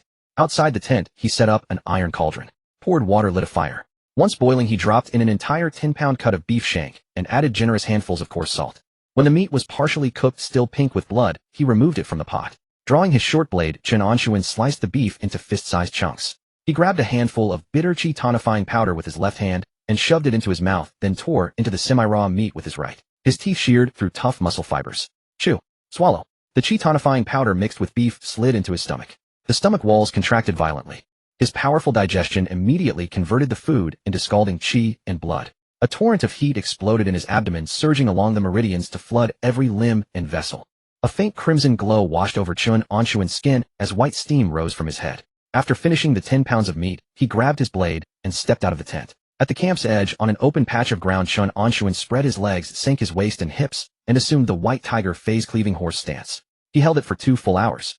Motionless. Nearby, several veterans crouched on stones, rubbing the grime from their bodies. Look at that old man squatting over there again. His hair's completely white. What's the point of practicing? He's got 1 foot in the grave. Just a servant the new commander brought along. They gave him a messenger's posting so nobody has to collect his remains if he dies in battle. Hugging that rusty blade all day like he's some grandmaster. Old knife demon. The mocking drifted on the wind. Chen Anshun ignored it completely. Arguing with the dead served no purpose. These seasoned veterans had depleted qi and blood. On the battlefield, they would be the first to fall as cannon fodder. Chen Anshun's attention was entirely focused inward. Qi and blood surged through his meridians while his bones emitted a faint grinding sound. He began his form. The black lacquered long sword left its scabbard. First strike, slash. The air was torn, producing a sharp cracking sound. He withdrew the blade. Second strike, horizontal sweep. The blade's gleam merged into a blur of afterimages. Half a month passed in a flash. The Third Army's recruitment crawled forward at a glacial pace, with barely any orders issued. Each day, Chen Anshun made a single trip to the central tent before devoting all his remaining time to eating meat, taking medicine, and practicing his sword. At noon, the sun blazed directly overhead. Chen Anshun stood before an iron birch post half a foot thick. This was the post used in camp to tether fierce horses exceptionally hard. Inside him, qi and blood churned toward an entirely new threshold. 2,400 gene. 2,500 gene. The ceiling of his foundational strength was forcefully driven higher once more. Chen Anshun's arm muscles swelled dramatically, stretching the sleeves of his gray cotton robe taut. Beneath his skin, blue veins interlaced and pulsed rhythmically. His right foot stomped forward heavily. Crack. 3 finger-width fissures split the blue stone beneath him. He raised the long sword. White tiger carrying corpse. The force multiplier pushed relentlessly against the limits of his meridians. 2.5 times. 2.6 times. 2.7 times. The blade descended. A piercing whistle shattered the camp's tranquility. 6,750 Gene of terrifying force poured unreservedly through the edge into the iron birch post. Boom. A thunderous explosion. The half-foot-thick iron birch post split down the middle from its core. Wood chips erupted radially in all directions. A sharp splinter shot 30 feet away, grazing the cheek of the veteran who had called him Old Knife Demon. Blood beads welled instantly. The veteran clutched his face, stumbled backwards several steps, and collapsed onto the ground. Several onlookers among the soldiers froze in place. Jaws dropped as they stared fixedly at the shattered iron birch. Iron birch, impervious to swords and blades. Split clean through with one strike. With that kind of force, even a heavily armored infantryman would be cleaved in two. What did this old man eat to grow up? Split iron birch with one strike. A messenger. What army has a messenger with skills like that? The veterans' worldview cracked. Their mockery vanished, completely replaced by deep wariness as they looked at Chen Anshun. Chen Anshun sheathed his blade. His breathing remained steady. 2.7 times force multiplier. His meridians ached slightly from distension, but there was no tearing sensation. With his 2,500 gene foundation, he could handle it entirely. One step closer to the threshold of a first-rate martial artist. In the afternoon, urgent hoofbeats echoed outside the camp gate. A gaunt horse charged into the encampment, reached the central tent, and collapsed when its front legs buckled, falling heavily to the ground. Froth poured from the horse's mouth as it convulsed twice before going still. The messenger tumbled from the saddle, covered in blood. His left arm was severed at the elbow, the wound revealing rolled flesh in an unnatural purple-black hue reeking of something nauseating. Poison. Chen Anshun strode forward. The messenger clutched a blood-stained bamboo tube with his remaining right hand and offered it to Chen Anshun. The prefecture. Urgent order. Chen Anshun took the bamboo tube. The messenger's head lapsed to one side, and he fainted. Breaking the sealed wax, he extracted the silk scroll within. Chen Anshun turned and entered the central tent. Zhao Guangfeng sat behind his desk reviewing military registers. Zhuo Guang sat nearby with eyes closed. Chen Anshun presented the silk scroll. Zhao Guangfeng unfurled it. Barely a glance, and he sprang to his feet. His iron armor clattered with a harsh grinding sound. Zhuo Guang opened his eyes. 50 li to the northwest at Black Wind Valley, traces of the corpse mountain have been discovered. Zhao Guangfeng read the words from the scroll at a rapid pace. The prefecture orders the Third Army to depart immediately and seal off Black Wind Valley. Any corpse mountain person encountered is to be slain without mercy. Zhuo Guang rose, leaning on his cane, and approached the desk to stare at the scroll. Corpse mountain. Zhuo Guang spoke those two words slowly. Chen Anshun stood aside as the strategic map in his mind unfurled instantly. Corpse mountain. One of the forces beyond the orthodox sects. Zhuo Guang had mentioned them before. These people specialized in grave robbing and refining corpses using living humans. Their methods were extraordinarily vicious. The messenger's purplish wound was proof enough. Yining was sending this motley crew of the Third Army to seal Black Wind Valley, clearly using their lives to fill the gap and probe the depth of Corpse Mountain. Zhao Guangfeng snatched the iron helmet from his desk and slammed it onto his head, tightening the chin strap. Messenger. Chen Anshun stepped forward. Beat the drum. Summon the officers. Order the entire army to march in one incense stick's time. Chen Anshun turned and exited the tent. At the large drum in the camp center, he seized the drumsticks. Arm muscles bulged. 2,500 gene of force channeled into the drumsticks. Boom. The first strike sent the drumhead vibrating violently, its deep resonance sweeping across the entire rocky beach. Every soldier lying in camp was jolted awake. Boom, boom, boom. The drumming came rapid and unceasing. Veteran soldiers scrambled in disarray, grabbing rusted weapons and donning tattered leather armor as they rolled and crawled toward the central tent. Chen Anshun dropped the drumsticks. He walked back to his small tent. Half a sack of chi tonifying powder remained in the sack. Chen Anshun tied the opening securely and slung it over his shoulder. His right hand rested on the sword hilt at his waist. His thumb pushed forward. The black lacquered long sword left its scabbard half an inch, the cold steel reflecting the swirling yellow sand rising outside the tent. The entrance to Black Wind Valley was so narrow that only 3 horses could walk abreast. The stone walls on either side rose steeply, sheared as cleanly as if split by a blade, and the sky above was squeezed into a single thin line of light. Wind surged from the depths of the valley outward, carrying with it a sour, rotting stench that choked the soldiers in the front ranks and drove them shrinking backward. Zhao Guangfeng reined in his horse and cast a sweeping glance over the mouth of the valley. 300 men of the vanguard advance. First the central force follows behind, the rear guard anchors the formation. Chen Anshun led his chestnut mare just behind, and to the side of Zhao Guangfeng, his black-sheathed long blade resting horizontally at his waist. The soldiers of the vanguard filed in, carrying torches, their amber light dancing across the stone walls and stretching their shadows into lengths that stretched and shrank without rhythm. The loose stones beneath their boots crunched and crackled underfoot. 50 paces into the valley, Chen Anshun's nostrils twitched. The sour stench had not dispersed, but beneath it lurked another scent, dry, scorched, faint enough to be masked by the reek of decay. He lowered his gaze to the ground at his feet. Thick within the cracks between the stones was layered a dense mat of dead grass. Not the kind that withered naturally in the wild, but grass that had been cut, dried, and deliberately spread about. The grass stalks were crisp, snapping at the slightest pressure, their fragments clinging to the soles of his boots. Chen Anshun's stride slowed by half a beat. A lifetime spent on construction sites in his former life had burned certain truths into his bones, which materials burned easily, at what temperatures they would ignite on their own. Dry grass spread this thick stone walls, sealing the retreat on both sides. The valley mouth pinched into a slit. This bastard of a place is a furnace. Chen Anshun released the reins of his chestnut mare and strode quickly forward to Zhao Guangfeng's horse. Sir, there is dry grass in the valley spread thick across the ground. Zhao Guangfeng lowered his eyes to the floor, and his complexion shifted. A fire attack. Chen Anshun nodded. A step deeper, a single torch tossed down, and the entire valley becomes a coffin. Zhao Guangfeng did not hesitate. He twisted in his saddle, tore open his throat, and bellowed. The whole army halts. Vanguard, fall back. Retreat toward the valley mouth. The words never finished. A sharp whistle pierced out from deep within the valley. In the next instant, 3 or 4 torches came hurtling down from the tops of the stone walls on either side. The torches tumbled through the air, trailing arcs of orange-red, as they plunged into the piles of dry grass below. Whoosh! The flames rose with a speed that was far from natural. The dry grass had been soaked in animal fat. The fire roared the moment a lick of flame touched it, racing outward along the ground toward both walls. The 20-odd soldiers at the very front of the vanguard were swallowed by the blaze, the leather straps of their armor crackling as they burned, their screams flooding the entire ravine. Fall back! Fall back! Zhao Guangfeng's roar cut through the crackling of the flames. The men of the vanguard surged rearward. Fortunately, the valley mouth was not far. The main body had only advanced some 100 paces in, and their turning was swift enough. The flames consumed the first 2 or 3 ranks, but the soldiers behind trampled over the loose stones as they withdrew, barely managing to avoid being sealed inside the valley. Chen Anshun seized the halter of his chestnut mare and hauled it bodily toward the valley mouth. The horse, maddened by terror, pawed the air with its forelegs and nearly kicked over a soldier beside it. Chen Anshun's right hand came down in a slap across the mare's neck. 2,500 caddies of foundational force surged through the blow, buckling the mare's legs and bringing it to heel. Once outside the valley mouth, they counted the survivors. Of the 300 men in the vanguard, 47 were lost. Of those who crawled out alive, more than 20 bore burns, their flesh peeled back and curling, reeking of charred rot. Zhao Guangfeng sat astride his horse's back, held ramrod straight, his face betraying no panic, but the veins standing taut along the backs of the hands gripping his reins. 47 lives.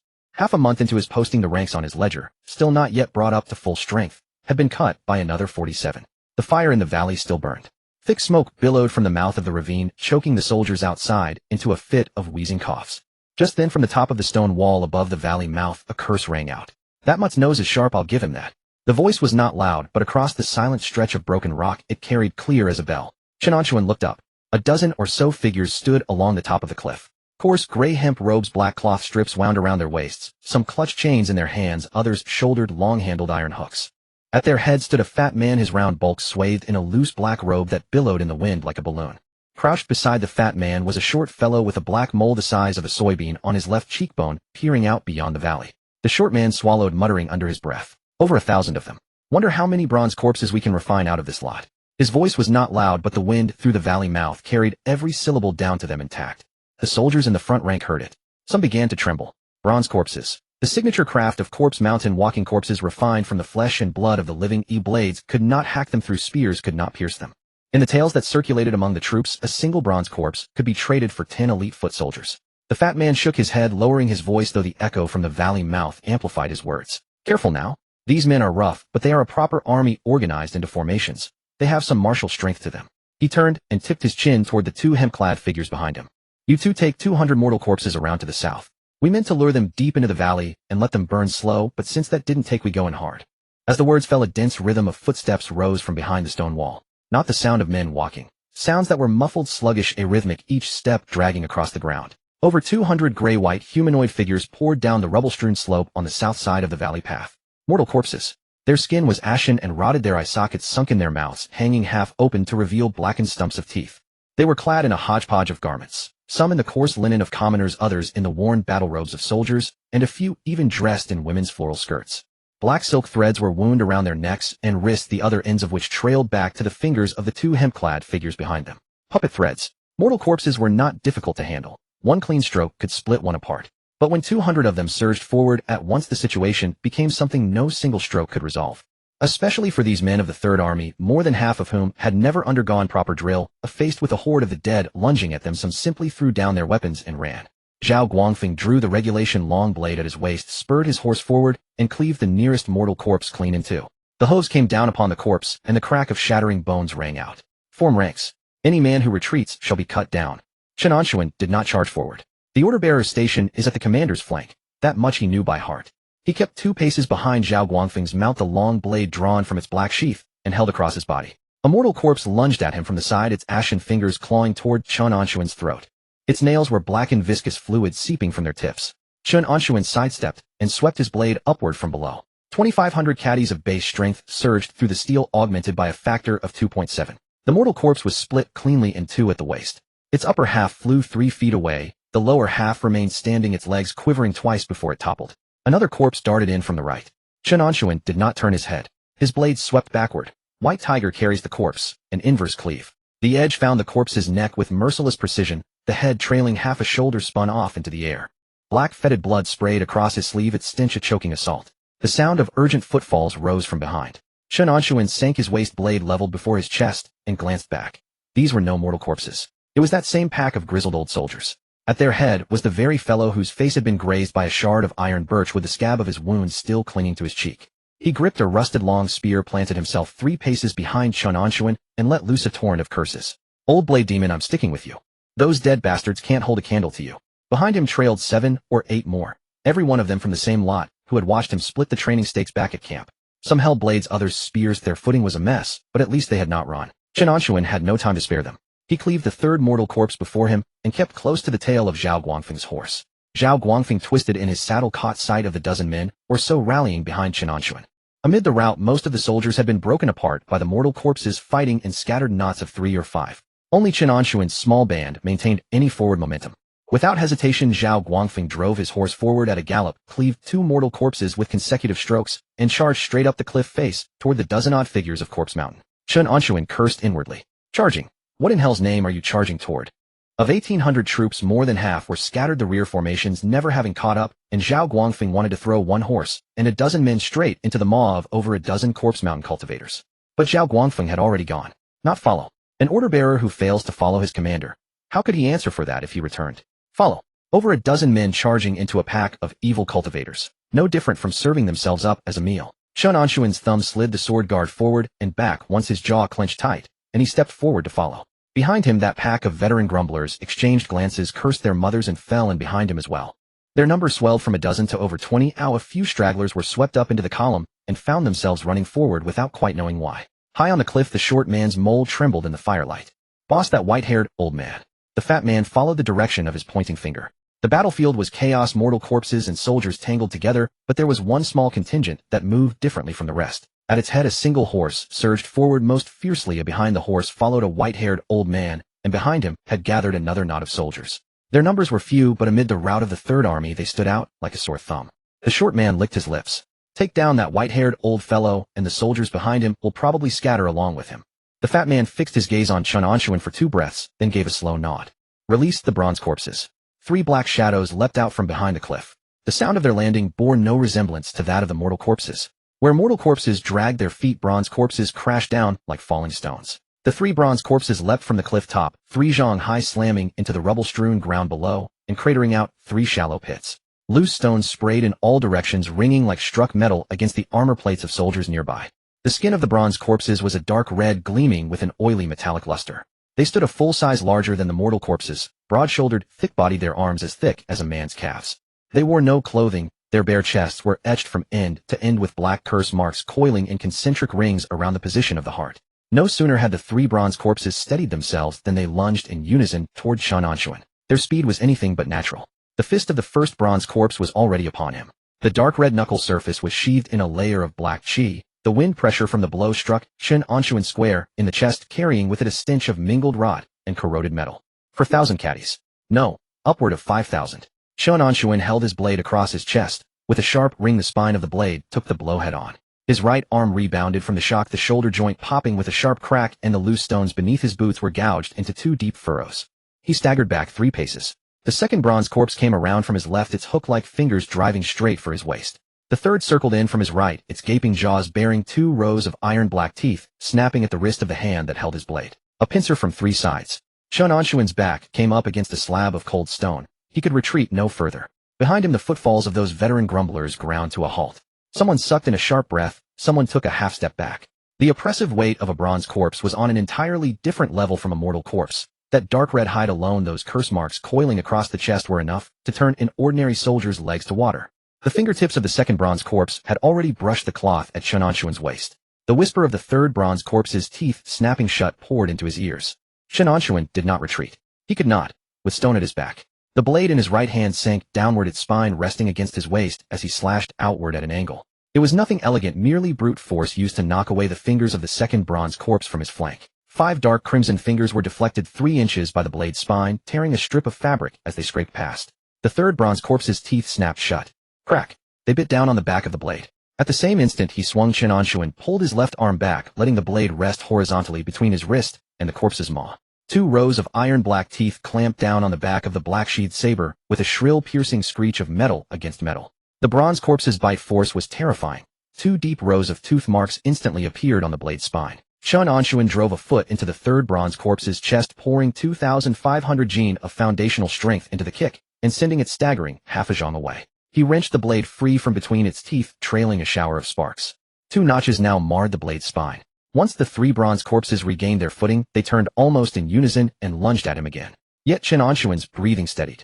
5,000 gene. That earlier punch had revealed their measure. Strength around 5,000 gene, speed half a beat slower than an ordinary top-tier martial artist, but tireless and immune to pain. Immune to pain. Those 3 words turned over in his mind, birthing an unexpected thought. In his previous life at the construction site, Chen Anshun had seen a tool called a calibration hammer. Before pouring concrete, workers would hammer the formwork over and over, testing its load-bearing capacity. How many strikes before it cracked where it would give way? Everything was learned through sheer repetition.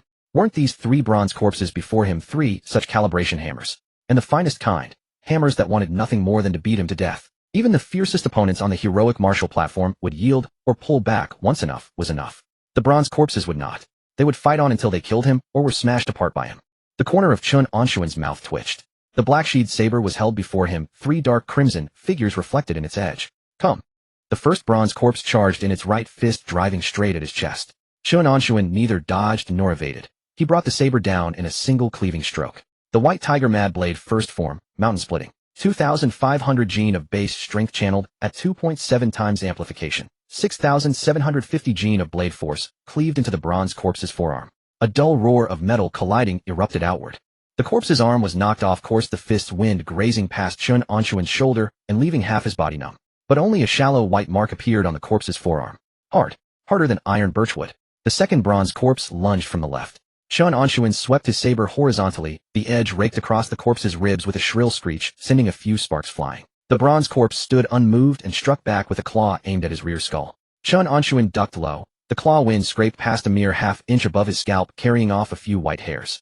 The third bronze corpse had already circled behind him. A 3-sided encirclement, the gaps closing tighter. Chen Anshun's footwork began to quicken, not in flight, but threading himself through the spaces between the 3 corpses. His frame was not particularly broad, an 80-year-old man thin, but all the more agile for it. The bronze corpses had massive builds, their turning speed a half-beat slower. That half-beat was all he needed. Chen Anshun slipped sideways between the first and second corpses, drew the saber into an arc behind him, and struck backhanded. White tiger carries the corpse. The blade's edge bit into the second bronze corpse's neck. Sparks flew. A gash half a finger deep opened across its throat. Thick black liquid seeped from the fissure, exuding a stench of rot mingled with copper rust. It could be wounded. 6,750 gene of force could not shatter it, but it could cut in. Then he would add more. The chi and blood roiling in Chen Anshun's chest surged violently. The searing ache of swelling meridians echoed back from the tips of his 4 limbs to his heart. The 2.7 times amplification battered against the walls of his meridians. Each strike of the blade pushed that limit outward by a hair. 2.8 times. 7,000 gene. The first bronze corpse's fist came crashing, and Chen Anshun met it with a cleaving stroke against the knuckle face. The blade bit an inch deeper into the corpse's fist. The corpse's fist was deflected, but Chen Anshun's arm trembled from the shock. The old wound at the tiger's mouth of his palm split open, a new fresh blood streaming down the hilt. Painful. But it did not matter. What mattered was that inch. At 2.7 times it could only leave a white mark, at 2.8 it cut an inch deep. Every additional tenth was another inch of life. Chen Anshun's footwork grew faster, his blade work ever more ferocious. The white tiger mad blade had always been a path of unbridled violence. No subtlety, no positioning, just stroke after stroke hewn into the opponent's body. Now against 3 bronze corpses that did not know death, the ferocity of this saber art was fully drawn out. Cleave/sweep recover. Every stroke fell upon the bronze corpses' bodies, each one heavier than the last. Sparks scattered across the rocky ground. The dark crimson hides of the bronze corpses were crisscrossed with blade scars, black liquid seeping ceaselessly from every fissure. 2.9 times. 7,250 Gene. Chen Anshun's white hair was whipped loose by the wind, his gray cloth robe was splattered with black bloodstains and the powder of copper rust. His breath came rapid and scalding, each exhalation carrying a plume of white mist. 80 years. A lifetime of mediocrity. Serving the Zhao family as a horse groom, tending their beasts, scrubbing their saddles, practicing his saber stances on stakes in someone else's courtyard. Always mediocre. Today on this rocky ground beneath the fists and teeth of 3 bronze corpses, Chen Anshun suddenly felt the blood across his whole body ignite. Not fear, not tension. Exhilaration. He threw his head back and laughed. The laughter was rough and hoarse, squeezed out from between his teeth, cutting through the battlefield's cries of carnage and the crackle of flame, carrying far into the distance. The grizzled veterans following him were all dumbfounded. 3 bronze corpses surrounding him, his body covered in blood, and this old man was laughing. Chen Anshun's laughter faded. He sank his waist. Qi and blood churned through his meridians to heights he had never touched. The amplification ratio climbed steadily. The meridian walls emitted a faint creaking as their limits were broken through again and again. 3 times. The threefold threshold.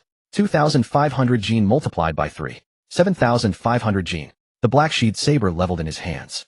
Not white tiger carries the corpse. That was a direct thrust to the throat. Precise, vicious, suited to one-on-one duels on the platform. But this was a battlefield, not a platform. A battlefield has no use for embroidery needles, or what it needs is a scythe. Western Metal Wind Rift. White Tiger Mad Blade 5th form. Horizontal sweep sweeping at the waist. The blade traced a level arc from right to left. The arc's height fell precisely at waist level. 7,500 Gene of force poured into the blade. The air was torn apart with a sharp whistling shriek. The first bronze corpse stood in the path, and the blade bit into its waist.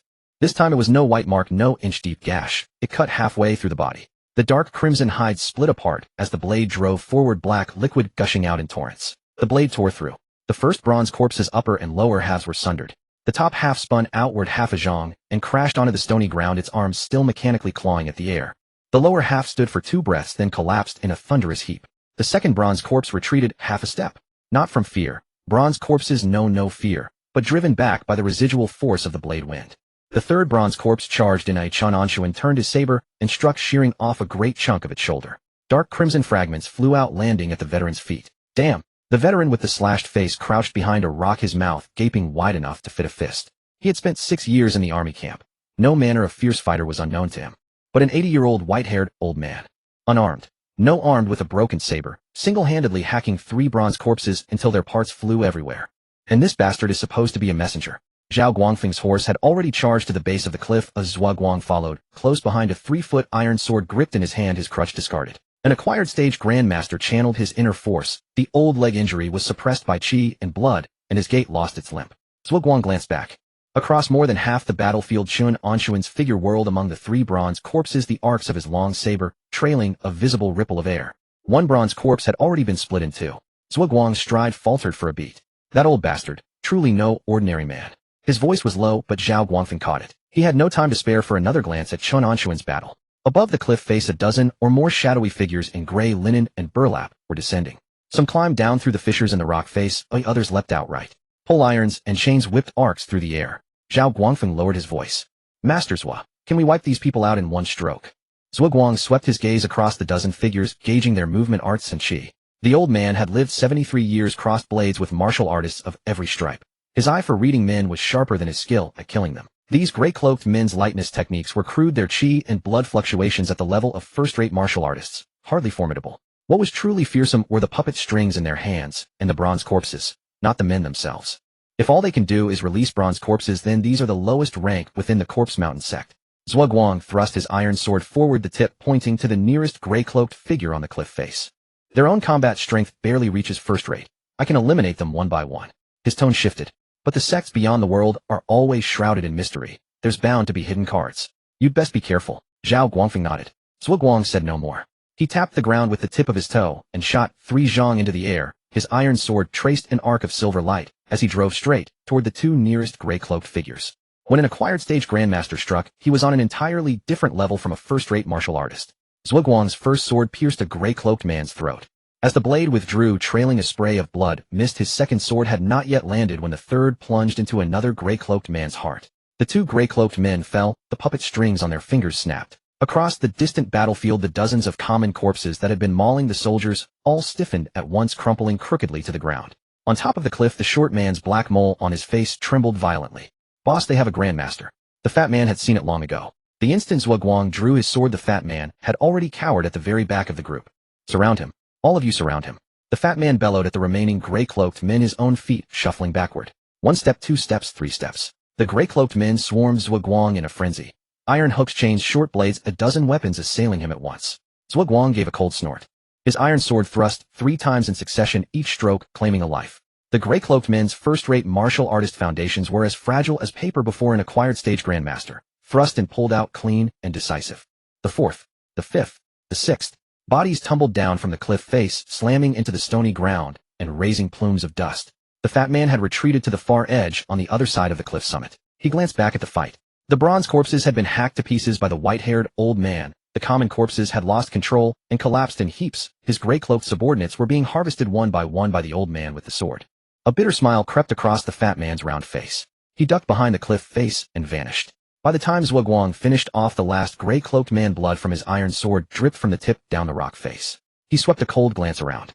12 gray-cloaked corpses lay scattered above and below the cliff face. One was missing. The fat man was gone. Zhuguang tucked the iron sword at his waist and cast a cold glance toward the back of the cliff. "Pursue. Let it be." His leg wound was being held in check by inner force, but it could not last.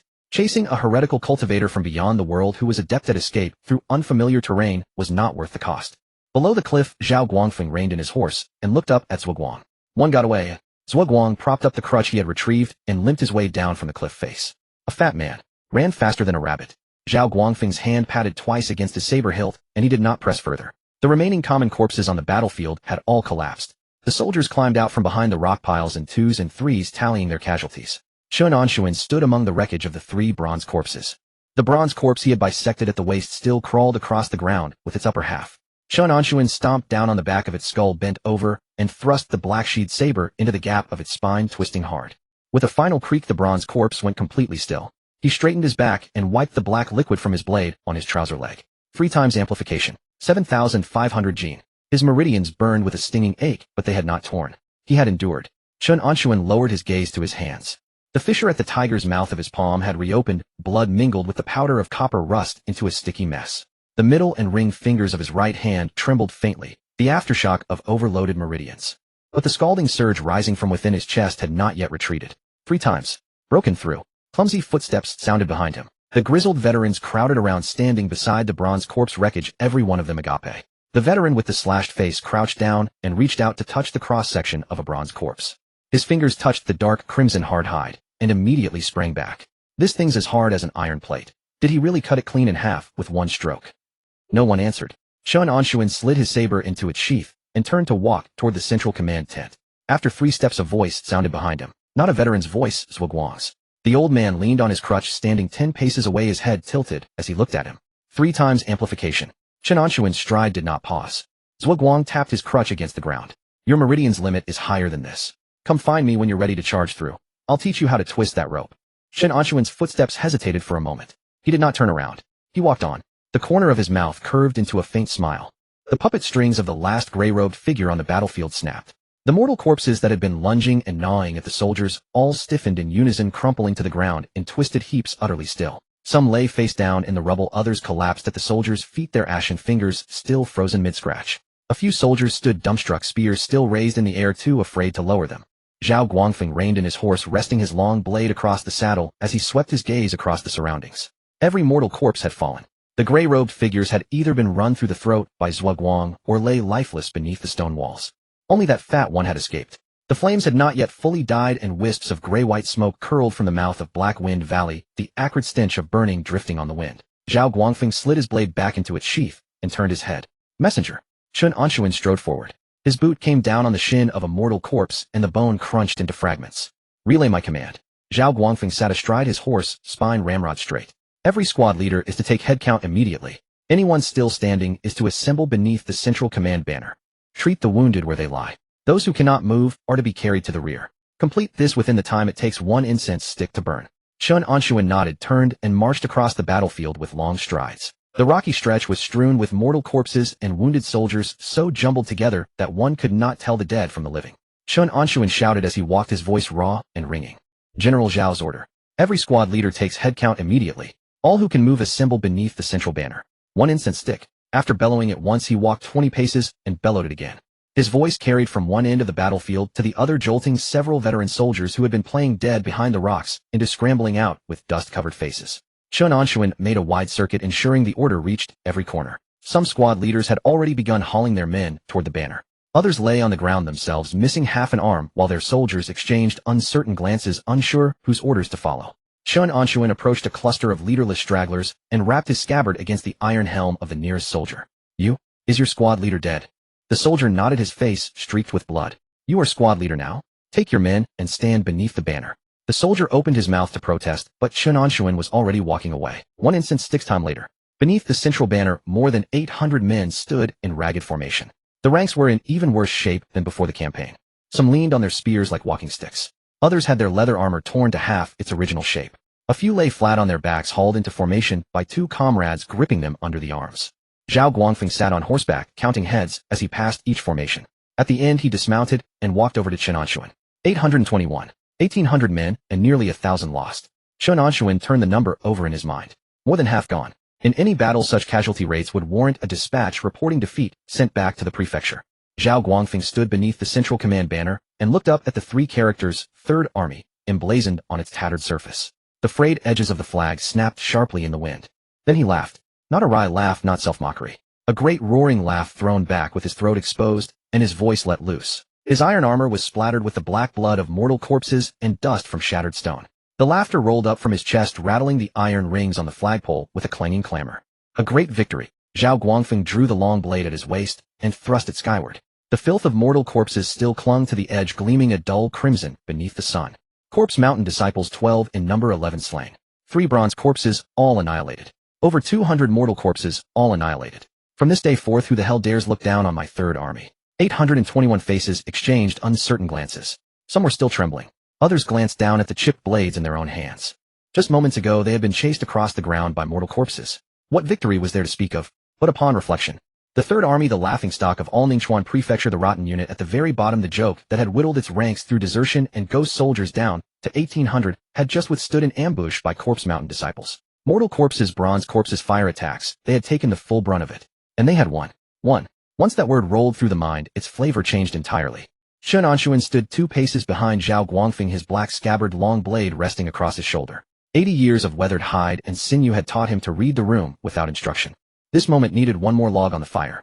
He drew a deep breath, his chest swelling suddenly. Third Army. His voice exploded outward, 3 times brighter than when he had relayed the order before. Is invincible. The cry crashed into the ears of over 800 men. Silence hung for 2 breaths. The first to answer was the old soldier whose face had been gashed by fragments of iron birch wood. He drove his rusted spear into the ground and roared back with everything in his throat. Third Army. Invincible. Then came the 7 or 8 men beside him. Third Army. Invincible. Then a squad leader from the adjacent formation, then the row of wounded behind them. The sound rolled from the front ranks to the back, from scattered to thunderous, from feeble to ferocious. Third Army. Invincible. Third Army. Invincible. The combined roar of 821 voices drowned out the wind sweeping across the rocky wasteland. Zhao Guangfeng returned his blade to its sheath and glanced back at Chen Anshun. A mere messenger who had just held his own against 3 bronze corpses alone on the battlefield, shattered one and drove back the other 2. Now 2 shouts had pulled the broken soldiers' morale back together. That old stablehand was a damn treasure. Zhao Guangfeng pushed the thought down and gave no sign of it. Clean the battlefield. He lifted his chin toward the squad leaders flanking him. Drag every mortal corpse into a pile and burn them with oil. The bronze corpses are not to be burned. He paused. 1 bronze corpse is worth 3 battle merits. Nail the coffins shut, pack them properly, and carry them back. 3 battle merits. The soldiers' steps quickened immediately. Those who had been avoiding the remains of the bronze corpses moments ago now jostled to get close, afraid someone else would snatch up the task of carrying the coffins. Chen Anshun stood where he was. 3 bronze corpses, 9 battle merits. Such a thing as battle merits Chen Anshun had never even heard of during his years as a steward in the Zhao household. But judging by these soldiers' reaction, it was worth something. Half an hour later, the mortal corpses had been dragged into a single heap, doused with tung oil dug out of the supply wagons and set ablaze. The pallid corpses curled and charred in the flames, releasing a thick, fetid stench. The soldiers covered their noses and shifted upwind, none daring to look too long. The 3 bronze corpses were loaded onto makeshift plank coffins. The boards were salvaged from the camp's old fence posts. There weren't enough nails and 2 corners had been lashed shut with hemp rope. The 12 soldiers carrying the coffins walked at the very front of the column, chests puffed and chins lifted. A great army returning triumphant. By the time they reached the camp at the rocky stretch, evening had already fallen. News traveled fast. The patrol sentries from nearby camps watched the Third Army's column from afar, then looked at the 3 coffins, murmuring among themselves. The Third Army had won. What kind of joke was that? 3 days later, the commendation order from the prefecture arrived at camp. Zhao Guangfeng received the decree in the central command tent. The decree bearer was a clerk from the prefecture dressed in a blue official robe. After reading the commendation, he stole a second glance at Zhao Guangfeng, sizing up this vice-general of the 6th rank, who just half a month ago had been a mere cadet branch member of the Zhao clan. 1,000-year vermilion fruit. A wooden case wrapped in yellow silk, palm-sized, lined within with silk floss, cradling a dark red fruit the size of a chicken's egg. The fruit's skin was etched with fine, dense patterns, and when held close it released a faint medicinal fragrance. Zhao Guangfeng accepted the wooden case with a steady hand, his expression betraying nothing. The clerk drew out another scroll. By decree of Prefect Zhao Guangfeng is promoted to commander of the 3rd Army 5th rank. From vice-general of the 6th rank to commander of the 5th rank in a single battle. Another leap of 3 ranks. In peacetime, the censorate's impeachment memorials could have piled up half a room. But this was wartime, and a single stroke of the prefect's brush could decide it all. Zhao Guangfeng accepted the scroll. The clerk flipped open the register in his hand and continued.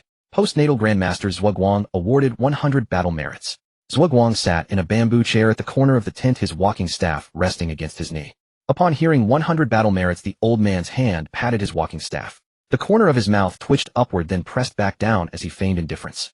100 battle merits. Equivalent to the value of a postnatal Grandmaster's head. The old man had killed 11 gray-robed figures, each of first-rate caliber. The prefecture's price was not stingy, but it could hardly be called generous either. However, what Zhuguang had always wanted was never battle merits. He wanted that strand of innate Dao intent. 100 battle merits were merely a bonus. He accepted them as such. The clerk's finger slid down the register. Messenger Chen Anshun awarded 10 battle merits. Chen Anshun, standing at the tent entrance, heard his name, stepped forward, and accepted an iron token 3 inches square that the clerk handed him.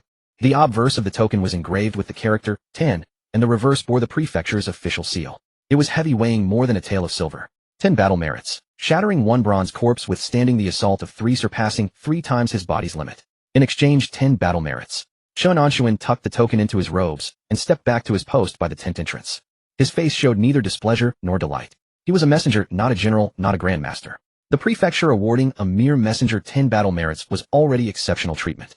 Think it too little. First understand what this thing is worth. The clerk finished reading the register, rolled it up, stuffed it back into his sleeve, cupped his fist in salute toward Zhao Guangfeng, and turned to leave the tent. The tent flap fell shut. Zhao Guangfeng closed the wooden case holding the 1,000-year vermilion fruit and locked it in the iron chest behind his desk. He turned, glanced at Zhuguang, then at Chen Anshun, said nothing further, and strode out of the central command tent to inspect the camp. Only Chen Anshun and Zhuguang remained in the tent. Chen Anshun drew the iron token from his robes and turned it over and over in his hands. The token had been polished smooth with faint file marks along its edges. It was not newly cast, but had been reclaimed and re-engraved. Elder Zhuguang was just picking up his walking staff from the ground and tucking it under his arm when he looked up at the sound. What is this battle merit used for? Zhuguang rolled his eyes. A man who had been on the battlefield and shattered a bronze corpse, yet didn't know how battle merits were exchanged. Crude. The old man fished a sheet of yellow paper folded several times from his robes and tossed it over with a flick of his wrist. See for yourself. Chen Anshun reached out and caught it. The yellow paper unfolded to reveal dozens of densely packed lines of small text. Some of the ink was fresh, some old, some entries were crossed out with new numbers annotated beside them. The battle merit exchange list. Chen Anshun spread the yellow paper across his knees, reading line by line. The characters were scrawled in crooked strokes, and in some places the ink had bled through to the back of the paper, blurring into shapeless smears. Yet the numbers following each entry were perfectly clear. Chi replenishing pill 1 unit, 2 meritorious credits. Chen Anshun's finger came to rest on this line. A chi replenishing pill. Not the powder, but a true pill. A single word made all the difference. The price had multiplied tenfold. The 1,000 taels of silver he had won on the heroic martial platform could purchase 100 packets of the powder, but only 10 pills. He continued reading. Armor-piercing spear technique, 3 credits. Stone-splitting fist manual, 3 credits. Iron wall art, 4 credits. All martial techniques, each more expensive than the last. Chen Anshun's gaze swept downward with increasing hesitation. White Tiger Mad Blade 5 credits. His finger froze upon this line motionless for a long while. 5 meritorious credits. That saber manual he had gone to such lengths to steal from White Sheep Mountain. His prized treasure hidden away and practiced in secret for the better part of a year, lest anyone discover it. Yet 5 credits alone would have sufficed to claim it. The next line, White Tiger Baleful Breaking Diagram, 5 credits. Also 5. A flush of heat crept across Chen Anshun's face. 80 years lived only to squander them like a dog. He had treated a mere outer sect technique, freely available on any merit exchange list, as a supreme secret manual hiding while he trained, terrified that someone might steal his precious knowledge. He suppressed the burning embarrassment and continued scanning downward. White Tiger Internal Force Condensation Method, 10 credits. His finger came to an abrupt halt. White Tiger. Again White Tiger.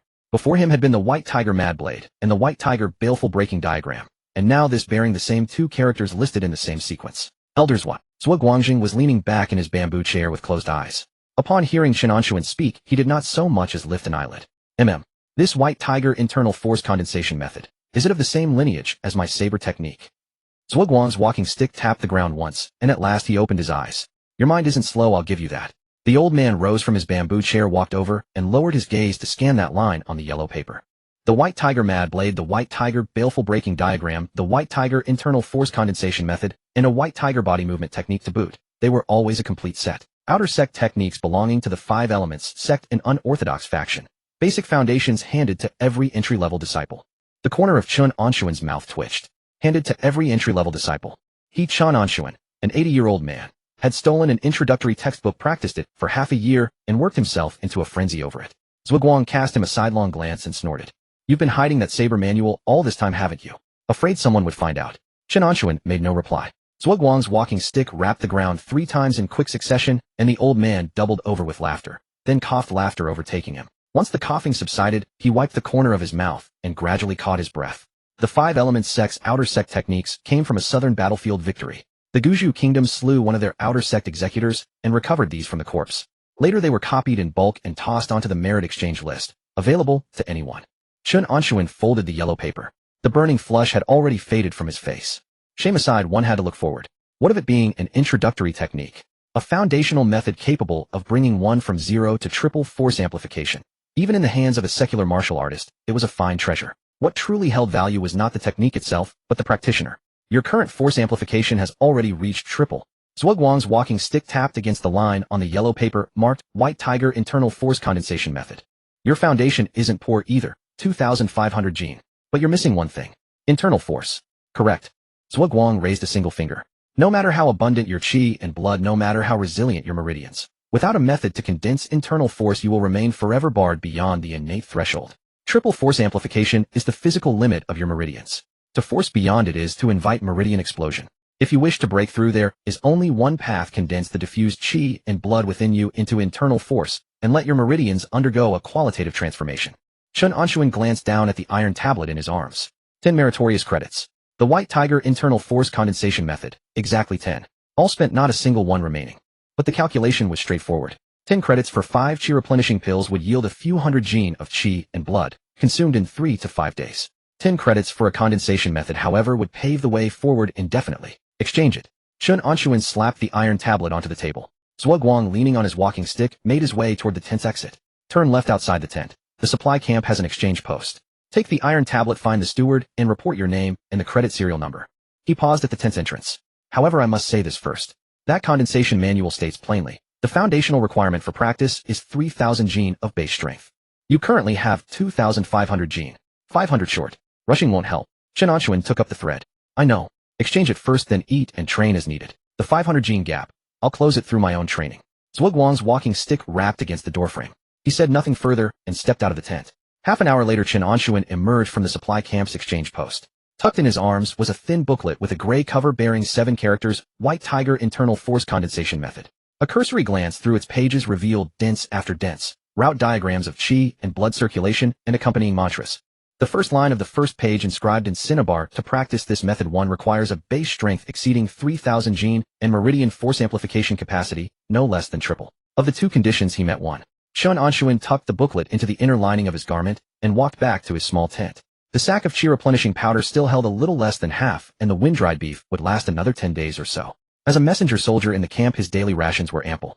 After Zhao Guangfeng's promotion to the 5th official rank, the grain allowance disbursed to the 3rd Army had noticeably increased.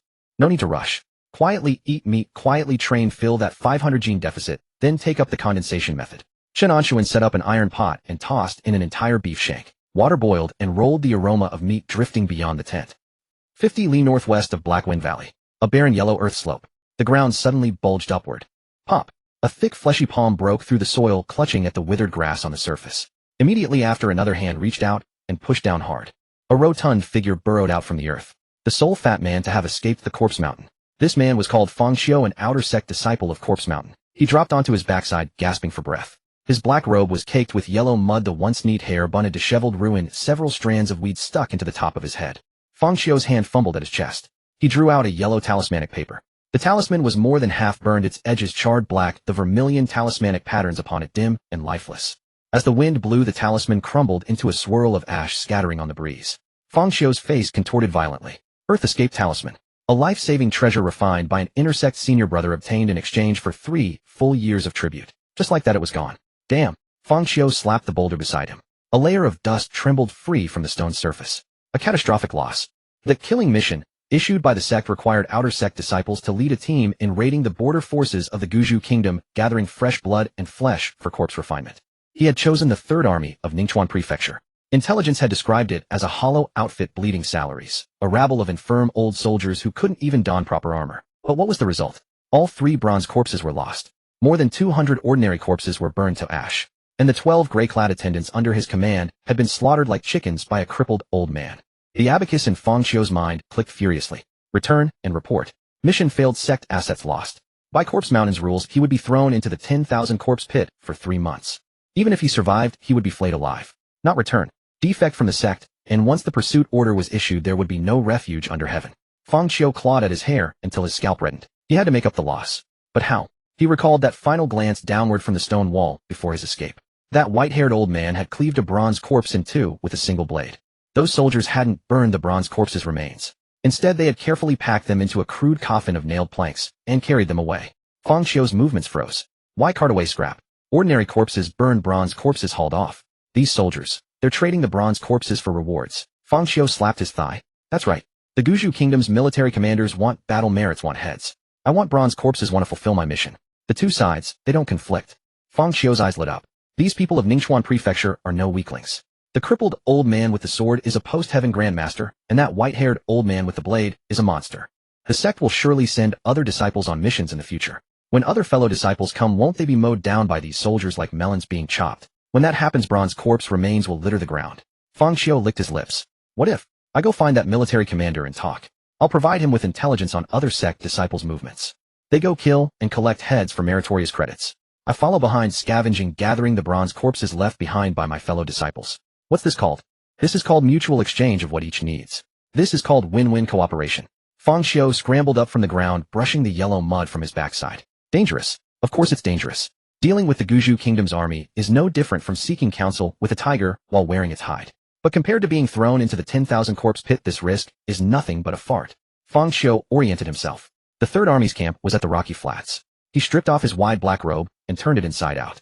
Inside was a gray coarse cloth lining which, when worn, made him look like a refugee fleeing famine. He grabbed a handful of yellow earth and smeared it evenly across his face. Then, setting his short, thick legs in motion, he made his way toward Rocky Flats. Rocky Flats, the Third Army's camp. Chen Anshun squatted on the open ground before his tent, an iron pot set before him in which his third beef shank of the day simmered. He tipped the chi-replenishing powder into his mouth. The bitter powder mingled with beef tallow slid down into his stomach, and a wave of heat exploded in his abdomen, his meridians swelling another fraction. 2,600 gene. 5 days, a gain of 100 gene. At this rate, half a month would suffice. Chen Anshun chewed the last bite of meat, wiped his mouth, stood up, and walked to a freshly installed iron birch wooden post at the camp's edge. He dropped into a horse stance. The black-sheathed long saber rested across his knees. The thin booklet tucked in his inner garment pressed against his chest, the edge of its pages pressing through the fabric against his skin, carrying a faint coolness. 3,000 gene. Another 400 gene of meat and medicine to consume. Chen Anshun's breathing sank low, and qi and blood circulated slowly through his meridians. Not far away came the shouts of soldiers drilling in the camp. After Zhao Guangfeng's promotion to the 5th official rank, he had begun reorganizing military affairs. 2 hours of formation drills each day. Those veteran soldiers now gave Chen Anshun's tin a wide berth when passing. The old soldier whose face had been cut by a flying splinter of iron birch would with each pass cup his fist in Chen Anshun's direction. Chen Anshun paid no heed. He closed his eyes. He braced upon the post. Another 2 hours of stance training. Upon rising, his right ring finger pressed against the saber hilt at his waist, his thumb pushing it open in a single motion. The black-sheathed long saber slid half an inch from its scabbard. Upon the blade's surface shimmered the warm light of cooking smoke from the camp, and beyond the tent a round dark silhouette. Chen Anshun's thumb paused upon the sword guard as he slid his blade back into its scabbard. Beyond the iron birch palisade surrounding the camp came a faint scraping sound. It was not the crunch of military boots upon gravel. The sound was soft and sodden with a slight stickiness to it. Having just broken through the barrier of triple strength exertion, Chen Anshun's chi and blood surged with uncommon vigor through his meridians, sharpening all 5 of his senses beyond their former reach. He did not call for the patrol. Though 80 years old, he possessed a foundation of 2,600 gene. With triple strength exertion, he could unleash a force of 7,800 gene. Within this camp no one but Zhuo Guang could consistently overpower him.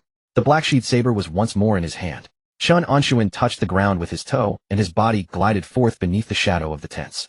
Once beyond the camp, he followed the faint sound as it led him toward the northeast. After traveling more than a li, the ground became uneven and pockmarked with weathered rocks standing half a man tall. The sound ahead ceased. Chen Anshun's footsteps halted with it. He concealed himself behind a massive boulder, gripped the hilt with his right hand, and pushed with his thumb. The blade emerged by half an inch. 2.7-fold strength coursed through his meridians, poised to erupt. Come out. His voice was not loud, yet it carried with perfect clarity across the expanse of the rocky knoll. From behind a dark brown stone 3 zhang ahead came a rustling noise. A grayish-black ball of flesh rolled forth. He wore a black robe with broad shoulders and a belly that stretched the fabric into a prodigious bulge. Moonlight gleamed upon his round face, slick and shining with oil. It was the fat man who had deployed bronze corpses upon the cliffs of Blackwind Valley before slipping away at the last moment. His black robe was now caked in mud, while his rounded belly trembled with every breath. Chen Anshun turned his wrist, and the black-sheathed saber sprang fully free. With 7,000 gene of force bearing down upon the blade, he stamped the earth and lunged toward Fang Qiu. Fang Qiu dodged with effortless ease, clapped both fleshy hands before his chest, and folded his round face into a maze of creases. One of us. Don't attack. When did a wretch from Corpse Mountain become one of us? Chen Anshun did not withdraw his saber and advanced another step. A merchant. I have come to discuss business. Fang Qiu smiled placidly as though he held everything securely in hand. Put your saber down first. Had I come seeking revenge, I would not have come alone. Chen Anshun furrowed his brow. Speak. Fang Qiu cleared his throat. In the battle at Blackwind Valley, I lost 200 ordinary corpses and 3 bronze corpses. You people lost 1,000 lives as well. Fang Qiu paused to study Chen Anshun's reaction. Chen Anshun's expression remained undisturbed. If this war continues, neither side will gain anything from it. But I need corpses to answer for my failure, while your general needs military merits to climb the ranks. Fang Qiu traced a vague shape in the air with one finger. I will provide you with intelligence on the other disciples of my sect, so that you may kill them. You will leave me the bodies of the soldiers who died on the battlefield. Each of us takes what he needs. Chen Anshun reviewed the proposal at lightning speed. Zhuo Guang had once said that the strife between the powers beyond the law and the ancient state of Guju was rooted in resources, and that the sect disciples fighting below were merely fighting over them. This was no desperate struggle for family or country, no contest of lofty righteousness. It was an immense plunder for profit. What this fat man wanted was material for corpse refinement. What Zhao Guangfeng wanted was official credit for military service and promotion. The bargain could be made. The heads of Corpse Mountain's other outer disciples could be exchanged for a steady stream of military merits, military pay, and equipment. Chen Anshun's expression grew solemn. Why should I trust you?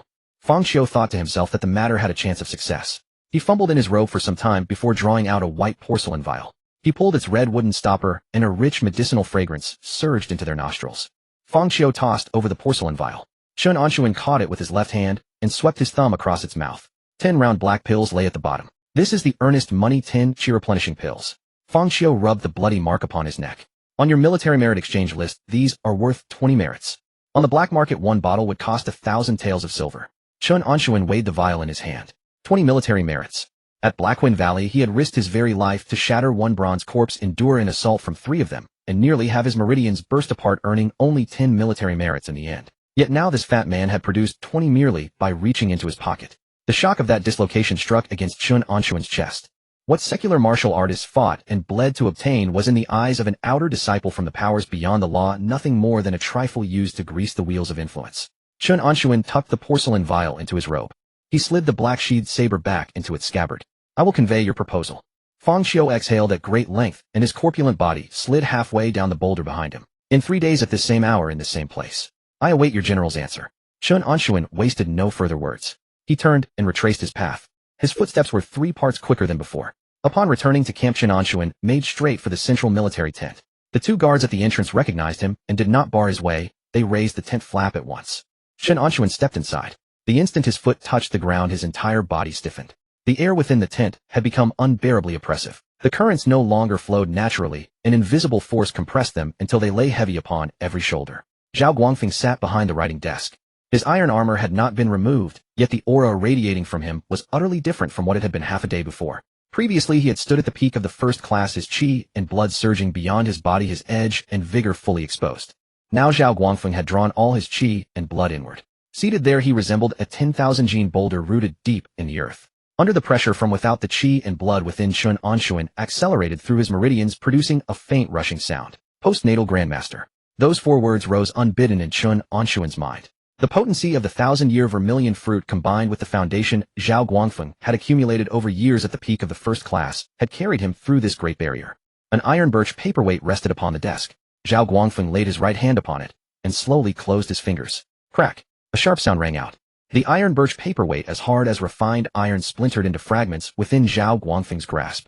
Wooden spikes drove into his palm, yet they did not so much as break the skin, they simply snapped. Speak! Zhao Guangfeng looked up. His voice was lower by 3 degrees than before and carried a faint tremor of internal force, shaking dust loose from the roof of the tent so that it sifted down. Chen Anshun stepped forward and repeated Fang Xiu's words verbatim. He added no embellishment and offered no personal judgment. He merely laid the bargain of exchanging corpses for military merits before Zhao Guangfeng exactly as it had been proposed. Upon hearing this, Zhao Guangfeng nudged at the splintered wood upon the desk with 2 fingers. The tent fell so silent that one could hear the charcoal in the brazier cracking. Zhao Guangfeng rose and walked to the map of Ningxuan Prefecture hanging on one side of the tent. His finger traced a circle around Blackwind Valley. In the past, he had been merely a county deputy magistrate and had not dared to think so far. Now he was a commander of the 5th rank and a postnatal grandmaster. Once ambition possessed strength as its foundation, it swelled faster than wild grass. Trading with the powers beyond the law, something he had never dared imagine before. Now he regarded it as nothing more than a natural exchange of resources. Zhuguang's words still echoed in his ears. High-level martial artists and the ancient state of Guzhou had always been parties to a transaction of mutual exploitation. Casualties are inevitable in battle. Zhao Guangfeng's voice was flat, revealing no fluctuation of emotion. The Third Army must be reorganized and needs provisions, pay, and arms. A mere commendation from the prefectural governor will not suffice. It must rest upon a solid foundation of military merit. Zhao Guangfeng turned around. You will make the contact. Keep it clean. There was no rebuke, no hesitation. Only an immediate decision. Chen Anshun nodded. In 3 days at the Rocky Knoll. Zhao Guangfeng waved his hand. Chen Anshun withdrew from the central military tent. The night wind blew and bearing the desolate scent unique to the rocky wasteland. He reached his own small tent, but did not enter.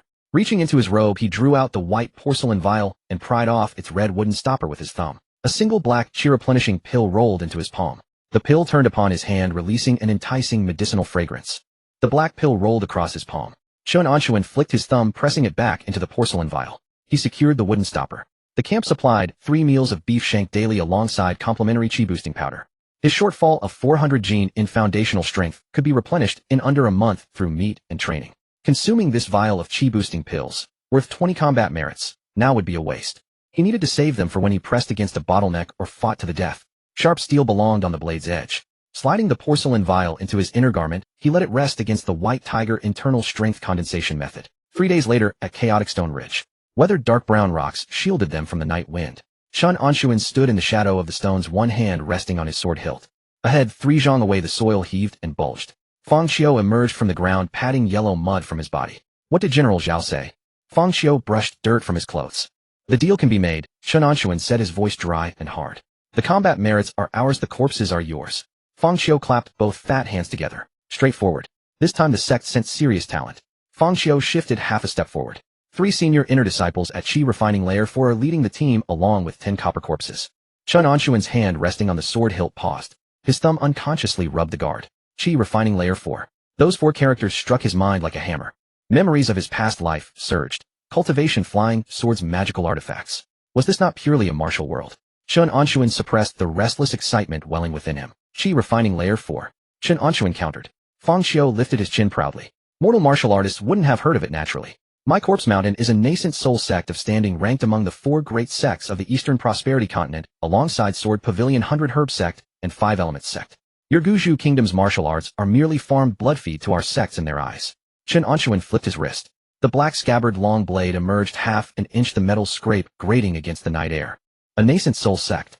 Chen Anshun sneered coldly. A few days ago your so-called blood feed were the ones cutting you down scrambling for teeth.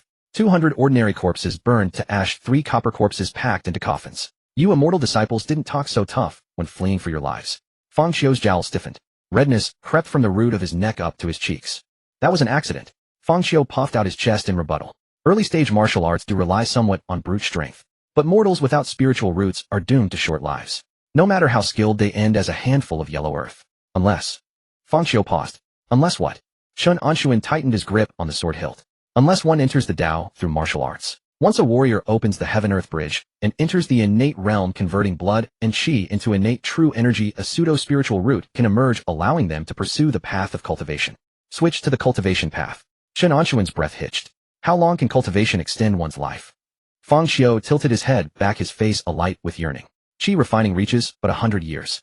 Upon foundation establishment, lifespan doubles to 200. Upon golden core formation, 800 springs and autumns. If one can shatter the core to birth the nascent soul. Fang Xiu swallowed hard. 2,000 years. 2,000 years. Veins bulged along Chen Anshun's forearms as he struggled to contain the turmoil within. 80 years of martial cultivation in this life. What had it all been for? Initially, it had been a longing carried over from his past life. The majestic aura of a martial artist commanding respect in all directions. Later it became stubborn refusal to yield.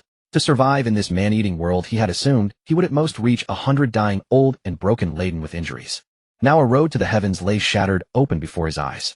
To cultivate to the nascent soul realm, 2,000 years of life. 80 years was but childhood by comparison, as long as he could break through to the innate. The fire in Chen Anshun's chest roared upwards, scorching his organs with heat. He must enter the innate realm. He must cultivate the Tao. Whoever stood in his way would die. Fang Xiu waved his hand dismissively. Stop dreaming. Worry first about surviving this calamity. Fang Xiu lowered his voice. Those 3 Qi refining layer 4 senior brothers, in terms of physical strength, equal your postnatal grandmasters. But they wield spells. Spells. Fireballs, ice storms. Though merely basic techniques combined with 10 copper corpses, your lame old man may not withstand them. Qi refining layer 4 equaled a postnatal grandmaster. 3 opponents at that level with ranged spells, plus 10 copper corpses. On the third army side, Zhao Guangfeng and Zhuo Guang. Only 2 postnatal grandmasters remained. How to handle the third? Moreover, against 10 copper corpses, he could barely hold 3. The remaining 7 charging into the formation would be nothing short of a one-sided slaughter. Fang Xiu pulled a sheepskin parchment from his robe and tossed it forward. This shows their encampment for tonight. 30 li west of Black Wind Valley at Fallen Eagle Gorge. They will strike at dawn tomorrow. Chen Anshun caught the parchment, glanced over it, and tucked it into his collar. After the fighting ends, you withdraw. Leave the battlefield to me for half an hour. Fang Xiu stepped back 2 paces, his body beginning to sink. Remember, I only want corpses. I have no use for living souls. Yellow earth churned, and Fang Xiu vanished from sight. Chen Anshun turned and sprinted toward the camp. Full throttle at 2,600 gene of foundational strength, the wind howled past his ears across chaotic stone ridge. Central command tent. Zhao Guangfeng sat behind the desk. Zhuo Guang occupied a bamboo chair in the corner, his walking stick resting across his knees. Chen Anshun strode into the tent and slapped the sheepskin parchment onto the desk. 3 at Qi refining layer 4, 10 copper corpses. Striking at dawn. Location Fallen Eagle Gorge. Chen Anshun laid out Fang Xiu's intelligence. Qi refining layer 4 equals a postnatal grandmaster.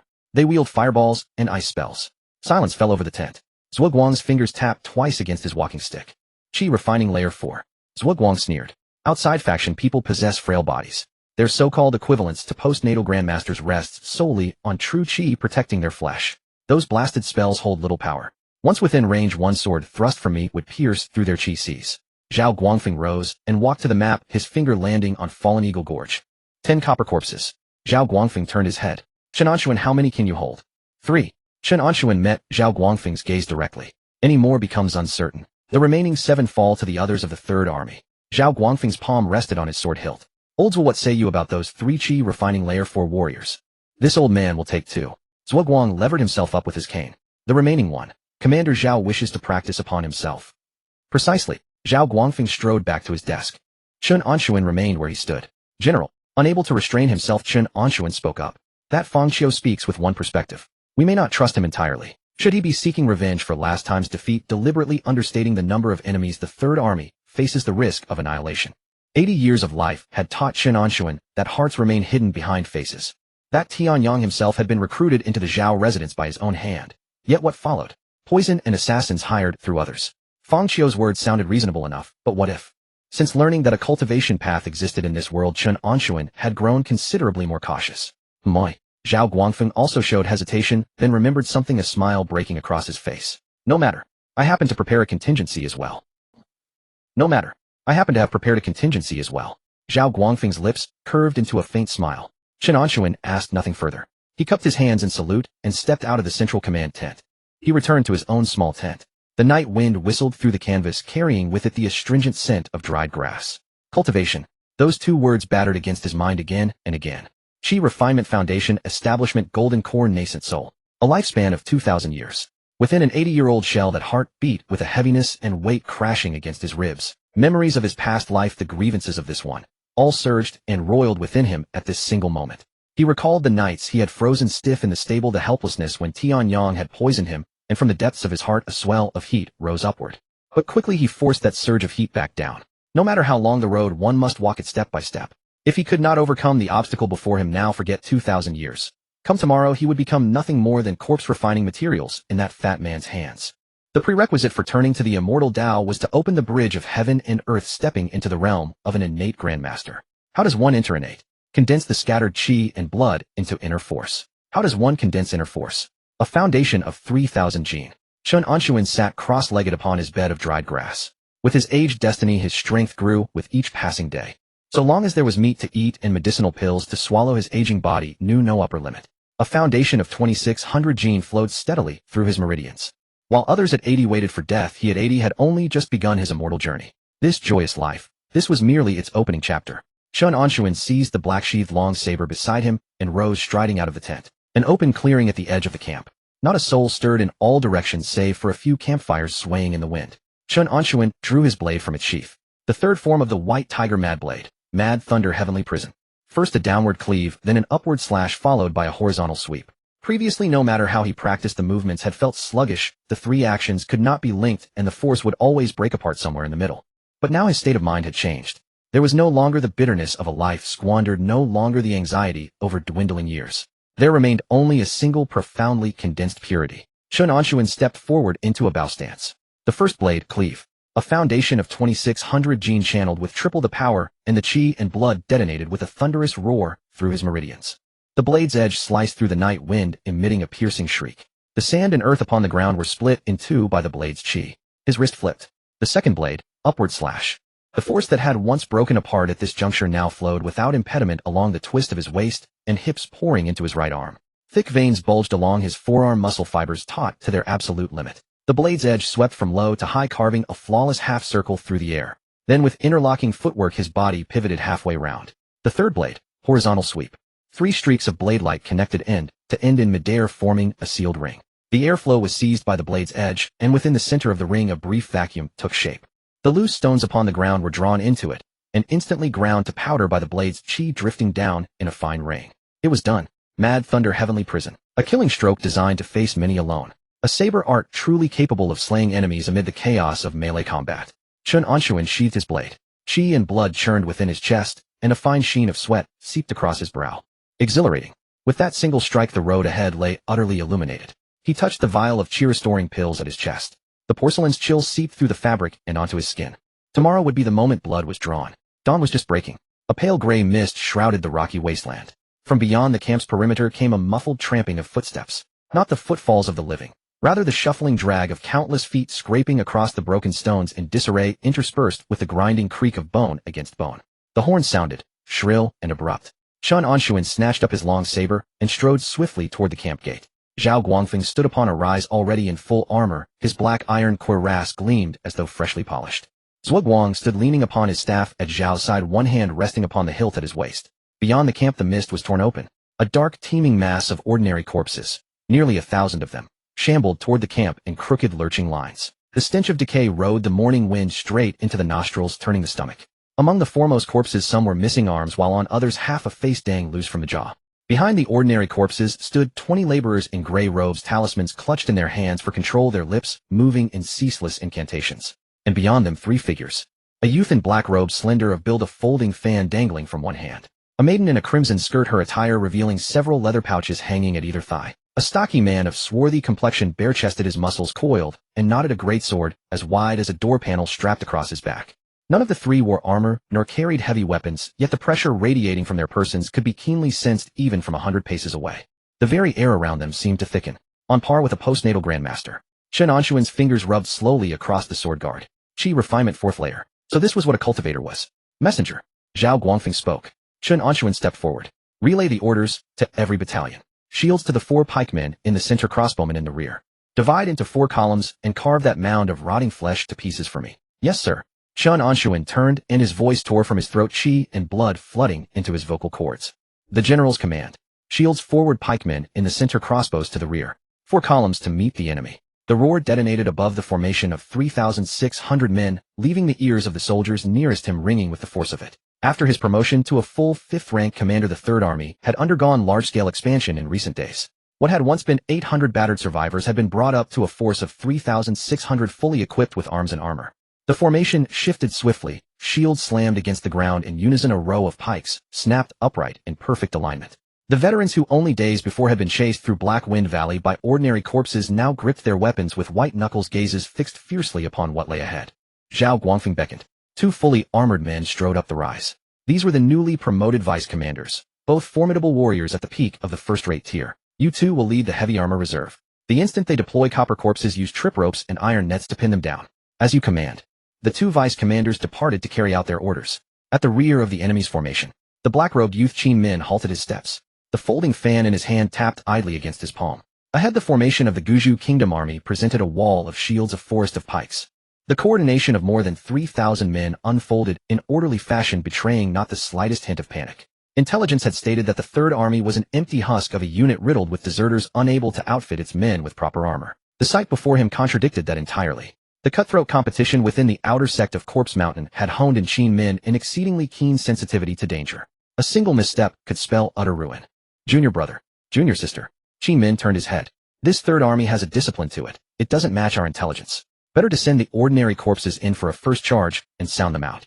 Then we move. The maiden in the crimson skirt let out a contemptuous laugh. Senior brother Qin, you are being overly timid. She stepped forward and the pouches at her waist swung with emotion. The men of Guju Kingdom are nothing but a pack of mortal martial artists. Even a lifetime of training would leave them a pile of rotten meat. What need is there for caution? She turned her gaze upon Qin Min and the swarthy man. So long as you don't try to snatch the corpses from me, I don't care. This vanguard will be mine. Qin Min's face hardened, the folding fan in his hand paused. As you wish. The maiden gave a cold snort. Her toes touched the ground and her form traced a crimson arc through the air, soaring over the mass of ordinary corpses to land a mere 30 paces in front of the 2 armies' lines. From the front ranks of the Third Army's formation, a newly appointed vice commander drew his longsword.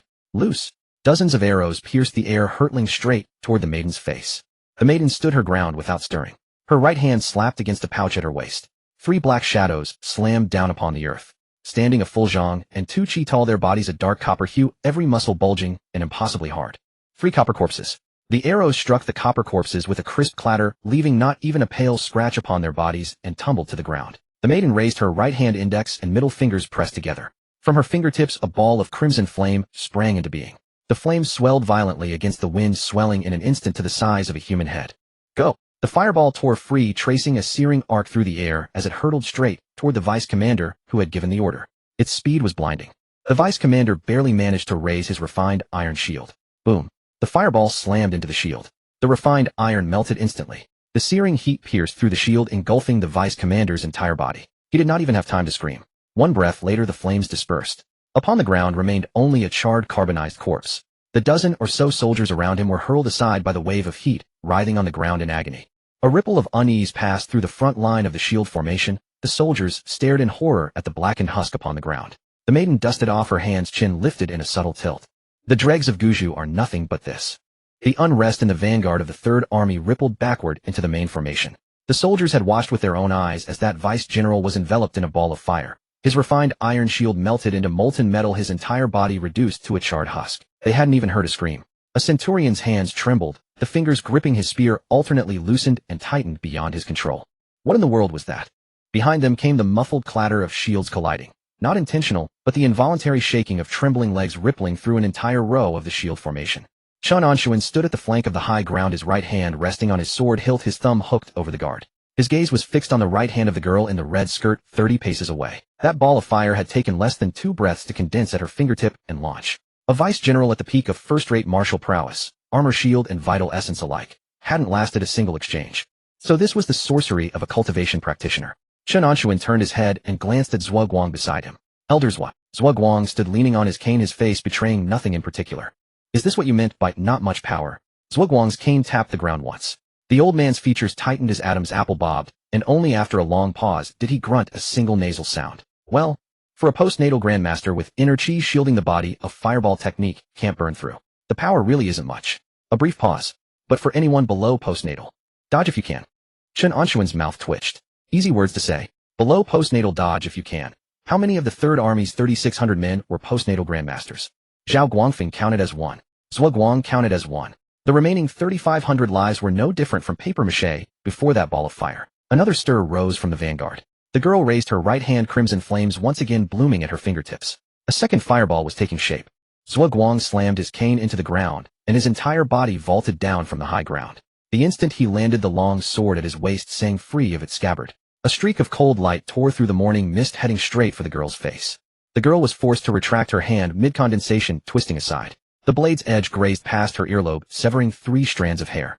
Zhuo Guang's movement wasn't fast. If anything, it carried a pronounced limp, his left foot landing half a beat slower than his right. Yet every angle of his swordplay was deviously precise. The tip always pointed at whichever hand she sought to strike with.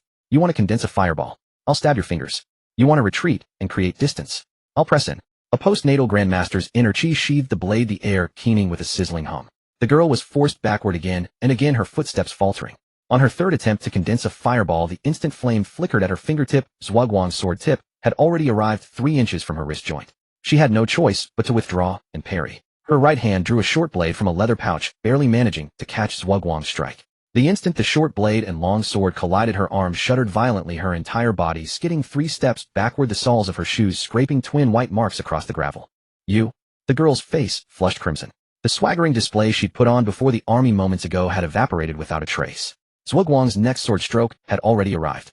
The blade swept horizontally at a measured pace, aimed straight at her throat. The girl gritted her teeth and dodged sideways. Her skirt was torn open by sword chi, exposing a patch of mottled bruising above her knee. All of this unfolded in the span of a few heartbeats. The soldiers in the vanguard only saw the limping old man drop into the fray, after which the witch who had been hurling fireballs began scrambling to evade in a pitiful retreat. The centurion's spear no longer trembled. That limping old man is something else. A new recruit nearby muttered. At the same moment the girl was forced back. The 3 bronze corpses she had previously released were charging toward the army formation. Massive bronze-hued bodies of full zhang and 2 in height lumbered forward with heavy footfalls, each step crushing the gravel half an inch into the earth. Chen Anshun leaped down from the high ground. His black-sheathed long blade sang free. Triple-powered force surged into his meridians, his chi and blood roaring into circulation. 7,800 gene of force bore down upon the blade's edge. The 3 bronze corpses came charging in a triangular formation. The last time in Black Wind Valley, Chen Anshun had fought desperately and gracelessly against the encirclement of 3 bronze corpses. After cleaving one, he'd nearly burst his meridians, only holding on through the desperate application of triple-powered force. This time was different. The sensation of that strike from the night before was still seared into his arm's muscle memory. Mad Thunder Heaven's cage. He stepped into a bow stance. The first strike, cleave. The blade descended from above onto the head of the bronze corpse in front. The corpse crossed both arms to block. A thunderous crash of metal rang out. The bronze corpse's ankles sank half a foot into the gravel. A twist of the wrist. The second strike, upward cut. The momentum never broke. His waist and hips rotated, chi and blood surged from his dantian into his right arm, flowing along the pathway he had just opened the previous night, seamlessly linking to the lingering force of the first strike. The blade swept upward from below, biting into the left bronze corpse's armpit. The hard bronze skin was plowed into by the blade edge, carving a deep furrow. Black corpse fluid splashed out. His feet shifted in alternation, his body half-turning. The third strike, horizontal slash. 3 arcs of blade light connected end to end in the air, sealing into a ring. The airflow was twisted into vortices by the blades. All 3 bronze corpses were simultaneously drawn into the coverage of his blade momentum. Crack. A deep fissure appeared at the neck of the bronze corpse directly in front. Its blocking posture hadn't changed, yet its head had already tilted to one side, connected only by a remaining strip of flesh. Chen Anshun's left foot stamped the ground, his blade sweeping diagonally downward. The bronze corpse's head flew skyward, spinning twice in the air before crashing into a gravel pile 3 zhang away. The headless bronze body swayed once, then collapsed with a thunderous boom. From the unsheathing of his blade to the beheading, less than 5 breaths. The shield bearers of the vanguard stared dumbstruck. Last time in Black Wind Valley, how long had it taken Chen Anshun to shatter the bronze corpse? A grueling struggle, a fight to the death, and only in the end a desperate cleave through. And now, 5 breaths. The white-haired old man stood rooted in place, his stance rock steady, 3 strikes delivered in one fluid breath, chopping off the bronze corpse's head as casually as felling a wooden post. Damn it all. The centurion tightened his grip on his spear shaft, his heart pounding. 100 paces away, the black-clad youth Chen Min's folding fan paused midair. He had seen the sight of the girl being pressed down by that limping old man, and the picture of the white-haired elder beheading a bronze corpse in 5 breaths. Their intelligence had been completely wrong. These were no broken remnants skimming payroll rations. These were 2 combat forces at the postnatal grandmaster level, plus a monster who could face a bronze corpse alone without even having reached the first-rate realm. Chen Min turned his head to look at the bare-chested, dark-skinned man beside him. Go. Relieve some of the pressure on junior sister. The dark-skinned man nodded. The door-sized greatsword on his back was drawn, and with a tap of his toes, he shot towards Zhuo Guang's position. He didn't make it. A black shadow intercepted from the side. Zhao Guangfeng. His iron armor reflected a cold, hard sheen in the morning light. A postnatal grandmaster's inner chi clung to his blade, the air buzzing. Zhao Guangfeng's blade swept horizontally. The dark-skinned man brought his greatsword up vertically to meet it. Both arms shuddered, and the gravel beneath his feet exploded apart. The 2 clashed head-on in midair, each retreating 3 steps. The dark-skinned man's brow twitched. This iron-armored officer was stronger than him. Zhao Guangfeng gave him no chance to catch his breath, his blade momentum flowing on and on, each strike pressing on top of the last. Chen Min stood alone in the rear, his folding fan closed and held in his hand. 3 fronts of combat, and his side was at a disadvantage on every one. This wasn't how it should have been. Chen Min pressed his index and middle fingers together, a wisp of pale blue mist condensed at his fingertip. The temperature plummeted sharply, and a thin layer of frost formed across the gravel beneath his feet. Ice freezing technique. The blue mist left his hand, not aimed at Zhao Guangfeng, not at Chen Anshun. Straight at Zhuo Guang. The mist was extraordinarily swift and utterly silent. Zhuo Guang, just then forcing the girl back with a sword stroke, suddenly felt a bone-piercing chill seep up from below his calf. He looked down to see thin ice spreading along the ground, freezing over his left foot, the leg with the limp. Zhuo Guang's form faltered. His sword momentum broke for half a beat. The girl seized that opening, violently retreating 10 steps, gasping for breath. Her garments had been slashed to ribbons by sword chi, a bloodstain seeping from her left shoulder. She was battered to the extreme. But she was alive. Chen Min withdrew his fingers. The ice-freezing technique's effect lasted only 2 breaths. Zhuo Guang's inner chi surged, the thin ice shattered, and his mobility was restored. But that 2-breath window had been enough. Enough for the girl to escape lethal range. Chen Min's folding fan reopened, half veiling his face. He did not press the attack. He was watching. Behind the fan, Chen Min's gaze swept slowly across the entire battlefield. Then it came to rest. It settled on a direction. Not Zhuo Guang, not Zhao Guangfeng, not Chen Anshun, nor the army formation. Southeast, 100 paces away, behind a massive boulder. There was nothing there. Chen Min's fingers gripping the fan tightened slightly. He turned facing that boulder and unhurriedly cupped his hands in a salute. I wonder which fellow Taoist has been here watching from the sidelines for so long. Chen Min's voice, amplified by true chi, carried clearly through the clamor of the battlefield. Since you've already come this far, why not show yourself? The clash of battle dipped for a moment. Zhuo Guang's sword halted. Zhao Guangfeng's blade hung suspended in the air. Chen Anshun, mid-motion of cleaving the second bronze corpse, paused for an instant, turning his head toward the direction Chen Min had indicated. No one. Behind the massive boulder, there was only empty space with the morning mist drifting through. 3 breaths. 5 breaths. A soft laugh drifted from behind the boulder. Not a cold laugh, not a scoff. The kind of laugh one might make while strolling leisurely through a garden. A figure stepped out slowly from behind the boulder. A wide, loose gray Taoist robe with faint dark patterns embroidered at the cuffs. Hair bound into a relaxed Taoist topknot pinned with a wooden hairpin. His features were thin and gaunt, looking like a man in his early 30s, a small tuft of short beard on his chin. His left hand clasped behind his back, his right hand carried a half-worn gourd of wine. The Taoist swayed his wine gourd, smiling as he ambled to the space between the 2 armies, plopped down on the ground, pulled the stopper from his gourd, and took a swig. The liquor trickled down the corner of his mouth, dripping onto the front of his robe, and spreading into a dark, wet patch. He wiped his mouth and looked up at Chen Min. Sharp eyes, young friend. This poor Taoist concealed himself behind 3 layers of illusion, and you still managed to locate the second. Chen Min's folding fan snapped shut with a crisp paw gripped tight in his hand. Chen Min's folding fan snapped shut, and he gripped it tightly in his palm. Are you a disciple of Baichao sect? He fixed his gaze on the gray-robed Taoist sitting on the ground. His robe had been washed pale, the cuffs frayed. A wooden hairpin was tilted in his top knot, loose and slack. The Taoist tilted back his neck, positioning the gourd's mouth to his lips. Wine poured down his chin and dripped onto his robe, soaking the front. Keen eyes, the Taoist set down his gourd and let out a loud belch. Shirshan and Jinlu have joined forces, stirring up storms in this Guzhu kingdom. Our Baichao sect finds this intolerable and wishes to join Guzhu's side for some excitement. The Taoist brushed dust from his robes and stood upright. As for who ultimately triumphs or falls, each shall rely on their own abilities. Qin Min's jaw tightened. Bai Chao sect was intervening. There was nothing about this in the sect's intelligence reports.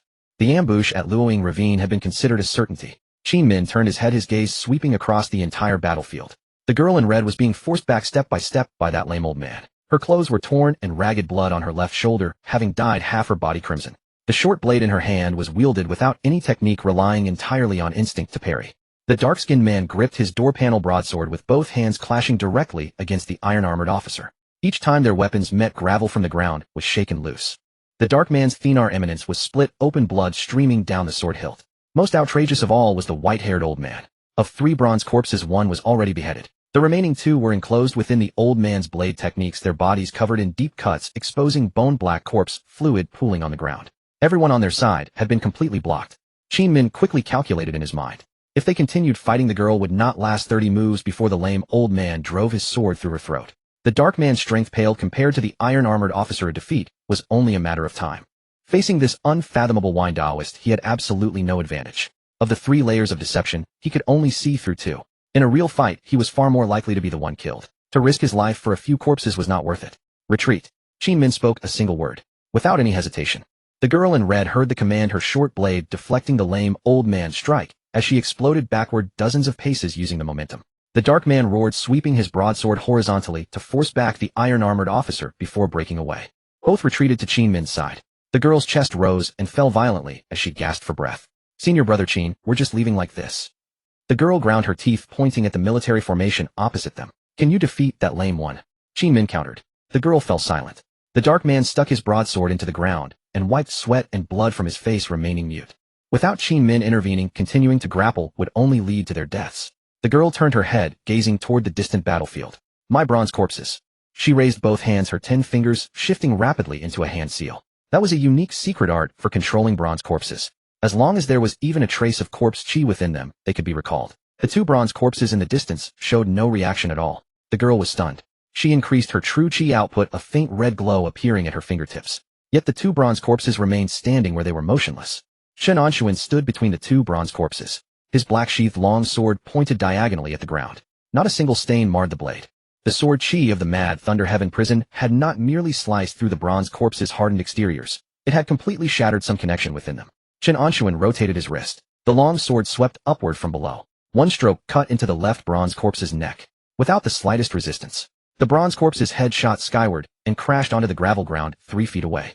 Chen Anshun shifted his footing, turning his body halfway. The long sword followed through in a horizontal slash. The right bronze corpse's head flew off as well, rolling to rest beside the first. Both headless bodies crashed down, kicking up clouds of dust. Chen Anshun returned his sword to its scabbard. He walked over, bent down, and picked up the first bronze corpse's head. It was extremely heavy. He carried the head to the first decapitated bronze corpse and placed it neatly on the ground. Then he returned to retrieve the second, the third. 3 dark bronze heads now lined up perfectly in a row. Chen Anshun brushed the dust from his hands. Another 10 combat merits. Combat merits became chi replenishment pills. Pills became foundational strength. Foundational strength became the innate realm. The innate realm became cultivation. Cultivation meant 2,000 years of lifespan. These bronze corpses were not mere rotting flesh. They were stepping stones on the path to heaven. He would never let this demonist take them. Old bastard. The girl's scream pierced through the morning mist. She had seen exactly what Chen Anshun had done. The old man had not merely severed her connection to the bronze corpses. He was leisurely arranging their heads. Those were treasures she had spent 3 years refining with living human blood and secret sect medicines. Now they had become objects someone was casually displaying. Just you wait. If you dare destroy my bronze corpses, I will strip your sinews and flay your skin, refining you into the lowest form of corpse wraith.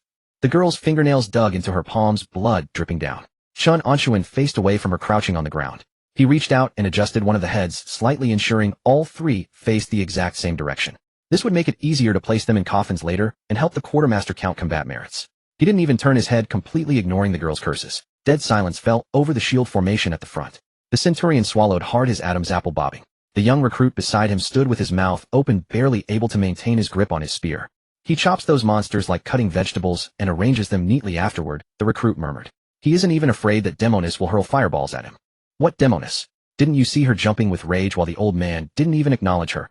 The centurion wiped the cold sweat from his forehead. He had just witnessed the deputy commander being burned to a crisp by a fireball. Now looking at this messenger old man, he found him even more terrifying than the Demonis. Qin Min stepped aside. Let's go. Without another glance at the battlefield, he turned and melted into the morning mist. The girl stamped her foot in fury, crushing the gravel beneath her. Junior sister, if we don't leave now, that lame old man and the iron-armored officer will close in on us.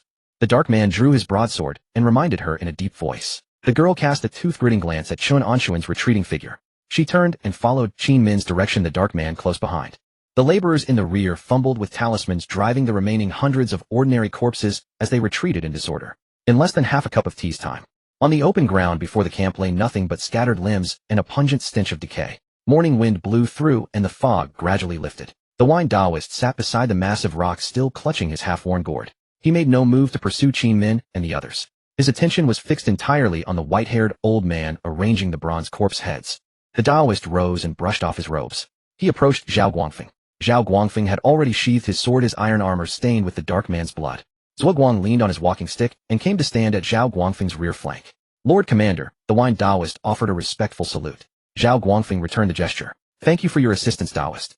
The wine Taoist waved his hand dismissively. This humble one merely exchanged a few words and contributed little. Your third army, however, harbors hidden dragons and crouching tigers. The wine Taoist extended his right index finger, pointing toward Chen Anshun in the distance. Chen Anshun had already straightened up and was inspecting the black-sheathed long sword at his waist. That elderly gentleman appears quite advanced in years, the wine Taoist remarked. Yet his vital energy surges even stronger than a young man's. Those 3 consecutive strikes he just executed carried an unusual weight, enough to sever the iron bones of bronze corpses. Zhao Guangfeng followed the wine Taoist's finger. Chen Anshun was producing a coarse cloth to meticulously wipe his blade. Chen Anshun, a messenger of the Third Army. The messenger of the Third Army, Chen Anshun. The wine Taoist's hand holding the gourd froze midair. He scrutinized the white-haired old man in the distance from head to toe. Chen Anshun sheathed his thoroughly cleaned black-hilted longsword. Midnight. The bloody stench on the rocky beach was carried away by the wind. Fang Xiu emerged from the ground. Many corpses on the battlefield were deliberately left uncollected, reserved for Fang Xiu. Fang Xiu rubbed his 2 chubby hands together. General Zhao is generous. Fang Xiu carefully selected the better quality corpses and stuffed them into a specially crafted leather bag. Chen Anshun stood 3 zhang away, one hand resting on his sword hilt. The transaction is complete. Chen Anshun spoke. Don't rush to drive me away. Fang Xiu patted his bulging bag and leaned forward half a step. Old man, your swordplay today was quite interesting. You even split my junior sister's bronze corpse into pieces. Chen Anshun didn't respond, his hand still resting on the hilt. I'll give you some free information. Fang Xiu lowered his voice. That Taoist from Baichao sect has interfered. Their sect is in disarray, and both the sword pavilion and our corpse mountain will need to reassess. Fang Xiu pointed westward. Your Ningchuan prefecture will have at least a month of peace. Chen Anshun's thumb flicked the sword guard. Why are you telling me this? Fang Xiu grinned, revealing yellowed teeth. I always think long-term when doing business. You've got a hard life, old man. The longer you live, the more corpses you can bring me. Take this month to practice properly. Next time we meet, don't die at the hands of my senior brother. Fang Xiu's body sank downward as yellow earth churned around him. Chen Anshun watched the mound of soil on the ground gradually level out. A month. 30 days. 3 meals of beef shank daily plus free chi-boosting powder, and if he pushed harder, he could exchange battle merits for chi-boosting pills. The 3,000 gene deficit in his physical foundation could be filled at any moment. Once his physical foundation was solid enough, he could condense internal energy and break through to the first-rate realm.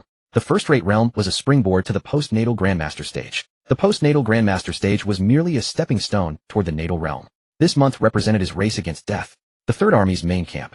The kitchen. Chen Anshun carried 2 wooden basins larger than his face. One basin was filled with sliced beef shank, the other with white rice. Oldly the camp cook stood there with his large spoon, dumbfounded. Brother Chen, your appetite alone could feed 5 strong young men.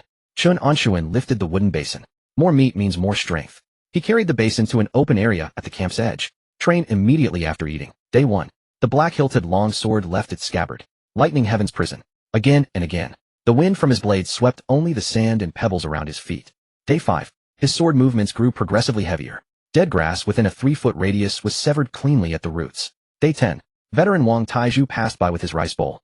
Wang Taizhu stopped. At the center of the clearing, the white-haired old man stood bare-chested. Muscles on his back rippled with each swing of the blade. Beneath the 80-year-old flesh, his vitality burned as fiercely as a furnace. A downward strike erupted with a thunderous crack in the air. Wang Taizhu's bowl trembled, and half a piece of meat fell to the ground. Several other veterans gathered around. 80 right.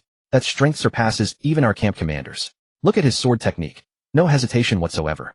I've only seen that kind of power from elders while practicing his sword. Day 15. Chen Anshun's strikes had slowed. The once sweeping and aggressive Lightning Heaven's prison was broken down into fundamental movements. Chop, sweep, cleave. With each downward strike, a bead of sweat fell from his brow. Blood and chi surged through his meridians, turning his skin a deep crimson. Wang Taizhu crouched at a distance, pipe forgotten. This old brother is saving something for a big move. Wang Taizhu nudged his companion with his elbow. Saving what? At 80, maintaining what he has is already remarkable. Any further advancement requires gifts from the womb itself. You know nothing. Look at his blade trajectory. It's completely different from before. All the force is concentrated along the edge, never scattered. Day 20. Night. Chen Anshun sat cross-legged inside his tent. 3 empty porcelain jars lay before him. All 30 chi-boosting pills exchanged for war merits had been consumed. The medicine's potency spread through his abdomen, turning into scalding heat. The 3,000 gene physical foundation was complete. Blood and chi surged through his meridians, crashing against the final barrier. The Ren meridian. The Du meridian. The 2 great rivers of the human body. If these passages remained blocked, blood and chi could never transform into internal energy. Chen Anshun guided the immense vitality, striking again and again. Pain. The excruciating agony of forcibly widening his meridians tore through his nerves. Sweat drenched his clothes, dripping from his chin onto the dry straw. Memories of his past life flashed through his mind. 80 years of suppressed humiliation in this life weighed on his heart. 2,000 years of lifespan hung ahead. If he couldn't break through, he would die. Chen Anshun clenched his teeth. His chi and blood condensed into a sharp spike, relentlessly driving toward the convergence of the Ren and Du meridians. Once, twice, 3 times. Boom. A deep, muffled explosion echoed within him. The barrier shattered. The once chaotic chi and blood instantly settled. A trace of cool energy was born deep within his dantian. Internal energy. This wisp of chi circulated through his open meridians throughout his body, rising from his lower abdomen, passing through the chest, ascending to the crown, and flowing straight down his spine. Wherever it passed, 80 years of accumulated fatigue and hidden injuries were rapidly healed. Shriveled cells replumped. The age spots on the back of his hands lightened. Chen Anshun opened his eyes. Though no lamp burned in the tent, he could clearly see the texture of the straw on the ground. At 100 paces away, he could hear the footsteps of patrolling sentries. This was the first-rate realm. Internal energy self-generated, the 5 senses sharpened to clarity. Chen Anshun grabbed his black-hilted longsword and lifted the tent flap. An open area at the camp's edge. Several veterans who had risen during the night crouched nearby, smoking their pipes. Chen Anshun drew his blade. Internal energy poured through his meridians into his right arm and into the sword. A faint white radiance spread across the once pitch-black blade.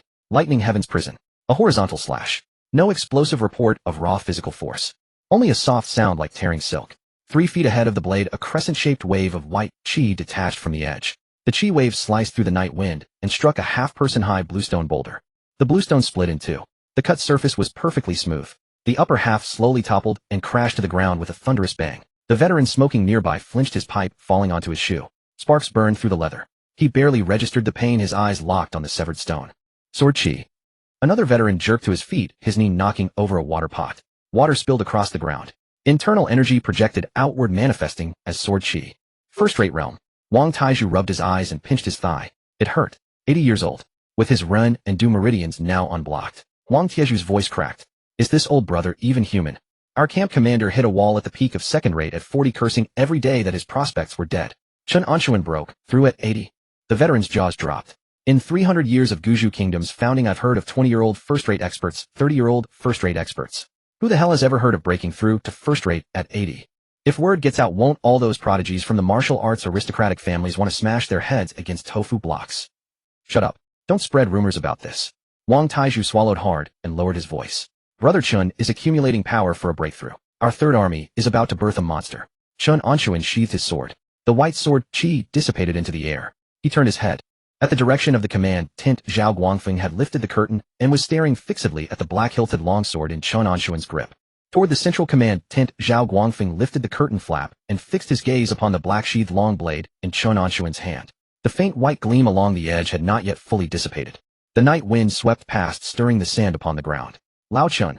Zhao Guangfeng uttered 2 words. Come in. Iron armor clanked as Zhao Guangfeng turned and strode back into the tent. Chen Anshun sheathed his blade and stepped into the central command tent. No candles burned within, only a few embers flickered, brightening and dimming in the charcoal basin. Zhao Guangfeng pulled over a camp chair and sat, his fingers drumming against the iron plate upon his knee. 3 months ago you were tending horses at the Zhao estate. Zhao Guangfeng paused. Back then your chi and blood were withering. You couldn't even shoulder 600 gene of fodder. Chen Anshun stood rooted in place, his mind racing through calculations. Lie. Fabricate some tale of an old master transmitting his arts, or claim a sudden enlightenment. Neither was necessary. Last night that red-skirted enchantress had with a casual flick reduced a peak first-rate martial artist to charred ash with a single fireball.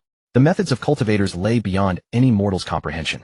In this cultivation world where one could live 2,000 years, a single elixir could forge a first-rate martial artist overnight. What nonsense was there to make of it? Concealing it would only betray guilt. Better to lay it bare upon the table. These past months I've eaten well. My strength has grown quickly. Chen Anshun's hand pressed against the hilt. My mind suddenly opened. The blade techniques grow smoother with each practice. Zhao Guangfeng stared intently at Chen Anshun's face. The glow of the charcoal fire fell between the two men. No interrogation, no suspicion. The fortune of an old stable hand held no interest for him to probe. The wine Taoist of the 100 Herbs sect had spoken plainly enough that day. This world under heaven was vast, and its waters ran unfathomably deep. The corpse mountain, the sword cottage, the 100 Herbs sect. Whatever scraps leaked from these cultivation sects were enough to sustain a mortal for a lifetime. For Chen Anshun to have broken through his realm at such an age, he must have stumbled upon some opportunity beyond ordinary comprehension. Envy was one thing. He, Zhao Guangfeng, would never stoop to seizing what belonged to an 80-year-old man. Good. Zhao Guangfeng slapped his thigh sharply. No matter how you opened your apertures, you are now first-rate. Zhao Guangfeng rose to his feet. In that battle, old Zhang died. Old Zhang, the vice-general reduced to charred remains by a fireball. The Third Army now lacks a vice-general. Zhao Guangfeng stepped closer. A first-rate martial artist like you kept as a messenger. That's a waste of talent. Come serve as vice-general. Chen Anshun offered no reply. Vice-general. Managing men shouldering worries and standing at the very front to take the enchantress's fireballs. This was no cushioned post. What are the benefits of being vice-general? Chen Anshun asked directly. Zhao Guangfeng was momentarily taken aback. Anyone else upon hearing of a promotion to a rank 6 vice-general would have long since knelt to kowtow their gratitude. Yet this old man, bless him, insisted on negotiating terms first. Zhao Guangfeng was not angered, he laughed instead. You truly believe a Houtian grandmaster is forged through one's own training alone? Zhao Guangfeng pointed at his own nose. I was stuck at peak first rate at 40, unable to touch the edge of Houtian, no matter how I tried. Only after I was promoted to vice-general did I get the chance to earn merit at Blackwind Valley. The prefect rewarded me with a 1,000-year vermilion fruit. I consumed it, and within 3 days I broke through to Houtian. Zhao Guangfeng lowered his voice. Without the heavenly materials and earthly treasures that trickle down from above, a mortal's flesh and blood would need an eternity to break through to the Houtian realm. Serve as vice-general, earn battlefield merit, exchange for resources. Lao Chen, don't you wish to enter Houtian? Chen Anshun's heart lurched violently. 1,000-year vermilion fruit. Heavenly materials, and earthly treasures. A foundation of 3,000 gene had allowed him to break through the Ren and Du meridians and generate internal force. But the energy required to transform internal force into Houtian inner gang chi would be an astronomical sum. Relying solely on eating beef shank, one could wait until the cows came home. The extreme old age fate added foundation with each passing day, but this body demanded a higher grade of fuel. Given sufficient medicinal ingredients, he could surge upward without any bottleneck whatsoever. Houtian Grandmaster. Xiantian Great Realm. Cultivation. This path demanded one stake their life for resources. When do I assume the post? Chen Anshun was crisp and decisive. Zhao Guangfeng let out 2 great peals of laughter. Now, the vice-general's quarters lay deep within the military camp. No ordinary canvas tent this. A small enclosed courtyard built of rough timber and thick felted wool. A ring of waist-high wooden palisades encircled it. Within the courtyard stood a well and a weapon rack. Concealed, spacious. Chen Anshun tossed his bedding roll onto the wooden plank bed. The black-sheathed long blade hung at the head of the bed. At long last he needn't endure the snoring of dozens packed together in a communal barracks, nor shiver in a drafty little tent. He untied the cloth pouch at his waist and appended it onto the table. A dozen or so chi-restoring pills tumbled forth. Battlefield merit rewards earned from slaying bronze corpses that very day. An ordinary soldier had to slay 10 common corpses for a single pill. He had cut down 3 bronze corpses, and the quartermaster had pressed an entire pouch into his hands. Chen Anshun pinched up a pill and tossed it into his mouth. The medicinal potency dissolved and internal force greedily devoured the surge of heat within his meridians. Outside the courtyard, Wang Taizhu crouched 50 paces beyond the palisade, rice bowl in hand. Several veteran soldiers gathered beside him. See it clearly, crystal clear. Old Chen moved in. That's Vice General Zhang's courtyard. A new recruit suppressed a gasp. Vice General Zhang hasn't been dead long, and Old Chen is already living there. Wang Taizhu wrapped the new recruit's skull with his pipe. Address him as Vice General Chen. Wang Taizhu swallowed hard. His mind replayed the sight of Chen Anshun splitting a bluestone slab with a single blade. 80 years old. Wang Taizhu muttered to himself. Old Chen became Vice General at 80. I'm only 40. Why shouldn't I make it? The veteran soldiers beside him exchanged glances. The cloudiness in their eyes receded. Something called ambition stirred within. An old codger with one foot in the grave through sheer ruthlessness had clawed his way from stablehand to messenger and now to the army's second-in-command. In this world, without staking your life, you couldn't even measure up to an old man. The next morning at dawn, before the war horns had sounded, the open ground at the edge of camp was already packed with bare-chested, burly men. Huh. Hep. The dull thuds of wooden blades striking wooden stumps merged into a continuous rhythm. Wang Taizhu gritted his teeth, bringing his blade down stroke after stroke, his sweat soaking through even his belt. The new recruits followed suit, and even old Li, the laziest of the kitchen staff, was found brandishing a fire poker beside the stove. Everyone aspired to become the second Chen Anshun. Outside the central command tent, Zhao Guangfeng stood upon a rise, surveying the seething military camp below. No supervision squads, no whips driving them on. Every man was striving to wring out the last drop of strength from within. Zhao Guangfeng stroked the stubble on his chin. This old Chun was nothing less than a living whetstone. He had honed that band of slacker remnants waiting to die into a fierce, bloodthirsty vigor. Chen Anshun sat in the small courtyard beside the well. Before him stood a wooden bucket filled with freshly drawn well water. He stripped off his shirt. The withered husk nourished over this past month had filled out into the hard contours of muscle. Internal force coursed through his meridians. Chen Anshun picked up the black-sheathed long blade. He did not draw it. Sheathed as it was, he drove it straight into the wooden bucket. Boom! The bucket exploded. Well water splashed in all directions. The droplets hung suspended in midair for an instant. Chen Anshun's internal force surged forth through the scabbard, shattering the scattering droplets into a white mist. Within the mist, Chen Anshun's ear twitched. 50 paces away, beneath the earth, something was burrowing. The faint grinding of soil being turned traveled through the ground to the soles of his feet. Chen Anshun reversed his grip upon the hilt. The sound of turning earth grew closer and closer. Chen Anshun released his grip on the sword hilt. Not an enemy. The digging rhythm was loose and lazy with frequent pauses and diversions. The thing turned underground, circumventing the rock stratum beneath the well. This kind of sneaky yet clumsy approach was unique to only one person across all of Ningchuan Prefecture. A mound of earth swelled upward. Dirt scattered aside as a round head pushed through the soil, dust covered, and squinting its small eyes with half a root in its mouth. Fangxiu. The stout man patted the dirt from his head, braced his hands against the ground, and heaved himself out with effort. Standing in the center of the courtyard, he shook the gravel from his Taoist robe, sending it scattering everywhere. Chen Anshun leaned against the well, arms folded across his chest. Your earth escape technique is quite refined. Fangxiu's chin shot up at the praise. Of course. Before you stands the #1 Qi cultivation 4th layer expert of the Corpse Mountain Outer Sect. Fangxiu planted his hands on his hips and puffed out his chest. Earth escape is a rare technique. No one below Qi cultivation 4th layer in the entire Corpse Mountain Outer Sect has ever grasped it. I am Fangxiu, a natural genius. I just broke through to 4th layer 3 days ago and mastered it that very night. Emboldened, the stout man stomped his foot and sank half an inch into the earth before bouncing right back up. See that? Complete control. Chen Anshun gazed at the shallow depression beneath Fangxiu's feet without responding. Earth escape, plunging several zhang into the ground and disappearing without a trace. When combat proved unwinnable on the battlefield, slipping underground left pursuers helpless. This transcended mere travel. It was survival itself. A rogue cultivator at Qi 4th layer could evade a postnatal grandmaster entirely with this technique. Chen Anshun's thumb brushed along his sword tsuba. Jealous as he might be, he lacked even a spiritual root. Such thoughts were pointless. Enough. Let's discuss the matter at hand. Why sneak into the military camp in the middle of the night? Fangxiu's expression shifted. The smugness faded and his small eyes darted left and right nervously. Satisfied no one else was present, he crept closer and lowered his voice. Old man, there's a chance to get rich. Chen Anshun remained still. With that roguish grin, the fat man's schemes were always questionable. Fangxiu held up a single finger. 500 li to the east. There grows a Xian Yuan fruit tree. Chen Anshun said nothing. Fangxiu grew anxious. At least ask what a Xian Yuan fruit is. What exactly is a Xian Yuan fruit? Fangxiu cleared his throat and adopted a theatrical manner. A spiritual fruit. Consuming it accelerates spiritual energy accumulation. In your martial world, it would be a treasure for enhancing cultivation. Aren't you still coveting Zhao Guangfeng's 1,000-year vermilion fruit? The Xian Yuan fruit may not match it, but it holds about a third of its power. A third? Chen Anshun's fingers went still. The 1,000-year vermilion fruit had propelled Zhao Guangfeng directly from peak first rate into a postnatal grandmaster.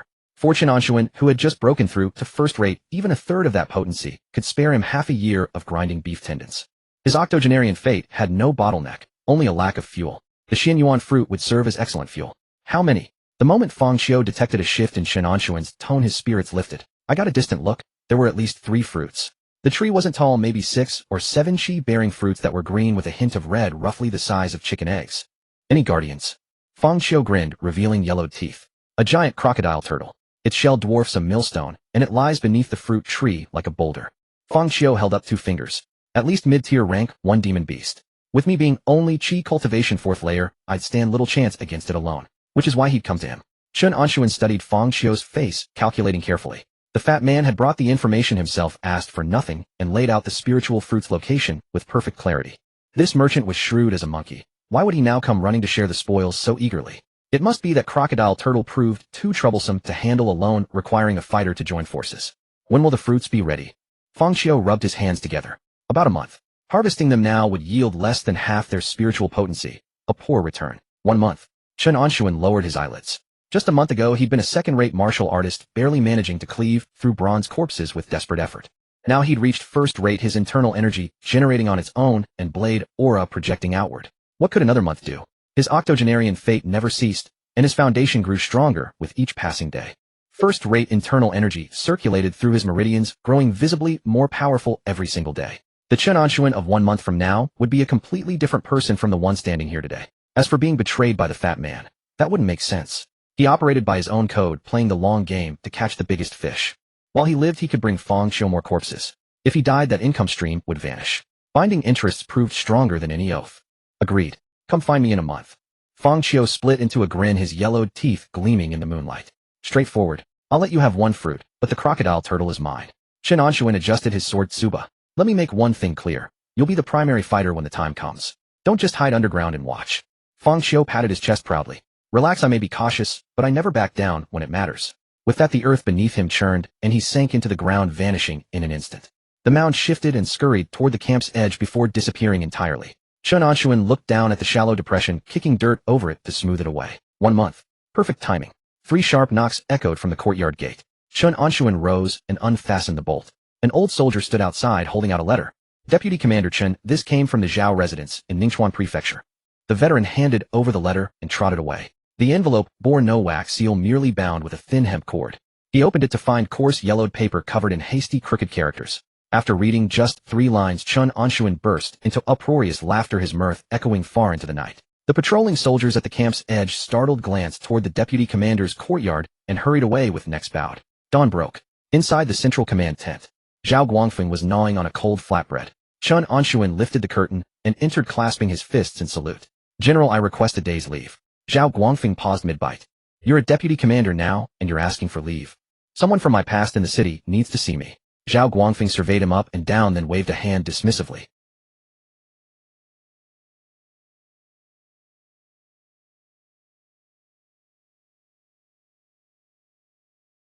His pace as a first-rate expert was vastly superior to before. Internal energy flooded his legs, and each step carried a light, springy propulsion as his feet left the ground. 20 li in less than half an hour. Ningchuan Prefecture City. South Street. An inconspicuous tavern with a faded wine banner hanging at its entrance. Chen Anshun pushed open the half-closed wooden door. Only 3 tables occupied the tavern. 2 sat by the window. An elderly man with gray-streaked hair dressed in dark blue silk sat with his back rigidly straight and a short sword at his waist. A pot of wine, 2 rough bowls, and scattered peanuts covered the table. The other figure was gaunt and angular, missing his right ear, with a pointed chin and mouse-like whiskers, tossing peanuts into his mouth with chopsticks grease shining on his lips. The gray-haired elder looked up first. A flash of sharp awareness ignited in his eyes before melting into warmth. He surged to his feet, the bench clattering to the ground. Old Chen, Su Liang. The gaunt man turned his head too, dropping his peanut from the chopsticks into his wine bowl, sending a few drops splashing. Brother Chen, Zhao Si. Chen Anshun stood in the doorway, studying both faces. A month ago, when he'd fled Qingchuan County with Zhao Guangfeng, there'd been no time to warn Su Liang and Zhao Si. Once they'd reached Ningchuan Prefecture, he'd only heard that Qingchuan County had fallen under the Sword Pavilion's control, barred to ordinary people. He never expected to reunite with both of them here in a Ningchuan tavern. Chen Anshun strode over and pulled out a chair, sitting down heavily. Su Liang grabbed his wrist and froze. The old man stared down at his own hand. His fingers gripped Chen Anshun's wristbone, his own knuckles aching from the pressure. Beneath the skin, the tendons and muscles felt as hard as iron rods. Old Chen, your arm. Zhao Si leaned in, squinting to examine him. Brother Chen, why have the wrinkles on your face diminished? Zhao Si extended his index finger, pointing at Chen Anshun's forehead. Last time we met, you had at least 8 deep lines carved there. Let me count now, 5. Chen Anshun picked up the wine pot and poured himself a bowl, draining it in one swallow. Eat and drink your fill, then follow me. Su Liang and Zhao Si exchanged glances. Chen Anshun set down his bowl and tapped twice on the table. Join the army. I'll arrange everything for you. Zhao Si's chopsticks hovered midair, the peanut tumbling onto the table and rolling twice. Join the military. Brother Chen, we're either too old or too disabled. Where would any camp take us? Chen Anshun withdrew a wooden token from his chest and slammed it onto the table. A deputy commander's insignia. Both Su Liang and Zhao Si bowed their heads, locking onto the 4 characters carved into the plate: Deputy Commander of the 3rd Army. The tavern fell silent for 3 heartbeats. Zhao Si's chopsticks clattered from his hand onto the tabletop. The chopsticks in Zhao Si's hand clattered onto the table with a sharp snap. The wooden token slid half an inch across the rough surface. 5 characters were carved deep into it, their grooves filled with cinnabar. Deputy Commander of the Third Army.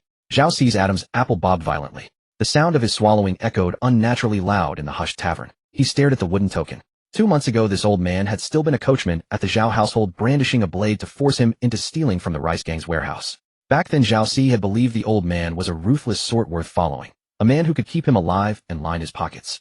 But now, a deputy commander, a 6th-rank official. The Third Army was one of the main forces in Ningchuan Prefecture's military. To serve as its deputy commander meant commanding hundreds, even thousands beneath one's hand. Iron Scales might swagger all he wanted within the rice gang, but faced with the centurion of the regular army, he would have to step aside. Zhao Ci's half-mutilated ear throbbed with a phantom ache. The sensation no longer summoned hatred, only a trembling sense of fortune. Had he not taken that blade to the ear that day, he wouldn't even have the right to sit at this table now. Su Liang's fingers poised midair to reach for the wine jug had frozen in place. A 70-year-old head well of the water gang. What tempest had he not weathered? Yet in Ningchuan Prefecture the water gang had crumbled the moment the rice gang and outside forces crashed against it. His proud identity as a second-rate martial artist amounted to nothing in the eyes of those demons who could hurl fireballs. He had fled to Ningchuan with his remaining wealth, and Zhao Ci intending to seek out his old friend Chen Anshun for counsel. Instead his old friend had slapped the 6th-rank commander's token onto the table. Su Liang's gaze shifted from the token to Chen Anshun's face. The wrinkles on that face had indeed grown shallower. Beneath the skin pulsed an irrepressible, smoldering vitality. 40 years ago the two of them had gnawed on stale buns in the lower deck of a ship. 40 years later he remained stuck at the lower tier of second-rate, unable to advance an inch, while Chen Anshun had soared to the heavens. Old Chen, Su Liang spoke, his voice parched and rough. That blood and chi of yours. You've crossed that threshold. Su Liang dared not utter the words first-rate aloud. Chen Anshun lifted the coarse bowl before him and drained the last swallow of wine. First-rate. He spoke the words as though commenting on the weather. Outside the tavern a cart hauling slop ground over the bluestone pavement, its wheels groaning. Inside the tavern Zhao Ci's knees buckled, and he slid off the bench. Thud. Both knees slammed into the grease-slicked mud floor. First-rate. In all of Qingchuan County, counting Zhao Guangfeng himself, there were no more than 5 such masters. Rice Gang's boss Mi Dong was only second-rate, while the Water Gang's chief had been first-rate. A first-rate master was a living ancestor, one whose word decided the livelihoods and the lives of tens of thousands. And now that living ancestor sat across from him sipping cheap wine that cost 2 copper coins a bowl. Old Shinyu, what fortune did you stumble into exactly? Su Liang's chest heaved. He had trained his entire life only to remain pinned at the lower tier of second-rate. Chen Anshun at 80 had pierced through the Ren and Du meridians. Chen Anshun tucked the wooden token back into his robe. Got lucky. Ate some good things in the army. He offered no further explanation, merely pointing at Zhao Ci on the ground. Get up. The floor's filthy. Zhao Ci scrambled to his feet on all fours, settling onto the very edge of the bench's back, bent so low it nearly touched the tabletop. Master Chen. Zhao Ci had changed his form of address. The word master came from the bottom of his heart with utter reverence. Chen Anshun tapped the tabletop with his finger. I just took up this post. Every face beneath me is new. I'm short on a few capable men of my own. He turned to look at Su Liang. Old Su, the water gang's fallen. The prestige you carried as head of 13 wells won't mean a thing in Ningchuan. Out there the streets are flooded with refugees and stragglers from broken armies, not to mention those demonic cultivators who wander about wreaking havoc. Where could you and Zhao Ci possibly go? Su Liang fell silent. These past few days in Ningchuan he had seen through everything. Each morning at the city gates the corpses of those who had starved to death were dragged away. Even martial artists were the same. Without backing they could be seized and thrown into battle as cannon fodder at any moment. Chen Anshun continued. Come with me. To the Third Army. Zhao Ci's quick-witted. He'll serve as my personal messenger running errands for me. Old Su, you're second-rate. Enter the camp directly as a squad leader. You'll have 10 men under your command. Chen Anshun leaned forward, clasping his hands together on the table. The army provides meals. There's merit to be earned and replenishing chi powder to be had. Old Su, you don't want to break through to the mid-tier of second-rate. Su Liang's breathing grew heavy. Replenishing chi powder. Merit on the battlefield. Out in the Jianghu, loose cultivators would beat each other senseless over half a portion of replenishing chi powder. Yet in the army one could exchange battlefield merit for it directly. Following a first-rate deputy commander meant one's chances of survival multiplied tenfold, and so did the chances of earning merit. Su Liang rose to his feet and stepped back half a pace. He cupped his fists and bent at the waist. A deep solid bow. Deputy Commander Chen, from this day forward this old life of mine is in your hands. 40 years of friendship was one thing. This was now a matter of rank. Su Liang understood the distinction clearly. Zhao Ci, who had just taken his seat, slipped back onto the ground. Thud, thud, thud. 3 kowtows struck the muddy floor. Master Chen, order me east, and I won't dare go west. Tell me to steal rice, and I won't touch a single chicken. Chen Anshun stood up and tossed a piece of broken silver onto the table. Let's go. Back to camp. Ningchuan Prefecture, South Street. The 3 of them walked toward the city gate. Chen Anshun in front, the others a step behind. The roadside was choked with refugees. An emaciated woman cradled a dead infant in her arms, her gaze hollow as she leaned against the base of a wall. A few paces away, two men wrestled in the mud over half a moldy flatbread, rolling and thrashing in the filthy water. In times like these, human life was cheaper than grass. Zhao Si walked at Chen Anshun's left rear. A patrol of constables came toward them from the opposite direction, clutching their water and fire batons. The constable leading the patrol was about to berate the refugees blocking the path. He looked up and saw Chen Anshun. Chen Anshun wore no armor, but a long saber in a black scabbard hung from his waist, and his gait carried the steady weight of iron. The killing aura of a man who had tasted blood on real battlefields could not be concealed. The constable immediately tucked away his baton and sidestepped to yield half the width of the street. He even lowered his head and offered a clasped fist salute. Zhao Si's spine straightened at once. Back in the rice gang, he would have had to bow and scrape before such constables, calling them master. Now constables cleared the path for them. Authority, real power, was worth more than gold or silver. They left the city and followed the official road toward the Third Army's main encampment. In less than half a church in the camp came into view in the distance. Soaring wooden palisades, defensive abatis watchtowers with archers. At the camp gate stood 2 rows of fully armored soldiers. Chen Anshun led the 2 men forward. The squad leader guarding the gate recognized him immediately. He straightened his back and struck his right fist against the plate of his left chest. Deputy Commander, sir. Both rows of armored soldiers saluted in perfect unison, the clash of iron plate ringing out as one. Su Liang's heart skipped a beat. In the water gang, his subordinates had addressed him as head well as well. But the rough-and-tumble manner of Jianghu bands was nothing compared to this iron-blooded military gravitas. It was child's play.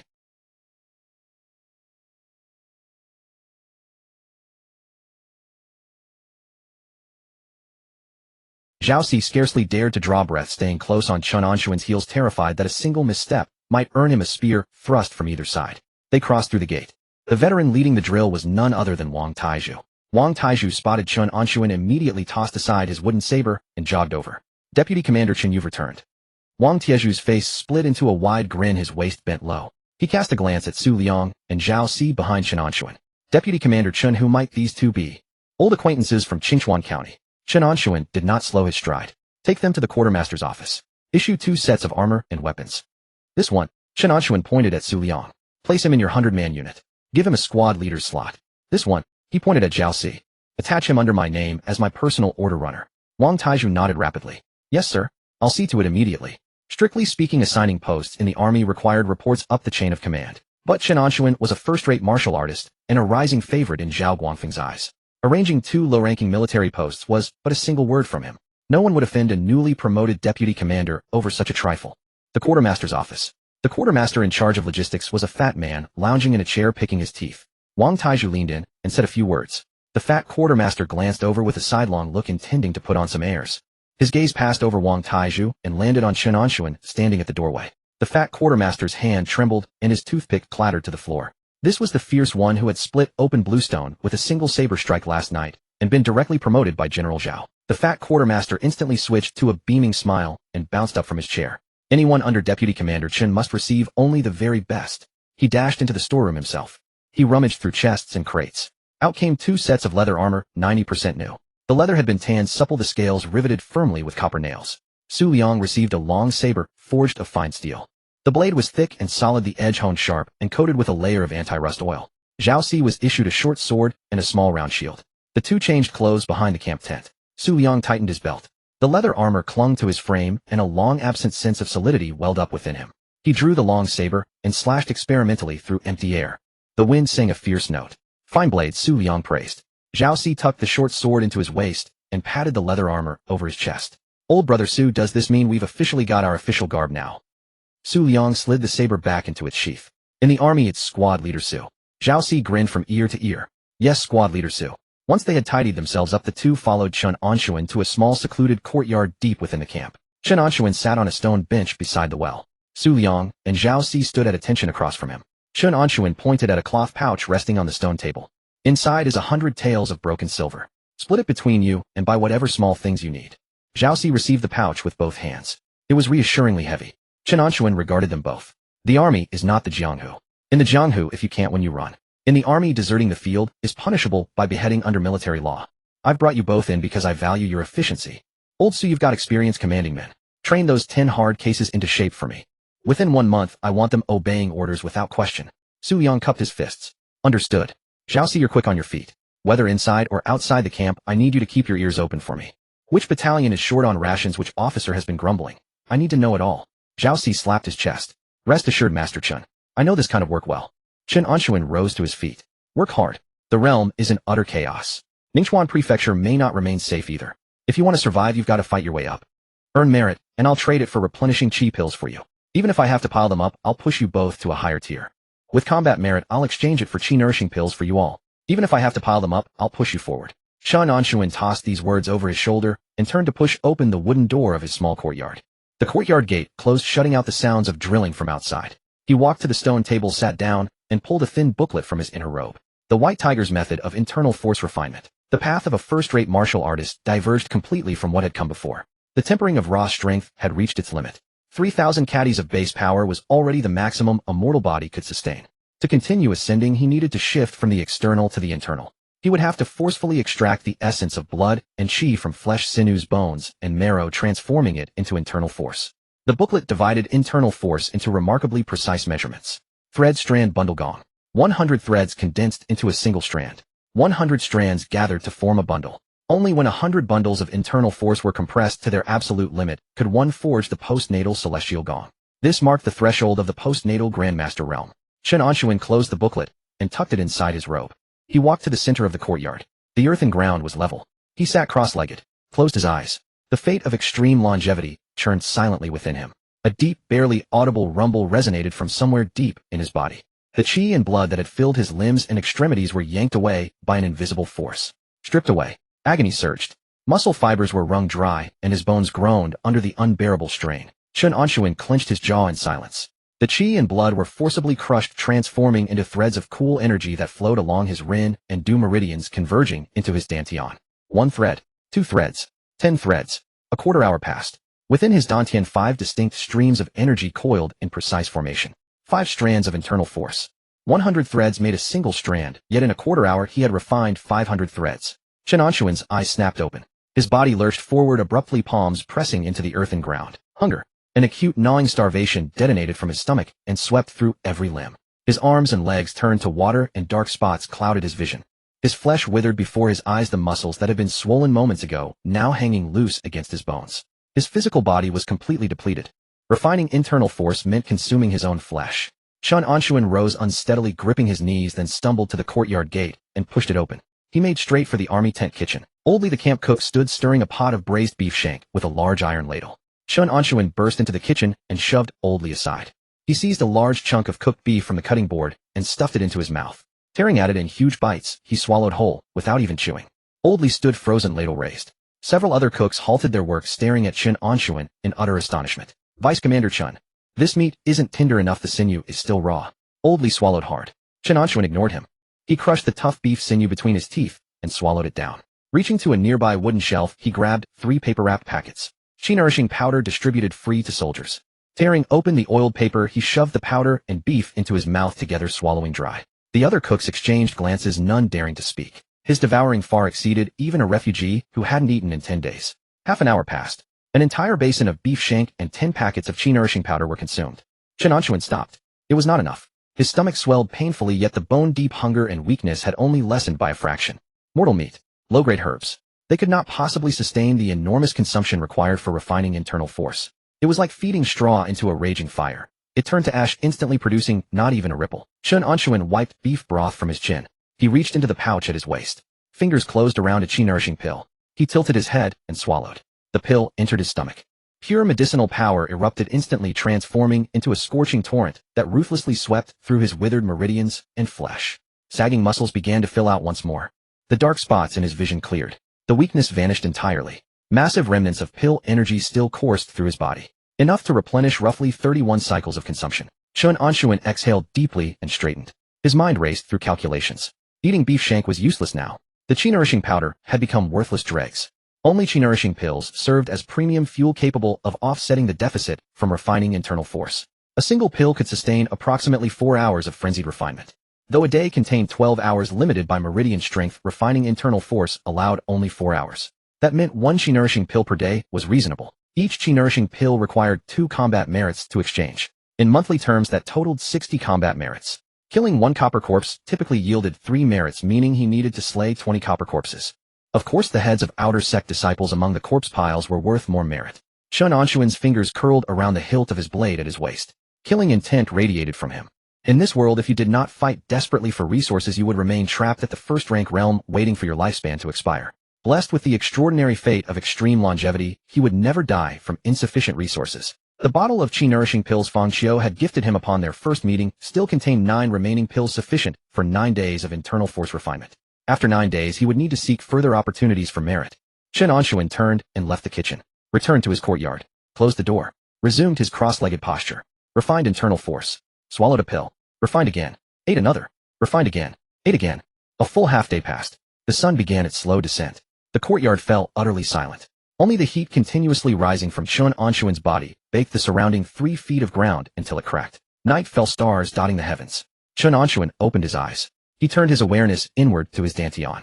167 streams of cool energy linked end to end circulated slowly through his meridians.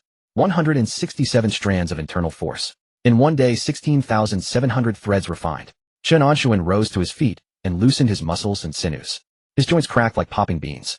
A memory suddenly surfaced, his casual conversation with Zhuo Guang a few days prior. Zhuo Guang had mentioned his second disciple Tian Wu, considered a minor prodigy. Extraordinary bone structure, obsessed with martial arts. Upon first breaking through to the first-rank realm, he had sat in the Sword Hall's seclusion chamber for 4 hours without food or water, barely refining 10 strands of internal force.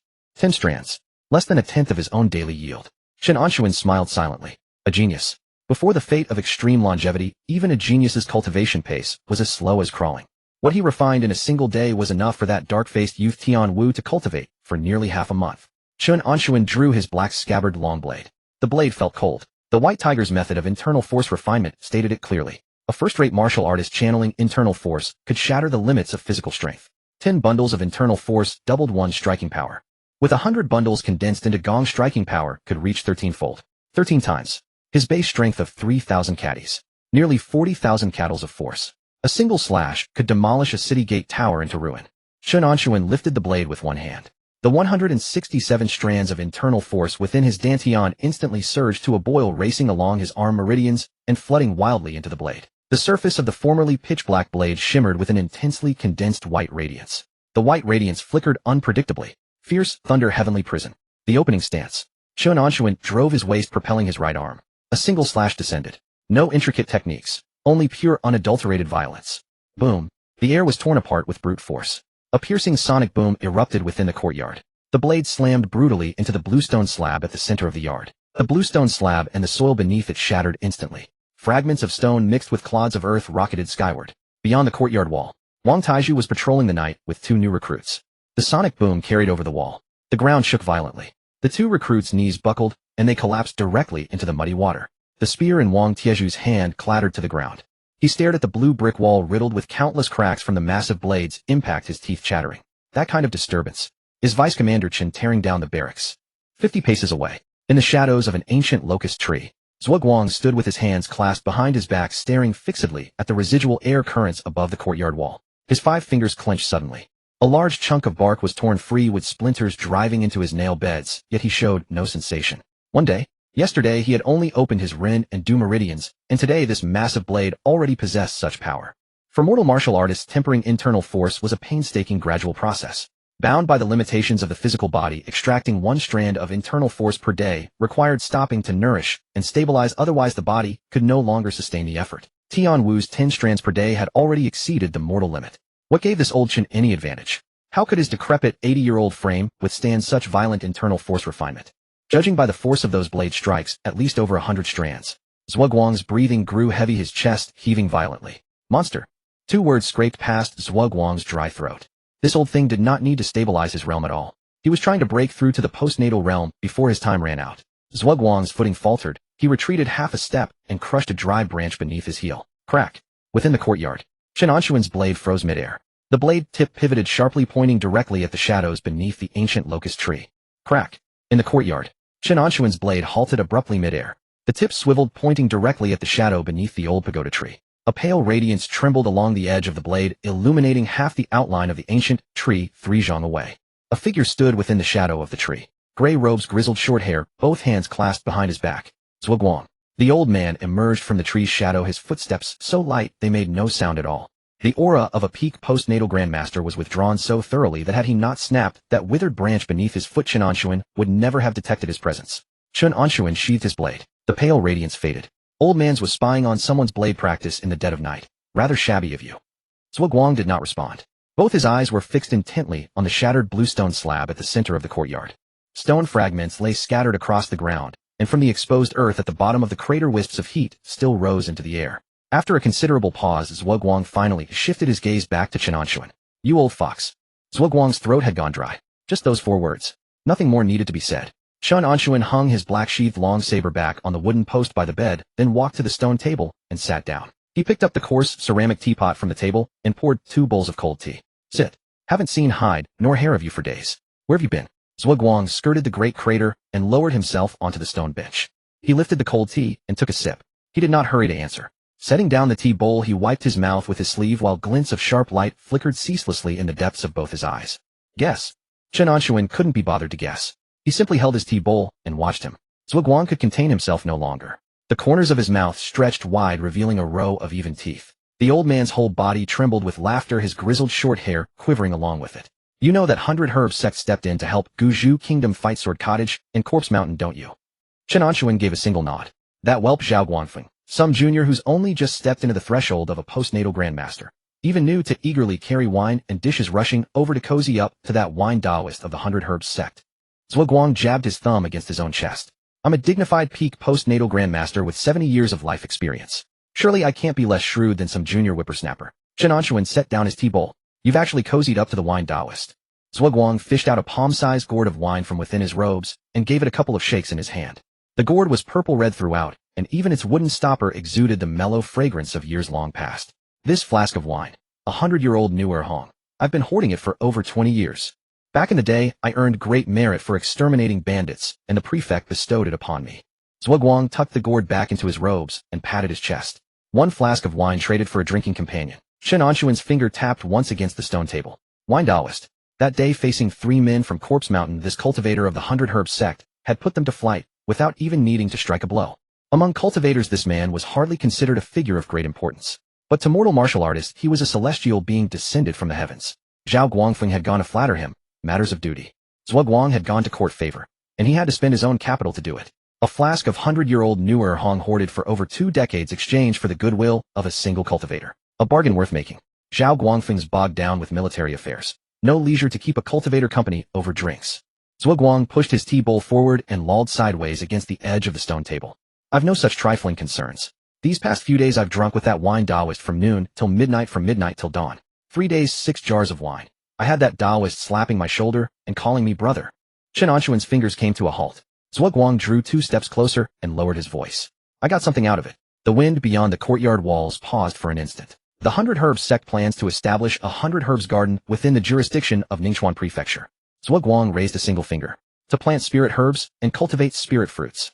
Chen Anshun said nothing, his eyelids lifting a fraction. Zhuo Guang pressed on. That wine Taoist let slip the whole truth to me. To set up this 100 Herbs garden, the 100 Herbs sect needs a massive quantity of bronze corpses. Bronze corpses?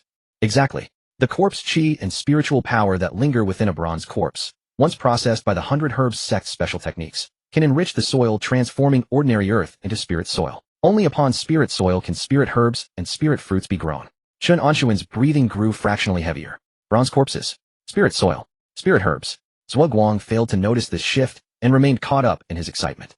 This matter's already been settled with Prefect Yining. Construction begins this month. Ningchuan Prefecture provides the manpower and the land. The 100 Herbs sect provides the expertise. The bronze corpses will be supplied by Ningchuan Prefecture's military. Chen Anshun's mind was racing. 100 Herbs garden. Spirit herbs and spirit fruits. Ningchuan Prefecture would break ground by month's end. The military supplying the bronze corpses meant that the ones their third army brought down would in part go directly to the 100 Herbs garden. The news itself was valuable. But Zhuo Guang had clearly not come merely to deliver headlines. What benefit did you wring out of the wine Taoist? Zhuo Guang lifted his tea bowl, took a sip, and set it down slowly. Savoring. The old man was savoring the pleasure of playing coy. Once the 100 Herbs garden is built, it'll need a warden. Not one of the 100 Herbs sect's own people. Someone chosen from among the local martial artists. Must be at postnatal grandmaster cultivation or above. Must be trustworthy. Zhuo Guang thumped his chest. I'm Zhuo Guang.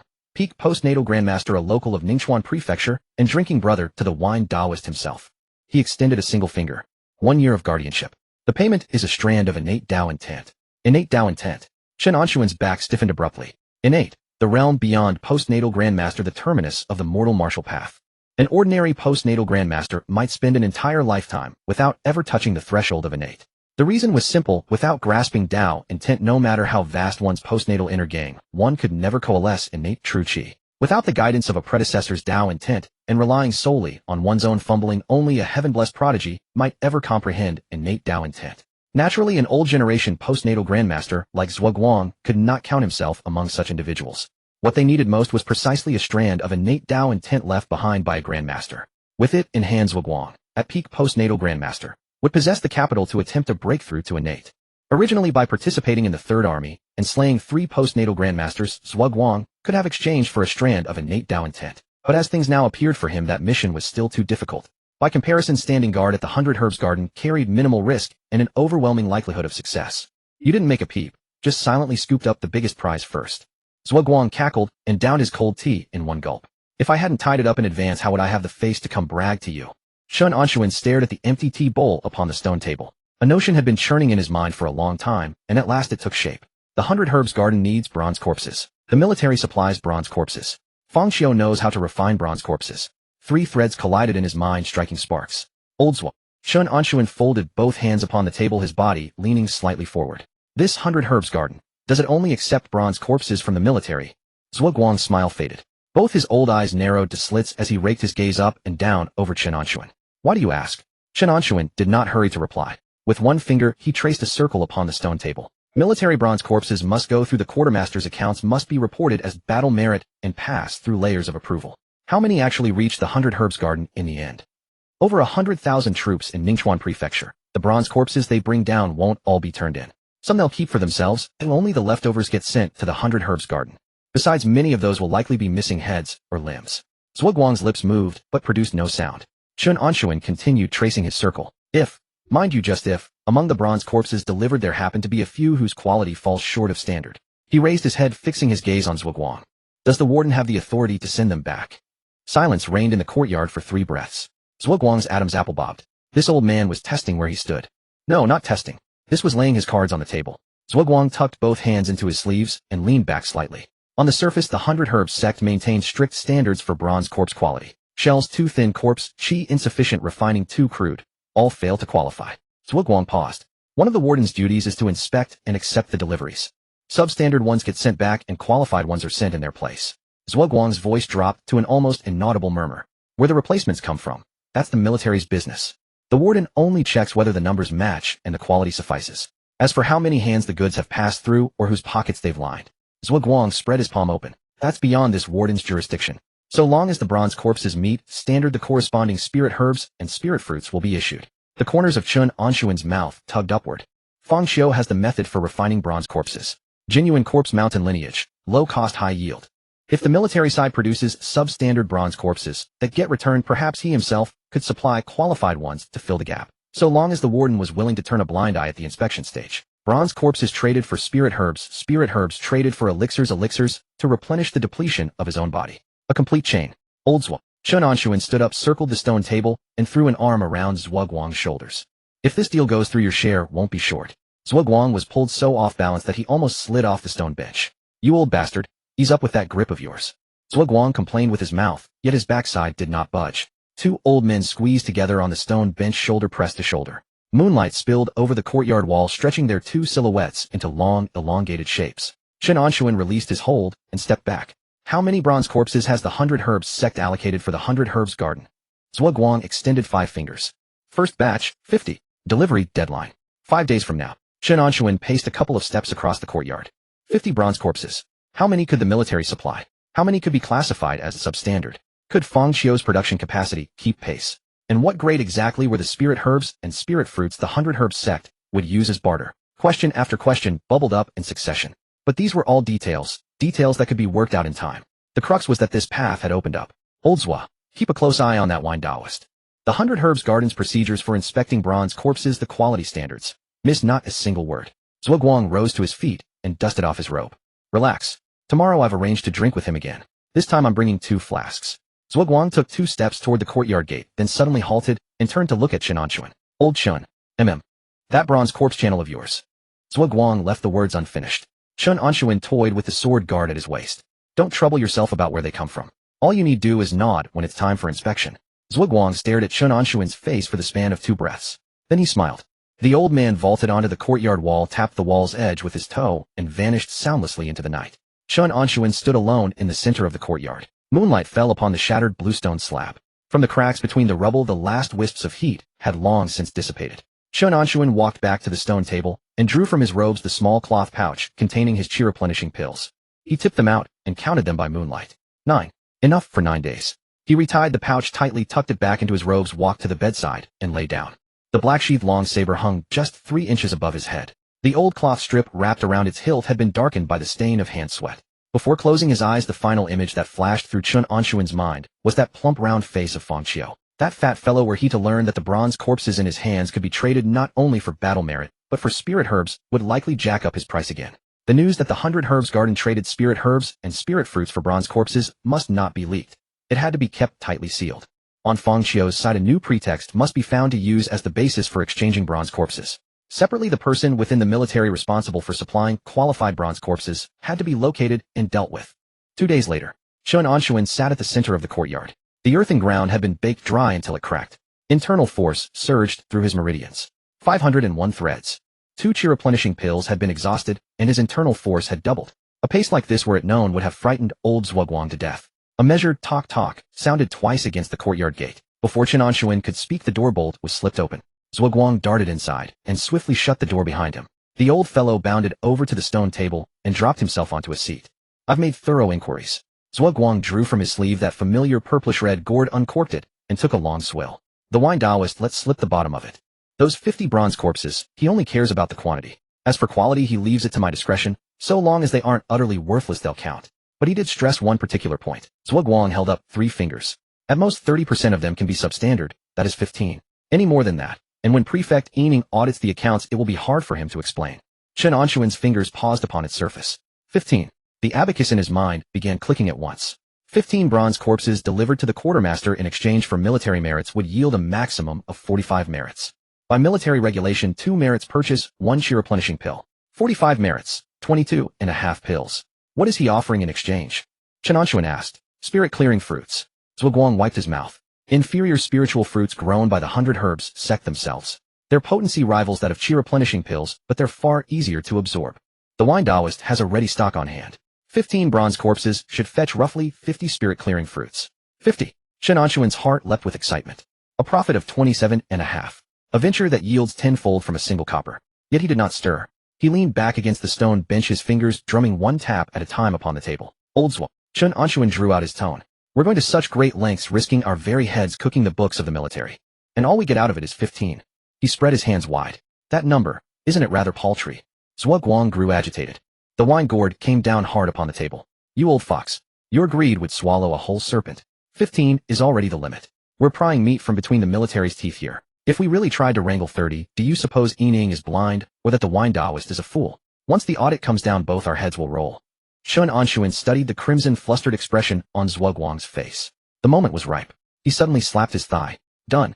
15 it is. We have a deal. Chen Anshun leaned and closed, lowering his voice. Once it's done, out of those 50 spirit-clearing fruits, I'll give you 10. Zhuo Guang was caught off guard. He had expected Chen Anshun to haggle over every last one, yet the man agreed so readily. 10 spirit-clearing fruits. Not a finger lifted, only a nod and a closed eye at the time of inspection. A windfall picked up for nothing. Pleasure doing business. Zhuo Guang tucked the gourd back into his robes and rose to leave. Delivery is set for 5 days from now. On your end, hurry it along. The old fellow vaulted onto the wall and vanished. Chen Anshun remained where he sat. 10 spirit-clearing fruits sent Zhuo Guang on his way. If he managed to haggle down that fat fool Fang Qiu's price a bit more, he might still turn a profit. Enough to live lavishly for a month. Now it was time to secure his supply. Chen Anshun rose to his feet and walked out of the courtyard. 5 li west of the great camp outside Ningchuan Prefecture lay an expanse of unmarked graves. Darkness reigned beneath a howling wind. Chen Anshun stood before a nameless burial mound. From within his robes, he drew a sheet of yellow paper folded into the likeness of a paper crane. This was the token Fang Qiu had left behind the night he departed. Crush the crane, and that rotund fellow would come find him. Chen Anshun pressed hard with 2 fingers. Puff! The crane crumbled into a swirl of yellow dust scattering upon the wind. He waited the length of half an incense stick. The earth beneath his feet began to tremble faintly. Grunt, grunt. The soil churned and rolled aside. A round, plump head burrowed up from the ground. Fang Qiu spat out the grit from his mouth, braced his hands against the earth, and hauled himself out. The stout fellow dusted off his Taoist robe and came closer. Old man, why the rush to find me? The profound origin fruit won't ripen for another half-month. You'd do well to curb that impatient streak of yours. Chen Anshun paid no heed to his teasing. How many bronze corpses have you stockpiled on hand? Fang Qiu's movement stilled. His two small eyes darted in a quick circle. Why do you ask? The stout fellow puffed out his chest and patted the 3 gray cloth pouches hanging at his waist. I'm now at the 4th layer of chi refining, I'll have you know. I've grasped the core methods of corpse mountain. These days I can command 4 bronze corpses, all on my own. Last time we worked together I picked up some fine materials. As for stockpiles, plenty to go around. Chen Anshun fixed his gaze upon those 3 gray pouches. 15. Do you have them? Fang Qiu swept a generous hand through the air. 15. I could even pull out 20 if I wanted. The stout fellow stepped half a pace closer, sizing Chen Anshun up and down. What, you looking to buy? Fang Qiu shook his head again and again. Old man, it's not that I begrudge selling. Each of those bronze corpses carries my spiritual sense imprint. Without the core methods of Corpse Mountain, what you'd buy is nothing but a heap of rotting flesh, utterly impossible to control. Chen Anshun toyed idly with the guard of the blade at his waist. Who says I mean to command them? He looked at Fang Qiu. Military regulation: destroy 1 bronze corpse, earn 3 merits. 2 merits by 1 chi replenishing pill. Chen Anshun raised a single finger. 15 bronze corpses, 45 merits. I'll take them to the quartermaster to exchange. He curled his finger and pointed it toward Fang Qiu. The pills we get in return, we split them 50-50. Fang Qiu was dumbfounded. The stout fellow tallied the figures at lightning pace within his mind. 45 merits, 22.5 chi replenishing pills. Split down the middle, he could claim 11. Fang Qiu curled his lip. 11 chi replenishing pills. For a cultivator at the 4th layer of chi refining, barely better than nothing. The toil of crafting 15 bronze corpses, materials, corpse chi time, all of it poured down the drain. In exchange for 11 chi replenishing pills. A losing bargain. Fang Qiu was on the verge of refusal. Then unbidden, the profound origin fruit tree of half a month hence flashed through his mind. That mid-grade 1st-tier crocodile turtle, its shell hard as iron plate. There was no way he could take it down alone. He would have to count on the old fellow before him to do the heavy lifting. This old man was a fearsome sort. Built on the foundation of a first-rate martial artist, his blade work overwhelming and domineering. If he were to sour their ties now over a few bronze corpses who would fight for the profound origin fruit in half a month. Fang Qiu swallowed the refusal rising to his lips. He gave a reluctant nod. Fine. 11 it is. Call it the price of keeping you as a friend. The stout fellow reached to unfasten the gray pouches at his waist. I'll release the bronze corpses. You can take them straight away to claim the reward. The next moment 15 bronze corpses, green-faced, fang-bared and masterfully wrought, stood stiff and rigid upon the ground. Only then did Chen Anshun nod in satisfaction. He exchanged a few idle words with Fang Qiu, and after the latter burrowed back into the earth, he set about unhurriedly dragging a crude homemade cart out from the small grove behind him. He stacked the 15 bronze corpses neatly one by one, then draped a layer of black cloth over them, so that no passerby could discern what lay within. The sentry on watch, seeing Deputy General dragging a cart back, did not dare question him, however curious he might have been about the contents. Thus the goods arrived at Chen Anshun's small courtyard without a hitch. 15 bronze corpses with ghastly green visages and protruding fangs were arranged in orderly rows upon the muddy ground. Chen Anshun drew the black cloth, once more tucking it securely into place. His fingers tapped twice against the coarse fabric. The goods were ready. All that remained was to funnel this cache of contraband into the military's official ledgers. He turned, pushed open the courtyard gate, and made straight for Zhuguang's dwelling. Zhuguang sat cross-legged upon his bed, practicing his breathing exercises. At the creak of the door, the old man sprang to his feet in a single leap. Chen Anshun dragged over a long bench, seated himself, and leaned forward. Delivery in 3 days. You need only do exactly this and this. Chen Anshun broke the plan into fragments, feeding them piece by piece into Zhuguang's ears. As Zhuguang listened, his mouth fell slightly agape. The 2 hands that had been tucked within his sleeves emerged, rubbing ceaselessly against his knees. This 80-year-old relic, so silent and unassuming most days, harbored a mind more riddled with schemes than a honeycomb. Zhuguang traced the entire operation through his thoughts. The military delivers the goods. He picks them apart. He sets aside the substandard portions. Chen Anshun's contraband fills the void. The margin between them slips unseen by any soul into the pockets of the 2 conspirators. Not a single flaw.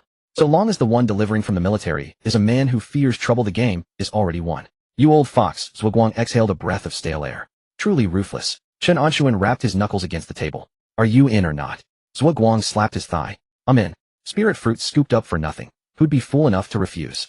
3 days later. The outskirts of Ningchuan Prefecture. An estate spanning 1,000 acres rose abruptly from the earth. Above, clouds and mist swirled in tangled shrouds, veiling all that lay within.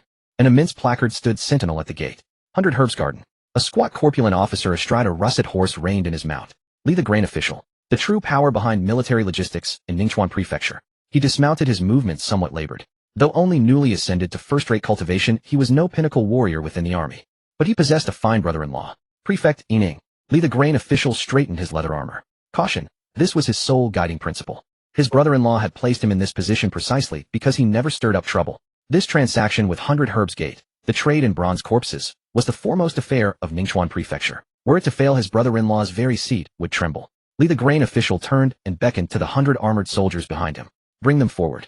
3 heavy carts were wheeled to the estate's entrance. Their wheels carved deep furrows into the mud. Li the Grain Official drew from his bosom a paper dove folded from yellow paper. A fire stick was lit. The paper dove caught flame, without a spark, dissolving into a streak of flowing light that soared into the mists. Before long, the clouds parted, rolling aside to either flank. A gray-robed old man hobbled forth on a withered leg. Zhuguang. Li the Grain Official strode forward and cupped his fists in greeting. Supervisor Zhua. Li of the Ningchuan Military Supply Office, delivering goods by order. Zhuguang swept his gaze over Li the Grain Official from head to toe. Grain Official Li, please come inside. The two walked in tandem. Li the Grain Official turned his head and studied Zhuguang more closely. There were only so many postnatal grandmasters in Ningchuan Prefecture. He recognized him now. This old man was Zhuguang, the itinerant cultivator who ran a sword hall locally. A bitter tang rose in Li the Grain Official's heart. A barefoot country yokel, and yet he had climbed into the lofty branches of 100 Herbs Gate, personally elevated by Taoist Jiao. Such fortune served one better than having a brother-in-law who was the prefect. Elder brothers, well, what fortune you possess. Li the Grain Official pressed closer in veiled flattery. Zhuguang waved a hand dismissively. Just scraping by a living, that's all. Brotherly, let us inspect the goods first. Li the Grain Official found the suggestion perfectly to his liking. The sooner it was done, the sooner he could breathe easy. He stepped before the first cart and wrenched away the covering cloth. The acrid stench of corpses billowed forth. 50 bronze corpses were stacked in dense layers upon the cart. Zhuguang, hands clasped behind his back, paced a slow circle around the vehicle. His footsteps were deliberate. He halted before the first bronze corpse. He extended a finger and tapped twice against the corpse's chest. Thump, thump. The sound was muffled. Zhuguang shook his head. He moved to the third corpse and pinched its arm. Then heaved another sigh. He examined 15 corpses in succession. Zhuguang neither pronounced them acceptable nor declared them wanting. He simply kept shaking his head and sighing. Beads of sweat began to seep across Li the Grain Official's brow. He rubbed his palms together and stepped forward. Elder brothers, war is there. Something amiss with these goods? Zhuguang halted his steps. He turned to face Li the Grain Official. Brotherly, this is the first collaboration between Ningchuan Prefecture and 100 Herbs Gate. These bronze corpses are meant to enrich the soil, transforming it into spirit earth. Zhuguang gestured toward the corpses upon the cart. Just look at these 15. Flesh slack and rotting corpse, chi mottled and impure. You call this premium material? Zhuguang lowered his voice. Should this spirit earth go awry and fail to yield spirit fruit, and Taoist Jiao's wrath comes crashing down, whose fault shall it be? Yours or mine? Li the Grain Official's mind rang with a hollow buzz. This was the very thing he feared most. Should 100 Herbs Gate turn their backs in fury, Ningchuan Prefecture would face the pincer assault of Sword Cottage and Corpse Mountain alone. And when that day came, his brother-in-law Yining would offer him up as the first sacrifice. Li the Grain Official swallowed hard. Elder brothers were these. These goods were all uniformly allocated by the Military Supply Office. I'm nothing more than a courier. Li the Grain Official seized Zhuguang's sleeve. You are the supervisor. You've seen the world. Whisper me away. Is there some path by which these 15 could be replaced? Zhuguang shook off Li the Grain Official's hand. He stepped back half a pace. His face wore an expression of difficulty. This? Li the Grain Official grew desperate. He cast a glance backward at the armored soldiers standing afar. He dropped his voice to a hush. Elder brother, so long as we can settle this affair and spare Lord Yin any trouble, whatever the price, I'll bear it. Zhuguang glanced left and right. He drew Li the Grain Official behind the stone wall of the estate. Beyond the soldier's line of sight. A path. There is one indeed. Zhuguang raised a single finger. Connections to powers beyond the orthodox sects. Can procure bronze corpses of superior quality. Absolute guarantees. 10 times finer than this military batch. It's just that. Zhuguang drew out his tone. The price is no small matter. Li the Grain Official exhaled a long breath. So long as there was a path, all was well. Anything that could be settled with coin or resources was no trouble at all. He cared nothing for the paltry margin. Preserving his brother-in-law's seat, preserving his own life. These were the true concerns. Elder brother. Li the Grain Official struck his chest with his palm. These 50 bronze corpses. I should be returning with the full share of spirit fruit for 50. Now I'll take only the share for 35. The remaining 15. You may use them yourself to barter for better goods. So long as the gap is filled, whatever's left over counts as this brother's filial tribute to you. Zhuguang pressed his lips tightly together. He waved his hands in rapid succession. How could I possibly accept this? It breaks every rule. If this ever came to light. Li the Grain Official clamped his hand firmly over Zhuguang's. with iron resolve. Elder brother. The collaboration between Ningxuan Prefecture and 100 Herbs Gate is the true matter at hand. What are a few spirit fruit in comparison? We are both small men. We must think of those above us. Zhuguang gazed upon Li the Grain official's face flushed crimson with anxiety. With great reluctance he inclined his head in assent. Very well then. Since Brother Li has spoken to such lengths, this thunder old brother that I am shall bear it for you. Zhuguang turned and strode into the depths of the estate. After a while he emerged bearing a large cloth sack. He handed it to Li the Grain official. 105 clear spirit fruits. The share for 35 bronze corpses. Count them if you would. Li the Grain official accepted the sack and tested its weight in his hand. He did not even bother to open it. With elder brother handling affairs my heart rests at ease. He slung the sack at his waist and urged him repeatedly. Those 15 bronze corpses, mind you replace them without fail. The great matter must not be delayed. Zhuguang struck his chest in solemn pledge. Only then did Li the Grain official depart at the head of his 100 armored soldiers, pushing the empty carts in a grand procession. Watching the military array vanish beyond the edge of the official road, from behind a rockery at the estate's flank a figure emerged. Chen Anshun. He stepped to Zhuguang's side and gazed at the distant clouds of dust. Old Zhua, that was a performance worthy of legend. Chen Anshun chuckled softly. That fat fool was sold by you and still counts out the money for you. Zhuguang thrust both hands back into his sleeves. A timid heart afraid of bearing responsibility. Such men are easiest to manipulate. Chen Anshun walked toward the 15 bronze corpses that had been set aside. With a single kick, he sent one sprawling. From his storage pouch he released the 15 bronze corpses that Fang Qiu had provided. 35 military rejects plus 15 authentic wares from Corpse Mountain. 50 in all. Complete. Chen Anshun turned palm outstretched towards Zhuguang. 40 clear spirit fruits. Hand them over.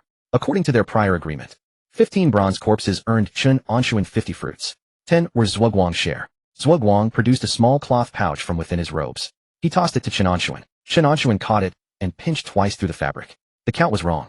There were more. Chen Anshun opened the pouch and poured its contents into his palm. 43. Chen Anshun raised his head and fixed his gaze upon Zhuguang. Zhuguang grinned with a sly chuckle. A mouthful of yellowed teeth gleamed forth. That grain officially left in such haste, he didn't even bother to count. I skimmed 3 from his share. Consider it a bargain for you, you old fox. Zhuguang stepped closer by a pace. If such windfalls come again in the future, remember to seek me out. Chen Anshun returned the clear spirit fruits to the pouch and tucked it within his robes. He regarded Zhuguang. Since this old fellow could skim 3 fruits from Li the Grain official to give to him, what remained in his own pocket must surely surpass that count. But it mattered little. Water that runs too clear breeds no fish. Interests intertwined. This is the most enduring bond of fellowship. Chen Anshun inclined his head. We'll see. The 2 men stood before the 50 bronze corpses. Their gazes met. In unison they laughed without a sound. Chen Anshun turned and left the Baichao garden, returning to his small courtyard. Pushing open the door, closing it, and sliding the bolt into place, he walked to the stone table, unfastened the heavy coarse cloth bag from his waist, and set it down. The bag opened. 43 Qingling fruits lay within, jade green, perfectly round, exhaling a faint herbal fragrance. Chen Anshun sat on the stone stool, fingers idly turning the fruits over as his mind raced through calculations. Fang Qiu's debt with that fat man had to be settled. 15 bronze corpses share. 11 Qi atonement pills. Should he hand the Qingling fruits directly to Fang Qiu? No. That fat man was a cultivator most sensitive to Immortal's spiritual energy. Once he discovered these fruits originated from Baichao sect, his greed would surely drive him to trace the source. The Baichao Garden's secret channel concerned continuous resource flow for the future. Any slip would be catastrophic. Wealth must never be displayed. He had to deliver genuine Qi atonement pills to fulfill his obligation. Chen Anshun reached into his clothes. He withdrew another small oil paper packet, opened it. 4 Qi atonement pills, gifted by Fang Qiu earlier, the remnants he had kept. 7 more pills were needed. Military regulations dictated 2 combat merits for 1 Qi atonement pill. 14 combat merits required. During the night raid a few days prior, he had slain 3 bronze corpses under the Corpse Mountain Demonis. 1 corpse yielded 3 combat merits, totaling 9. Zhao Guangfeng's battle report had specially listed him as the top-ranking soldier. An extra reward of 5. 9 plus 5 equaled 14 combat merits, exactly enough to exchange for 7 Qi atonement pills. Not a single measure off a perfect loop. Chen Anshun stowed the Qingling fruits, concealing them close to his body. He rose, pushed open the door, and headed straight for the military supplies office. The main tent was bustling with noise. Chen Anshun lifted the curtain and entered, walking toward the exchange counter. 3 men stood ahead in line. He quietly took his place. A burly man in bright armor strode over. Commander Ma. Ordinarily arrogant, he leaned on the backing of the battalion commander. Commander Ma brushed past Chen Anshun without a word. Shooting his way to the front of the queue, he slammed his wooden token onto the counter. Verify my account first. Chen Anshun raised his hand, pinched Commander Ma's shoulder with 2 fingers, and pulled backward. 3,000 caddies of foundational strength. Commander Ma's iron frame body lifted clean off the ground, dragged backward 5 steps, before crashing heavily against a wooden pillar. The tent shuddered violently. Stand in line, Chen Anshun said, his voice calm. Commander Ma righted himself, his rage erupting. You old fool. You're courting death. His hand clamped onto the sword hilt at his waist. The surrounding soldiers scattered, clearing a wide space. The clerk behind the counter shrank back, neck ducking in fear. Chen Anshun ignored him, approached the counter, removed his identification token, and placed it on the table. Third Army. Deputy Commander. Chen Anshun. Verify my account. Verify my account. The clerk peeked out, read the name on the token, and his hand trembled. Commander Ma, moments away from drawing his blade, froze in place. Chen Anshun. The old knife demon who brutally split bronze corpses and spared no face to later-stage grandmasters. Commander Ma swallowed hard, fingers slowly loosening on the hilt, cold sweat seeping down his back. A martial artist like him, barely entering the second rate, didn't even deserve to draw his blade in Chen Anshun's presence. The surrounding soldiers gasped, whispering frantically. So this is that old killing god Chen, 80 years old, and still slaying bronze corpses on the battlefield. No wonder Commander Ma backed down. The clerk moved swiftly, flipping open the master account book. Chen. Deputy Commander Chen. 3 bronze corpses slain, 9 combat merits earned. Plus 5 reward merits, totaling 14 combat merits. What would you like to exchange for? 7 chi atonement pills. The clerk immediately turned, retrieved a small porcelain flask from the iron box, and poured out 7 pills. Wrapped in oil paper, offered with both hands. Chen Anshun took them, tucked them into his clothes, turned, and without so much as glancing at Commander Ma, walked straight out of the tent. Commander Ma leaned against the wooden pillar, gasping for breath. No one dared mock him. West of the city, at the mass grave site, a crow cawed on a withered branch. Chen Anshun stood before an unmarked grave mound, withdrew a yellow paper crane, pinched it between 2 fingers, and let the powder scatter with the wind. After half an incense stick's time, the soil shifted. Fang Qiu emerged with dead grass sticking to his head. The fat man patted the dust from his Taoist robes. Old man, you got things done efficiently. Fang Qiu stepped forward, his gaze falling on Chen Anshun's empty hands. Where are the goods? Without a word, Chen Anshun withdrew 2 oil paper packets and tossed them over. Fang Qiu caught them in one motion, tore open the paper. 11 chi atonement pills. Medicinal fragrance spread through the air. The fat man picked up 1 pill, held it to his nose, and sniffed. Good quality, genuine military supplies.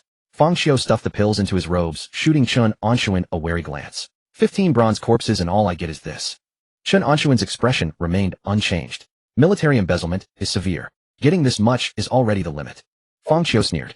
You mortals have too many rules. The fat man didn't press further. 11 chi atonement pills in hand. Though not much, it wasn't all for nothing. What he valued more was the Xian Yuan fruit, due in half a month.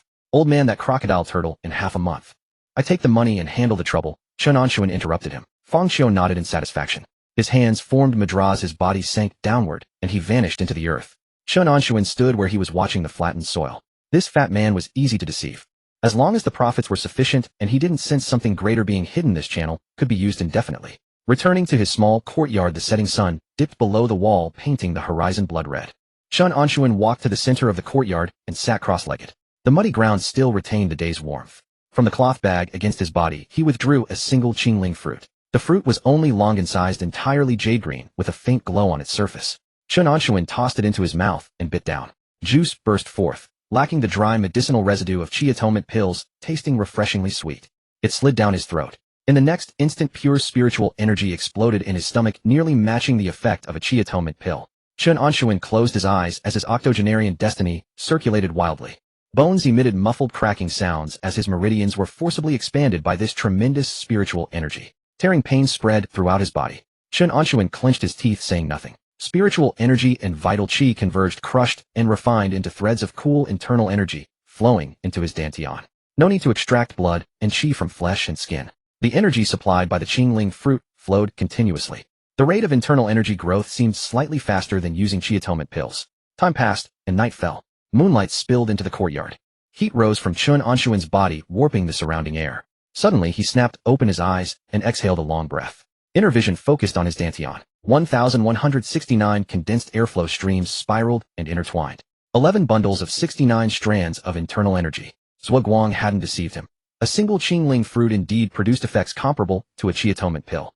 He rose, joints popping all over, muscles full and firm. A surging sense of power circulated through his limbs and bones. This was cultivation, using immortal spiritual fruits to build mortal martial arts, truly satisfying. Chen Anshun walked to his bedside, removed the black scabbard long sword, and returned to the courtyard center. Holding the blade in one hand, the 11 bundles of 69 internal energy in his dantian instantly boiled, surging wildly along his arm meridians. The pitch-black scabbard surface erupted with a blinding white light, denser and more violent than before. Chen Anshun's waist exerted force, raging thunder heaven prison. A single downward slash. No extraneous movements, only pure violence. Boom. The air was torn apart brutally. A shockwave rolled outward in all directions, and the courtyard mud was ripped open by sword energy into a 3-foot-deep trench, mud fragments flying everywhere. Outside the courtyard wall, Wang Taizhu was patrolling the night with 2 new recruits. They had just reached the corner when a thunderous explosion echoed over the wall, causing the ground to quake violently. Wang Taizhu stumbled, nearly falling. The 2 recruits' knees buckled, dropping them to the ground. One let go of his spear in shock, which struck his instep. Yet he forgot to cry out from the pain. All 3 stared dumbfounded at the green brick wall. From atop it, a white sword aura shot skyward, splitting the night clouds apart. What was that sound? The recruit stammered, teeth chattering. Wang Taizhu swallowed hard, his gaze locked onto the fading white light. Days ago, the noises from this courtyard had already been terrifying enough. Today's disturbance was more than double that. Deputy Commander. He's become even stronger. The recruit's mouth hung open, his mind filled with images of Chen Anshun tearing bronze corpses apart with his bare hands days prior. What kind of monster was this old man? Mortals grew weaker with age. Yet he grew fiercer. Wang Taizhu grabbed the recruit and hauled him to his feet. Stop staring. Let's go. Mind your own business. Don't ask questions. The 3 quickened their pace and fled. In the courtyard, Chen Anshun returned his sword to its scabbard. The white light faded. He gazed at the deep trench in the ground, his chest rising and falling slightly. In hand, he still had 42 Qingling fruits, enough to spend freely for over a month. With resources, he would seclude himself and advance rapidly. This was Chen Anshun's path. Raising his head, he looked at the cold moon in the night sky, his hand slowly stroking the worn cloth wrapped around the sword hilt. Chen Anshun's palm slowly stroked the worn cloth wrapped around the hilt. The rough texture traveled along his fingertips. This blade was growing lighter and lighter. 4-fold circulation. 11 streams of 69 strands of inner energy surged through his meridians. His wrist flicked. Hum. The blade emitted a muffled resonance. Outside the courtyard gate, a pair of eyes peered through the crack. Zhao Si. His face was gaunt and elongated, chewing on a grass root. This old acquaintance had only recently been taken in by Chen Anshun, a mediocre foundation at best, the sort found by the handful in the Third Army. But Zhao Si possessed one particular skill, opportunism. Crouched outside the gate, listening to the dull sound of blades slicing through the air within the courtyard, his calculating mind whirred with schemes. The deputy commander he had attached himself to was genuinely ruthless. Within the Third Army, surpassing all but Commander Zhao Guangfeng and that post-heaven grandmaster Zhuo Guang, none could match his combat prowess. Zhao Si spat the root from his mouth onto the ground. Back in Qingchuan County's rice gang, he had earned the title Brother 4 simply by serving tea and water to Tai Qingchuo. Now in unfamiliar territory, the connections ran deeper. It would be unthinkable not to leverage this powerful patron. That would betray his very name. Zhao Si. Rising to his feet, he brushed the dust from his trousers and slipped away. West City Barracks. Wang Taizhu sat on the communal sleeping platform, rubbing his feet. That brilliant white radiance piercing the sky the night before had kept him awake in terror. Taizhu. Zhao Si lifted the curtain and strode in confidently. Wang Taizhu hastily set down his feet and rose. Brother 4. The new recruits still showed Zhao Si a measure of deference as the deputy commander's favored man. Zhao Si dragged over a bench and settled into it with an air of authority. He pulled roasted beans from his sleeve and crunched them noisily. That must have frightened you last night. Zhao Si spat out the bean skins. Wang Taizhu nodded vigorously. That sound. It is beyond human capability. Zhao Si snorted dismissively. Ignorant fool. He leaned forward, lowering his voice. This is nothing compared to what comes next. Back in Qingchuan County, Master Chen and I crawled out of a pile of corpses together. Over 100 desperate thugs from the rice gang, swords drawn, cutting through the streets. Zhao Si held up 2 fingers. Just the 2 of us. Master Chen wielded a single blade, cleaving from one end of the street to the other. Blood-soaked water saturated the bluestone slabs. Wang Taizhu listened, stunned. Is that really how fierce he was? What else would you expect? Zhao Si puffed out his chest. And when those sword cultists from Jinlu seized Qingchuan County later, how did that go? Master Chen dined and drank just fine. Those sword cultivators treated him with courtesy when they saw him. Zhao Si's tale was part truth, part fabrication braided together. More and more recruits gathered around. Over 100 people crammed into the barracks. A white light splitting through the clouds flashed through Wang Taizhu's mind. An 80-year-old man, fiercer with age. Who would believe he had no legendary past? Brother 4. Wang Taizhu swallowed hard. Please look after us brothers in the future. Zhao Si waved his hand. Consider it done. Follow Master Chen, follow me. You will never go hungry. That title of Brother 4 had gained real weight. Zhao Si felt elevated. Walking through the barracks, his steps grew lighter. The time had come to close the trap. The next day, Zhao Si pulled Wang Taizhu into a corner. Taizhu, I am short on funds lately. Need a few merit points to exchange for a technique. Zhao Si rubbed his hands together, his thumb jerking toward the deputy commander's courtyard. The commander thinks I am too frail lately, complains my work lacks precision, and suggested I acquire defensive gear from the quartermaster. That is where I am short. Wang Taizhu's expression darkened. Merit points were earned through blood and death. He had only accumulated 3. Brother, for this is. Zhao Ci's face hardened, his handlebar mustache trembling. What? You do not trust your brother? Or do you not trust the commander? The accusation hung heavy. Cold sweat beaded on Wang Tieju's back as he quickly unfastened his waist token. Of course not. Take it, brother, for. Zhao Ci's anger melted into a grin, clapping Wang Tieju on the shoulder. Smart lad. When the commander's rewards come down, you will get your share. He repeated the tactic through the barracks, weaving flattery with veiled threats. In half an hour, 15 merit points were secured. He headed straight for the quartermaster and slammed 15 merit points onto the counter. In exchange, he received a wind-cleaving saber technique and a refined iron shield. Everything remaining went toward chi-nourishing pills. At dusk on the training ground, Zhao Ci held a shield in his left hand and a blade in his right. His wind-cleaving saber techniques moved with fierce tiger-like momentum. Wang Tieju led over a dozen key recruits following his example. They were shaping up into something resembling a faction. Chen Anshun stood atop a distant watchtower surveying the training ground. The wind whipped his graying hair into chaos. That fellow certainly has the nerve, going about fabricating tales in his name. Chen Anshun ran through the situation in his mind. He could strike him down with a single blade stroke. Efficient, yes, but it would mean losing a useful tool. This military camp ran deep with complications. As a deputy commander, he spent his days sequestered practicing his blade. Someone needed to keep watch over outside affairs. Men like Zhao Ci were greedy and loved to show off, yet sharp. Bound by profit, they made the most obedient hounds. Chen Anshun leapt down from the watchtower. He landed firmly at the edge of the training ground. Commander. Wang Tieju, whose eyes were sharpest, was the first to call out. Over a dozen recruits immediately halted their drills and stood at attention. Zhao Ci nearly dropped his blade in shock. He quickly stowed his sword and shield, then scurried over with hurried steps. Commander, what brings you here? Chen Anshun observed Zhao Ci, whose forehead glistened with sweat. He made no mention of the borrowed merit points. He reached out and patted Zhao Ci twice on the shoulder. Your training is improving. Chen Anshun's voice carried no discernible emotion. Ambition is a virtue. Keep at it, and your future holds no limits. Zhao Ci's heart slammed back into his chest. Wild elation surged through him. The commander had not rebuked him. The commander was praising him. What did this signify? The commander had tacitly approved his standing. Wang Tieju and the others heard every word clearly from behind. Their glances toward Zhao Ci grew even more reverent. Brother Four had not been exaggerating. The commander truly regarded him as a confidant. I thank you for your favor, commander. Zhao Ci bowed so deeply his waist nearly touched the ground. Chen Anshun withdrew his hand. Follow me. He turned and headed toward his private courtyard. Zhao Ci hurried to follow. The courtyard gate shut tight behind them. Chen Anshun took a seat beside the stone table. Zhao Ci stood properly at his side. How goes the investigation I entrusted to you? Chen Anshun poured a bowl of cool tea. Zhao Ci straightened his back and patted his chest. How would I dare neglect your orders, commander? In these past 2 days I have thoroughly mapped out the entire camp. Zhao Ci leaned in half a step. 2 matters. The first concerns Deputy Commander Liu. This old rogue has been making daily trips to the Eastern District lately, taking half-day leaves each time. I had my contacts in the city keep watch on him. He is maintaining a mistress in Locust Tree Lane in the east, fair-skinned and strikingly beautiful. Chen Anshun's hand holding the tea bowl remained still. Old Liu, the other deputy commander in the Third Army, always keeping to himself, presenting as harmless. Keeping a mistress. Not a substantial lever, but enough to potentially manipulate matters at a critical moment. Continue. Chen Anshun took a sip of his cool tea. Zhao Ci lowered his voice, leaning nearly to the tabletop. The second matter involves Commander Zhao Guangfeng. The wind in the courtyard stilled. Chen Anshun raised his eyelids. Lord Zhao has been secluding himself lately, not even leaving his command tent. Zhao Ci swallowed hard. I paid 2 bits of silver to extract this from his personal guards. This seclusion of Lord Zhao's is unlike ordinary breath cultivation.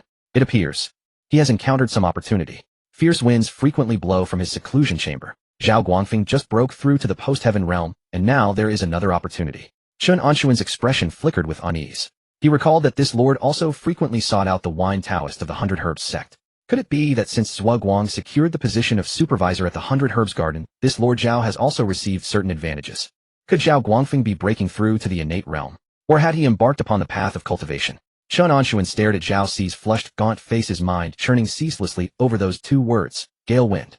A fierce gale often swept through the place of closed-door cultivation. Ordinary martial artists upon breaking through might at most shatter a few tiles. To stir the vital energies of heaven and earth, one would have to be either an innate grandmaster borrowing the world's momentum or a cultivator drawing spiritual energy into the body. But Zhao Guangfeng had only just stepped into the postnatal realm not long ago. Innate. Impossible. The chasm between postnatal and innate was one that 9.5 out of 10 would never cross. Then only one possibility remained, cultivation. Chen Anshun tapped 2 fingers against the stone table. The 100 Herbs sect. The 100 Herbs sect had made its move and chose precisely the Third Army this weak detachment as their opening gambit. At the time, everyone assumed it was mere coincidence. But what if the 100 Herb sect had set its sights on Zhao Guangfeng from the very beginning? Not happenstance, but because the Third Army had Zhao Guangfeng. Chen Anshun leaned back, his spine pressing against the cold stone wall. The waters here ran deeper than he had imagined. Zhao Si straightened his back at once. Regarding the commander's affairs, Chen Anshun raised one finger. First, not a single word of this is to leak outside. No matter who asks. He raised a second finger. Second, continue gathering intelligence, but do not force matters. Discover what you can, however much that may be. Zhao Si nodded, rapidly thumping his chest. Rest assured, sir. My lips are tighter than a clamshell. Chen Anshun waved him off. Zhao Si, reading the room, retreated through the courtyard gate and drew the bolt shut. Silence descended upon the courtyard. Chen Anshun sat alone for a long moment. Then suddenly he laughed, a quiet sardonic sound. No matter how profound Zhao Guangfeng's fortune, could it truly surpass his own decrepit fate. Starting from 80 years old, advancing in a frenzy. In barely half a year he had surged from third-rate to second-rate, and now to the very threshold of first-rate. With several dozen spirit-clearing fruits invested, given more time, he could not fathom how powerful he might become. Others walked their own paths, beyond his concern and not worth concerning himself with. He had only one matter to attend to: refine internal force and practice the blade. As for Zhao Si, the boy was skilled at gathering information. Leaving him to stir within the military camp would serve as both ears and eyes, while letting him bind those new recruits beneath his charge into a single cohesive unit. When the time came to march to the battlefield, they would at least be stronger than scattered sand. Chen Anshun rose to his feet, took a spirit-clearing fruit from the stone table, and tossed it into his mouth. Enter closed-door cultivation. Half a month. Chen Anshun had nailed himself within the small courtyard. Spirit-clearing fruits one after another hurled into his mouth. With each fruit swallowed, spiritual power erupted in his stomach, flooding along his meridians into his dantian. The decrepitude fate blazed into motion, crushing the spiritual power, refining it, condensing it into cool, crystalline internal force. Bones cracked. Meridians swelled. 15 bands. 20 bands. 25 bands. 30 bands. With every stride his internal force advanced, the white radiance along his blade thickened by another fraction. Daily Chen Anshun lifted his saber to cleave the air. The courtyard's earthen floor was churned again and again. Wang Tieju, leading the night patrol of new recruits, quickened his pace each time he passed this lane. The disturbances emanating from that courtyard grew more outrageous by the day. On the 12th night, a column of white radiance pierced the sky, rattling the nearby locust trees with a violent rustling. Within the barracks of the Third Army, someone tumbled from his bed onto the floor. 36 bands, 74 threads. Chen Anshun sheathed his blade. Within his dantian, 36 bands of internal force churned and interwove in a vast surging torrent. He lifted the long saber in its black sheath, aiming at a lump of common iron piled in the corner of the courtyard. This iron slab had been procured by Zhao Si from the armory some days prior. 3 fingers thick, its hardness rivaling the shell of a copper corpse. Internal force from his dantian surged into his arm. 6.6 times force amplification. The blade fell. Clang. The common iron split cleanly in two from the middle. The cut was smooth without the slightest burr.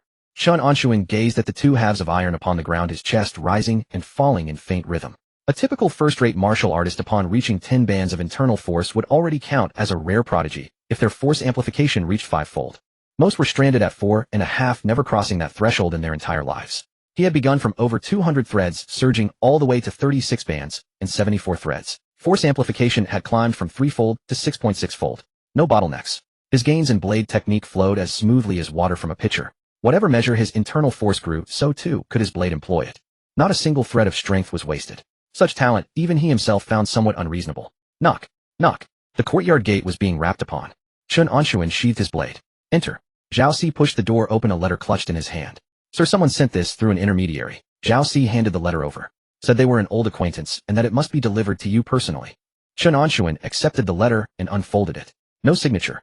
Upon the paper was scrawled a single line, slanting and uneven, the ink still damp. Tomorrow at noon. The mass burial slope west of the city. The fruit has ripened. Fangxiao. Chen Anshun crumpled the paper into a ball and clenched it in his palm. A pulse of internal force and the paper ball crumbled into fine ash. The mystic origin fruit tree had borne ripe fruit at last. He dusted the ash from his hands, walked out of the small courtyard, and made straight for the Central Army Command tent. The tent flap was drawn aside. Zhao Guangfeng sat composed behind the desk, a military report unfurled in his hands. At the very first glance, Chen Anshun sensed that something was amiss. The commander's aura had changed. In the past, though Zhao Guangfeng had been a postnatal grandmaster, he had always carried the particular worldly, coarse, weighty aura characteristic of martial men. Now that worldly air had thinned. He sat upright, his lower back and spine perfectly straight, his breath long and unfathomably deep. His robes stirred without any wind, the sleeves billowing gently, like a stubborn boulder long polished by the current of a stream. Its edges remain, but its surface has begun to gleam with a certain luster. Chen Anshun stepped before the desk and cupped his fist in salute. Sir, I wish to request a single day's leave. Personal matters. Zhao Guangfeng lifted his head and cast a measured glance at Chen Anshun. He set the military report aside. Granted. Chen Anshun did not hurry away. The commander's complexion seems far better than last month. He paused, casting out half a tentative line. Another breakthrough eye. Zhao Guangfeng's fingers stilled over the military report for an instant. Thanks to Taoist wine. Indeed, there has been some progress. I thought he would say no more. Zhao Guangfeng took up his brush and inscribed a character upon the report. Be off. Go swiftly, return swiftly. Chen Anshun offered another clasped fist salute, then turned and swept aside the tent flap as he departed. The tent flap fell. From behind the screen in the corner of the tent, a figure in gray robes emerged. Taoist wine. A wiry young man, his hair bound in a Taoist topknot, a gourd hung at his waist. A horsetail whisk clutched in his hand, his steps unhurried and languid. He gazed toward the still swaying tent flap, the whisk turning in his palm a pair of times. General Zhao. Taoist wine's voice was parched and dry. This old man truly served as your stable hand for 20 years. Zhao Guangfeng set down his brush. It's the absolute truth. I was the one who recruited him myself. Taoist wine shook his head. The pace at which he cultivates the martial path is abnormal. The whisk gestured toward the tent flap. In my wanderings across the realm, I have beheld no fewer than 1,000 mortal martial artists. Not a single one could surge forward at such an age. Zhao Guangfeng laid down the military report, leaning his body forward a half inch. What the Taoist means is, this man like me also possesses an extraordinary constitution. Taoist wine hesitated a moment, tapping the whisk against his palm. According to the sect's arts of sensing within the entire Third Army, only one person possesses a special constitution, and that is you. Taoist wine's voice trailed a half beat longer. As for this 80-year-old man, perhaps some other stroke of fortune. He paused, then added another phrase. However, it cannot be entirely ruled out. Certain constitutions lie dormant and unseen. The sensing arts may not necessarily detect them. Taoist wine tucked his whisk away and slid it back at his waist. In the days to come, we might extend some care. If there is indeed anything extraordinary about him, forming ties of goodwill early would be a venture of little cost and ample benefit. Zhao Guangfeng offered no reply. He leaned back in his chair, 2 fingers twirling the short stubble upon his chin. Chen Anshun. He recalled that time back in the stables when Uncle Zhou had declared the old man's pure yang art to have reached its grand completion. Could it be some yang-aligned constitution? Chen Anshun was unaware that someone behind him was engaged in such discussion. Having left the central command tent, he made his way steadily westward toward the city. Through 3 alleys and around 2 abandoned granaries. The mass burial ground. Crows cawed upon withered trees. Fang Xiu was already there waiting. The rotund man had not emerged from the earth today. He stood beneath a crooked-necked tree, his small eyes swiveling in ceaseless circles. His round frame was bundled in a gray Taoist robe. At his waist hung 2 extra cloth satchels, plump and bulging. Before Chen Anshun had even reached him, Fang Xiu had already hurried forward and seized his sleeve. Quick, come with me. The fat man's palms were drenched in sweat. The mystic origin fruit tree will be fully ripe in no more than half a day at most. That damned crocodile turtle is lying in wait beneath the tree. The instant the fruit hits the ground, it'll swallow it whole. Fang Xiu stamped his feet in frantic agitation. 1 step late, and we've handed that beast our bridal dowry. A moment longer, and we'd be handing that beast a free feast. Fang Xiu stamped his foot in anxious frustration. Chen Anshun flipped his hand and gripped the hilt of his blade. Lead the way. Fang Xiu spun around and broke into a run. His rotund frame weaved through the tangle of wild grass at remarkable speed. Chen Anshun summoned his breath and gave chase. 36 currents of inner force circulated within his dantian, and with a tap of his toes upon the earth, he vaulted lightly over a dry moat. For this corpulent man to be in such a frenzy, the value of that Xianyuan fruit must far surpass that of a dozen bronze corpses. The 2 pressed eastward, veering further into untamed terrain. They soon crossed beyond the borders of Ningchuan Prefecture. The trees around them grew thick and towering. Ancient giants 10 zhang high, whose dense canopies blotted out the sky, holding the sunlight at bay. The forest grew dim and damp, a carpet of rotting leaves yielding softly beneath their feet. Fang Xiu slowed his pace, hunched his back, and came to a halt behind an ancient tree, so wide it would take 3 men with outstretched arms to encircle it. Chen Anshun pressed himself against the trunk and held steady. Fang Xiu extended a stubby finger and pointed ahead. A sunken pool lay before them. The water was murky, tinged with an eerie green luminescence. At the pool's edge grew a dwarf tree scarcely half a man's height. Its leaves possessed a semi-translucent jade-like quality, and 3 fruits hung from its branches. A soft fluorescent glow shimmered beneath the fruit's skin, and an intoxicating fragrance drifted forth upon the breeze. Chen Anshun inhaled sharply, feeling the blood and qi within him stir with quiet agitation.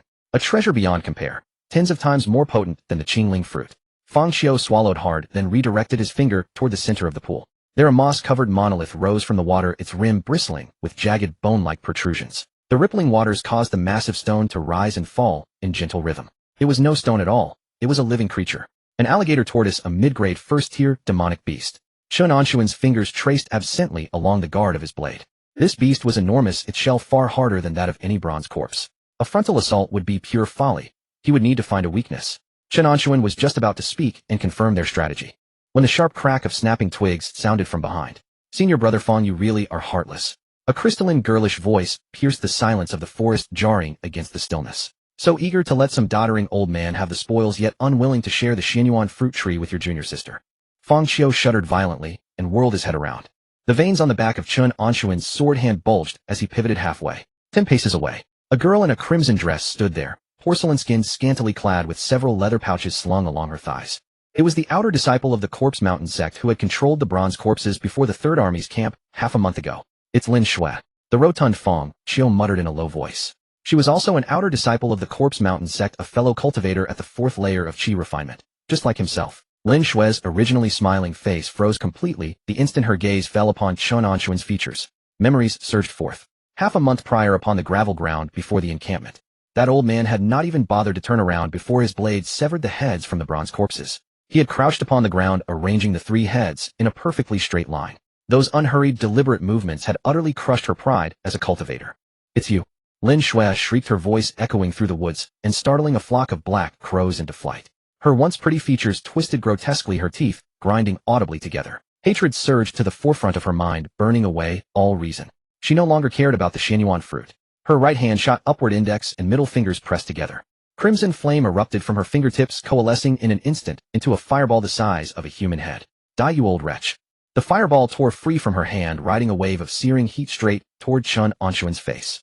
The temperature within the forest spiked instantly, withered leaves beneath their feet charring black in moments. Chen Anshun did not hesitate. 6.6 times his normal force exploded forth as the muscles in his legs coiled taut. His body dropped low and he threw himself into a roll across the ground. The fireball whistled past the crown of his head, its searing heat singeing several strands of white hair. Boom! The fireball smashed into the trunk of an ancient tree behind them, detonating in a blaze of fire that sent splinters of wood flying in all directions. Fong Xiu let out a strangled yelp, his hands flying through a rapid series of gestures as he formed a hand seal. A pale golden light screen materialized from nothing, enveloping both him and Chen Anshun beneath its dome. Spirit light shield. Lin Shui's hands slashed through the air in rapid succession, loosing 2 more fireballs that came hurtling toward them. They struck the light screen and sent ripples cascading across its surface. The barrier dimmed noticeably, but held firm. Lin Shui ceased her assault. Her chest heaved violently, the nails of all 10 fingers digging deep into the flesh of her palms. She fixed Fong Xiu with a murderous stare. Senior brother Fong, what is the meaning of this? Lin Shui's voice came out sharp and cutting. Have you defected from the Corpse Mountain sect and thrown in your lot with Guzhu Kingdom? She glanced at Chen Anshun, then back at Fong Xiu. Or perhaps, senior brother has peculiar tastes and takes a liking to old bones like these. Fong Xiu's face flushed crimson, with rage, his round belly puffing outward. Lin Shui, what damn nonsense are you spouting? The fat man jabbed a finger toward Lin Shui's nose and unleashed a torrent of curses. Who in their right mind would fancy the old one? Stop slinging your venom here. Fong Xiu dismissed the spirit light shield. Hands on hips. I was merely passing through Ningchuan Prefecture and found this old man's blade work passable. Fong Xiu jabbed a thumb toward the pool. Beneath that Xianyuan fruit tree lurks a mid-grade first-tier alligator tortoise. He let out a cold snort. I brought him here to serve as bait against that beast. What madness possessed you to throw a fit the moment you arrived? Lin Shui followed the direction of his finger and looked. At the center of the pool, the moss-covered monolith stirred. An enormous head broke the surface of the water, plated with thick scales. A cavernous maw yawned open, unleashing a wave of fetid, blood-reeking stench. Lin Shui's heart sank like a stone. A mid-grade first-tier alligator tortoise. Its physical defenses were terrifyingly formidable. A mere mortal martial artist would be hopelessly outmatched, and even a 4th-layer Qi refinement cultivator like herself could easily find her bones snapped and sinews torn if caught in those jaws. This fat one had calculated things quite neatly. Let mortal martial artists throw their lives into the breach. Lin Shui turned her head, letting her gaze sweep across Chen Anshun. This old man had indeed cut down bronze corpses half a month ago. His blade techniques possessed a certain artistry. If she let him exhaust the tortoise's strength while she and Fong Xiu reaped the rewards from behind. Lin Shui forcibly smothered the fury blazing in her chest. The grudge over those 3 bronze corpses demanded repayment. But the old man's life could be claimed at any time. The Xianyuan fruits, once ripened and fallen, would be swallowed by the tortoise whole. She knew well which weighed heavier. So that's how it is. Lin Shui clapped her hands together. That feigned smile reclaimed her features. My mistake, senior brother Fong. She stepped forward twice. The leather pouches at her waist swayed. Since there's a tortoise guarding it, senior brother alone would struggle to claim that Xianyuan fruit tree. Lin Shui lifted her chin. How about this? We join forces. The fruits split evenly between us. She cast a sidelong glance at Chen Anshun. As for this pathfinder and bait, once we've secured the fruits, I'll handle his disposal personally. Fang Xiao narrowed his small eyes, shifting his gaze back and forth between Lin Shui and the pool. This she-demon was notoriously vicious and ruthless, a mad dog even among the Corpse Mountain sect's outer disciples. Partnering with her would be like making a pact with the tiger. But they had already been discovered, and forcibly driving her away would surely trigger a fierce battle. Should they disturb the alligator tortoise in the process, none of them would walk away unscathed. If this she-demon could be made to absorb the tortoise's frontal assault, he might seize the chance to pluck the fruits. And once those fruits were in hand, a few talismans would send both man and beast straight to the heavens. Perfect. Fang Xiao forced a smile onto his face, his plump flesh bunching together. Since junior sister has spoken, how could this senior brother possibly refuse? The fruits split evenly. As for this old man, Fang Xiao hesitated, perhaps recalling his collaboration with the Third Army, and for the moment did not agree to the girl in the crimson dress's demand. Chen Anshun stood off to the side, his hand never once leaving the hilt of his blade. He had heard every word of their exchange with perfect clarity. Fang Xiao seemed unwilling to reveal his cooperation with the Third Army before Lin Shui, and so still wished to keep him alive. Lin Shui's intent was pure unmixed hatred. At the slightest disagreement, she would have him killed. If the opportunity presented itself, it would be best to eliminate her entirely. But for now, Lin Shui was at the fourth layer of qi refinement, the equivalent of a postnatal grandmaster. Her fireball technique and corpse manipulation arts made her genuinely more powerful than him. He could not act rashly. However, ahead lay a mid-grade first-tier demonic beast, the alligator tortoise. Perhaps the key to breaking this deadlock lay with that very creature. Chen Anshun released his grip on the hilt and folded his arms across his chest. Honored immortal masters. Chen Anshun spoke, his voice steady and unhurried. If you require me to serve as bait, you might at least furnish me with a weapon fit for the task. This slab of common iron cannot pierce a demonic beast's hide. He gestured toward the long blade, sheathed in its black scabbard at his waist. Fang Xiao blinked, then burst into hearty laughter. Old man, you're quite the quick study. Fang Xiao fished into his robe and produced a yellow talisman. No weapons to spare. But this adamantine talisman, once affixed to your body, will preserve your life. Fang Xiao tossed the talisman over. Chen Anshun caught it. The paper was coarse to the touch, covered in elaborate cinnabar patterns. Lin Shui watched coldly from the side. What a foolish mortal. So pathetically simple-minded, still haggling for benefits on the brink of death. Enough chatter. Lin Shui turned her gaze toward the pool. The 3 Xianyuan fruits on the dwarf tree blazed brighter, their luminescence intensifying. The exotic fragrance reached its crescendo. The fruits are about to ripen. Lin Shui untied a leather pouch from her waist and dropped it onto the ground. The pouch's mouth fell open. A corpse fiend covered in coarse white hair crawled out, emanating a piercing stench of decay. Go! Lin Shui pointed toward the pool.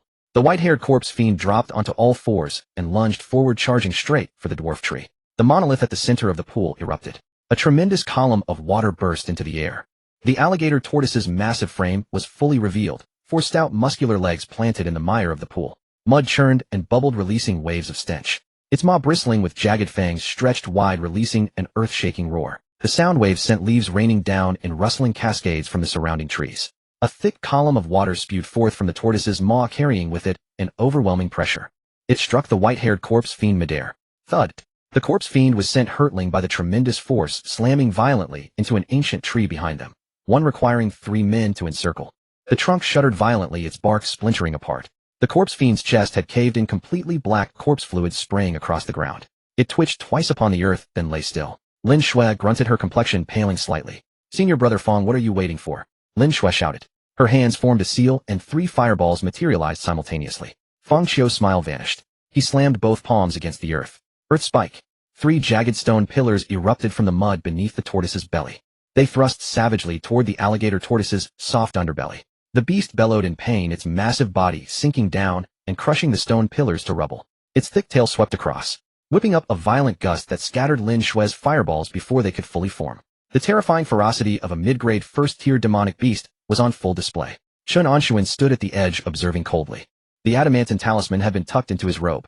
36 currents of inner force raged through his meridians, ready at any moment to unleash 6.6 times their normal output. He was waiting. Cultivators possessed countless arcane techniques. Charging in now would make him nothing more than a living target. He would wait until these 3 parties had exhausted their fury against one another, until all their trump cards had been revealed, until a single opportunity arose for a killing blow. By the pool's edge, mud and sand churned together as the radiance of magical arts intertwined. Fang Xiao and Lin Shui were forced into retreat by the alligator tortoise's relentless assault. The tortoise's attention had been wholly drawn to these 2 cultivators, the Xianyuan fruits upon that dwarf tree. The first one, its stem gave way. It dropped straight downward. The first one, its stem snapped, plummeting straight down. The alligator tortoise let out a guttural bellow, its limbs slamming violently into the mire as its massive frame lunged forward. Its cavernous maw gaped wide, snapping toward the falling fruit. Old fool, are you going to move or not? Lin Shui's piercing shriek cut through the forest canopy. Her hands wove through a rapid sequence of seals as two crimson fireballs materialized in her palms, poised to hurl at the creature any moment. Chen Anshun stood rooted in place, his grip on the blade steady, a stone his feet, refusing to budge even an inch. Step forward. To do so now would be nothing more than offering himself as a snack for this mid-grade first-tier demon beast. Fang Xiu and Lin Shui, these two cultivators, hadn't played a single real card, yet hadn't so much as exerted themselves. He was a mere mortal martial artist armed with nothing but a tattered Vajra talisman to weather the alligator tortoise's frontal assault. Was he tired of living? Lin Shui turned her head, fixing Chen Anshun with a murderous glare. Are you deaf? Get in there and block it. Chen Anshun remained unmoved, not even deigning to glance her way. The second fruit fell, then the third. One after another, the Xinyuan fruits detached from the branch. Just as the alligator tortoise was about to clamp down on the first fruit, the earth beneath the dwarf tree suddenly churned with violent upheaval. Fang Xiu, no one knew when, had already burrowed underground. A pair of plump hands emerged from the soil, catching all three fruits with uncanny precision. Got them. The soil closed swiftly behind him, and Fang Xiu's rotund figure vanished entirely from the surface. Junior sister, this senior brother takes his leave first. That giant bastard turtle is all yours. His voice drifted up from deep beneath the earth, growing fainter with each passing moment. Lin Shui stood frozen, her hands still locked in their sealing gesture, the fireballs flickering at her palms. That wretched fatty. He had never intended to split the spoils with her from the very start. He had used her as a decoy to draw the creature's attention while he made off with the goods through his earth escape art. The alligator tortoise lunged at empty air, its upper and lower jaws snapping shut, with a resounding crack, biting down on nothing but a mouthful of wind. It lowered its head, staring at the vacant patch of mud. Rage. The waters of the pool churned with violent turbulence. The alligator tortoise whirled its massive frame around, locking its gaze onto the nearest target, Lin Shui. Its thick muscular legs launched forward, sending clouds of mud flying in every direction. The creature charged headlong at the girl in the crimson skirt.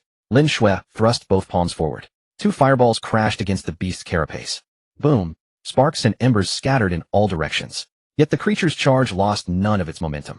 The thick scales bore only two blackened scorch marks for her trouble. Chen Anshun took half a step backward. Fang Xiu had fled. Lin Shui had been left here to bear the brunt of the creature's fury. Once that demoness caught her breath, she would settle every last grievance squarely on his head. With no cultivator to hold the line ahead of him, remaining here alone meant certain death. Run! Chen Anshun pivoted sharply. 36 streams of inner force flooded into his legs in a single instant. His toes touched the earth, and his lithe frame vaulted 3 zhang away in a single bound, racing back toward the dense forest they had come from. Lin Shui retreated step by step while casting spells to impede the beast's advance, her peripheral vision catching Chen Anshun's retreating back. Rage utterly consumed what remained of her reason. Fang Xiu had escaped, and now this mortal old dog thought he could run too. Not a chance. Lin Shui abruptly altered her retreat, wind rising beneath her feet as she cut straight across Chen Anshun's path of escape. The full power of her chi refining fourth layer cultivation erupted. Her speed vastly outstripped Chen Anshun's. The alligator tortoise thundered close behind, crushing every shrub and dead branch in its path. In the span of a dozen breaths, Lin Shui had closed the distance to within 5 paces of Chen Anshun's back. Why run? Be a good meat shield and do your job. Lin Shui's figure flashed sharply as she darted past Chen Anshun's flank, surging ahead to take the lead. The alligator tortoise lost its original target. Only Chen Anshun remained in its path. A crimson maw yawned wide, exuding a thick miasma of blood and rot. 2 rows of razor-edged teeth lunged straight for Chen Anshun's skull. There was no dodging it. Chen Anshun came to a halt. His right leg shifted half a pace back, bracing his stance. His left thumb pushed against the guard. The black-sheathed long blade slid free. Within his dantian, 36 streams of inner force erupted to a rolling boil, surging wildly through the meridians of his arm. 6.6 times force amplification. White tiger mad blade. A blinding layer of white radiance erupted along the jet-black edge, illuminating the dim forest as bright as day. Chen Anshun gripped the blade with both hands, meeting the descending maw head-on. From below, he drove a single slash upward. Clang! The edge struck with pinpoint precision against the thick scales of the beast's lower jaw. Sparks flew in every direction. A tremendous shockwave rebounded through the hilt into his arms. The tiger's mouth of his palms split open, blood welling forth. The muscles of his arms bulged to their limits as he forcibly withstood the colossal force. His entire frame slid back 3 paces, his boots plowing 2 deep furrows into the bed of rotting leaves. The alligator tortoise's head was also driven upward by that enormous force, its attack landing on empty air. Lin Shui stood a dozen paces away, her chest heaving with ragged breaths. She turned her head and witnessed the scene, her face contorted with disbelief. This old man had actually withstood the frontal pounce of a mid-grade first-tier demon beast. That condensed white radiance along the blade contained a force that defied comprehension. Half a month ago when he had slain the bronze corpse, he had absolutely not possessed such strength. This mortal martial artist was far more ferocious than that good-for-nothing fatty who shirked his duties. If Feng Xiao, that wretched fatty, had not deliberately held back allowing the creature to close in, she would never have been reduced to such a wretched state. Now with this old man taking the brunt up front, this was the perfect opportunity. Lin Shui's hands wove rapidly through their seals. Fireballs launched in rapid succession. 3 searing fireballs arced over Chen Anshun's head, striking with precision at the juncture between the beast's carapace and neck. That was the thinnest region of its scales. Boom boom boom. Flames exploded outward. The acrid stench of charred flesh mingled with the savory aroma of roasting meat spreading through the forest. The alligator tortoise unleashed a shriek of agony. The searing pain stripped away whatever sanity remained within it. It completely abandoned Lin Shui in the distance, pouring all its fury into the Chen Anshun standing right before its eyes. Its 4 stout legs slammed the ground, the earth exploding in all directions. The alligator tortoise's head snapped back into its shell, then shot forward at twice its previous speed, driving straight for Chen Anshun's chest. At that very moment, its thick bone-spiked tail swept horizontally from the side, trailing a howling gale through the air. Every avenue of retreat was sealed off for Chen Anshun. Chen Anshun stood at the very eye of the storm. 50,000 gene of raw physical impact augmented by the demon beast's ferocious velocity. A hair's breadth from death. Chen Anshun's breathing suddenly grew extraordinarily still. Every sound around him faded into nothing. The whistle of wind, the rustle of leaves, the creature's snarling roar, all receded into the distance. The images within his vision began to slow. The trajectory of the alligator tortoise's lunging head, the faint ribbon of pink tender flesh revealed as the neck scales parted, the air ripples stirred by the sweeping tail, all rendered with crystalline clarity. His mind held no stray thoughts. There was only the blade. White tiger carries the corpse. Chen Anshun's body twisted with uncanny precision toward the left, his entire frame tilting until he was nearly parallel with the ground. The alligator tortoise's crimson maw snapped shut beside his right shoulder, tearing away a strip of his sleeve as it missed. In nearly the same instant, Chen Anshun's right arm exploded into motion. The long blade became a bolt of white lightning, driving savagely into the gap between the scales of the creature's neck. Schlick! 20,000 gene of blade force erupted within. The edge tore through the alligator tortoise's throat without the slightest resistance. And at that very moment, Lin Shui stood at the rear flank of where Chen Anshun had originally been, preparing to continue her fireball assault. Chen Anshun's tall frame had completely blocked her line of sight. She had not seen the sweeping tail of the alligator tortoise at all. The instant Chen Anshun twisted aside, that bone-spiked tail had already arrived before Lin Shui's eyes. 50,000 gene of tremendous force. Even the body of a postnatal grandmaster could not withstand such a blow. Lin Shui's face drained of color. Instinctively, she raised her right arm to block. Crack! The teeth-grinding sound of shattering bone rang out. Lin Shui's right arm contorted instantly into a grotesque angle, the bones of her forearm piercing through the skin to glint obscenely in the open air. Her entire body was sent airborne by the colossal force. She crashed through 2 great trees in succession, then slammed heavily into the muddy waters in the distance, cratering a deep pit upon impact. The excruciating pain caused her entire body to curl in on itself, her knees pressed against her chest. A strangled, gasping sound rose from her throat. She could not even force out a single complete curse. At the water's edge, Chen Anshun's hands gripped the hilt with deathly resolve. The blade remained lodged in the alligator tortoise's throat. The beast thrashed with maddened frenzy, its massive frame rolling violently across the ground. Chen Anshun refused to let go even as blood streamed freely from his split palms. 36 streams of inner force poured ceaselessly into the blade. Twist. Pull free. Strike again. Schlick. Schlick. Schlick. Schlick. Schlick. 5 consecutive strikes. Each thrust drove through the same wound with unerring precision, utterly shredding the life force of the alligator tortoise. The creature's struggles grew weaker with each passing moment. At last the massive frame crashed to the ground with a thunderous boom, sending a tremor through the earth. It did not move again. Chen Anshun withdrew the black-sheathed long blade. The edge was slick with thick, coagulating demon beast blood. He flicked his wrist, casually flinging the blood across the grass. His chest rose and fell violently, breath ragged. The mystical state from that fleeting moment had faded, and waves of tearing, bone-deep ache radiated through both arms. It was over. Chen Anshun turned around. His gaze passed over the alligator tortoise's corpse and settled upon the muddy pit in the distance. The girl in the crimson skirt lay there, her body smeared with mud and scattered leaves. Her right arm was utterly ruined, hanging limp and useless. Blood had stained half her body crimson. She trembled all over from the pain, her spiritual energy completely scattered, not even the faintest spark of fire coalescing at her fingertips. Chen Anshun lifted the long blade and strode forward. 1 step, 2 steps. Dry twigs snapped beneath his feet, producing crisp, sharp sounds. The old man's frame stood tall and straight, the long blade still dripping blood in his grip. He closed the distance step by step. His shadow gradually fell over the girl in the mud pit. Lin Shui struggled to raise her head, staring at that expressionless, weathered face, and at the black-sheathed blade drawing ever nearer. What are you doing? What do you think you're doing? Lin Shue's voice was hoarse, the final syllable trembling. Chen Anshun offered no reply, lowering his gaze to cast a cursory glance at the girl in the mud pit. Her right arm was ruined, bone protruding through the flesh, its white splintered edge fringed with blood and gristle. Her entire body was slick with mud and water, a crimson dress clinging to her form. Her chest rose and fell in sharp, erratic waves, each breath accompanied by faint, broken whimpers. She looked beyond saving. Yet her left hand remained hidden at her side, 5 fingers curled ever so slightly, a faint vermilion glow flickering at their tips. A cultivator at the 4th layer of qi refinement. Her spiritual energy had not fully dissipated. Were she to raise her left hand, a single fireball would suffice to sear his skull to charcoal. Chen Anshun halted his steps, 3 paces away, his long saber held horizontally before him. Don't try it. His gaze fixed upon her left hand concealed in the muddy water. Even if you were to condense a fireball now, it would be no larger than a fist, incapable of killing me. But one slash from my blade could sever your neck. Lin Shue's entire body went rigid. The vermilion glow at her fingertips flickered abruptly, dimming for an instant before blazing anew. Twice this happened. Chen Anshun afforded her no opportunity for hesitation. His foot drove into the ground with sudden force, his body surging forward. 3 paces vanished in a single breath. Lin Shue's left hand finally rose, the crimson light at her fingertips swelling. Too late. Chen Anshun rotated his wrist, the black-sheathed long sabers flat, crashing brutally against Lin Shue's left wrist. Crack. The carpal bones shattered. Lin Shuai shrieked aloud as the sparks at her fingertips scattered in every direction, hissing against the muddy water. Without pause, Chen Anshun delivered a second blow. The saber's flat struck the elbow joint of her left arm. Another crisp snap echoed. The 3rd strike found her left knee. The 4th blow her right knee.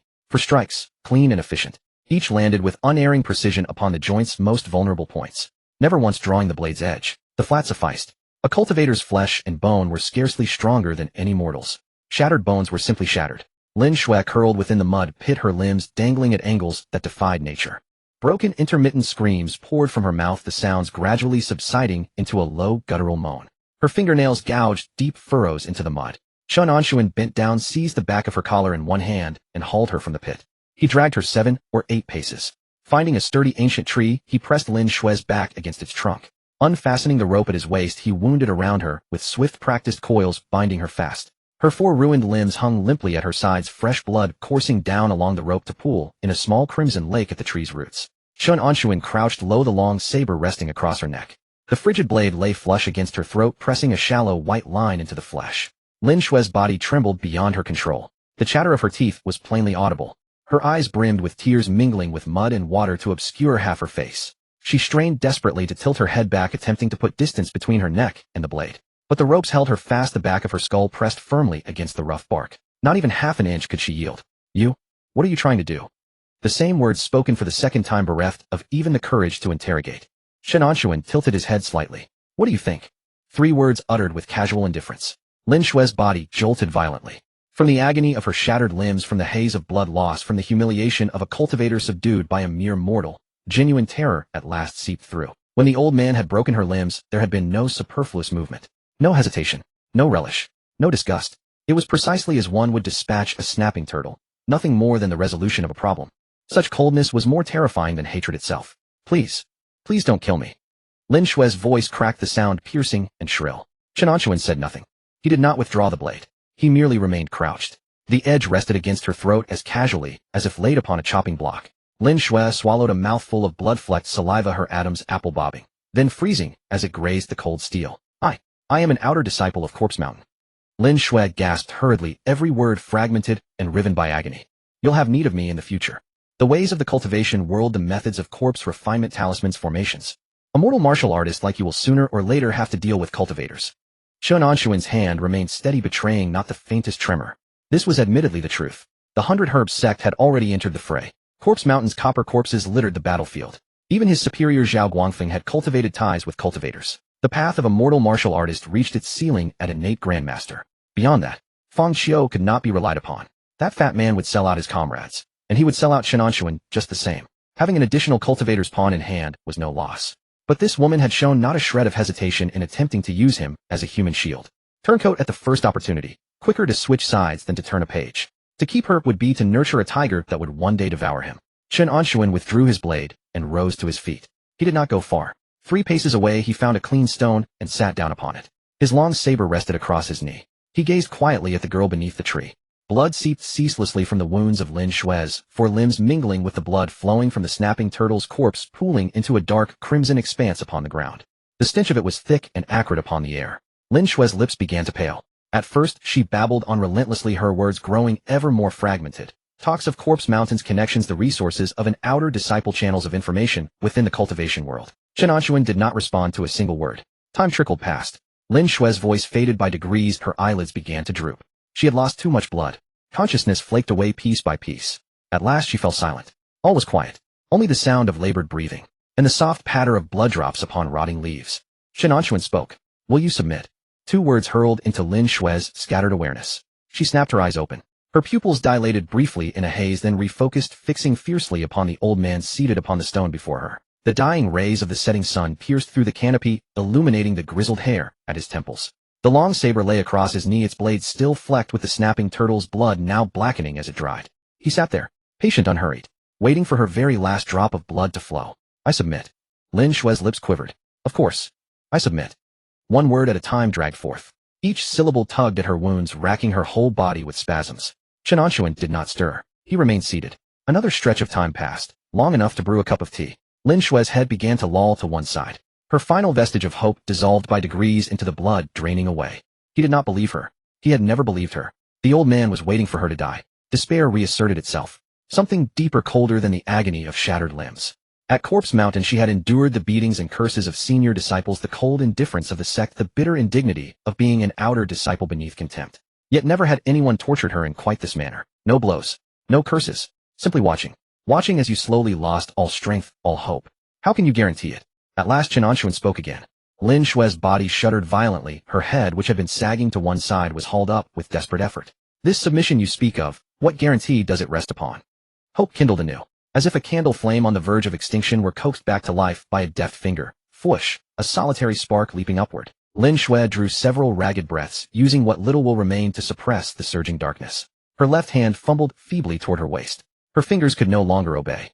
She used her shattered wrist to brace against the clasp of the pouch. Once, twice. On the third attempt the clasp gave way. A yellow talisman slid from the pouch. It fell into a pool of blood. Corpse control talisman. Lin Shui's lips barely moved, her voice so faint one would need to press an ear to her mouth to hear. Use this. On me. Chen Anshun lowered his gaze to the talisman paper, soaking in the blood. The cinnabar-drawn patterns were even more intricate than the Vajra talisman Fang Qiu had given him. I possess no spiritual energy, Chen Anshun remarked. And you are not a corpse. A strangled dry laugh rose from Lin Shui's throat. Whether it was laughter or coughing it was impossible to tell. The corpse control talisman is not truly for controlling corpses. She paused. Her chest heaved violently. Its true name is servant control talisman. So long as both parties consent, it can be activated. She paused again, her breaths grew shallower. Later on, those willing to serve as bondservants became too few. Corpse Mountain repurposed it for controlling corpses. The dead have no hearts, so the heavenly Tao counts it as consent. The fingers Chen Anshun had wrapped about his saber, hilt loosened by a fraction. Servant control talisman. Mutual consent. You have no spiritual energy, but I can still barely manage. The movement of Lin Shui's eyes grew ever more languid. You need only agree to be the master. Chen Anshun stared at the talisman upon the ground for several breaths. He rose, walked over, and bent down to retrieve the talisman from the blood. He flipped it over between his fingers. The talisman paper was cold to the touch. The cinnabar patterns glimmered faintly. He placed the talisman before Lin Shui. Use it. Lin Shui's shattered left hand rose trembling. The broken carpal bone could not bear the weight of her palm. The whole hand swayed like a tattered strip of cloth in the wind. She clenched her teeth. Her left index and middle fingers pressed together with great effort, touching the talisman's surface. Spiritual energy poured forth. The first attempt. The cinnabar patterns upon the talisman flared briefly, then dimmed. Failure. Lin Shui groaned. Blood seeped from her nostrils. The second attempt. The patterns glowed for 3 breaths, then died. Her body began to tip sideways. The ropes checked her fall, anchoring her in place. The third attempt. Lin Shui drove every last vestige of spiritual energy through her fingertips. The nail of her index finger burst apart, a fresh blood traced along her fingertips onto the talisman paper. The cinnabar patterns upon the talisman blazed to life in a single surge. A golden crimson radiance erupted from the paper, cleaving into 2 streams. One half sank into Lin Shui's chest, the other plunged into Chen Anshun's heart. In that instant, a strange resonance stirred within Chen Anshun's mind. No sound, no vision, only a singular pure notion. Do you consent to be the master? Chen Anshun's mind moved in assent. I consent. At the same moment the girl bound to the tree shuddered violently. Within her own mind the same resonance descended. Do you consent to be the servant? Lin Shue's lips quivered faintly. I consent. The golden crimson radiance contracted, instantly vanishing without a trace. The talisman crumbled to ash, drifting away between them. An invisible bond silently took shape between them. Chen Anshun lowered his gaze to his own chest. No mark remained. Yet somewhere deep within there stirred the subtlest of sensations, vaguely directed toward the dying girl before him. As though he could feel the very life force ebbing from her, Lin Shui could endure no longer. Her head lolled to one side, her eyelids closed. All strength drained utterly from her body. The final thread of consciousness dissolved. Her entire form hung suspended in the rope's, blood still dripping one drop after another upon the ground. Chen Anshun crouched down and reached out to test her breath. She still lived. He untied the rope, laid the girl flat upon the ground. He drew the Vajra talisman Feng Xiu had given him from his robes, considered it, then tucked it back. From his waist, he produced a bottle of qi supplementing pills and twisted off its cap. He pinched Lin Shue's chin, pried her mouth open, and pushed 2 pills inside. Lin Shui swallowed reflexively, even in unconsciousness. Chen Anshun rose, brushing the dust from his hands. He turned his gaze toward the pool. The snapping turtle's corpse still lay there, its dark crimson blood meandering across the ground. The low tree stood empty. That wretched fatty Feng Xiu had pilfered all 3 mystic origin fruits. A grievous loss. Chen Anshun's stride faltered. His gaze fell upon the snapping turtle's massive carcass. Shell, scales, savage teeth, bony spurs. This creature. Every part of its body was a treasure. Materials from a mid-grade first-tier demonic beast. At the military supply depot, how many merits would it fetch? He walked over and tapped the snapping turtle's carapace with the tip of his saber. It rang with a resonant clang, harder than refined steel by 3-fold at least. Chen Anshun glanced back at the unconscious Lin Shui, then at the snapping turtle's corpse before him. He lifted the black-sheathed long saber and set to work dismembering the beast. The turtle's carapace was harder to dismantle than expected. Chen Anshun used the tip of his blade to pry open the gaps between the scales and the shell, peeling them off one by one.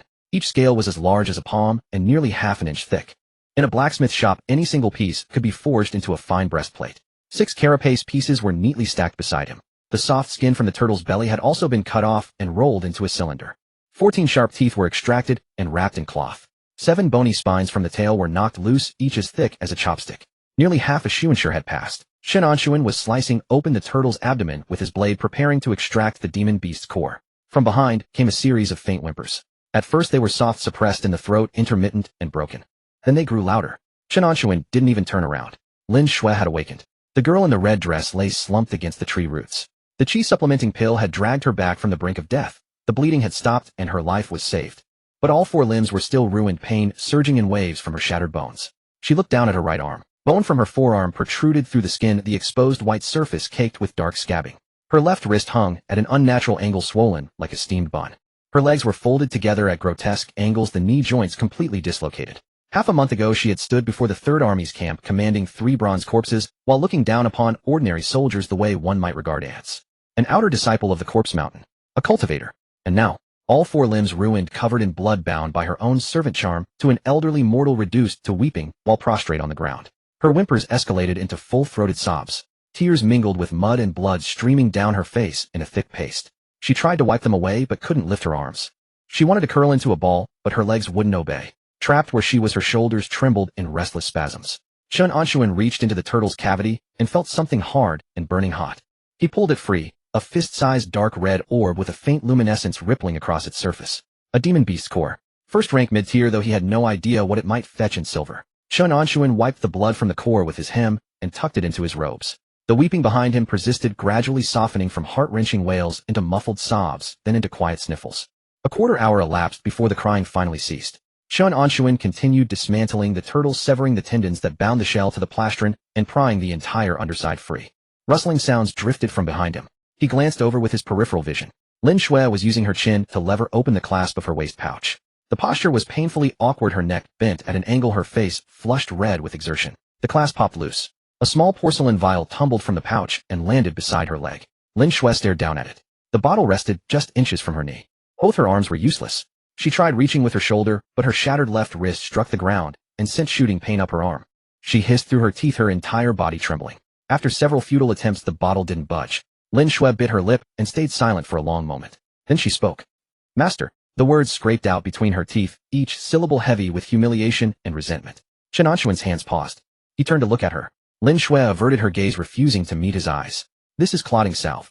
It can set bones." She stared at the porcelain vial on the ground, her throat bobbing as she swallowed. "Could you help me apply it?" The final words came out barely above a whisper. A cultivator asking a mortal martial artist for aid. and specifically to apply medicine. Chen Anshun downed his blade and rose to his feet. He walked over, bent down, and picked up the vial, unscrewing the cap. A cool medicinal fragrance spread through the air. Inside was half a bottle of dark green ointment, its texture smooth and subtly luminous. Fine stuff. Martial medicine used by cultivators was leagues above the iron-strengthening salves in the military camp. He glanced at Lin Shui. Her crimson dress clung to her frame, revealing large patches of bare skin. Mud and blood couldn't mask the porcelain quality of her complexion beneath. Her waist was slender, collarbones defined thighs long and toned. Chen Anshun's Adam's apple bobbed. 6 decades. 60 whole years of cultivating his virgin essence. Since he'd begun tempering his body at the Hanyang Martial Academy at 15, he'd barely touched a woman's hand properly. It wasn't that he lacked desire but principle. His virgin cultivation was bound to his internal energy foundation. Once broken, it couldn't be restored. This was the clean vessel he'd relied upon his entire life. Now a young, beautiful woman lay before him, all 4 limbs ruined, asking him to apply medicine. The 36 strands of internal energy in his dantian remained as steady as bedrock. Chen Anshun crushed down his turbulent thoughts. It was merely applying ointment, nothing more. He crouched beside her, scooped out a portion of salve, and began with her worst injury, the right arm. The protruding bone fragments needed realigning first. Chen Anshun gripped Lin Shui's forearm with his left hand while supporting her elbow with his right. Bear it. Before she could react, his hands delivered a sharp push and thrust. A sharp crack echoed as the bones snapped back into place. Lin Shui's body jolted the back of her head, striking the tree trunk. A brief scream escaped her lips before she bit down hard on her lower lip, all color draining from her face. Chen Anshun remained unmoved. He spread the salve evenly across the realigned fracture, his fingers pressing into the surrounding skin to work the ointment deep into the tissue. Lin Shui's skin was remarkably smooth. Chen Anshun's fingers lingered on her forearm for a moment before moving to her left wrist. The same procedure followed. Realignment, then application of the salve. Next came her left knee, then her right. He lifted the hem of her crimson dress slightly. Bruising marked the inner thighs above her knees, extensive patches of deep purple and blue. Chen Anshun scooped more salve and applied it, his palm gliding along the sensitive skin of her inner thigh all the way to the knee joint. Lin Shui offered no resistance. It wasn't submission that kept her quiet. She'd simply glanced at her master, an old man with white hair and a face mapped with wrinkles easily past 80. An 80-year-old man. Whatever endowment he possessed was surely less functional than her shattered bones. What was there to fear? It took Chen Anshun half a shuensure to properly apply salve to all 4 wounds. The salve took effect almost immediately. As the dark green ointment soaked into her skin, the injured areas glowed with a faint luminescence. Driven by the medicine's power, the fractured bones began knitting back together at an astonishing pace. Lin Shui sensed the changes occurring within her body and finally allowed her tense frame to relax. She exhaled a long breath. Chen Anshun capped the vial and tossed it back toward her. He rose and stepped back 2 paces, settling onto a nearby stone with his blade resting across his knees. In the silence that followed, he considered what use this new servant might prove to be.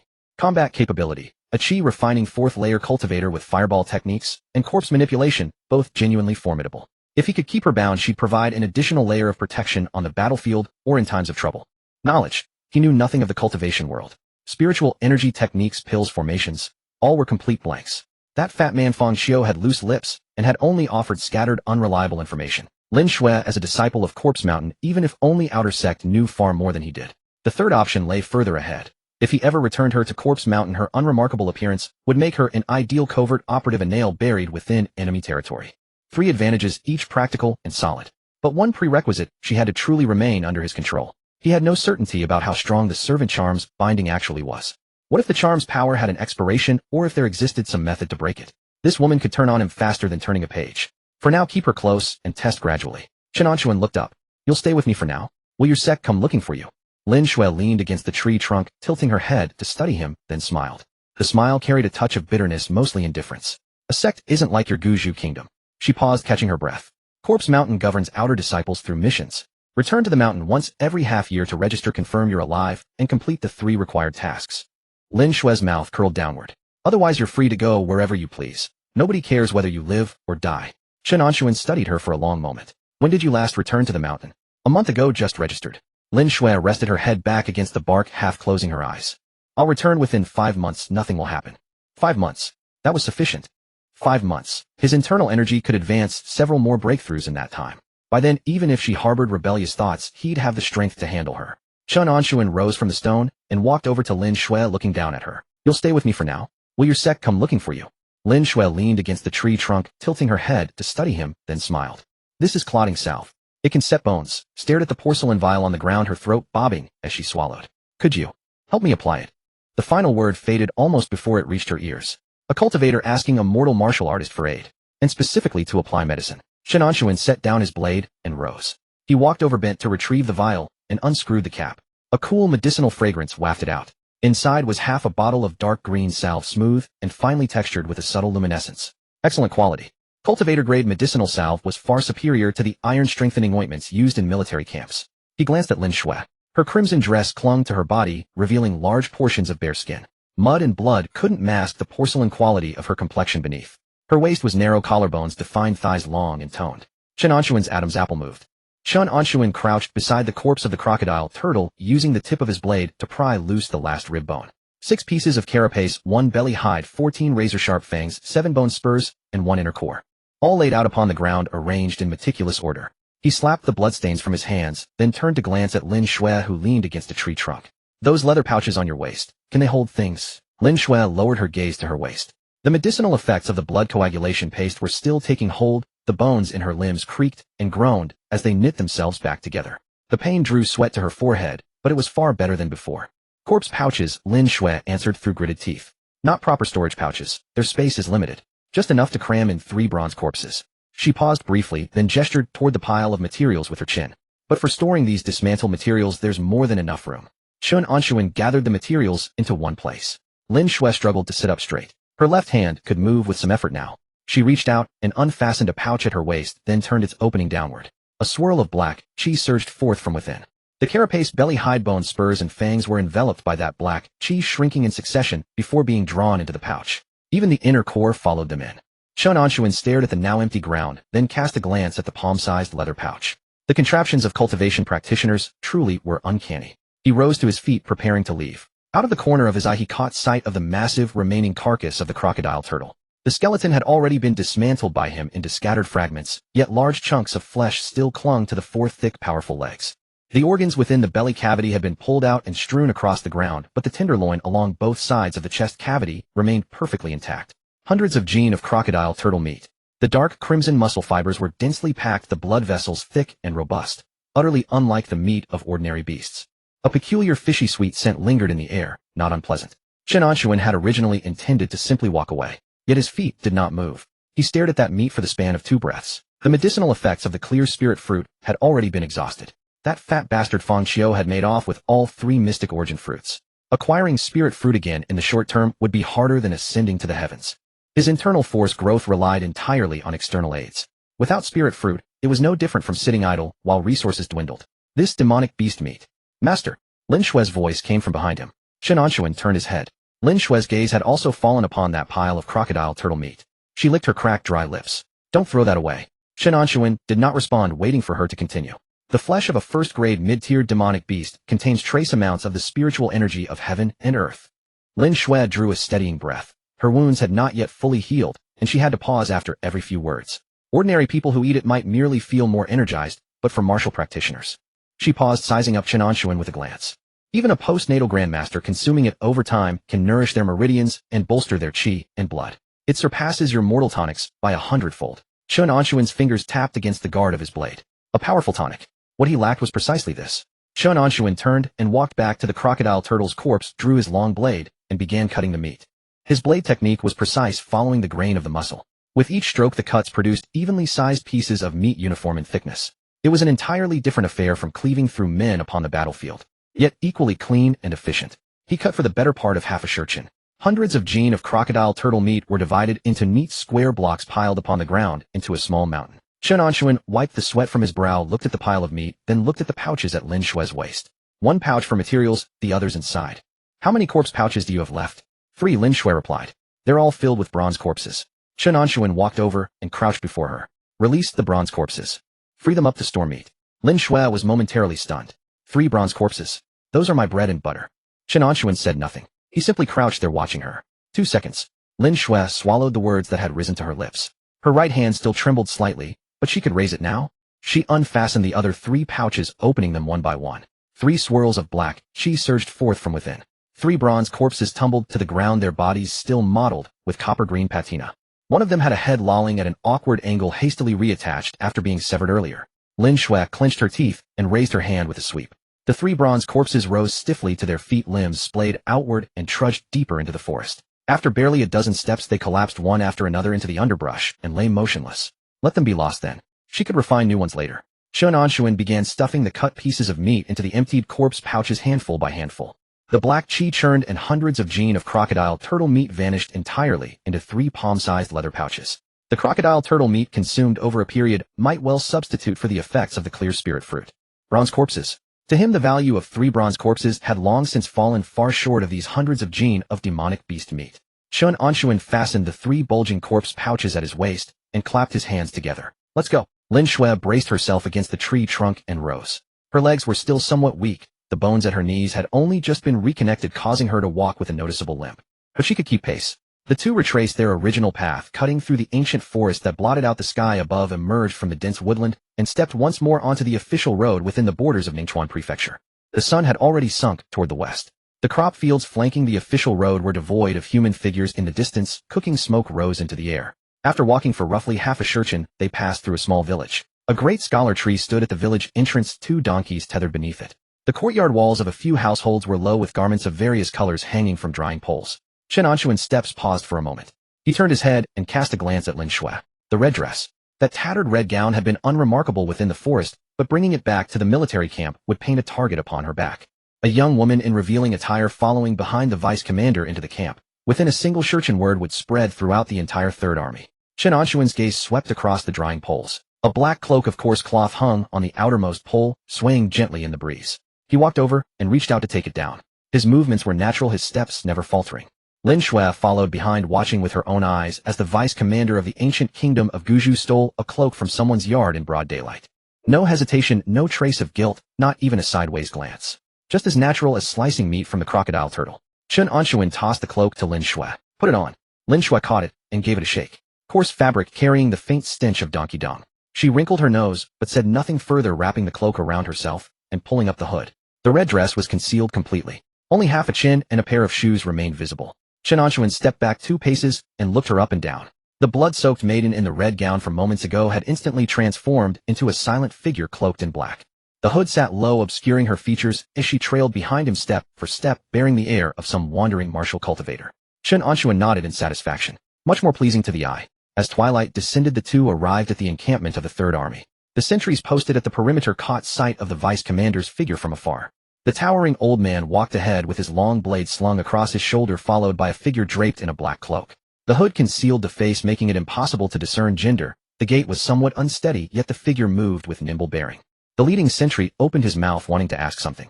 Chen Anshun walked past him without so much as a glance. The sentry swallowed the words that had risen to his lips. Someone brought back by the vice commander. What was there to question? Last time General Zhao brought back those Taoist priests who dared speak a word of complaint. Pretend you didn't see. Chen Anshun led Lin Shui through the camp and made his way straight to his own courtyard. He pushed open the door. The small compound consisted of 3 main rooms flanked by a side room on either side. A well stood in the yard with split firewood piled in one corner. Chen Anshun pointed toward the side room on the left. Stay in that room. Cultivate within as usual. Oh, don't come out without cause. He unfastened the 3 corpse pouches of crocodile turtle meat from his waist, kept one at hand, and tossed the other 2 to Lin Shui. Hold on to these for me. I'll come to you for them when I need them. I'll call for you if something comes up. Lin Shui caught the corpse pouches, answered softly with a single yes, then turned and entered the side room, closing the door behind her. The courtyard fell silent. Chen Anshun drew a bucket of water from the well and splashed it across his face. The well water was ice cold, tightening his skin with a sharp shock. He ran his fingers over the wrinkles on his face, then lifted his gaze to the darkening sky. The scenes of his battle with the crocodile turtle during the day played over and over again in his mind. Not those few strikes, but that single instant. The crocodile turtle's head launched forward like a projectile, its tail sweeping across to cut off escape. A matter of life and death. Then all sound vanished. The wind, the roaring. All receded into the distance. The images before his eyes slowed. The sliver of pink tender flesh exposed when the scales on the turtle's neck flared open was rendered so vividly that every pattern upon every scale could be counted. His mind was utterly empty. No fear, no scattered thoughts. Only the blade. Wherever the blade needed to go, his body moved accordingly. No process of deliberation, no gap for hesitation. That state arrived swiftly and departed just as quickly. In its aftermath, as he recalled it, the ache and weariness throughout his body surged forward in a single wave. After so many years of blade training, he had never once entered that mystical state. Chen Anshun dried the water from his face and stood. He walked to the door of the left side room. He knocked twice. The door opened a crack from within. Lin Shui had already removed the cloak. Her red dress had been exchanged for a gray short garment dug out from her pouch. Her right arm was wrapped in bandages, her left wrist still swollen, but she could move it normally now. Master. Chen Anshun leaned against the doorframe, arms folded across his chest. When I fought that crocodile turtle today, right before the final strike, I entered a certain state. He chose his words with care. All the sounds around me disappeared. The things before my eyes slowed. My mind went blank, yet the blade was more precise than at any other time. Lin Shui, whose face had been listless until now, suddenly snapped her head up. She stared at Chen Anshun for several breaths, studying him from head to toe. The look in her eyes was not one of gazing upon a master, but upon something that ought not to exist. You entered that state. Chen Anshun did not respond, waiting for her to speak. Lin Shui leaned against the other side of the doorframe, her mouth opening and closing again. The outer sect of Corpse Mountain possesses an extremely advanced combat realm. Only disciples who have cultivated a single technique to absolute mastery may in a life-and-death struggle brush against it. She paused. It is called Ruwei. Chen Anshun turned the word over in his mind. Ruwei. Outer sect disciples who train for 10 or 8 years. Not even 1 in 100 may touch its threshold. Lin Shui's throat bobbed. And it must occur in a genuine life-or-death moment. Not a drill, not a sparring match. When one's life hangs by a thread, and the spirit is concentrated to the utmost, only then does that sliver of possibility arise. Her gaze fell upon Chen Anshun's coarse, roughened fingers. Those hands had today pierced through the throat of a first-grade mid-tiered demonic beast, shattered the bones in her 4 limbs, and then applied medicine to her wounds. Immortal martial cultivator. No spiritual power, no spells, no elixir to aid him. Relying solely on a blade of common iron and 60 years of blade technique, he had touched upon Ruwei. Lin Shui's back slid slowly down the doorframe until she sat upon the threshold. Master. She looked up at Chen Anshun. The light of dusk filtered in from beyond the courtyard wall, casting its glow upon the grizzled hair at the old man's temples. Just how many years have you trained the blade? Chen Anshun extended his right hand, spreading his 5 fingers, and turned it over once. Then he raised his left hand, extending a single finger. Perhaps 3 months. The side room fell silent for a long while. Lin Shui sat upon the threshold, both hands resting upon her knees, utterly still. Beyond the courtyard, the footsteps of the camp patrol drifted in from afar and faded once more into the distance. The night breeze swept over the top of the walls, stirring the bucket by the well, which emitted a faint sound of swaying. Lin Shui spoke suddenly. There is a saying within the sect. Long abiding in Ruwei, one may behold the workings of heaven and earth. Prolonged immersion in the subtle realm allows one to perceive the workings of heaven and earth. Chen Anshun turned these 8 words over in his mind. To perceive heaven and earth. Mortal martial artists train their skin, flesh, tendons, and bones, circulating their internal energy, all of it confined within the prison of their own bodies. Only by shattering the shackles of the postnatal realm and drawing the spiritual energy of heaven and earth into one's body could one truly cross the threshold into the innate grandmaster realm. This was what it meant to perceive heaven and earth. Could combat in the subtle realm truly help a martial artist push open the gates of an innate grandmaster? Chen Anshun stared at the girl in the red skirt seated upon the doorstep. Has anyone actually confirmed this claim in Corpse Mountain? Lin Shui shook her head. Hearsay at best. In Corpse Mountain, few practitioners ever refine their techniques to mastery. The lot of them rely on corpse refinement and arcane arts to overwhelm their foes, who would spend decades painstakingly honing a mere mortal technique.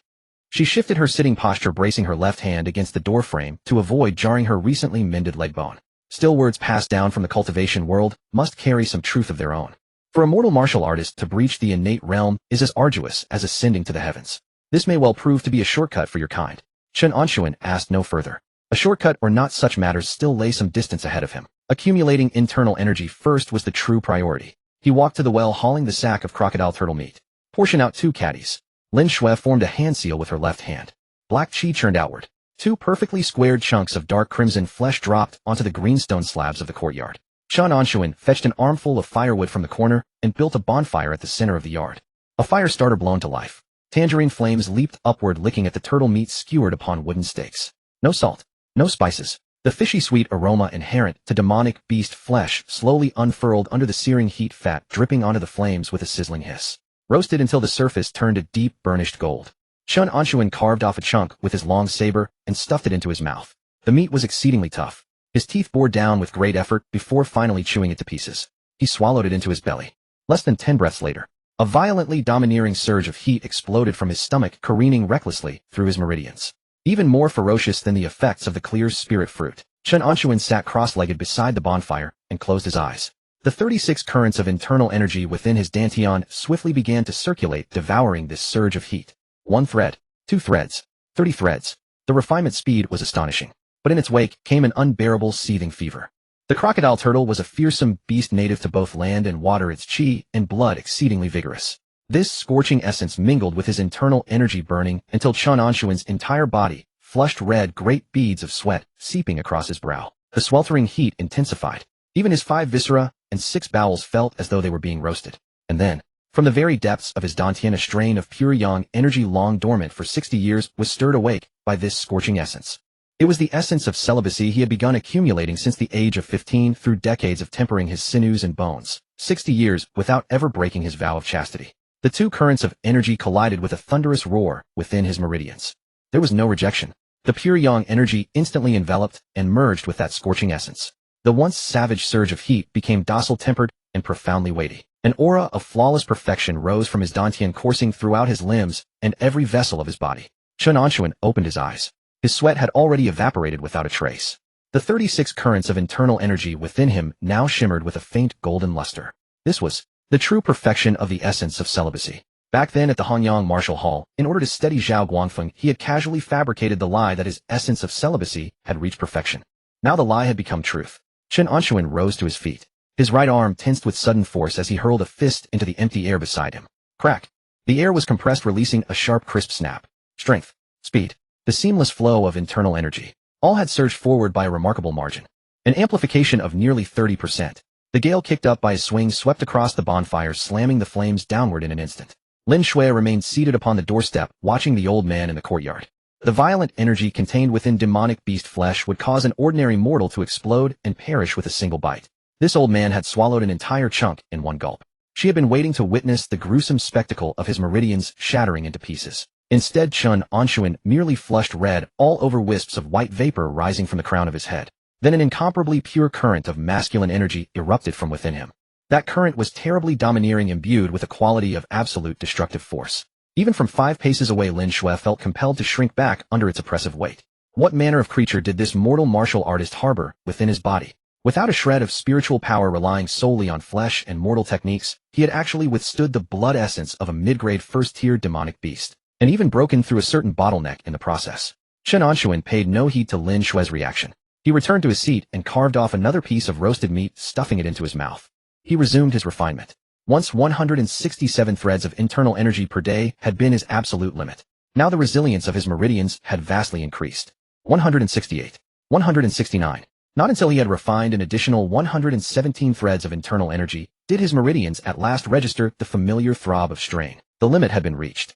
39 currents and 58 threads. In a single night, his internal energy had surged explosively. Chen Anshun drew his long saber with its black sheath. He stepped to the center of the courtyard.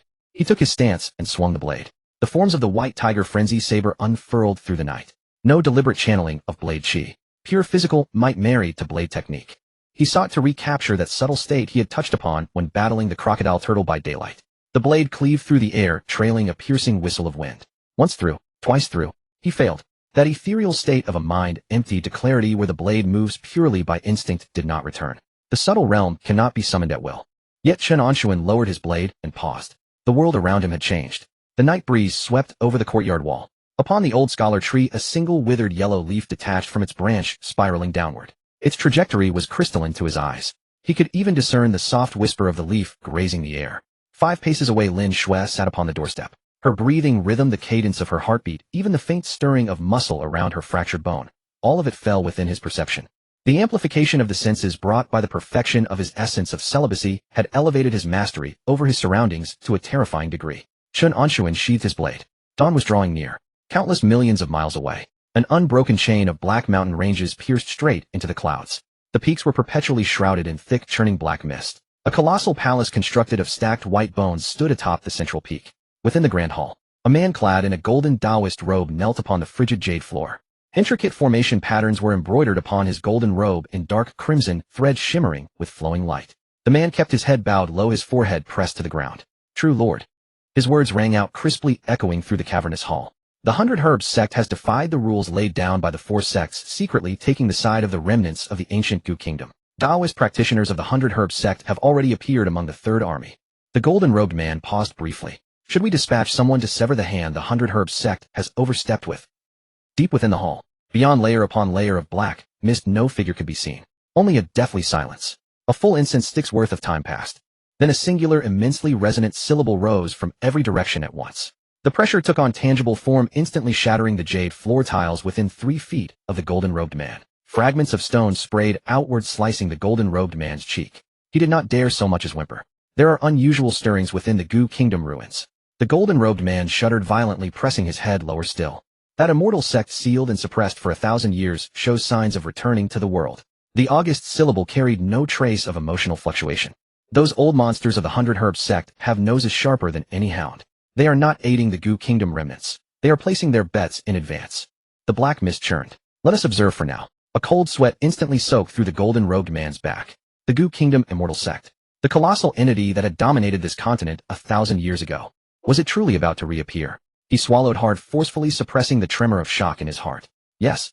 The following morning at the encampment of the Third Army, a messenger-bearer arrived bearing Zhao Guangfeng's orders, summoning Chen Anshun to the central command tent for a military council. Chen Anshun readily assented and strode into the central tent with purposeful steps. No charcoal fire had been lit within, the air was bitter enough to pierce the bone. Zhao Guangfeng sat behind the long table, a military dispatch pinched between his fingers. Chen Anshun halted 3 paces away. 2 currents of aura collided soundlessly in the empty air between them. Chen Anshun's muscles instantly tensed, and 39 strands of inner strength within his dantian began to circulate of their own accord. A profound force of blood and qi radiated from his body, driving the surrounding cold air back by half a foot. Zhao Guangfeng lifted his head. His gaze settled upon Chen Anshun and lingered for the span of 2 breaths. When he had seen this old man 2 days prior, though his bearing had been commendable, something vital had been lacking. Now standing here, the man exuded a fierce masculine valor, the qi within him so dense and profound that even Zhao Guangfeng found it chilling to the marrow. What celestial treasures had this old fellow been hoarding behind his back?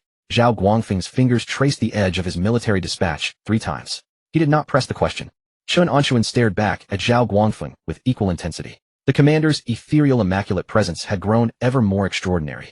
His breathing was so faint as to be nearly inaudible, yet with each exhalation and inhalation the cold air within the tent stirred in tandem. The methods of a cultivation practitioner. Chen Anshun calculated Zhao Guangfeng's combat prowess within his mind. Compared to that innate grandmaster of legend, was this commander superior or inferior? Neither man broached the subject of the other's true capabilities. Zhao Guangfeng slapped the military report onto the table. In 3 days the ancestral rite will be observed. Chen Anshun faltered for a moment. A death-ordered decree from the prefect. Zhao Guangfeng rose from his seat, circled the long table, and stepped before Chen Anshun. Every man in the entire army must construct an altar upon the parade ground, and following a specific ritual kneel in silence to chant "May Guju protect us." For 3 hours, not a moment less. Chen Anshun's brow furrowed. A sacrificial rite. The ancestral rite is merely a folk seasonal observance, a matter of burning a few sticks of incense. Within a military encampment, the entire army kneeling for 3 hours. The army was in the midst of war. The bronze corpses of the corpse mountain could descend upon them at any moment. Should the entire army lay down its weapons to kowtow? Whichever unit caused the slightest disturbance would have its ranks stripped and be subjected to military law. This command carried with it an air of the most peculiar strangeness. Zhao Guangfeng stepped half a pace closer. You find it absurd? Chen Anshun offered no response, awaiting the continuation. Do you know precisely who the ancestors of the Guju kingdom were? Zhao Guangfeng cast out a counter-question in reply. Chen Anshun's heart skipped a beat. The ancestors? An ancestor of a secular kingdom who could compel the prefect of an entire prefecture to issue such an absolute command, and even draw a cultivation sect like the 100 Herbs Gate into the affair. Could it possibly be? Ask no more. Go and prepare. Zhao Guangfeng retreated behind the long table and waved his hand dismissively.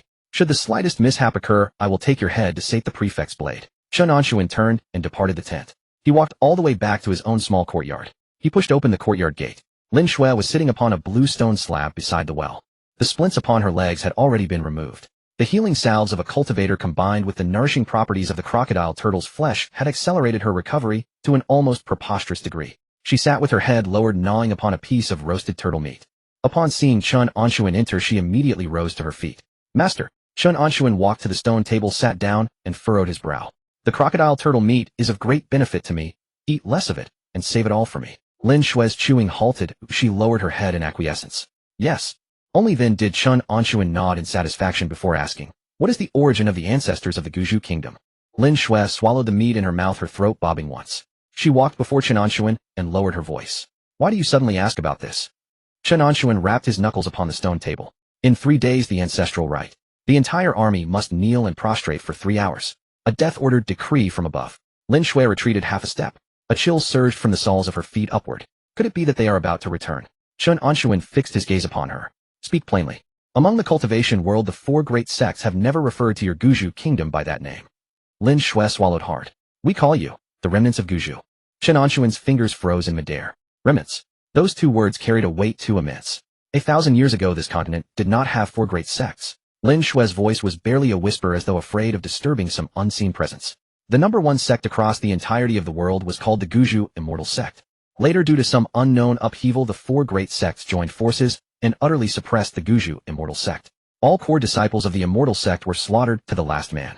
The remaining menial servants without spiritual roots and the dependents of the peripheral disciples were banished to this barren stretch of land and founded what is now the Guju kingdom. Lin Shui raised her head, fixing her gaze upon Chen Anshun. The ancestors you worship are the very grand powers of the Guju Immortal sect who were suppressed in that era. The four great sects laid down a decree within the borders of the Guju kingdom: the practice of any cultivation arts is strictly forbidden. Should anyone be discovered to possess a spiritual root, they are to be executed on the spot, without mercy. For these past several hundred years, the people of your Guju kingdom have only been permitted to practice the martial arts of mortals. No matter how diligently they cultivate, they remain forever trapped beneath the threshold of innate. Chen Anshun sat upon the stone bench motionless for the longest while. The clues within his mind had all strung together into one cohesive tapestry. So that was why the Guju kingdom lacked any cultivation practitioners. So that was why the 100 Herbs Gate had chosen this moment to declare their allegiance. It was all because of the ancestors. Chen Anshun stroked his chin. This body bore the surname Chun. What standing did the Chun bloodline hold within the Guju Immortal sect of old? If some revered ancestor of theirs yet lingered within, not wholly perished, then for this ancestral right he would kowtow with exceptional fervor. Perhaps he might obtain a few immortal arts or magical treasures. Even if he gained nothing, seeking their protection would not be a loss. These kowtows he would perform them. Not only would he perform them, he would kowtow louder than any man present. Chen Anshun rose to his feet. For these 3 days remain within this courtyard. Go nowhere. Yes. 3 days later, the encampment of the Third Army. A vast parade ground. Upon the open field normally used for drills, a 3-zhang-tall earthen altar had been erected through the night. Black pennants ringed the altar on all sides. As the cold wind swept past, the banners snapped and fluttered with a fierce rustling. 5,000 soldiers, fully armed and armored, stood in impeccable formation beneath the altar. Not a single man spoke. Even the war horses had been fitted with muzzles forbidden from making the slightest sound. Zhao Guangfeng stood at the very front of the altar. Chen Anshun stood to his right, slightly to the rear. The sky hung heavy and overcast. Thick layers of clouds pressed down low. Not a single thread of sunlight could pierce through. The hour had arrived. Zhao Guangfeng swept up the hem of his battle robe and dropped to his knees, his legs striking the muddy ground with heavy force. Kneel. The messenger's hoarse bellow rang out across the entire field. 5,000 men. The clashing of armor erupted into a tremendous, thunderous roar. In perfect unison, they dropped to their knees upon the ground. Chen Anshun knelt along with them. Both palms pressed flat to the earth, his forehead resting against the cold, coarse soil. May Guju protect us. Zhao Guangfeng spoke first. His voice was not loud, yet carried by inner strength that traveled a great distance. May Guju protect us. 5,000 voices echoed the chant in unison. The wave of sound reverberated across the parade ground, startling distant birds into frantic flight. Chen Anshun lay prostrate upon the ground, his lips moving with the chant. Yet his mind was carefully attuning itself to every disturbance in the surroundings. 1/4 of an hour passed. Half an hour. An entire hour. Nothing occurred. His knees had grown numb from kneeling upon the damp, frigid earth. Many soldiers' bodies began to sway ever so slightly. Yet none dared lift their heads. Chen Anshun's 39 strands of inner strength circulated slowly through his meridians, dispelling the biting cold. Just as the second hour was drawing to a close, Chen Anshun's heart lurched violently. He detected a wondrously faint ripple. It was not the wind. It was not inner strength. It was something seeping up from the deepest reaches of the earth. He lifted his head a fraction, his gaze skimming across the ground in a slow arc. Wisps of pale gray vapor were drifting upward from the heads of the 5,000 soldiers. Exceedingly faint. Nearly invisible to the naked eye. Only a warrior who had achieved the microscopic realm, whose senses far transcended the ordinary, could perceive even the faintest trace of it. It was not confined to the Third Army's parade ground. After these wisps of gray vapor rose into the air, they did not dissipate. Instead, they converged into an incomprehensibly vast torrent surging toward a single direction. That direction was the capital of the Guju kingdom. Zhao Yudao had once mentioned that in that direction lay the Zhongnan ruins, a site that harbored powers beyond innate. Chen Anshun lowered his forehead back to the earth. His mind churned like a tempest. Across the entirety of the Guju kingdom, how many armies were there? How many common folk? When such power converged as one, what could it possibly awaken? At that very moment, the capital of the Guju kingdom, the Zhongnan ruins. This had once been the core mountain gate of the Guju Immortal sect. Now it remained as a wasteland of ruins stretching for hundreds of leagues. The crumbling walls and shattered eaves had been eroded by 1,000 years of wind and sand, long since betraying no trace of their former glory. At the center of the ruins yawned a colossal crater of unfathomable depth. Black miasma permeated the bottom of the pit year-round. At this moment, the pale gray vapor flowing in from all directions like 10,000 streams returning to the sea surged madly into the crater. The black miasma was torn asunder and scoured away by this overwhelming force. Gradually the miasma parted, revealing at the bottom of the pit a colossal bronze door riddled with fissures. Intricate formation patterns were etched across the surface of the bronze door. Within the grooves of those patterns a dim crimson radiance was flickering to life one point at a time. With the ceaseless influx of gray vapor the light grew ever more resplendent. Crack! An exceedingly faint sound of fracturing. It echoed from the depths of the deathly silent pit. A single fissure upon the surface of the bronze door suddenly expanded. A hand, a crystalline translucent hand pale beyond all measure of blood reached out from within the fissure. Its 5 fingers spread wide, gripping the edge of the bronze door, and wrenching outward with tremendous force. Boom! The very fabric of space convulsed violently. The bronze door was brutally torn open, a gaping breach ripped into its surface. Violent gusts of air surged forth from behind the door, sweeping the surrounding fragments of stone high into the sky. A youthful figure stepped forth from the breach. He was clad in a tattered cyan-colored Taoist robe. His hair hung loose and disheveled. He tilted his head back, gazing upon the gray, hazy sky above the pit. His chest heaved with violent undulations. Suddenly he drew in a great breath of air thick with the scent of earth. Chen Anshun. The youth's voice was not loud, yet it possessed a piercing power that could penetrate the eardrums, transmitting instantly across the entirety of the Eastern Victory Province. Have returned. He's back. These 3 words exploded across the sky above Dongxing continent. There was no thunder, no gale. Pure sonic force alone. Chen Anshun lay face down in the mud, his eardrums ringing from the impact. 39 streams of internal energy surged wildly through his meridians, desperately resisting that pervasive, suffocating pressure. A transmission spanning 10,000 li. Across half a continent. What realm was this? Chen Anshun rapidly searched his memory for the cultivation world knowledge Lin Shui had shared with him. Qi Refining Foundation Establishment Golden Core Nascent Soul. Even a Golden Core cultivator could not achieve such a transmission spanning the entirety of Dongxing continent. An old ancestor of Guzu Immortal sect. An ancestor of the Chen clan. Chen Anshun buried his face in the dirt, his mind racing. If this elder truly possessed such heaven-defying power, the entire political landscape of Guzu Kingdom would be turned upside down. 4 great sects had suppressed them for a millennium. This pent-up grievance had festered far too long. He would cling to this powerful ally without hesitation. At the Third Army's quarters within a small courtyard, Lin Shui sat beside the well. The half-roasted turtle meat she had secretly produced fell to the ground, rolling once and becoming caked in mud. Her entire body trembled uncontrollably. He's back. These 3 words carried an extraordinarily terrifying pressure, piercing straight through her protective spiritual energy and crashing directly into her sea of consciousness. An outer disciple of Corpse Mountain. A cultivator. Before this voice, even an ant was insignificant. Guzu Immortal sect. Lin Shui collapsed onto the bluestone tiles, her legs trembling violently. That leviathan sealed beneath the Zhongnan ruins had truly emerged. At the training grounds, deathly silence reigned. 5,000 fully armed soldiers lay prostrate on the ground, daring not even to breathe. This oppressive pressure was not directed at any individual. It blanketed the entire heavens and earth. Zhao Guangfeng jerked his head up, his face drained of color. He rose abruptly to his feet, dirt cascading from his knees. A 10,000 li transmission. Zhao Guangfeng murmured softly. He turned his gaze toward the direction of the capital. The heavy cloud layers had been forcibly torn apart by that voice, splitting open a rift stretching tens of thousands of li. Sunlight poured through the fissure, illuminating the sacrificial altar. At that very moment, the air 3 feet from Zhao Guangfeng's side began to warp and distort. A portly figure clad in a gray Taoist robe materialized from thin air, clutching a wine gourd in his hand. The wine Taoist. A mysterious cultivator from Baichao sect. The wine Taoist did not look at the 5,000 soldiers on the ground, nor at Chen Anshun. He tilted his head upward, staring fixedly at the rift cleaving the sky above. His fingers gripping the wine gourd trembled. To possess such formidable power, the wine Taoist withdrew his gaze and turned to look at Zhao Guangfeng. He sighed heavily. The currents of Guzu may now shift to overshadow even the 4 great sects. The wine Taoist stepped forward. Guangfeng, we must return to our sect. Zhao Guangfeng shuddered. He turned to look down at the figures below the altar. 5,000 soldiers. These were troops he had personally raised. From recruit camp all the way to survival against the Bronze Corps soldiers at Corpse Mountain. This army had consumed much of his life's devotion. Elder. Zhao Guangfeng's Adam's apple bobbed. Let's go. The wine Taoist interrupted him. Previously the national strength of Guzu was weak, and your heart was bound to home and country. You were unwilling to abandon them. The sect understood your plight. The wine Taoist pointed toward the capital. Now a great power of Guzu has returned. This sky will not collapse. What remains that concerns you? Zhao Guangfeng fell silent. He clenched his fists, then slowly relaxed them. An inner disciple of Baichao sect. This identity he had concealed for nearly 2 months. After the Battle of Black Wind Valley, the Wine Taoist had found him and urged him to join Baichao sect.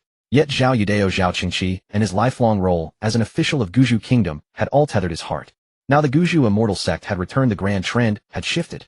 The moment to depart and formally join Baichao sect had arrived. Zhao Guangfeng stepped forward. He stood at the edge of the altar. Drawing breath, he called out, "All troops, heed my command."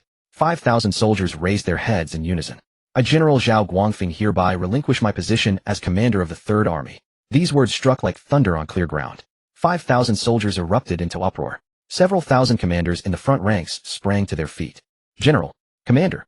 Zhao Guangfeng raised his hand and pressed down. A wave of spiritual energy surged from his body instantly, suppressing the voices of the 5,000. "I have been accepted as an inner disciple of Baichao sect. The great power of Guzhou has returned. The nation stands secure. My mind is made. I shall return to my sect." Zhao Guangfeng did not acknowledge the stunned shock of the soldiers below. He turned his gaze looking past the crowd and landed on Chen Anshun. "The Third Army will temporarily be commanded by Vice Commander Chen." Chen Anshun rose to his feet. He brushed the dust from his knees. No hesitation, no fear. Meeting Zhao Guangfeng's gaze, he nodded slightly. Zhao Guangfeng exhaled a long breath of turbid air. His lips moved faintly. No sound emerged. Yet Chen Anshun's ears caught Zhao Guangfeng's words. Whispered transmission. "Old man Chen, after I depart, Ningchuan Prefecture will surely see turmoil. The Third Army is both a dangerous burden and a lifeline. My inept third son Zhao Qingqi, as well as Yu Dao. I entrust them to your protection." Chen Anshun remained where he stood. His mind raced through calculations. Taking command of the Third Army wielding 5,000 soldiers. This was real, tangible power. With this army at his disposal, the resources he could command would multiply geometrically. Demon beast meat intelligence weapons. He could even seize absolute initiative in the coming upheaval. As for the two young Zhao heirs, it was but a minor favor. Zhao Yudao was born a favored son of heaven. Only perhaps this return of the Immortal sect would bring him his own fortuitous opportunity. Zhao Qingqi was merely a spoiled young master. For someone of his current strength, managing him would not be difficult. This transaction was highly profitable. Chen Anshun looked at Zhao Guangfeng and gave a firm nod. Zhao Guangfeng's lingering worry eased. He turned and bowed to the Wine Taoist. The Wine Taoist tossed his wine gourd skyward. The gourd expanded in the wind until it reached a zhong in size.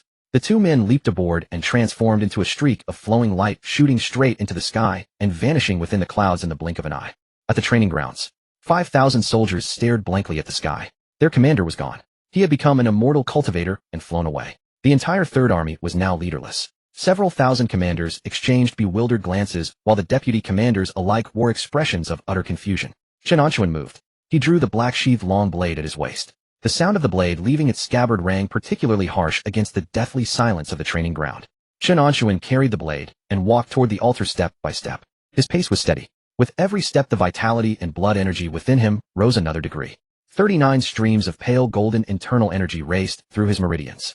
The perfected pure yang qi from his complete youthful essence technique surged forth without restraint. The surrounding temperature rose sharply. Soldiers standing nearby felt a wave of scorching heat wash over them, forcing them to retreat again and again. Chen Anshun arrived at the very center of the altar, where Zhao Guangfeng had stood just moments before. This altar had been constructed overnight by ramming 100 cast ordinary iron mixed with yellow earth. It was extraordinarily hard. Ordinary swords and blades could not even leave a mark upon it. Chen Anshun gripped the blade with both hands, raised it overhead. 27,000 caddies of tremendous force rose from the soles of his feet, surged through his waist and hips, and reached his arms. No flashy blade techniques. No unnecessary movements. Only pure power combined with ultimate speed. Slash. Boom. A deafening roar echoed across the grounds. The entire training area trembled. The black-sheathed blade cut deep into the altar. 100 cast iron faced with 27,000 caddies of force proved irresistibly fragile. The blade edge advanced like a whirlwind. From top to bottom, it cleaved the 3-zhong-high altar cleanly in two. The cut was perfectly smooth. The two halves of the altar collapsed with a thunderous crash, sending clouds of dust and debris soaring into the air. Chen Anshun stood at the center of the wreckage, one hand gripping the blade tip slanting toward the ground. As the dust settled, 5,000 soldiers gazed at that towering old man, and at the ironstone altar split cleanly in two. Not a sound broke the silence. The 1,000 commanders in the front ranks drew sharp intakes of breath. Immortal martial artist splitting 100 cast iron with a single strike. What manner of monster was this? By Chen Anshun, he spoke. His voice, interwoven with profound internal energy, carried clearly into every pair of ears. Shall assume command of the Third Army. No inquiry. No deliberation. Chen Anshun swept his gaze across the assembled troops. Wherever his eyes fell, 5,000 soldiers dropped to one knee in perfect unison. Armor plates clattered together, producing a synchronized thunderous roar. We greet the commander. The sound surged skyward. Chen Anshun stood motionless. Within the blood groove of the black-sheathed long blade, the sunlight, filtering through the rift in the sky above, was faintly reflected. Chen Anshun stood at the center of the ruins, a single-handed grip on his blade, its tip angled toward the ground. Sunlight poured through the fractured clouds and struck the blood groove of the black-sheathed saber, radiating a cold gleam. 5,000 soldiers knelt on one knee, the clattering of armor plates still reverberating through the air. Chen Anshun slid his blade back into its sheath. Rise. The single word fell, and 5,000 men stood in perfect unison. Chen Anshun called out the name of the messenger Zhao Si. Dispatch a fast horse to the Ningchuan prefecture office. Report 2 matters. First, Zhao Guangfeng has defected to the 100 Herb sect and has already left the camp. Second, the Third Army cannot remain leaderless for a single day. Chen Anshun shall temporarily assume the position of commander. I request the prefect to make the final decision. Zhao Si acknowledged the order and withdrew. Chen Anshun returned to the central command tent. The heavens had shifted. That single utterance of "they have returned" sent tremors across the entire Eastern Victory Province. The ancient Guju Immortal sect had resurfaced, and the lid the 4 great sects had pressed down for 1,000 years had been thrown wide open. There would be no peace in this world from now on. He sat behind the long table, his fingers tapping against the surface. How would the prefecture office respond? The prefect of Ningchuan commanded only a handful of military forces beneath him. Zhao Guangfeng had fled, and the Third Army was leaderless. By stepping forward to seize command, his position lacked legitimacy and proper authority. Should the prefect wish to install his own trusted man, he could dispatch someone at any moment to replace him. But now the situation had descended into utter chaos. With the immortal sects returning, the higher authorities were certainly reshuffling their pieces. A marginal force like the Third Army, the prefect might not have the leisure to concern himself with it. It was a gamble, but he would claim the position first. Without occupying it, he would not even have the right to sit at the table. During the days spent waiting for news, Chen Anshun did not remain idle. 2 large sacks of crocodile turtle meat remained in the courtyard. The medicinal efficacy of the clear spirit fruits had also been extracted to their absolute limit. With the childlike skill reaching completion, the resilience of his meridians had doubled. The pure yang energy rampaged through his body, suppressing all the violent energies contained within the demon beast meat, crushing them and feeding them to his internal force. The first day, he refined 217 threads. The second day, 217 threads. The same number every day. A terrifying consistency. 7 days passed. Chen Anshun stood at the center of the courtyard, his upper body bare. His muscles bulged in defined masses, and a faint dark crimson glow radiated from beneath his skin. Within his dantian, 54 bundles of internal force, each containing 77 threads, interwoven and dense, their weight pressing down upon him. He drew his long saber. Without superfluous movement, he faced a wooden stake before him, thick enough to require 2 men with arms outstretched to encircle. Chop! The force-channeling path of the white tiger mad saber completed itself within his body in an instant. 8.4 times. Pure yang energy surged through his meridians and poured into the blade. The blade edge bit into the wooden stake. Without a sound, the stake split cleanly down the middle, the cut so smooth that not even a single wood splinter rose. 32,000 caddies. Chen Anshun sheathed his saber. This level of strength placed among mortal martial artists already made him a monster. But against cultivators and grandmasters of the martial path, it remained far from sufficient. At noon on the 8th day, the order from the Ningchuan prefecture office arrived. It was not delivered by horseback. Above the Third Army's training grounds, a sudden violent gust of wind surged without warning. A colossal dragonfly stretching 3 zhang in length plunged down from the clouds. The wind pressure generated by its beating wings snapped every banner at the edge of the training ground clean in two. 5,000 soldiers looked skyward, half their formation thrown into disarray. Upon the dragonfly's back sat a man with his legs crossed in meditation. A middle-aged man. He wore a snow-white Taoist robe with elaborate cloud patterns embroidered upon the cuffs. The giant dragonfly hovered motionless at a height of 3 zhang above the training ground. The white-robed man rose to his feet, his gaze sweeping downward from his elevated position. His eyes ultimately settled upon Chen Anshun. Chen Anshun. His voice was not loud, yet it reached every ear with crystalline clarity. It carried the oppressive weight of spiritual energy. Chen Anshun stood in place, neither kneeling nor bowing, and merely cupped his fist in a salute. I am. The white-robed man drew a yellow scroll from his sleeve. An order from the Ningchuan prefecture office. The immortal sects enter the world. By the decree of the heaven-overturning ancestor, 1,800 chi refining disciples shall descend the mountain, each assigned to a region to serve as overseers. Within 3 days reclaim the ancient lands of Guju. The white-robed man tossed the scroll downward. The scroll landed steadily in Chen Anshun's hands. My name is Luo Qi. From this day forth, I am the overseer of the Third Army. Luo Qi leaped down from the giant dragonfly. He landed lightly 2 steps before Chen Anshun. Your position as acting commander has been acknowledged by the prefecture office. Luo Qi brushed the dust from his sleeves. The battles to come, you shall fight them. I am here only to supervise. Chen Anshun tucked the scroll into his robes. 1,800 chi refining cultivators had entered the fray. The Guju Immortal sect had thrown out their entire foundation, intent on waging all-out war against the 4 great sects. Lord Overseer, Chen Anshun spoke. Which stretch of ancient lands is the third army tasked with reclaiming on? Luo Qi raised his right hand pointing southward.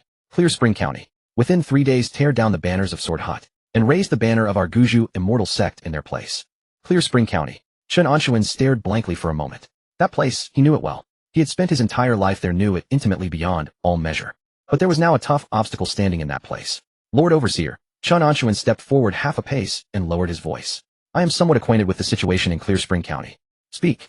After Sword Hut occupied Clear Spring County, they left a single person to hold it. A purple-haired youth. Chen Anshun enunciated each word with deliberate weight. A grandmaster of the innate realm. Luo Qi did not respond. The deputy commander, Old Lu, standing nearby, sharply drew in a breath of cold air. A grandmaster of the innate realm, the absolute pinnacle of the mortal martial path. If 5,000 troops pressed forward, such a person could come and go as they pleased, slay whomever they wished. There was simply no way to hold them. Chen Anshun fixed his gaze upon Luo Qi's face. He wanted to see what reaction this cultivator would have upon hearing the words, Grandmaster of the innate realm.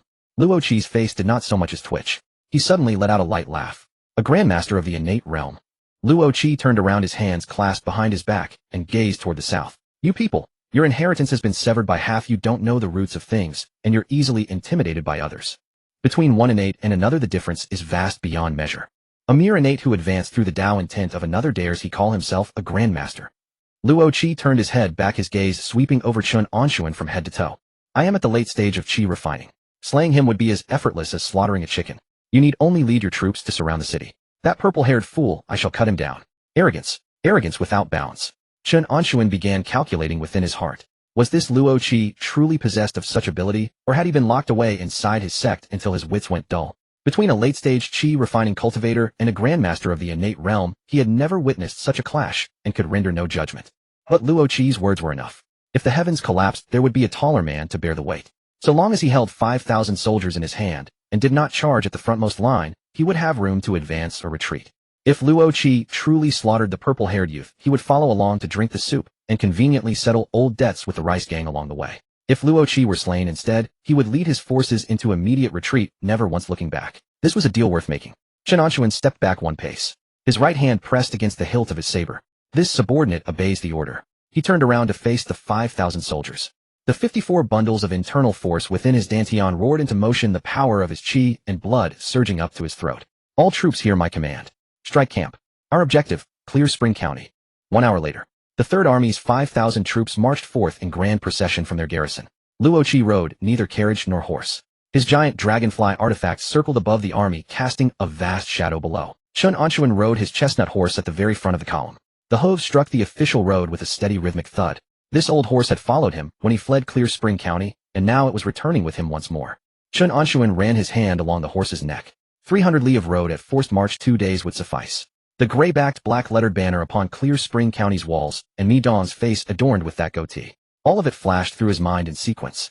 2 days later at dusk, at the end of the official road, the silhouette of a city emerged beneath the setting sun. The city walls remained as dilapidated as ever. The gray-backed banners atop the walls were stretched taut by the wind. The 2 characters, Sword Hut, upon them blazed black against the sky, striking to the eye. Chen Anshun pulled back on the reins. The chestnut horse let out a snort, and came to a halt upon a gentle slope 3 li from the city walls. Behind him the 5,000 troops halted in succession, their formation spreading out, the reflected light of their weapons linking into a single continuous gleam. The giant dragonfly artifact in the sky slowly descended, and came to a hovering halt above Chen Anshun's head. Luo Qi rose from the dragonfly's back, his gaze passing over Chen Anshun, and fixing directly upon the city walls. Upon the city walls a sudden frantic pounding of gongs erupted. The ear-piercing clangor tore through the tranquility of dusk. Upon the gatehouse tower a streak of purple emerged from the shadows, a figure walking outward with both hands pressed against the brickwork of the battlements. Upon the gatehouse tower a figure in violet emerged from the shadows, both hands pressing against the brickwork of the parapet. The young man with violet hair lifted his gaze, fixing his eyes upon the colossal dragonfly, hovering in midair. I am Long Yang of the Sword Cottages. State your name. The resonant wave of his voice rolled outward, causing the gray-bannered flags along the battlements to flap and snap violently. Luo Qi stood astride the great dragonfly's back, looking down with lofty composure, and laughed softly. Luo Qi of Guju, I have come to meet you. The instant the words fell, a streak of crimson radiance darted from within Long Yang's sleeve. A flying sword. Its blade burned a deep crimson, bearing with it a wave of utterly domineering heat as it hurtled straight toward Luo Qi's face. The very air twisted beneath the scorching heat. Luo Qi raised his hand, and a flash of azure light sprang from his fingertip, colliding with the crimson flying sword. Clang! The two swords met in midair, and a ring of chi erupted outward from the impact. Luo Qi retreated half a step, then lowered his gaze to look down at Long Yang. How rare! The old fogies of the sword cottages have actually produced something new for once. Drawing upon the path forged by the fifth patriarch of our Guju immortal sect, entering immortality through martial might, tempering sword intent. Long Yang laughed uproariously. His hands formed a sword seal. The radiance of the setting sun above seemed to be drawn downward, pouring entirely into the crimson flying sword. The flying sword split into three, transforming into three searing orbs of light. Blazing heat. The guards nearest to them on the battlements recoiled repeatedly, their armor plates growing scalding hot. Some shrieked in agony as they fumbled to undo the straps of their armor. Your Guju has not shown itself in 1,000 years. How could you possibly know how many times the world has been transformed?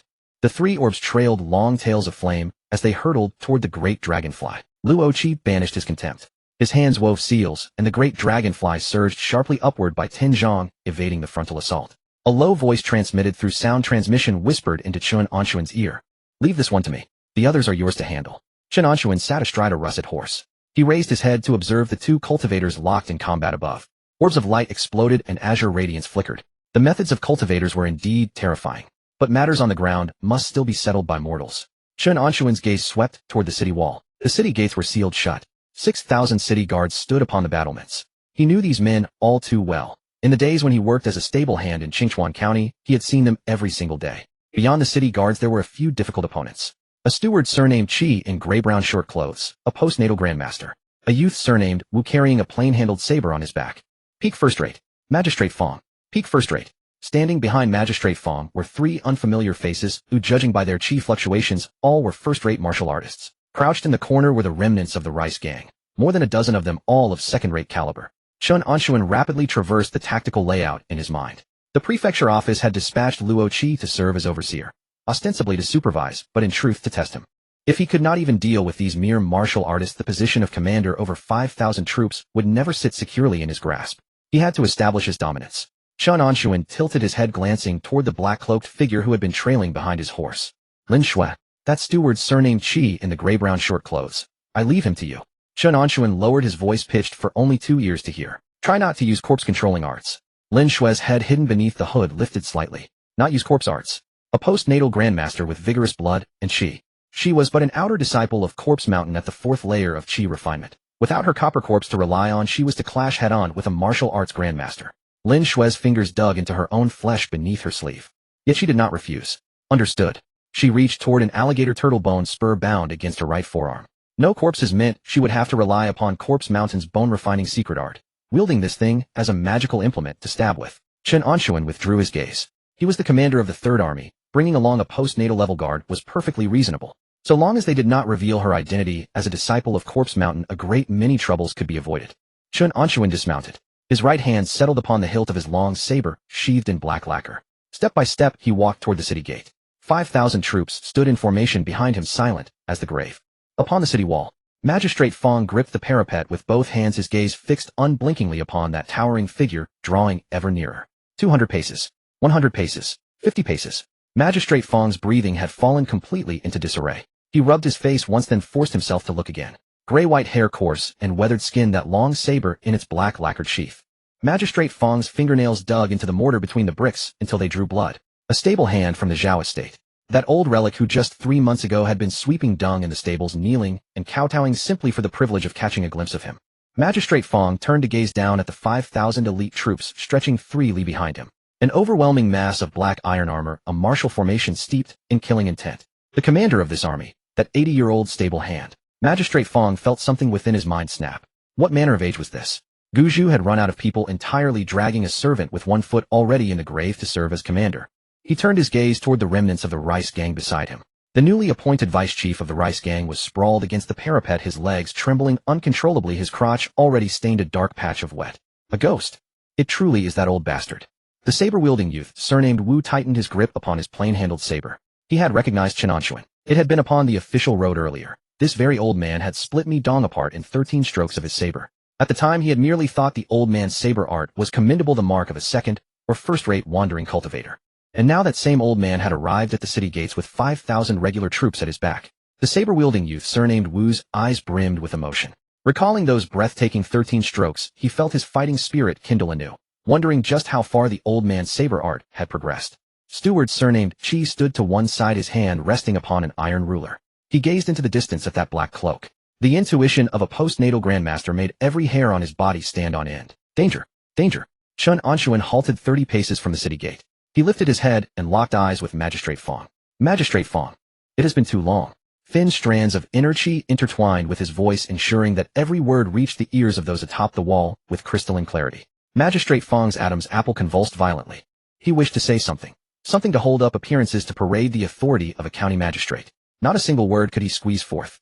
Chen Anshun did not wait for his reply. Within his dantian, 54 bundles comprising 77 threads of inner chi erupted in a thunderous explosion. Pure yang energy surged wildly along his meridians, flooding into his right arm. Chong! The long saber slid free from its black lacquered sheath. A blade aura of profound dark gold radiance extended 3 chi along the edge of the sword. The saber aura pulsed and shimmered, slicing the surrounding air into faint hissing whispers. Beyond postnatal, yet not yet innate, this terrifying force of blood and chi materialized into tangible pressure, bearing down directly upon the city walls. The moment this pressure emerged, Magistrate Fong's pupils contracted sharply, a force on par with peak first rate, and coursing through it was a circulating current of yang attribute chi. Nothing like that of an ordinary first-rate martial artist. Behind Chen Anshun, the 5,000 soldiers gazed upon that towering figure, upon that pulsing dark gold saber aura, and their eyes ignited with fervent devotion. He was their commander. Chen Anshun gripped the saber in both hands. The blade's tip angled downward toward the city gate. 32,000 gene of base strength multiplied 8.4 times in execution. Old grudges. Debts long overdue. Today, all would be settled in one stroke. Chen Anshun bent his knees slightly, and the tamped earth roadway beneath his feet instantly webbed with spidering cracks. His entire form transformed into a blur springing from the earth. The long saber in its black lacquered sheath was raised high above his head. The dark gold blade aura swelled violently to a full zhang, and with thunderous force it cleaved down toward the iron-plated city gate below. A blade of dark golden light came cleaving down upon the iron-plated gates of the city. Boom! The iron sheathing split clean down the middle, the wooden core within shattered into fine powder, and the 2 doors crashed inward toward the city, the dust of their collapse swirling 3 zhang into the air. Chen Anshun landed. His boots came down upon the splintered wreckage, the blade tip dragging across the ground and trailing a wake of sparks. The garrison soldiers gathered within the gate passage stood frozen for 2 breaths. The iron spear of the 100 officer at the foremost rank remained raised half in the air, his mouth hanging open, unable for the longest while to close. 5,000 troops surged in behind him. A flood of iron-clad soldiers poured into the gate passage. The long spearmen at the vanguard pressed their formation forward, while the sabermen of the rear ranks dispersed along the base of the city wall. Zhao Si sat astride his horse, his voice raised to its highest pitch. The Third Army enters the city. Those who surrender shall not be slain. The city wall erupted into chaos. Magistrate Fong retreated 2 steps backward, colliding against the body of a martial artist with an unfamiliar face. The man was in his early 40s, a thick beard covering his jaw, his fist gripping a broad-bladed saber, 3 chi in length, the chi of a mid-grade first-rate practitioner churning around his frame. He did not know Chen Anshun. He had come from Xining Commandery. The Sword Hut had dispatched a contingent of men to reinforce the garrisons of the various counties, and he was among them. It had been no more than half a month since he arrived at Qingchuan County. He had heard nothing whatsoever of any old affair concerning a groom from the Zhao estate. The bearded man peered over the parapet below. An old man. Gray-white hair, coarse cloth garments, a long saber in a black scabbard gripped within his hand. The blade light was dark gold, intimidating at first glance, yet his chi cultivation topped out at mid-grade first rate. Is that all? One slash, splitting open the city gates, relying on the quality of the weapon and the cleverness of the application of force. As for true cultivation, it amounted to little. He had followed a peak first-rate master in Xining Commandery, and opponents of this caliber he had seen in no small number. The bearded man vaulted himself down from the city wall. What old wretch dares to run amok at Qingchuan County? The broad saber swept across in a horizontal arc. A full-powered strike of mid-grade first-rate, channeling threefold force of 7, the combined might of blade and arm crashing downward. No less than 10,000 gene. Set against an ordinary contest between mid-grade first-rate cultivators, this slash was formidable indeed. Chen Anshun raised his gaze. He did not dodge. The black scabbard long saber rose to meet it. White tiger bearing the corpse. The blade body reversed, the edge sweeping upward from below. The 2 sabers collided. The sound of metal on metal lasted but half a note before breaking off. The bearded man's broad saber split apart at its center. The cracks spread from the cutting edge to the back of the blade, then crawled down to the hilt. The entire saber exploded into 3 fragments, shards of shattered iron scattering in all directions. 32,000 gene against 10,000 gene. A disparity of threefold. Both of the bearded man's arms lost all strength the instant his saber shattered. The webbing of his palms burst apart, all 10 fingers dislocated at their joints. His body was hurled aloft by the residual force, his back slamming into the base of the city wall, his spine emitting a crisp snap. He did not die, but he lay there unable to move.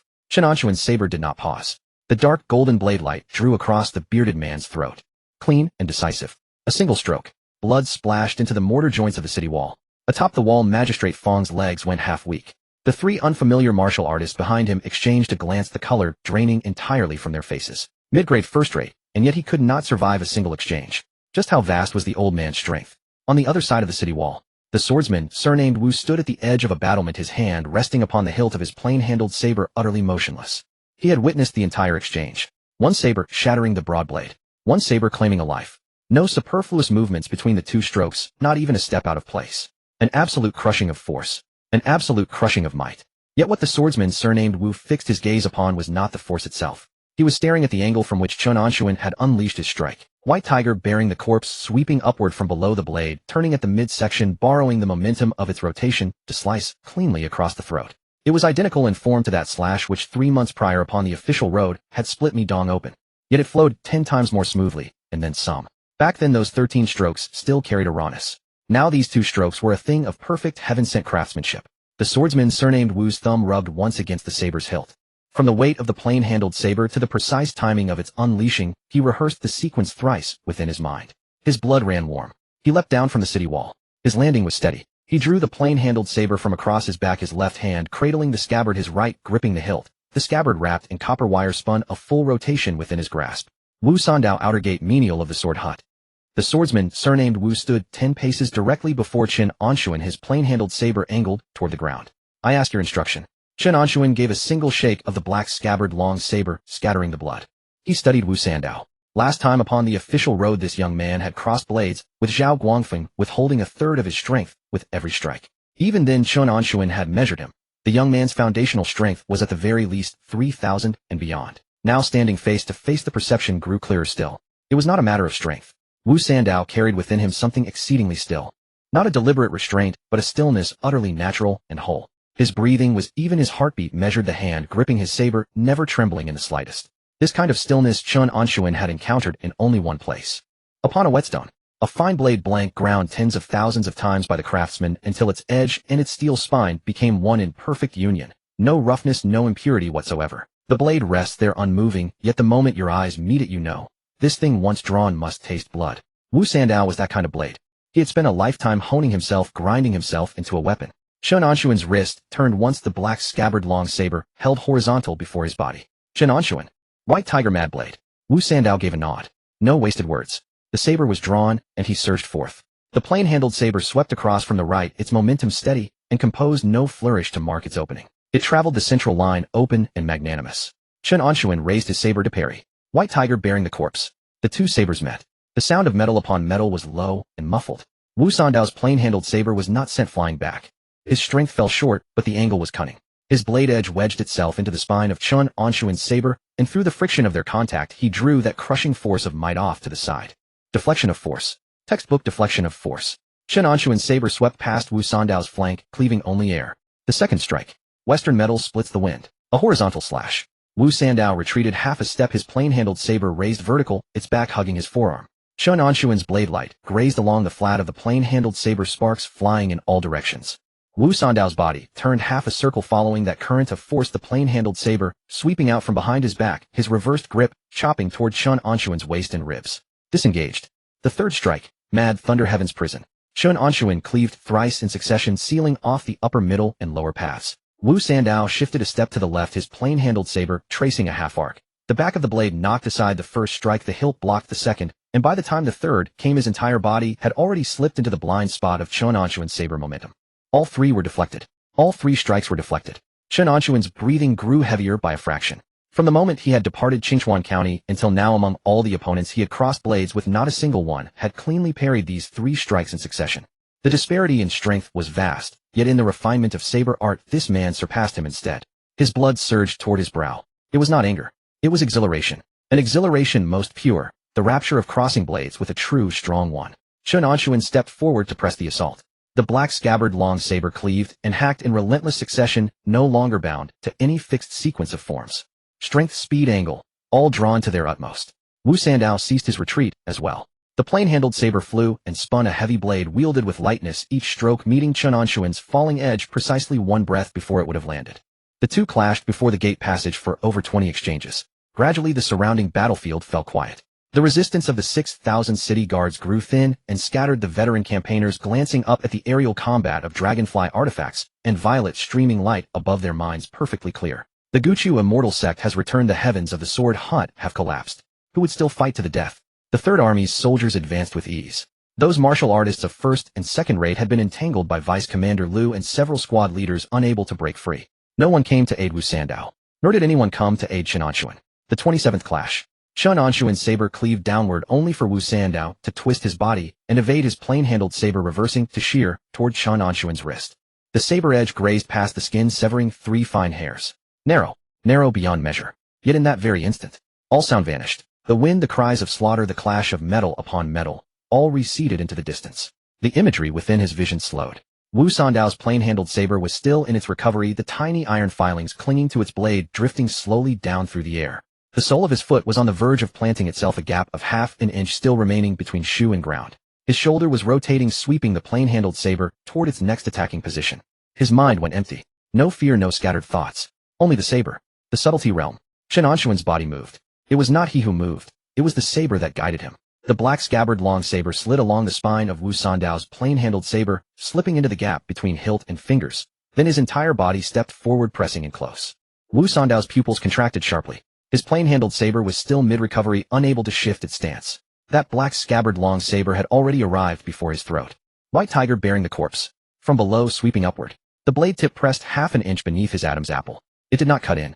It halted. Wu Sandao lowered his gaze to that dark golden edge. The corner of his mouth twitched once. So it was the subtlety realm after all. He released his grip upon the plain-handled saber. The saber fell, its copper wire-wrapped scabbard striking the broken stone with a muffled sound. Wu Sandao raised his head, gazing at the white-haired old man before him. To die beneath this saber. This life holds no regret. Having spoken, he closed his eyes. His body tilted forward, offering his throat to the saber's edge. The blade entered flesh. Blood streamed down along the blood groove of the black scabbard long saber, dripping onto the broken stones below. Wu Sandao's body sank to its knees, then toppled forward. The plain-handled saber lay beside his hand, the copper wire flashing one final time in the setting sun. Above, the duel between Luo Qi and Long Yang paused for a single breath. Luo Qi stood upon the back of the colossal dragonfly, gazing down upon that lone figure before the gate passage. The old man held his saber aloft, the blade tip dripping blood. The air about him still lingered with a single thread of exceedingly fine fluctuation. It was not inner force, nor was it qi and blood. It was something of a deeper layer altogether, a momentary resonance with certain laws woven between heaven and earth. Luo Qi's atoms apple-bobbed once. The subtlety realm. He muttered the words beneath his breath. Could this old man perhaps yet comprehend a true innate Tao intent? Long Yang did not catch Luo Qi's muttering, but he too had witnessed that scene. The complexion of the violet-haired youth shifted slightly. He recalled his crimson flying sword and retreated 2 steps. His gaze darted back and forth between himself and Luo Qi. Below the city wall, Chen Anshun sheathed his saber. The state of the subtlety realm ebbed away like a receding tide.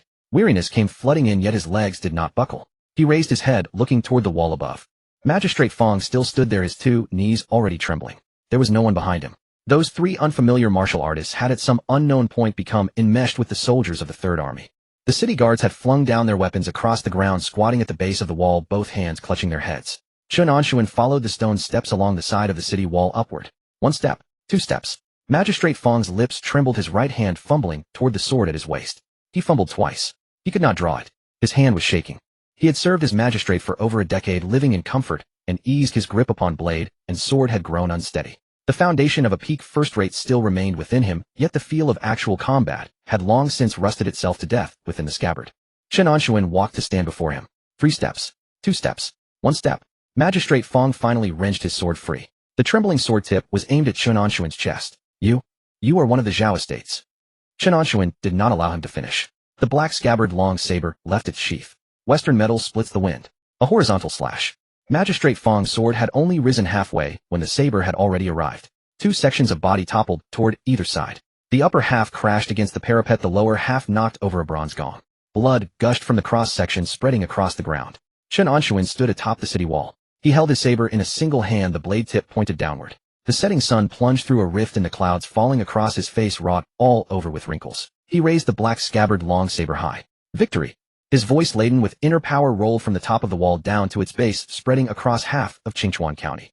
Zhao Si sat stunned upon his horse for a single breath. The next breath his legs clamped hard against the horse's flanks as he surged to the very front, his voice howling at the top of his lungs. Victory! Wang Taizhu straightened up from within the press of men, his iron spear stamped once against the ground. Victory! Over a dozen veteran squad leaders shouted in unison. Victory! Victory! Victory! The roar of 5,000 men burst forth from within the gate passage, crashing against the city wall and rebounding skyward. Upon the wall, the banner of the sword hut, gray ground black characters, swayed violently within that wave of sound. Chen Anshun reached out with his left hand, gripped the banner pole, and gave it a wrench. The pole was pulled free from its socket. The gray ground banner spun twice in the air before tumbling down into the muddy earth at the base of the wall. Chen Anshun drove the black scabbard long saber into the banner pole's socket. The blade stood upright, its dark golden edge reflecting a bloody light within the setting sun. A sudden fierce gust swept across the city wall, sending his gray-white hair flying in disarray. Above Long Yang, the purple-haired grandmaster of the sword hut hovered in midair, his gaze sweeping past the giant dragonfly to land on the fallen gray banner atop the city wall. Magistrate Feng lay in two halves. Wu Sandao knelt on the ground.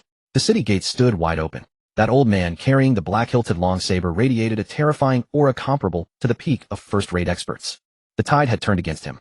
With a flick of his sleeve, Long Yang retracted his crimson flying sword. His mind raced. All of the sword hut's arrangements in Qingchuan County were shattered.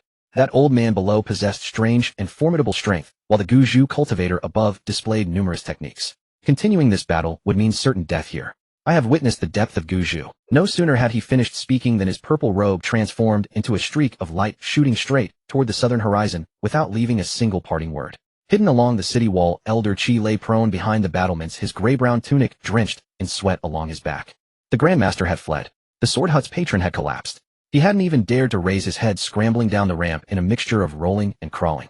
Lin Shui stood at the base of the city wall beneath her black cloak.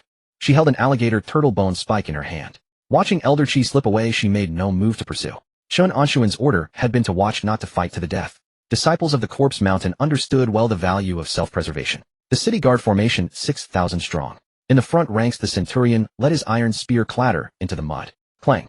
This centurion had served in Qingchuan County for 10 years. Whoever sat atop, he knelt before them. Earlier, Chen Anshun had cleaved the city gate with one strike of his blade, then beheaded Magistrate Feng with another. That ferocious aura was more terrifying than any cultivator from the sword hut. The iron spear hitting the ground set the tone. The sound of weapons clattering to the earth rose in a cacophony. 6,000 men dropped to their knees in unison, hands clasped behind their heads. Resist? With what? Even the innate Grandmaster had fled. A few veteran soldiers exchanged glances. Who is this old man? Too fierce. Whoever he is, staying alive is what matters. Chen Anshun drew the long saber from its mount. Zhao Si. The courier Zhao Si spurred his horse to the base of the city wall, his voice hoarse from shouting. Sound the retreat. The bronze gong resonated, and the 5,000 soldiers of the Third Army halted their advance, the friction of iron armor deafening. Chen Anshun descended the stone steps from the city wall. This Qingchuan County was where he had spent most of his life. If the 6,000 city guards scattered into the town and began burning, killing, and looting, this place would be destroyed. He sheathed his black-hilted long saber. Surrender your weapons. Drive all 6,000 back to the western camp outside the city. Anyone who dares step toward the town will be killed on the spot. Zhao Si acknowledged the order. Leading several hundred veteran soldiers, he went to collect the weapons. Chen Anshun turned his head. Luo Qi leaped down from the giant dragonfly and stopped 3 paces away. The giant dragonfly dissolved into a streak of green light and disappeared into Luo Qi's sleeve. Chen Anshun offered a respectful salute. Supervisor, the chaos has been contained. This commander prepares to take charge of the registers at the county yamen. Join us. Luo Qi studied the white-haired old man before him. In that strike at the city gate earlier, the old man had entered the state of subtle penetration. Among mortal martial artists, only 1 in a million could reach this threshold. Having seen much within the immortal sects, Luo Qi naturally understood the value of this unpolished jade. Luo Qi set aside his previous condescending demeanor. Commander Chen, please lead the way. The two walked side by side, accompanied by Zhao Si and several personal guards, including Su Liang, heading toward the city center. Qingchuan County Yamen.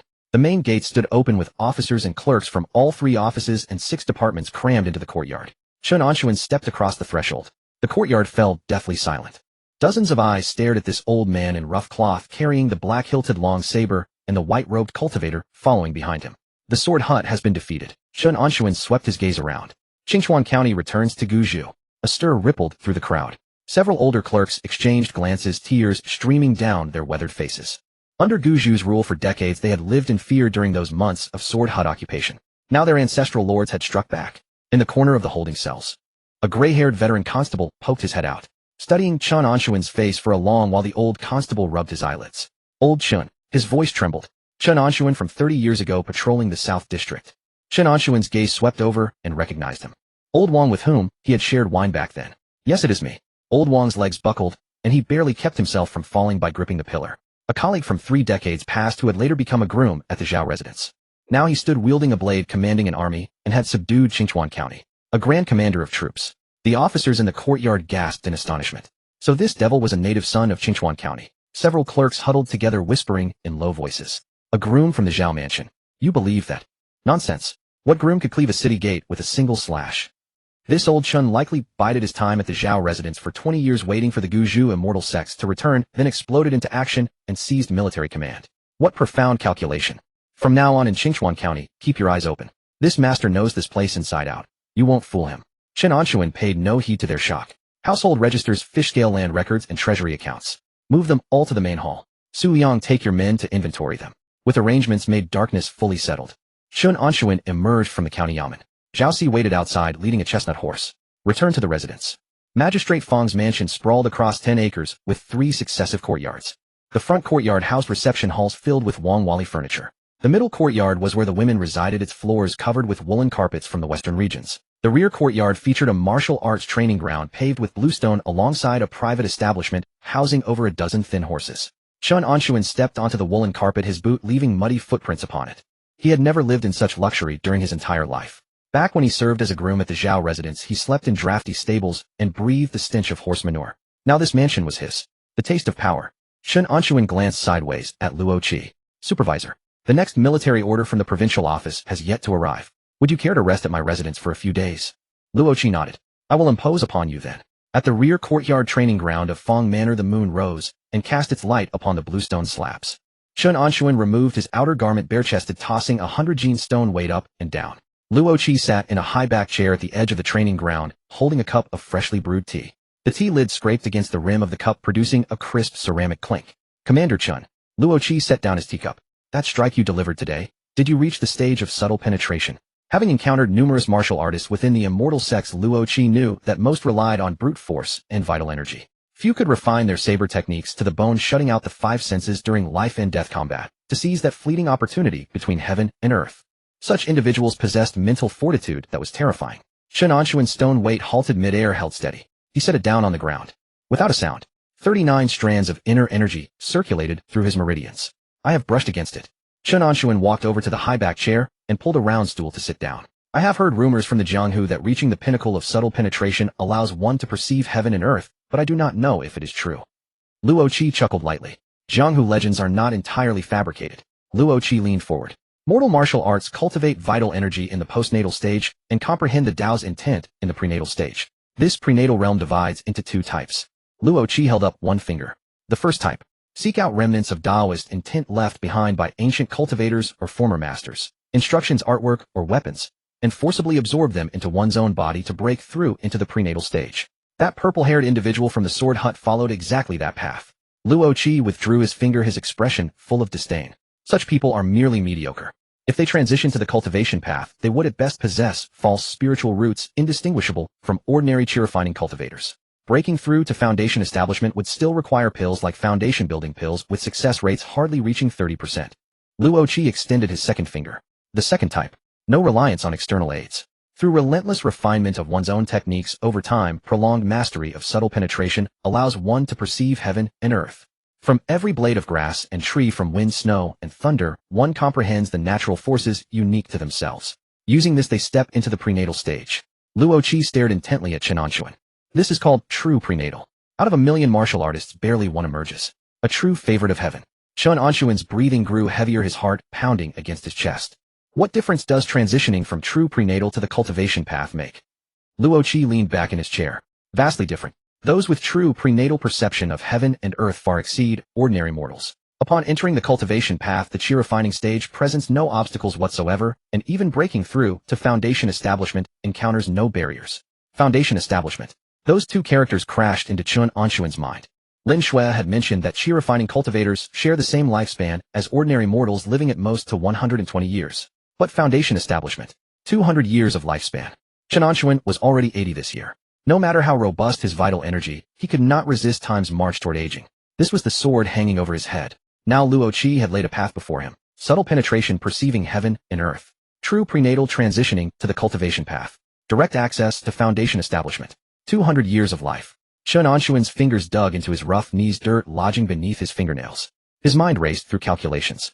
5,000 troops under his command. Resources were plentiful, demon beast meat more than sufficient. The boyhood technique provided an endless supply of pure yang energy. White Tiger Fear Saber had already reached the threshold of subtle penetration. This path was viable. It had to be taken. Chen Anshun rose to his feet and walked to the center of the training ground. Moonlight elongated his shadow. He drew the black-hilted long saber. Its dark golden blade gleamed coldly beneath the moonlight. Chen Anshun gripped the saber with both hands, holding the tip level.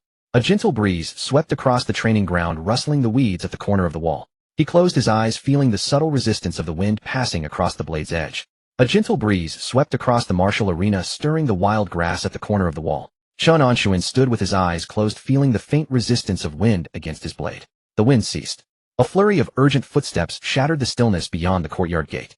Zhao Si stepped through the arched doorway, clutching a document stamped with a crimson seal in his hand. Chen Anshun rotated his wrist, and the long saber in its black scabbard slid smoothly into the sheath. His chi retracted into his dantian.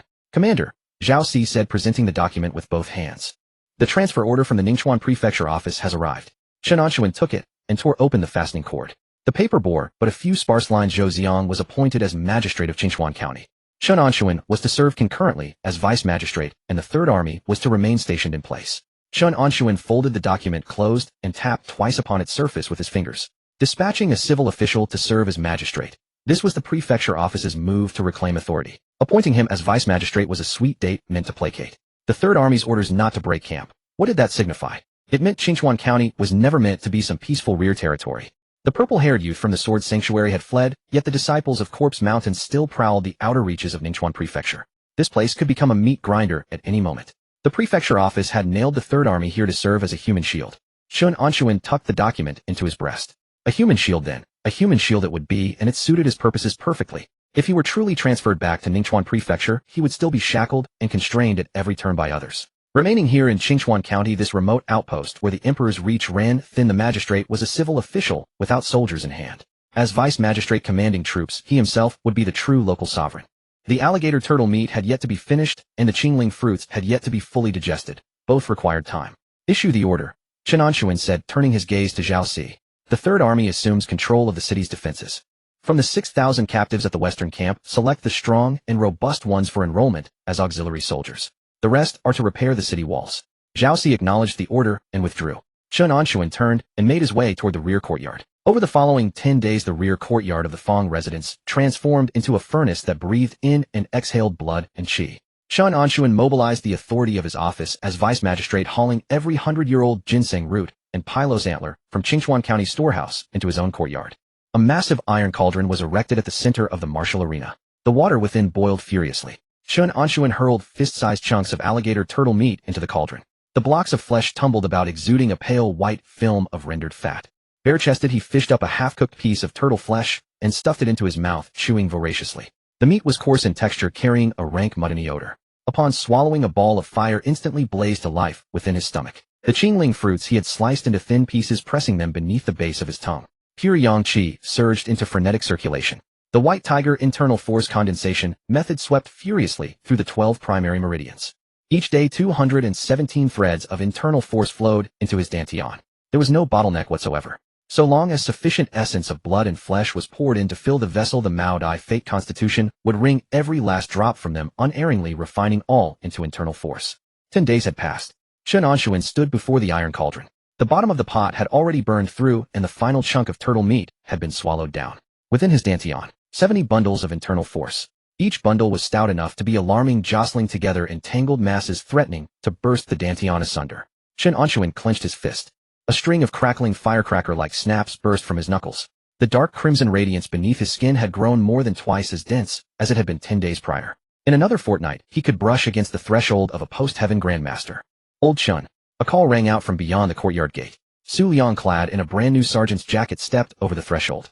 These 10 days Su Liang had not been idle. Each day he had run to the city wall to watch the massive dragonfly-like arcane artifact beneath Luo Qi ascend and descend to observe those arts of soaring through the skies and vanishing into the earth. Chen Anshun turned around, seized a towel draped over a wooden rack, and wiped his face. Something on your mind, Doi? Su Liang walked over and settled into the grandmaster's chair, his fingers tapping unconsciously upon the armrest. The world beneath this heaven is about to change. Su Liang lowered his voice, leaning his body forward. Since the Guju Immortal sect has emerged, from now on the ways of this world shall be the ways of the immortals. All those martial arts houses, those Jianghu gangs, they shall all have to step aside. Su Liang paused, his gaze piercing straight toward Chen Anshun. I wish to build an immortal cultivation clan here in Qingchuan County. Chen Anshun's hand froze mid-motion, wiping his sweat. This old fox, his instincts were truly razor-sharp. While others still preened over a single victory won, he had already fixed his eyes upon the gaming table of the next century. The breadth of vision forged in the waters of the great wellhead of the water gang was indeed leagues beyond that of mere mud legs. At your age you haven't even completed the second rate. Cultivating. Chen Anshun tossed the towel onto the table. Su Liang grinned broadly, revealing a few yellowed teeth. That's precisely why I've come to you. I'm old. I can't compete with those young ones on raw talent. But I possess brains and connections. So long as I can lay my hands upon a method of cultivation, even the most wretched path, I can bludgeon my way into forging the foremost immortal clan of Qingchuan. Su Liang rose to his feet and stepped before Chen Anshun. Will you help me? Chen Anshun regarded this old companion before him, his face creased with wrinkles. This old friend possessed both human warmth and ambition. That Chen Anshun had risen to where he stood today was owing in no small part to those 300 taels of silver that had served as his vital springboard of days past. Let's go. Chen Anshun snatched up his single garment and draped it over his shoulders. We're going to see the supervisor. The east wing chamber of the Fong residence. The door stood wide open. Luo Qi sat cross-legged upon a meditation cushion, a crystalline translucent spirit stone suspended within his palm. A green radiance circulated between his fingers. Chen Anshun led Su Liang to the doorway and cupped his hands in salute. Supervisor, this old brother of mine wishes to seek a path to immortality. Luo Qi did not so much as lift his eyelids. With a flick of his fingertip, the spirit stone vanished into his sleeve. A mortal martial artist of 70 years. His meridians have petrified, his blood and chi have decayed. Cultivation. Luo Qi let out a contemptuous scoff, his tone steeped in lofty disdain. When the immortal sect takes disciples, what it seeks is a spiritual root. He does not even qualify as the most inferior of mixed spiritual roots. By what means shall he cultivate? Su Liang's knees bent, and he dropped rigidly to his knees upon the bluestone slabs. Without uttering a word, he struck his forehead against the ground. Chen Anshun stood in silence. Luo Qi opened his eyes, his gaze sweeping in a slow circle over Chen Anshun. However, Luo Qi rose to his feet and brushed off the hem of his snow-white Taoist robe. The reawakening of the immortal sect requires hands. The Qingtian ancestral master has issued a decree: within a short span of time 10,000 pseudo-innates must be forged. Those who ascend to pseudo-innate shall possess pseudo-spiritual roots and may indeed pivot to cultivating the immortal Tao. 10,000 pseudo-innates. Those syllables crashed down upon the courtyard, and Su Liang's shoulders jolted violently. Chen Anshun's breath faltered, losing its rhythm for half a beat. The four great sects pressed upon the borders. The Guju Immortal sect had gone utterly mad. How are they to be forged? Chen Anshun asked. Luo Qi clasped his hands behind his back and paced out through the doorway. The immortal sect's millennium of accumulation has set aside a tenth of its foundations to refine vital essence pills. Mortal martial artists consume them forcibly, driving their blood and chi to first rate, then post-heaven. Afterward, a single thread of an immortal's Tao intent is poured within. Through repeated attempts, a few finished products of pseudo-innate shall eventually be hammered out. Luo Qi lowered his gaze to look at Su Liang, who remained kneeling on the ground. Pseudo-innates forged by such means find their path severed. For the rest of their lives they may stretch no further than the chi refining realm, forever denied the threshold of foundation establishment. Will you do it? Su Liang lifted his head, dust clinging to his forehead. I will. Without a heartbeat's hesitation. What matter the chi refining realm? What matter that the path was severed? For a second-rate martial artist who had originally possessed no prospects in martial arts whatsoever to become a pseudo-innate, to set foot within the chi refining realm, to swagger through decades more with added grandeur. Such a thing was a heaven-sent providence. This bargain was a bargain so favorable it ascended into the heavens. Chen Anshun turned his gaze upon Luo Qi. Supervisor, these vital essence pills, may they be purchased? At what price might they be valued? Luo Qi halted in his tracks. His gaze locked dead upon Chen Anshun's face. A martial artist brushing against the threshold of the subtlety realm, a monstrous prodigy walking the path of true innate. Once such a one breaks through and pivots to the immortal Tao, his path leads straight through to foundation establishment. Even within the immortal sect he would be a fine seedling that every peak would fight to claim. One vial of vital essence pills in exchange for the favor owed by a future foundation establishment cultivator. This ledger Luo Qi reckoned with crystalline clarity. Luo Qi rotated his wrist. A white porcelain vase appeared within his palm. Speaking of money, That would be vulgar. Luo Qi tossed the white porcelain vase toward Chen Anshun. Let it serve as making the acquaintance of Commander Chen. In days to come, should Commander Chen truly set foot within Foundation establishment, do not forget the vial of pills bestowed this day. Chen Anshun extended his right hand. His 5 fingers closed. The white porcelain vase was caught with perfect steadiness. His thumb pressed open the stopper of crimson cloth. An incomprehensibly dense medicinal fragrance instantly surged forth from the mouth of the vial, permeating the entire courtyard of the East Wing chamber. Su Liang, still kneeling upon the ground, fixed his gaze with deathly intensity upon the mouth of that vial. His Adam's apple convulsed in violent gulps, his hands thrusting forward uncontrollably by half an inch. Keep your hands to yourself. Chen Anshun drew the white porcelain flask back, evading Su Liang's outstretched fingers. Su Liang awkwardly retracted his hands, still kneeling on the bluestone slab. A layer of dust and grime smeared across his forehead. Luo Qi walked back to the grand armchair with his hands clasped behind his back, sat down, and picked up the still warm teacup, flicking the lid with a tap. There's no rush. It's better to lay out the rules clearly first. Luo Qi took a sip of tea. This flask contains 10 Jingqi pills. Even if the Immortal sects were to open up supply lines in the future, this is hardly common merchandise. Luo Qi raised 5 fingers. 500 combat merits. Price for 1 flask. Su Liang's Adam's apple bobbed violently. 500 combat merits. Under wartime regulations that required slaying over 100 bronze corpses, the price alone was worth more than his entire life. Luo Qi set down his teacup. Given your current Foundation mid-tier 2 with half-ruin meridians, 3 pills will push you into tier 1 without any issue. Luo Qi paused. Would the remaining 7 be enough to push you into the postnatal stage? Luo Qi shook his head. Not quite. With your constitution, even 7 pills would barely carry you to the peak of tier 1. If you wish to break through to the postnatal stage, you'll need to trade more combat merits. Su Liang remained silent, kneeling motionless on the ground. Luo Qi added, every pill consumed must be allowed to digest for a full 10 days. During this period, your meridians are being remodeled. Swallow a second pill too soon and your meridians will rupture, with no immortal or god able to save you then. Su Liang finally raised his head. His aged face was a map of deep crisscrossing wrinkles, but within his cloudy old eyes a fierce fire still burned. Remember that. Chen Anshun handed over the white porcelain flask. Su Liang received it with both hands, his 10 fingers gripping the vessel until his knuckles turned pale blue. He carefully pressed the red cloth stopper back into place. Only then did the potent medicinal fragrance trapped inside dissipate into the courtyard air. Su Liang tucked the flask deep into his robe, pressing it firmly against his chest. He then turned toward Luo Qi and slammed his forehead against the bluestone floor. Thud. A solid resounding kowtow. My lord, the grace of giving me a second life is a debt I could never repay in this lifetime. When he finished, he turned to Chen Anshun. Thud. Old Chen, I don't deal in sweet words. From now on, if you ever need me, my life is yours to command. Chen Anshun made no move to help him up. A debt was a debt. Personal favors were the most tangible currency, no pleasantries needed. Su Liang rose to his feet and brushed the dust from his knees. He offered each of them a crisp fist-in-palm salute, then turned and headed for the courtyard gate. His steps were unsteady, floating. His legs still trembled, but his soles seemed to carry the wind. The moment he crossed the threshold, his pace quickened into a rapid patter, and he vanished around the corridor bend in a flash.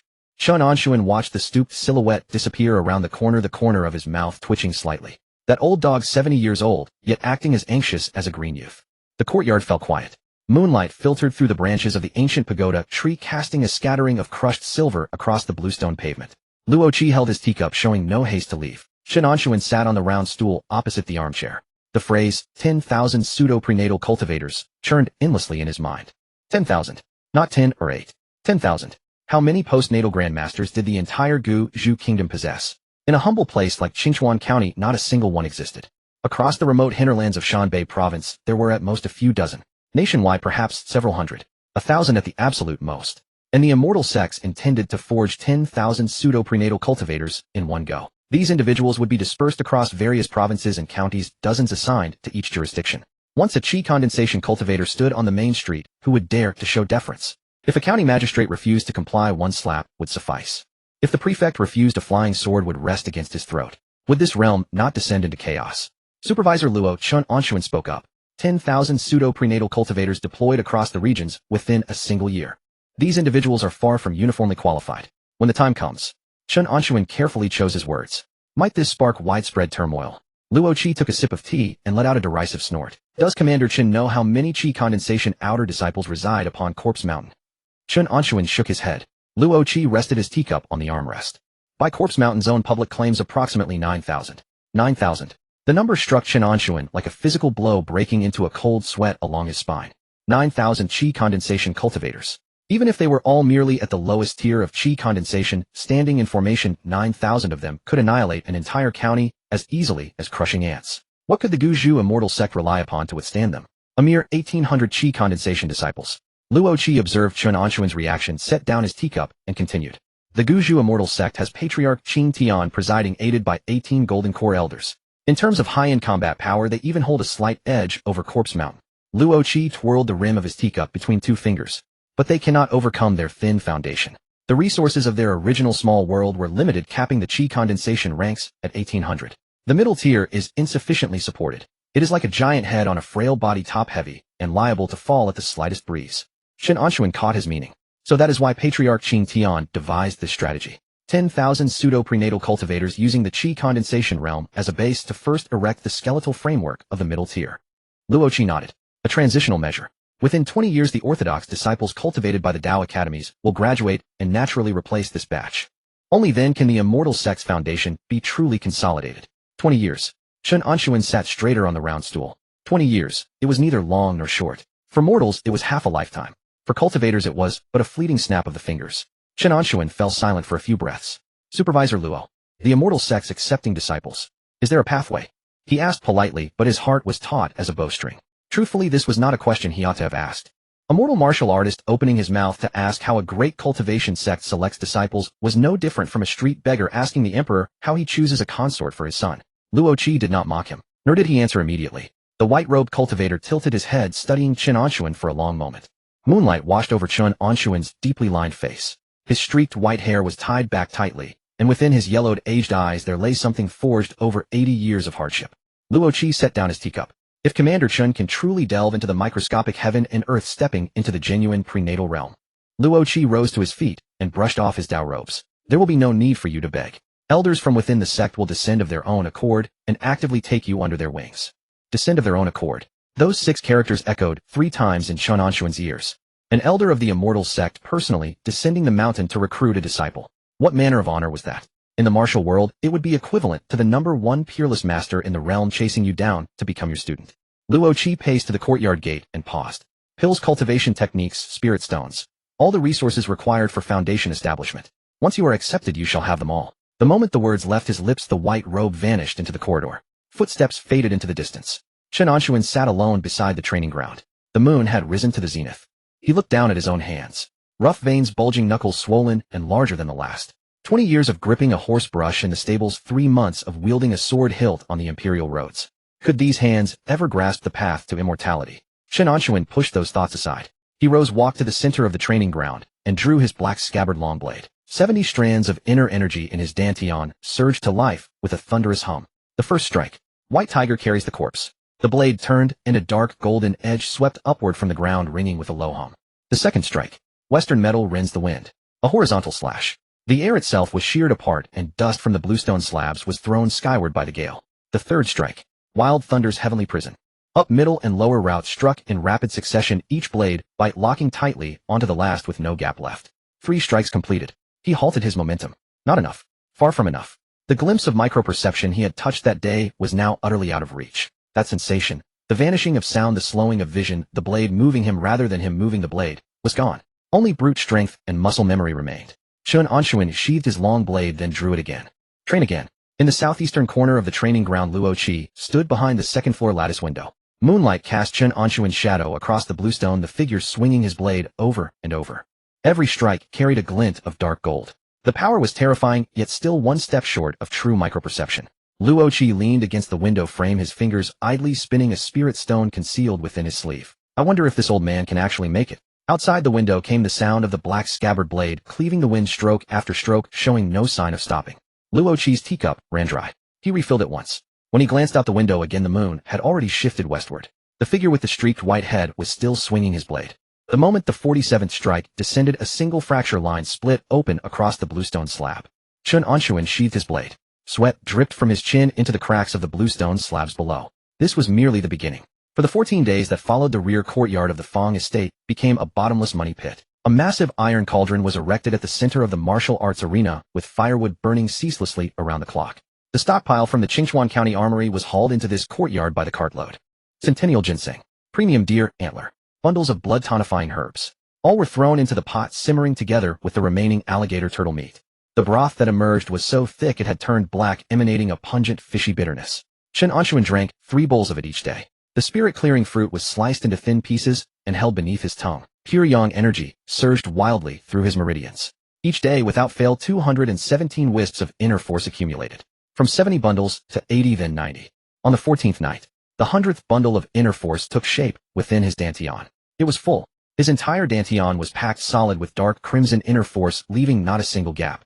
Training any further sent tearing, aching pain through his meridians. There was nowhere left to advance. Chen Anshun halted the white tiger inner force condensation method. He walked to the wooden rack, took the sweat towel draped there, and wiped his face. It was complete. A mere mortal martial artist at 80 years of age, achieving perfection with 100 bundles of inner force. Should this news spread throughout the martial world, it would knock the teeth out of every jaw that heard it. But Chen Anshun's mind was crystal clear. It was not enough. 100 bundles of inner force, when faced with cultivators soaring through the heavens, would still amount to nothing more than a dish to be served. He turned and retrieved a thin booklet from the inner pocket of the undergarment he had changed out of. The White Tiger Internal Gang Condensation Method. From third rate to second rate, it tempered physical strength and enhanced force projection. First rate, trained inner force. Reaching the acquired stage, inner force transformed into internal gang. This booklet, had it remained in the martial library of the Ningchuan Prefecture office, would have been priced at 20 battle merits. In the past, he would have needed to cleave through 7 bronze corpses on the battlefield to earn it. But now, he merely moved his lips, instructing Zhao Si to draw 10 stalks of centennial ginseng from the county office storeroom, delivered to the logistics officer at the prefecture office. The booklet arrived in Qingchuan County that very same day. Chen Anshun flipped it open, the rough paper pages rasping against his fingertips. Power. This was the taste of power. No wonder Zhao Guangfeng's cultivation had advanced so swiftly back when he served as commander of the Third Army. Aside from the Millennium Vermilion fruits bestowed by the prefecture, that man had secretly devoured no small portion of the Third Army's pay appropriations. A prodigy forged from resources. Now the authority over those resources had fallen into his hands. Chen Anshun closed the booklet and tossed it onto the wooden armchair. He walked to the center of the martial arts arena, drew his blade. The dark-sheathed long blade carved a dim golden arc beneath the moon. 100 bundles of inner force circulated through his limbs and bones. 1/2 slashes, 3 slashes. The speed of his swings grew ever faster. Before he had needed to wield the blade for a full hour, pushing his physical endurance to its absolute limit before he could occasionally brush against the threshold of the subtlety realm. During these 14 days, he had practiced daily. Through countless struggles against the wind, against the resistance of the air itself, he had found that key. A quarter of an hour. It took only a quarter of an hour. The surrounding distractions faded away. The wind ceased and falling leaves hung suspended in midair. Subtlety. Chen Anshun halted his blade. He stood in place, eyes closed. Without the need to see, he could clearly perceive everything within 3 zhang around him. The moisture drifting in the air. The ants crawling through the cracks of the bluestone slabs. And within himself, the 100 bundles of inner force squeezed together, restless and unsettled. The pure yang energy of the virgin boy art flowed through his meridians like a warm river.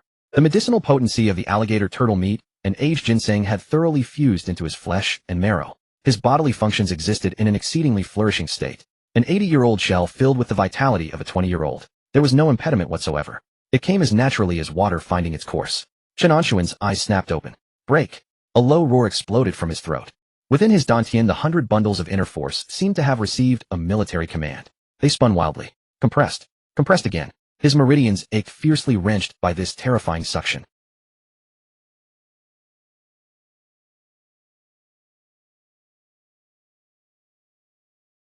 A single droplet of white liquid fell at the center of his dantian.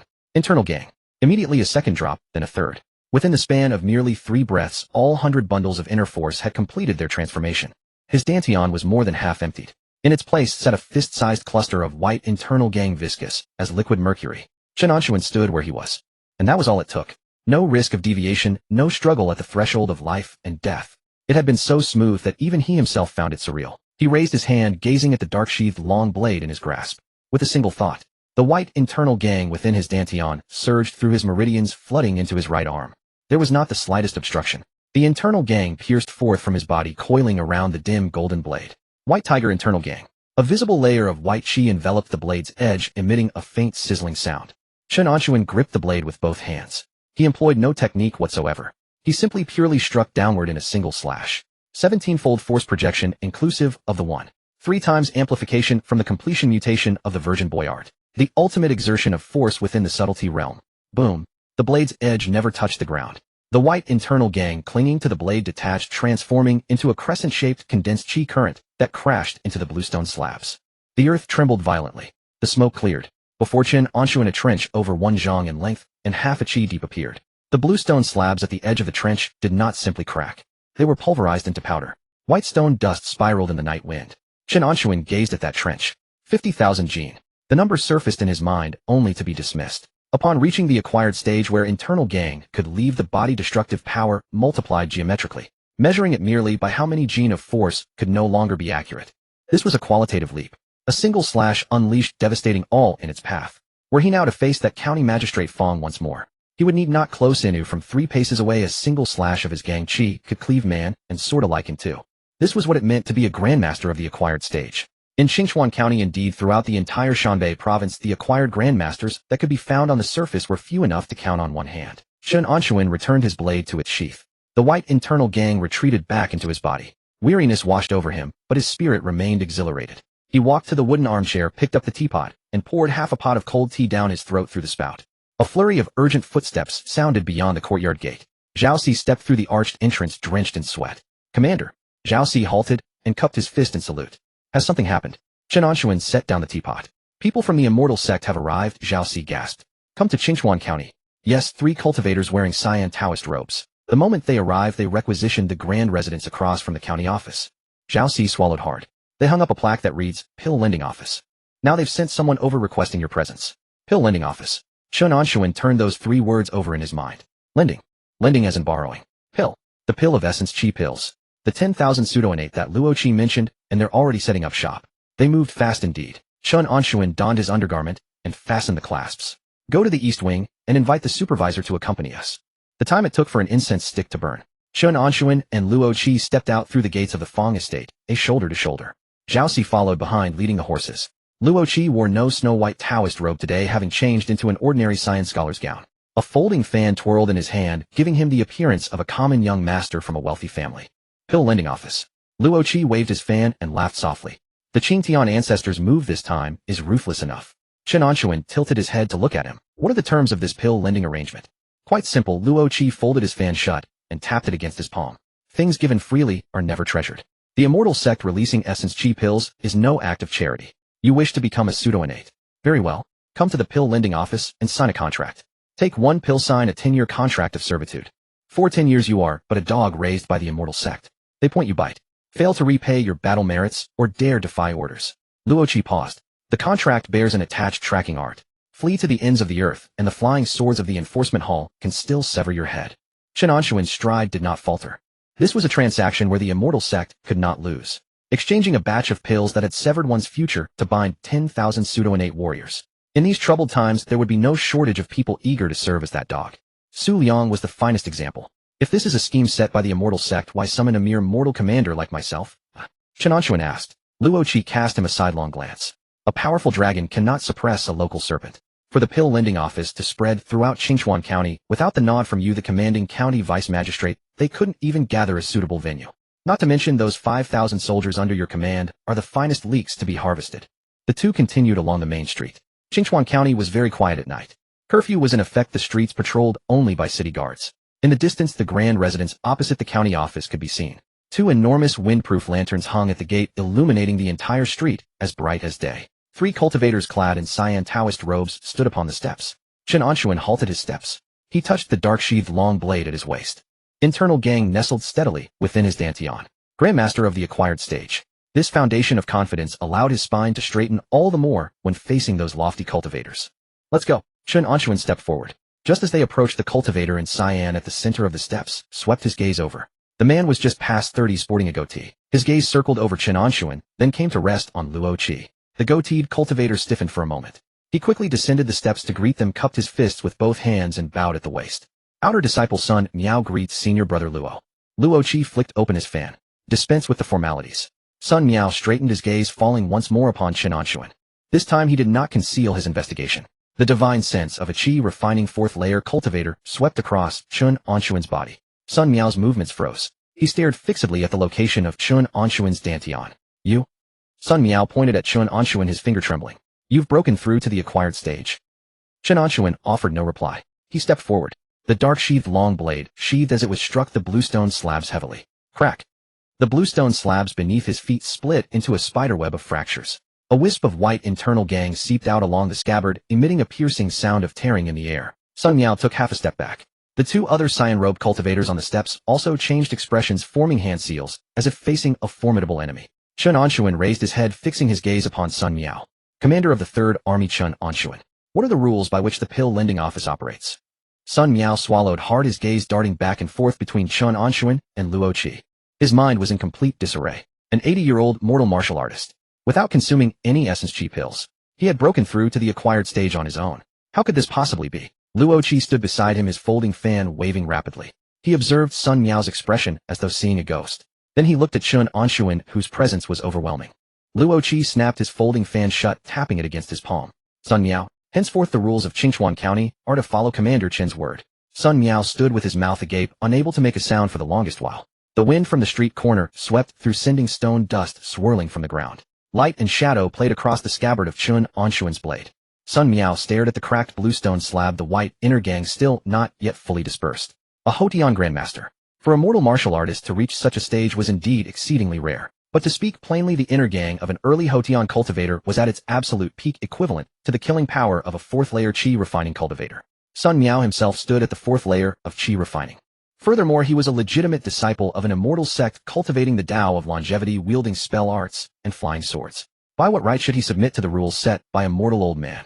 Sun Miao's lips moved slightly, and a faint subtle thread of sound slipped into Luo Qi's ear. Senior brother Luo, does a mere mortal of the Hotian realm truly deserve to lord over our pill lending bureau? Luo Qi's hand never paused in the folding of his fan. This old man has entered the microcosmic. Just a few words spoken with airy indifference. Yet they caused Sun Miao's neck to stiffen abruptly. The microcosmic. A mortal martial artist who has entered the microcosmic. That is the legendary monster said to bridge the gulf between mortal flesh and foundation establishment. Once such a person turns to immortal cultivation, there is no bottleneck before foundation establishment. The lofty golden core elders within the sect, if they were to witness this, would likely come to blows vying to take him as a disciple. Sun Miao swallowed hard. When he looked upon Chen Anshun again, that trace of arrogance belonging to an immortal sect disciple had utterly vanished. Where was this a mere mortal old man? This was clearly a seedling of immortality, one that could at any moment grow into a towering tree. Sun Miao bowed his waist even lower. Commander Chen, the rules of Qingchuan County are entirely at your discretion. Chen Anshun pulled the long saber in its black scabbard from the bluestone slab. The attitude of this immortal sect disciple had shifted far too swiftly. One breath past his face was ripe with defiance, the next he was as deferential as a grandson. What had Luo Qi just transmitted to him? Chen Anshun did not trouble himself to guess. Strength was the only true currency. So long as one's blade was swift enough and one's gang Qi thick enough, even immortals must bow their heads. From the corner of the street came the urgent clatter of hoofbeats. A small sedan chair draped in green wool, escorted by several dozen soldiers, came to a halt before the entrance of the pill lending bureau. The curtain was drawn aside, and a civil official clad in a 7th-rank green robe stepped forth. The newly appointed magistrate of Qingchuan County, Zhou Xiang. Zhou Xiang was a fair-skinned scholar just past 30, dispatched from the Ningchuan prefecture office. He had barely warmed his seat in his new post before hearing that an immortal sect had opened something called a pill lending bureau directly across from the county yamen. This subordinate Zhou Xiang pays his respects to several immortal lords. Zhou Xiang hastened up the steps, cupping his hands in a formal bow. Sun Miao straightened his back, resuming the bearing befitting a disciple of an immortal sect. Magistrate Zhou arrives at the perfect moment. Sun Miao produced a proclamation edged in golden thread from his sleeve. The regulations of the Pill Lending Bureau. We ask that the magistrate and Commander Chen post them throughout Qingchuan County for all to see. Zhou Xiang accepted the proclamation with both hands, unfolded it, and cast his eyes over it once. His face twitched. Trading 10 years of freedom for a single essence Qi pill. This was nothing short of driving people to their deaths. But he dared not voice a single word of refusal. This subordinate obeys the order. Chen Anshun turned his head slightly, casting a glance at the characters on the proclamation. Zhao Si. Zhao Si came running from behind, leading his horse. Take this and copy it 100 times. Paste them across every wall of Qingchuan County. Chen Anshun handed over the proclamation. Furthermore, go to the 3rd Army camp and the Western camp and recite these regulations word for word to those little bastards. Zhao Si accepted the proclamation, swung onto his horse, and vanished in a cloud of dust. The night wind swept through Qingchuan County. The news sprouted wings and flew toward the military camps beyond the city walls. The 3rd Army's 5,000 men, together with the 6,000 newly incorporated city guards, 11,000 souls in all. The camp exploded into an uproar. Within the great camp, torches illuminated half the sky. Countless pairs of crimson-rimmed eyes fixed upon Zhao Si atop the wooden platform. A 10-year contract of servitude, muttered a grizzled old soldier, gripping his iron spear, the veins on the back of his hand bulging. 10 years. That's nothing. I've spent a lifetime as a common soldier in this camp and never even glimpsed the threshold of the second rate. So long as I can become a pseudo-innate for get 10 years. Even 20 I'd gladly give. Count me in. I'll sign up too. The crowd bellowed with excitement. These were times of chaos where human life was cheaper than grass. If one could trade it for power, who would care for freedom? The news was carried back to the pill lending bureau. Sun Miao sat in the great chair of the main hall gazing at the mountainous stacks of registries. 100 slots. Sun Miao's fingers drummed upon the registry. Only those under 30 at or above the peak of the second rate. The younger the age, the more vigorous the qi and blood, the greater the probability of achieving the pseudo-innate. Chen Anshun sat in the guest seat nearby holding a tea bowl and brushing away the froth. 100 essence qi pills, and they could bind 100 pseudo-innate warriors on the cusp of formation. Across the entire Guju kingdom, how many Qingchuan counties were there? 10,000 pseudo-innates. Once this great net was cast, every grassroots genius, every wandering hero of the Jianghu would be held within the immortal sect's palm. All the heroes beneath the heavens shall fall into the immortal sect's snare. Chen Anshun blew gently across the surface of his tea. This stratagem was so brilliant it sent a chill crawling down one's spine. At the same moment, the extreme western lands, deep within a void shrouded year-round by black mist. Space here twisted into grotesque forms, devoid of light, devoid of sound. Three vast, suffocating divine senses collided within the darkness. One divine sense heavy with the stench of decay manifested as a throne of white bone, ancestor Shirshan of the Corpse Mountain. One divine sense was sharp as a blade cleaving the surrounding void, the sword master of the sword pavilion. The final divine sense blazed in myriad colors, ceaselessly shifting, sect master of the five elements sect. That undying old bastard Chen Xingtian actually dared to open a pill lending bureau. The voice from the bone throne was hoarse and grating. 10,000 pseudo-innates. He means to drain the very foundation of the Guju kingdom. His combat prowess pierces the heavens. The three of us combined can barely contain him. The sword master's voice rang cold and clear. But the Guju immortal sect has suffered a millennium of broken succession. Under his command there are no more than 1,800 qi refining disciples. This is his only fatal weakness. The five-colored divine sense flickered faintly. Once the pseudo-innates take form and fill the void in low-level combat power, the Guju immortal sect will have truly established its foothold. The sect master of the five elements sect delivered the decisive verdict. Strike now? Their forces are scattered across the various prefectures and counties establishing pill lending bureaus. This is the moment their defenses are at their thinnest. Gather the elite forces of all three sects. With 10 times their number, strike with thunderous force. Sever his very roots. The three divine senses converged in the void, reaching consensus. The killing net was set. 3 days later, Qingchuan County rear courtyard of the Fong residence. The lingering ferocity of the autumn sun still held sway. The bluestone slabs of the martial arena had been scorched until they burned to the touch. Chen Anshun stood bare-chested, the long saber in its black scabbard gripped in his hand. Within his dantian, that mass of mercury-like viscous white tiger inner gang lay dormant and still. For these 3 days he had ceased his boiling of crocodile turtle meat. He was seeking a feeling, seeking that sensation of stepping into the microcosmic state at will, without needing to push his physical body to its absolute limits. He swung the saber. The dark gold blade traced after images through the air. 1 cut, 10 cuts, 100 cuts. Still insufficient, still too slow. In the instant of life and death combat, he must shed the five senses directly, without any gathering of force. Chen Anshun closed his eyes. The wind swept over the top of the wall. Leaves rustled against one another. In that very instant, Chen Anshun's grip on the saber suddenly faltered. For he had found the threshold to the microcosmic. And also because in the moment of communion with heaven and earth he had sensed a fluctuation of extreme peril. It came from the west, far away. Yet that bone-piercing, killing intent pricked at Chen Anshun's skin like needles. He opened his eyes.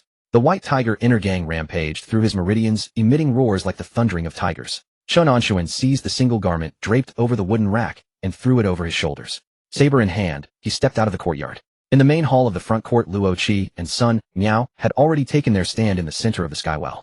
Neither spoke. Sun Miao's face was terrifyingly pale, a yellow talisman burning in his clenched hand. Luo Qi held an archaic compass, his gaze fixed intently upon the western sky. Chen Anshun walked over. How many? Chen Anshun asked. Luo Qi turned his head. The languid, carefree bearing of the young noble he usually wore had vanished entirely. 20, Luo Qi replied, his voice kept low as he struggled to contain his emotions. 2 at the 7th layer of Qi refining, 8 at the 5th layer, 10 at the 3rd layer. Luo Qi reported that number of despair. Sun Miao's legs gave way, and he collapsed onto the steps. It's over. Sun Miao murmured to himself. Corpse Mountain Sword Pavilion 5 Elements Sect. They've joined forces. They're determined to strike us down to the very last. Sun Miao slumped on the stone steps, his fingers clawing desperately into the crevices between the bluestone slabs. It's over. Corpse Mountain Sword Hut, the 5 Elements Sect. They've joined forces. They're coming for us with killing intent. Beads of cold sweat rolled down Sun Miao's chin and dripped onto the ground. Chen Anshun stood in place, unmoving. 20 cultivators. The number churned through his mind. 10 at the third layer of chi refining, 8 at the fifth layer, 2 at the seventh layer. The enemy's hand lay plainly upon the table. Without any stratagem, the meager foundation of Qingchuan County could not withstand a single charge. Flee! Chen Anshun's gaze swept past the lofty plaque of the Pill Loan Bureau. The Immortal Sex Gambit had only just been laid. This Qingchuan County was the first territory where he had truly held power in 80 years. The aged ginseng in the vault, the mountain of demon beast meat piled high, the battle merits gained without toil. Retreat one step, and all vanished. With his capricious reverse scale, destiny bereft of resources, this life would be finished. He had lived 80 years cowering in a stable for half of them. Now at last he stood upon the stage. Whoever came to rob him, he would cleave them down. Chen Anshun raised his right leg and drove a kick into Sun Miao's shoulder. The force was measured with exquisite precision, enough to send the man sprawling, rolling twice across the bluestone. Shut your mouth. Sun Miao's howl lodged in his throat. He clutched his shoulder and stared back in terror. Chen Anshun turned his head toward the courtyard. Zhao Si. Zhao Si darted from the shadows of the porter's lodge and dropped to one knee. Send the messenger riders scattering in all directions. All vice generals and squad leaders of the Third Army, bring your elites and assemble at the county magistrate's square within 1 incense stick's time.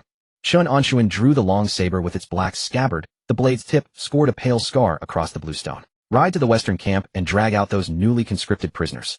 Add the idle first-rate martial artists who have just thrown in their lot within the city. He paused for half a breath. Tell them, 1 essence chi pill for the head of any chi refining third-layer cultivator. Whoever strikes first chooses first.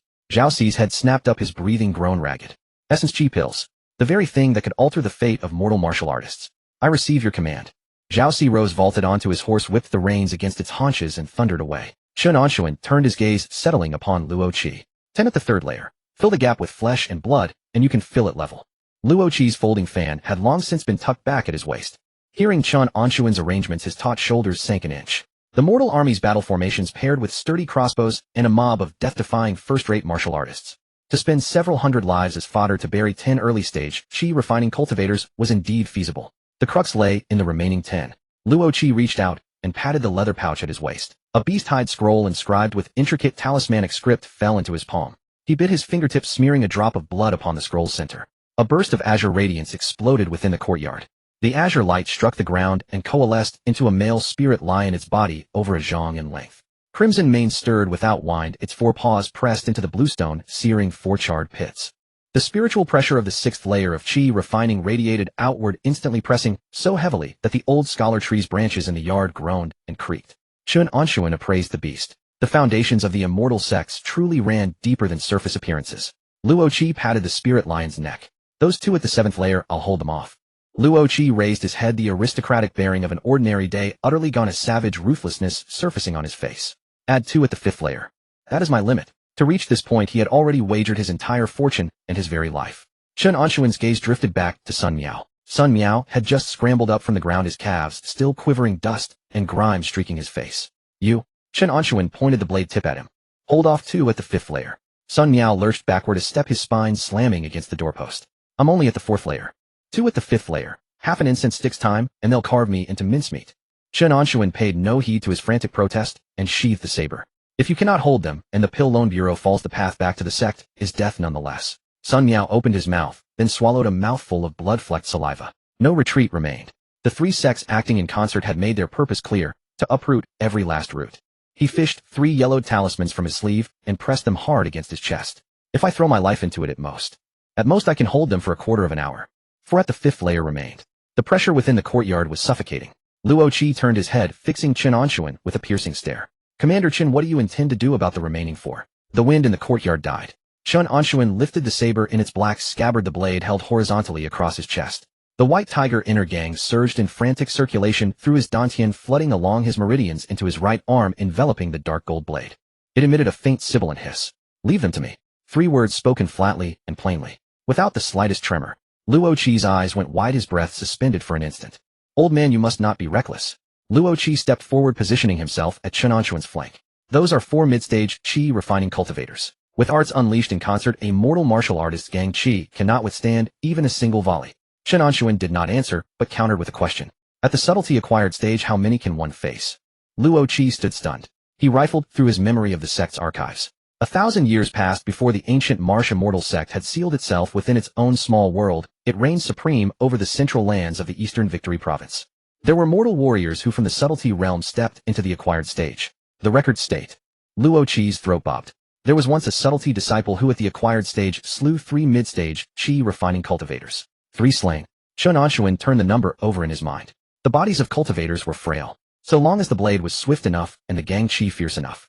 What matter if there were 4? Chen Anshun flipped his wrist, the black-sheathed saber carved a pale crescent arc through the air. Since our forebear could cleave down 3. Chen Anshun strode through the courtyard gate. Today I shall test myself against these 4. Luo Qi stood rooted in place watching that broad back stride away. Within an 80-year-old frame a spine ramrod straight. The old man was a madman, wielding a mortal blade to cleave a cultivator's flying sword. Yet that unstoppable momentum pressed so heavily upon his chest that he, a true disciple of the Immortal sect, could barely breathe. Sun Miao was utterly dumbfounded. Immortal taking the initiative to face 4 at the 5th layer of Qi refining. Was this not seeking death? But the force of that kick moments ago and the dense convergence of White Tiger inner gang stirred within him an absurd flicker of hope. What if the old man truly could cleave down 4 mid-stage Qi refining cultivators? Then within the cultivation circles of the ancient Marsh Kingdom, there would surely be a place for him. At the far end of the long street, thunderous hoofbeats erupted. Zhao Si charged in at the head of the first gathering of elites. No formation, only a raw and reckless valor surging through them. Su Liang was mingled among the throng, gripping a 9-ringed greatsword, his weathered face flushed crimson. After half a month of ingesting the supplements, he had stepped into the first-rate realm. But to advance further and breach the acquired stage, he still required a bottle of Essence Qi pills. The lure of Essence Qi pills was enough to transform these lowly martial artists into bloodthirsty wolves. He looked up at Chen Anshun standing upon the steps. The 80-year-old elder now radiated an oppressive aura, even more terrifying than before. White currents of Qi coiled about the saber, twisting the very air around him. Su Liang swallowed hard. Was this still mortal martial arts? A thought flashed through his mind. So long as he followed this old man, the dream of his family stepping into the cultivation world might truly be within reach. He would stake everything. Su Liang's hands clamped hard around the hilt, veins bulging across his knuckles. Commander. Several hundred men halted as one before the gates of the Pill Loan Bureau. Not far away, a figure cloaked in a black mantle stood in silence. The hidden card Chen Anshun had kept in reserve. The sky to the west darkened completely. It was not nightfall. 20 vast surges of spiritual energy blotted out the very daylight above Qingchuan County. Streams of colored radiance tore through the clouds. Bearing a killing chill that pierced to the bone, they descended directly upon the county magistrate's office. Gale-force winds hurled the fallen leaves from the streets, smashing them against the surrounding walls with a dense pattering sound. Chen Anshun stood in the center of the long street. He did not yield a single step. The White Tiger inner gang burst forth from his body, coiling around the blade. His gaze locked onto the 4 azure streaks of light that had broken from the main body and came streaking straight for him. 4 sword cultivators at the 5th layer of Qi refining. The first flying sword split the air, its sharp whistle shattering the raindrops along its path. Only 3 zhang remained between it and his brow. The flying sword arrived. 3 zhang, 2 zhang, 1 zhang. Chen Anshun did not dodge. The black-sheathed long saber swept out horizontally. Its edge met the blade of the sword with a sharp crack, sending the flying weapon spinning askew into the cracks of the bricks along the roadside, its tip still trembling. He was unharmed. The one controlling the flying sword was a middle-aged man dressed in green robes named Dai Wei, an outer disciple of the Sword Cottage. At this moment Dai Wei stood 7 paces away and the casual ease had utterly vanished from his face. He studied the old man across from him. His hair streaked with gray was neatly tied back. His skin was loose, his back slightly hunched, the appearance of someone in their 70s or 80s. But white inner gang wrapped around the black-sheathed long saber, a faint sizzling emanating from the blade's rim. That condensed presence was not something an ordinary mortal martial artist should possess. So Guju Kingdom still harbors such a figure. Dai Wei spoke, keeping his voice level and composed. Your saber techniques are extraordinary. May I ask how you are addressed? Chen Anshun did not rush to answer. The saber held across his chest, the ambient noise around him gradually sank lower and lower. The wind, the clop of hooves, Zhao Si's muffled voice issuing orders behind him, all slowly drew away. He searched for that threshold. That narrow fissure formed after countless moments of entering the subtle realm. Once he stepped into it, heaven and earth would split apart on either side. He had not reached it yet. Almost. Commander of the 3rd Army of Ningchuan Prefecture, Magistrate of Qingchuan County. He lowered his gaze, his voice flat and even. Chen Anshun. Dai Wei nodded as though committing the name to memory. Commander Chen, today the 3 sects have joined forces. The Guju Immortal sect's foundations are shallow. There is no reasoning that could hold them back. He paused, a thread of genuine regret threading through his tone. Your saber Dao has reached a certain caliber. Were you to enter our ranks, let 10,000 sword principles hone your saber, intent your future achievements might well rival those of sword cultivators. Those words were spoken with decorum. Chen Anshun turned them over in his mind. The Sword Cottage. A nascent soul grand sect with thousands of years of legacy, their flying swords renowned throughout the world, their gazes fixed firmly atop their lofty brows. For the other party to utter the words, enter our ranks, was already a concession of 3 parts of their haughty bearing. But this bargain he would not make. Submit to the Sword Cottage, and Qingchuan County would be gone. The Third Army would be gone. The old ginseng stored in the armory would be gone. The authority to squander resources would be gone. The future would become a murky unknown, far inferior to the clarity of his own steady methodical progress. Daiwei had yet to receive an answer. The 3 people beside him had long since lost patience. Among them was a female disciple of the Sword Cottage, barely 20, fair-skinned, and lovely, her hair gathered in a high ponytail. With a flip of her palm, 3 flying swords unsheathed simultaneously staggered in formation, occupying the upper, middle, and lower routes, hurtling toward Chen Anshun's chest, ribs, and the hollow of his knee all at once. Ghostly, uncanny sword trajectories. The landing points were devious, the 3 blades shielding one another, sealing off the spaces to either side for evasion. The other 2 struck almost in unison, one bearing an overbearing sword momentum slashing head-on, the other versatile 6 flying swords weaving along the perimeter, waiting to sever any path of retreat. A 3-pronged pincer attack, its formation precise and orderly, imbued with the sword's spiritual energy typical of the Sword Cottage's outer disciples, not the kind of wild, improvised blade swinging found in the Jianghu. Chen Anshun took a single step with his foot. Step forward. Not retreat, advance. In the instant the 3 swords came slashing in, he pressed his scalp almost against the edge of their sword's spiritual energy, twisted his body at an angle, and squeezed through the gap of their triangular encirclement. It was not a sidestep. He barreled through his shoulder, shoving aside the spine of the middle sword, his entire body pressing against the disciple who had launched that ghostly sword trajectory on the far left. He was upon them. Flying swords at close range were scrap iron. White tiger bearing a corpse. The black-sheathed long saber turned over his wrist, its blade light contracting, driving straight toward the throat. The female disciple reacted swiftly, raising her sword to block. But the blade light was condensed inner gang, not ordinary saber momentum. When the 2 collided, the flying sword was hammered half a chi aside, its body veering off, and the saber tip still grazed the side of her throat. Not deep, but enough. The inner gang sliced through skin and flesh. The female disciple's eyes went wide, a gurgle escaped her throat, the hand seals in her grip dissolved, and 3 flying swords clattered down onto the bluestone pavement. She collapsed against a nearby stall, the ceramic bowls atop it shattered across the ground, and the woman drew no more breath. Zhao Si stared fixedly at the scene from behind. Once the master could not even deal with an iron weight from the rice gang, and had to devise every conceivable method to contend with it. Who could have imagined that in less than 3 months a transformation as vast as heaven and earth had taken place? At this moment that grizzled head was weaving back and forth among 3 flying swords. A flip of the saber and white chi sliced across the throat, clean and crisp, no different from chopping a cabbage. Zhao Si's hand gripped the reins, and he forgot to call out. Su Liang beside him was likewise dumbstruck. He had been holding his 9-ringed great saber, charging in to join the melee, but now the blade hung half-raised in the air, neither falling nor descending. Only one thought kept circling in his mind. Old Chen actually cleaved a cultivation immortal in a single strike. The other 2 Sword Cottage disciples came to their senses and retreated 2 steps toward Daiwei. Dumbstruck horror was written plain across their faces. One of them, clutching his sword art hand seals, pinched them so tightly in his astonishment that he gouged a red welt into the back of his own hand. Daiwei did not retreat. He held that green-blue flying sword in his palm and lowered his gaze to look at it. Then he spoke, his voice steady as though reciting an old poem he had intoned countless times. The sword comes with the Tao resides in heaven and earth. The immortal borrows its might, transforming it into an edge of 10,000 ages. This sword Tao was created by the forebears of the Sword Cottage in emulation of the heaven-born grandmasters' Tao intent of heaven and earth. It fuses the sword immortal's lifetime of sharpness. It is called, he raised his head, martial immortal sword. I ask for your guidance. The words fell, and the green-blue flying sword slipped from his hand. No arc of flight, no premonition of sword chi. It simply appeared 3 inches from Chen Anshun's brow, its tip hovering there utterly still. But the sword intent had already arrived. It seeped in from every direction, bypassing flesh and skin, driving straight into the marrow. Cold. Every hair on Chen Anshun's body stood on end, the skin of his back contracted into goose flesh. The inner gang within his dantian instinctively surged outward, as though trying to expel that lock-on from the cracks of his bones. He could not drive it out. This was sword intent, not something saber-light could cleave. Chen Anshun, without changing expression, touched the back of his neck. It was wet. This was the first time he had ever encountered such a thing. He had cleaved bronze corpses, wiped out mountain bandits, fought through gang wars. Never had any opponent been able to pin him down before even making a move. That sword intent was thin as a needle, yet precise. From 7 paces away it nailed his every bone in place. His mind spun at tremendous speed. Luo Qi had mentioned it before in the records. There existed accounts of a practitioner at the subtle realm slaying 3 mid-chi refining cultivators after entering it. One had already been cut down. Still remaining were this Daiwei, as well as those 2 cowering beside him. Martial immortal sword. That purple-haired Grand Sect elder Long Yang atop the walls of Qingchuan County. His aura shared a similar foundation with the sword intent now before him, but that man's was over 10 times thicker than this. Which meant this was an imitation. An emulation of a heaven-born grandmaster's Tao intent. Something imitated would always remain an imitation.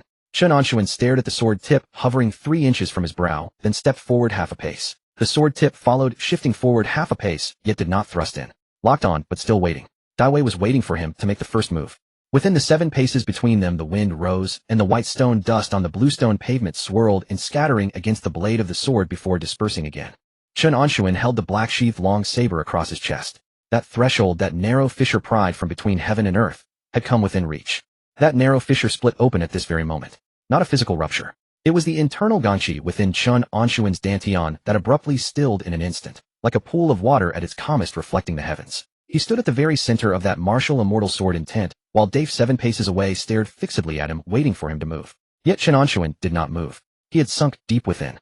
The perception that came from the other end of that narrow fissure felt unlike the circulation of internal force, unlike the focused concentration of entering the subtle. It was as though something had been pulled from the marrow of his bones and lifted to a higher place to be observed. In the blue brick courtyard of Hanyang Martial Hall, he held his stance, 7 years of it. Through the bitter cold of winter his feet planted on frozen ground, gaining nearly 20 caddies of force in an entire year. The fellow disciples who had entered with him had long since departed, one to join the army, another to learn trade. Only he remained still rooted to that stance. He had been a stubborn mule back then. He did not know why he practiced, he only knew he could not stop. 60 years later, he had become an old man who fed horses for the county magistrate. Every midnight he would still hide in the deepest corner of the stable performing the Hanyang stance, art 100 times over. The smell of horse dung, the scent of dry hay, the scurrying of rats through the darkness. He heard none of it. Sweat streamed down his neck, soaking through the tunic patched in 3 places. No one had ever witnessed it, nor had anyone ever cared. Yet he never stopped. It was precisely this. It was that single thought, standing in horse stance within the darkness long after everyone had deemed him useless, decrepit, fated to die in the stable. That current of power was not thick, it was thin enough to pain the heart. But it was hard. Chen Anshun stood on the long street, strands of white hair scattering in the wind. He did not sheath his blade, did not move. Then that current of power dispersed from his body. It was not released by his own will. It wished to go forth on its own. Dave's countenance was the first to change. He was a sword cultivator at the 5th layer of Lianxi, bearing the profound martial immortal sword legacy upon him. Already reckoned a hardened bone upon this land of Guju. But in that instant the essence spilling from the old man opposite pierced into his divine sense, and he froze. A will obstinate to the point of absurdity had taken form. This. Beside Dave, 2 sword hut disciples who had been cowering nearly stepped back in unison. The hand seals of one among them shattered, and his flying sword clattered onto the blue stone slab. Neither even noticed. On the other side, Luo Qi was being firmly pinned by 2 5-element sect cultivators at the 7th layer of Lianxi. The 3 hung suspended in midair, their spells, and the spiritual lion's onslaught canceling each other out. For the moment none could prevail over the others. That intent surged suddenly to this place. One of the 5-element sect cultivators' brow furrowed sharply, and his head turned toward Chen Anshun. Wait. He spoke, unmistakable astonishment threading his voice. That is the embryonic form of Tao intent. The other gave no answer. He too was watching. A white-haired elder, a mortal martial artist gripping a long blade in a black scabbard, standing upon the long street where the dust had yet to fully settle. That essence upon him was sparse, yet its texture was pure beyond all reason. It resembles a blade intent. The words had scarcely fallen. Chen Anshun opened his eyes. That martial immortal sword intent. The force Dave had locked upon him for so long, loosened in that instant. It was not Dave who withdrew of his own accord. It was that embryonic blade intent that forced a fissure open from within. Shhhk. A brief sound of tearing. The black scabbard long blade turned at the wrist, blade light burst forth from within, wrapped in that thin, yet condensed intent, cutting into the very core of the martial immortal sword intent. Dave spat a mouthful of blood. He staggered 2 steps backward, clutching his chest.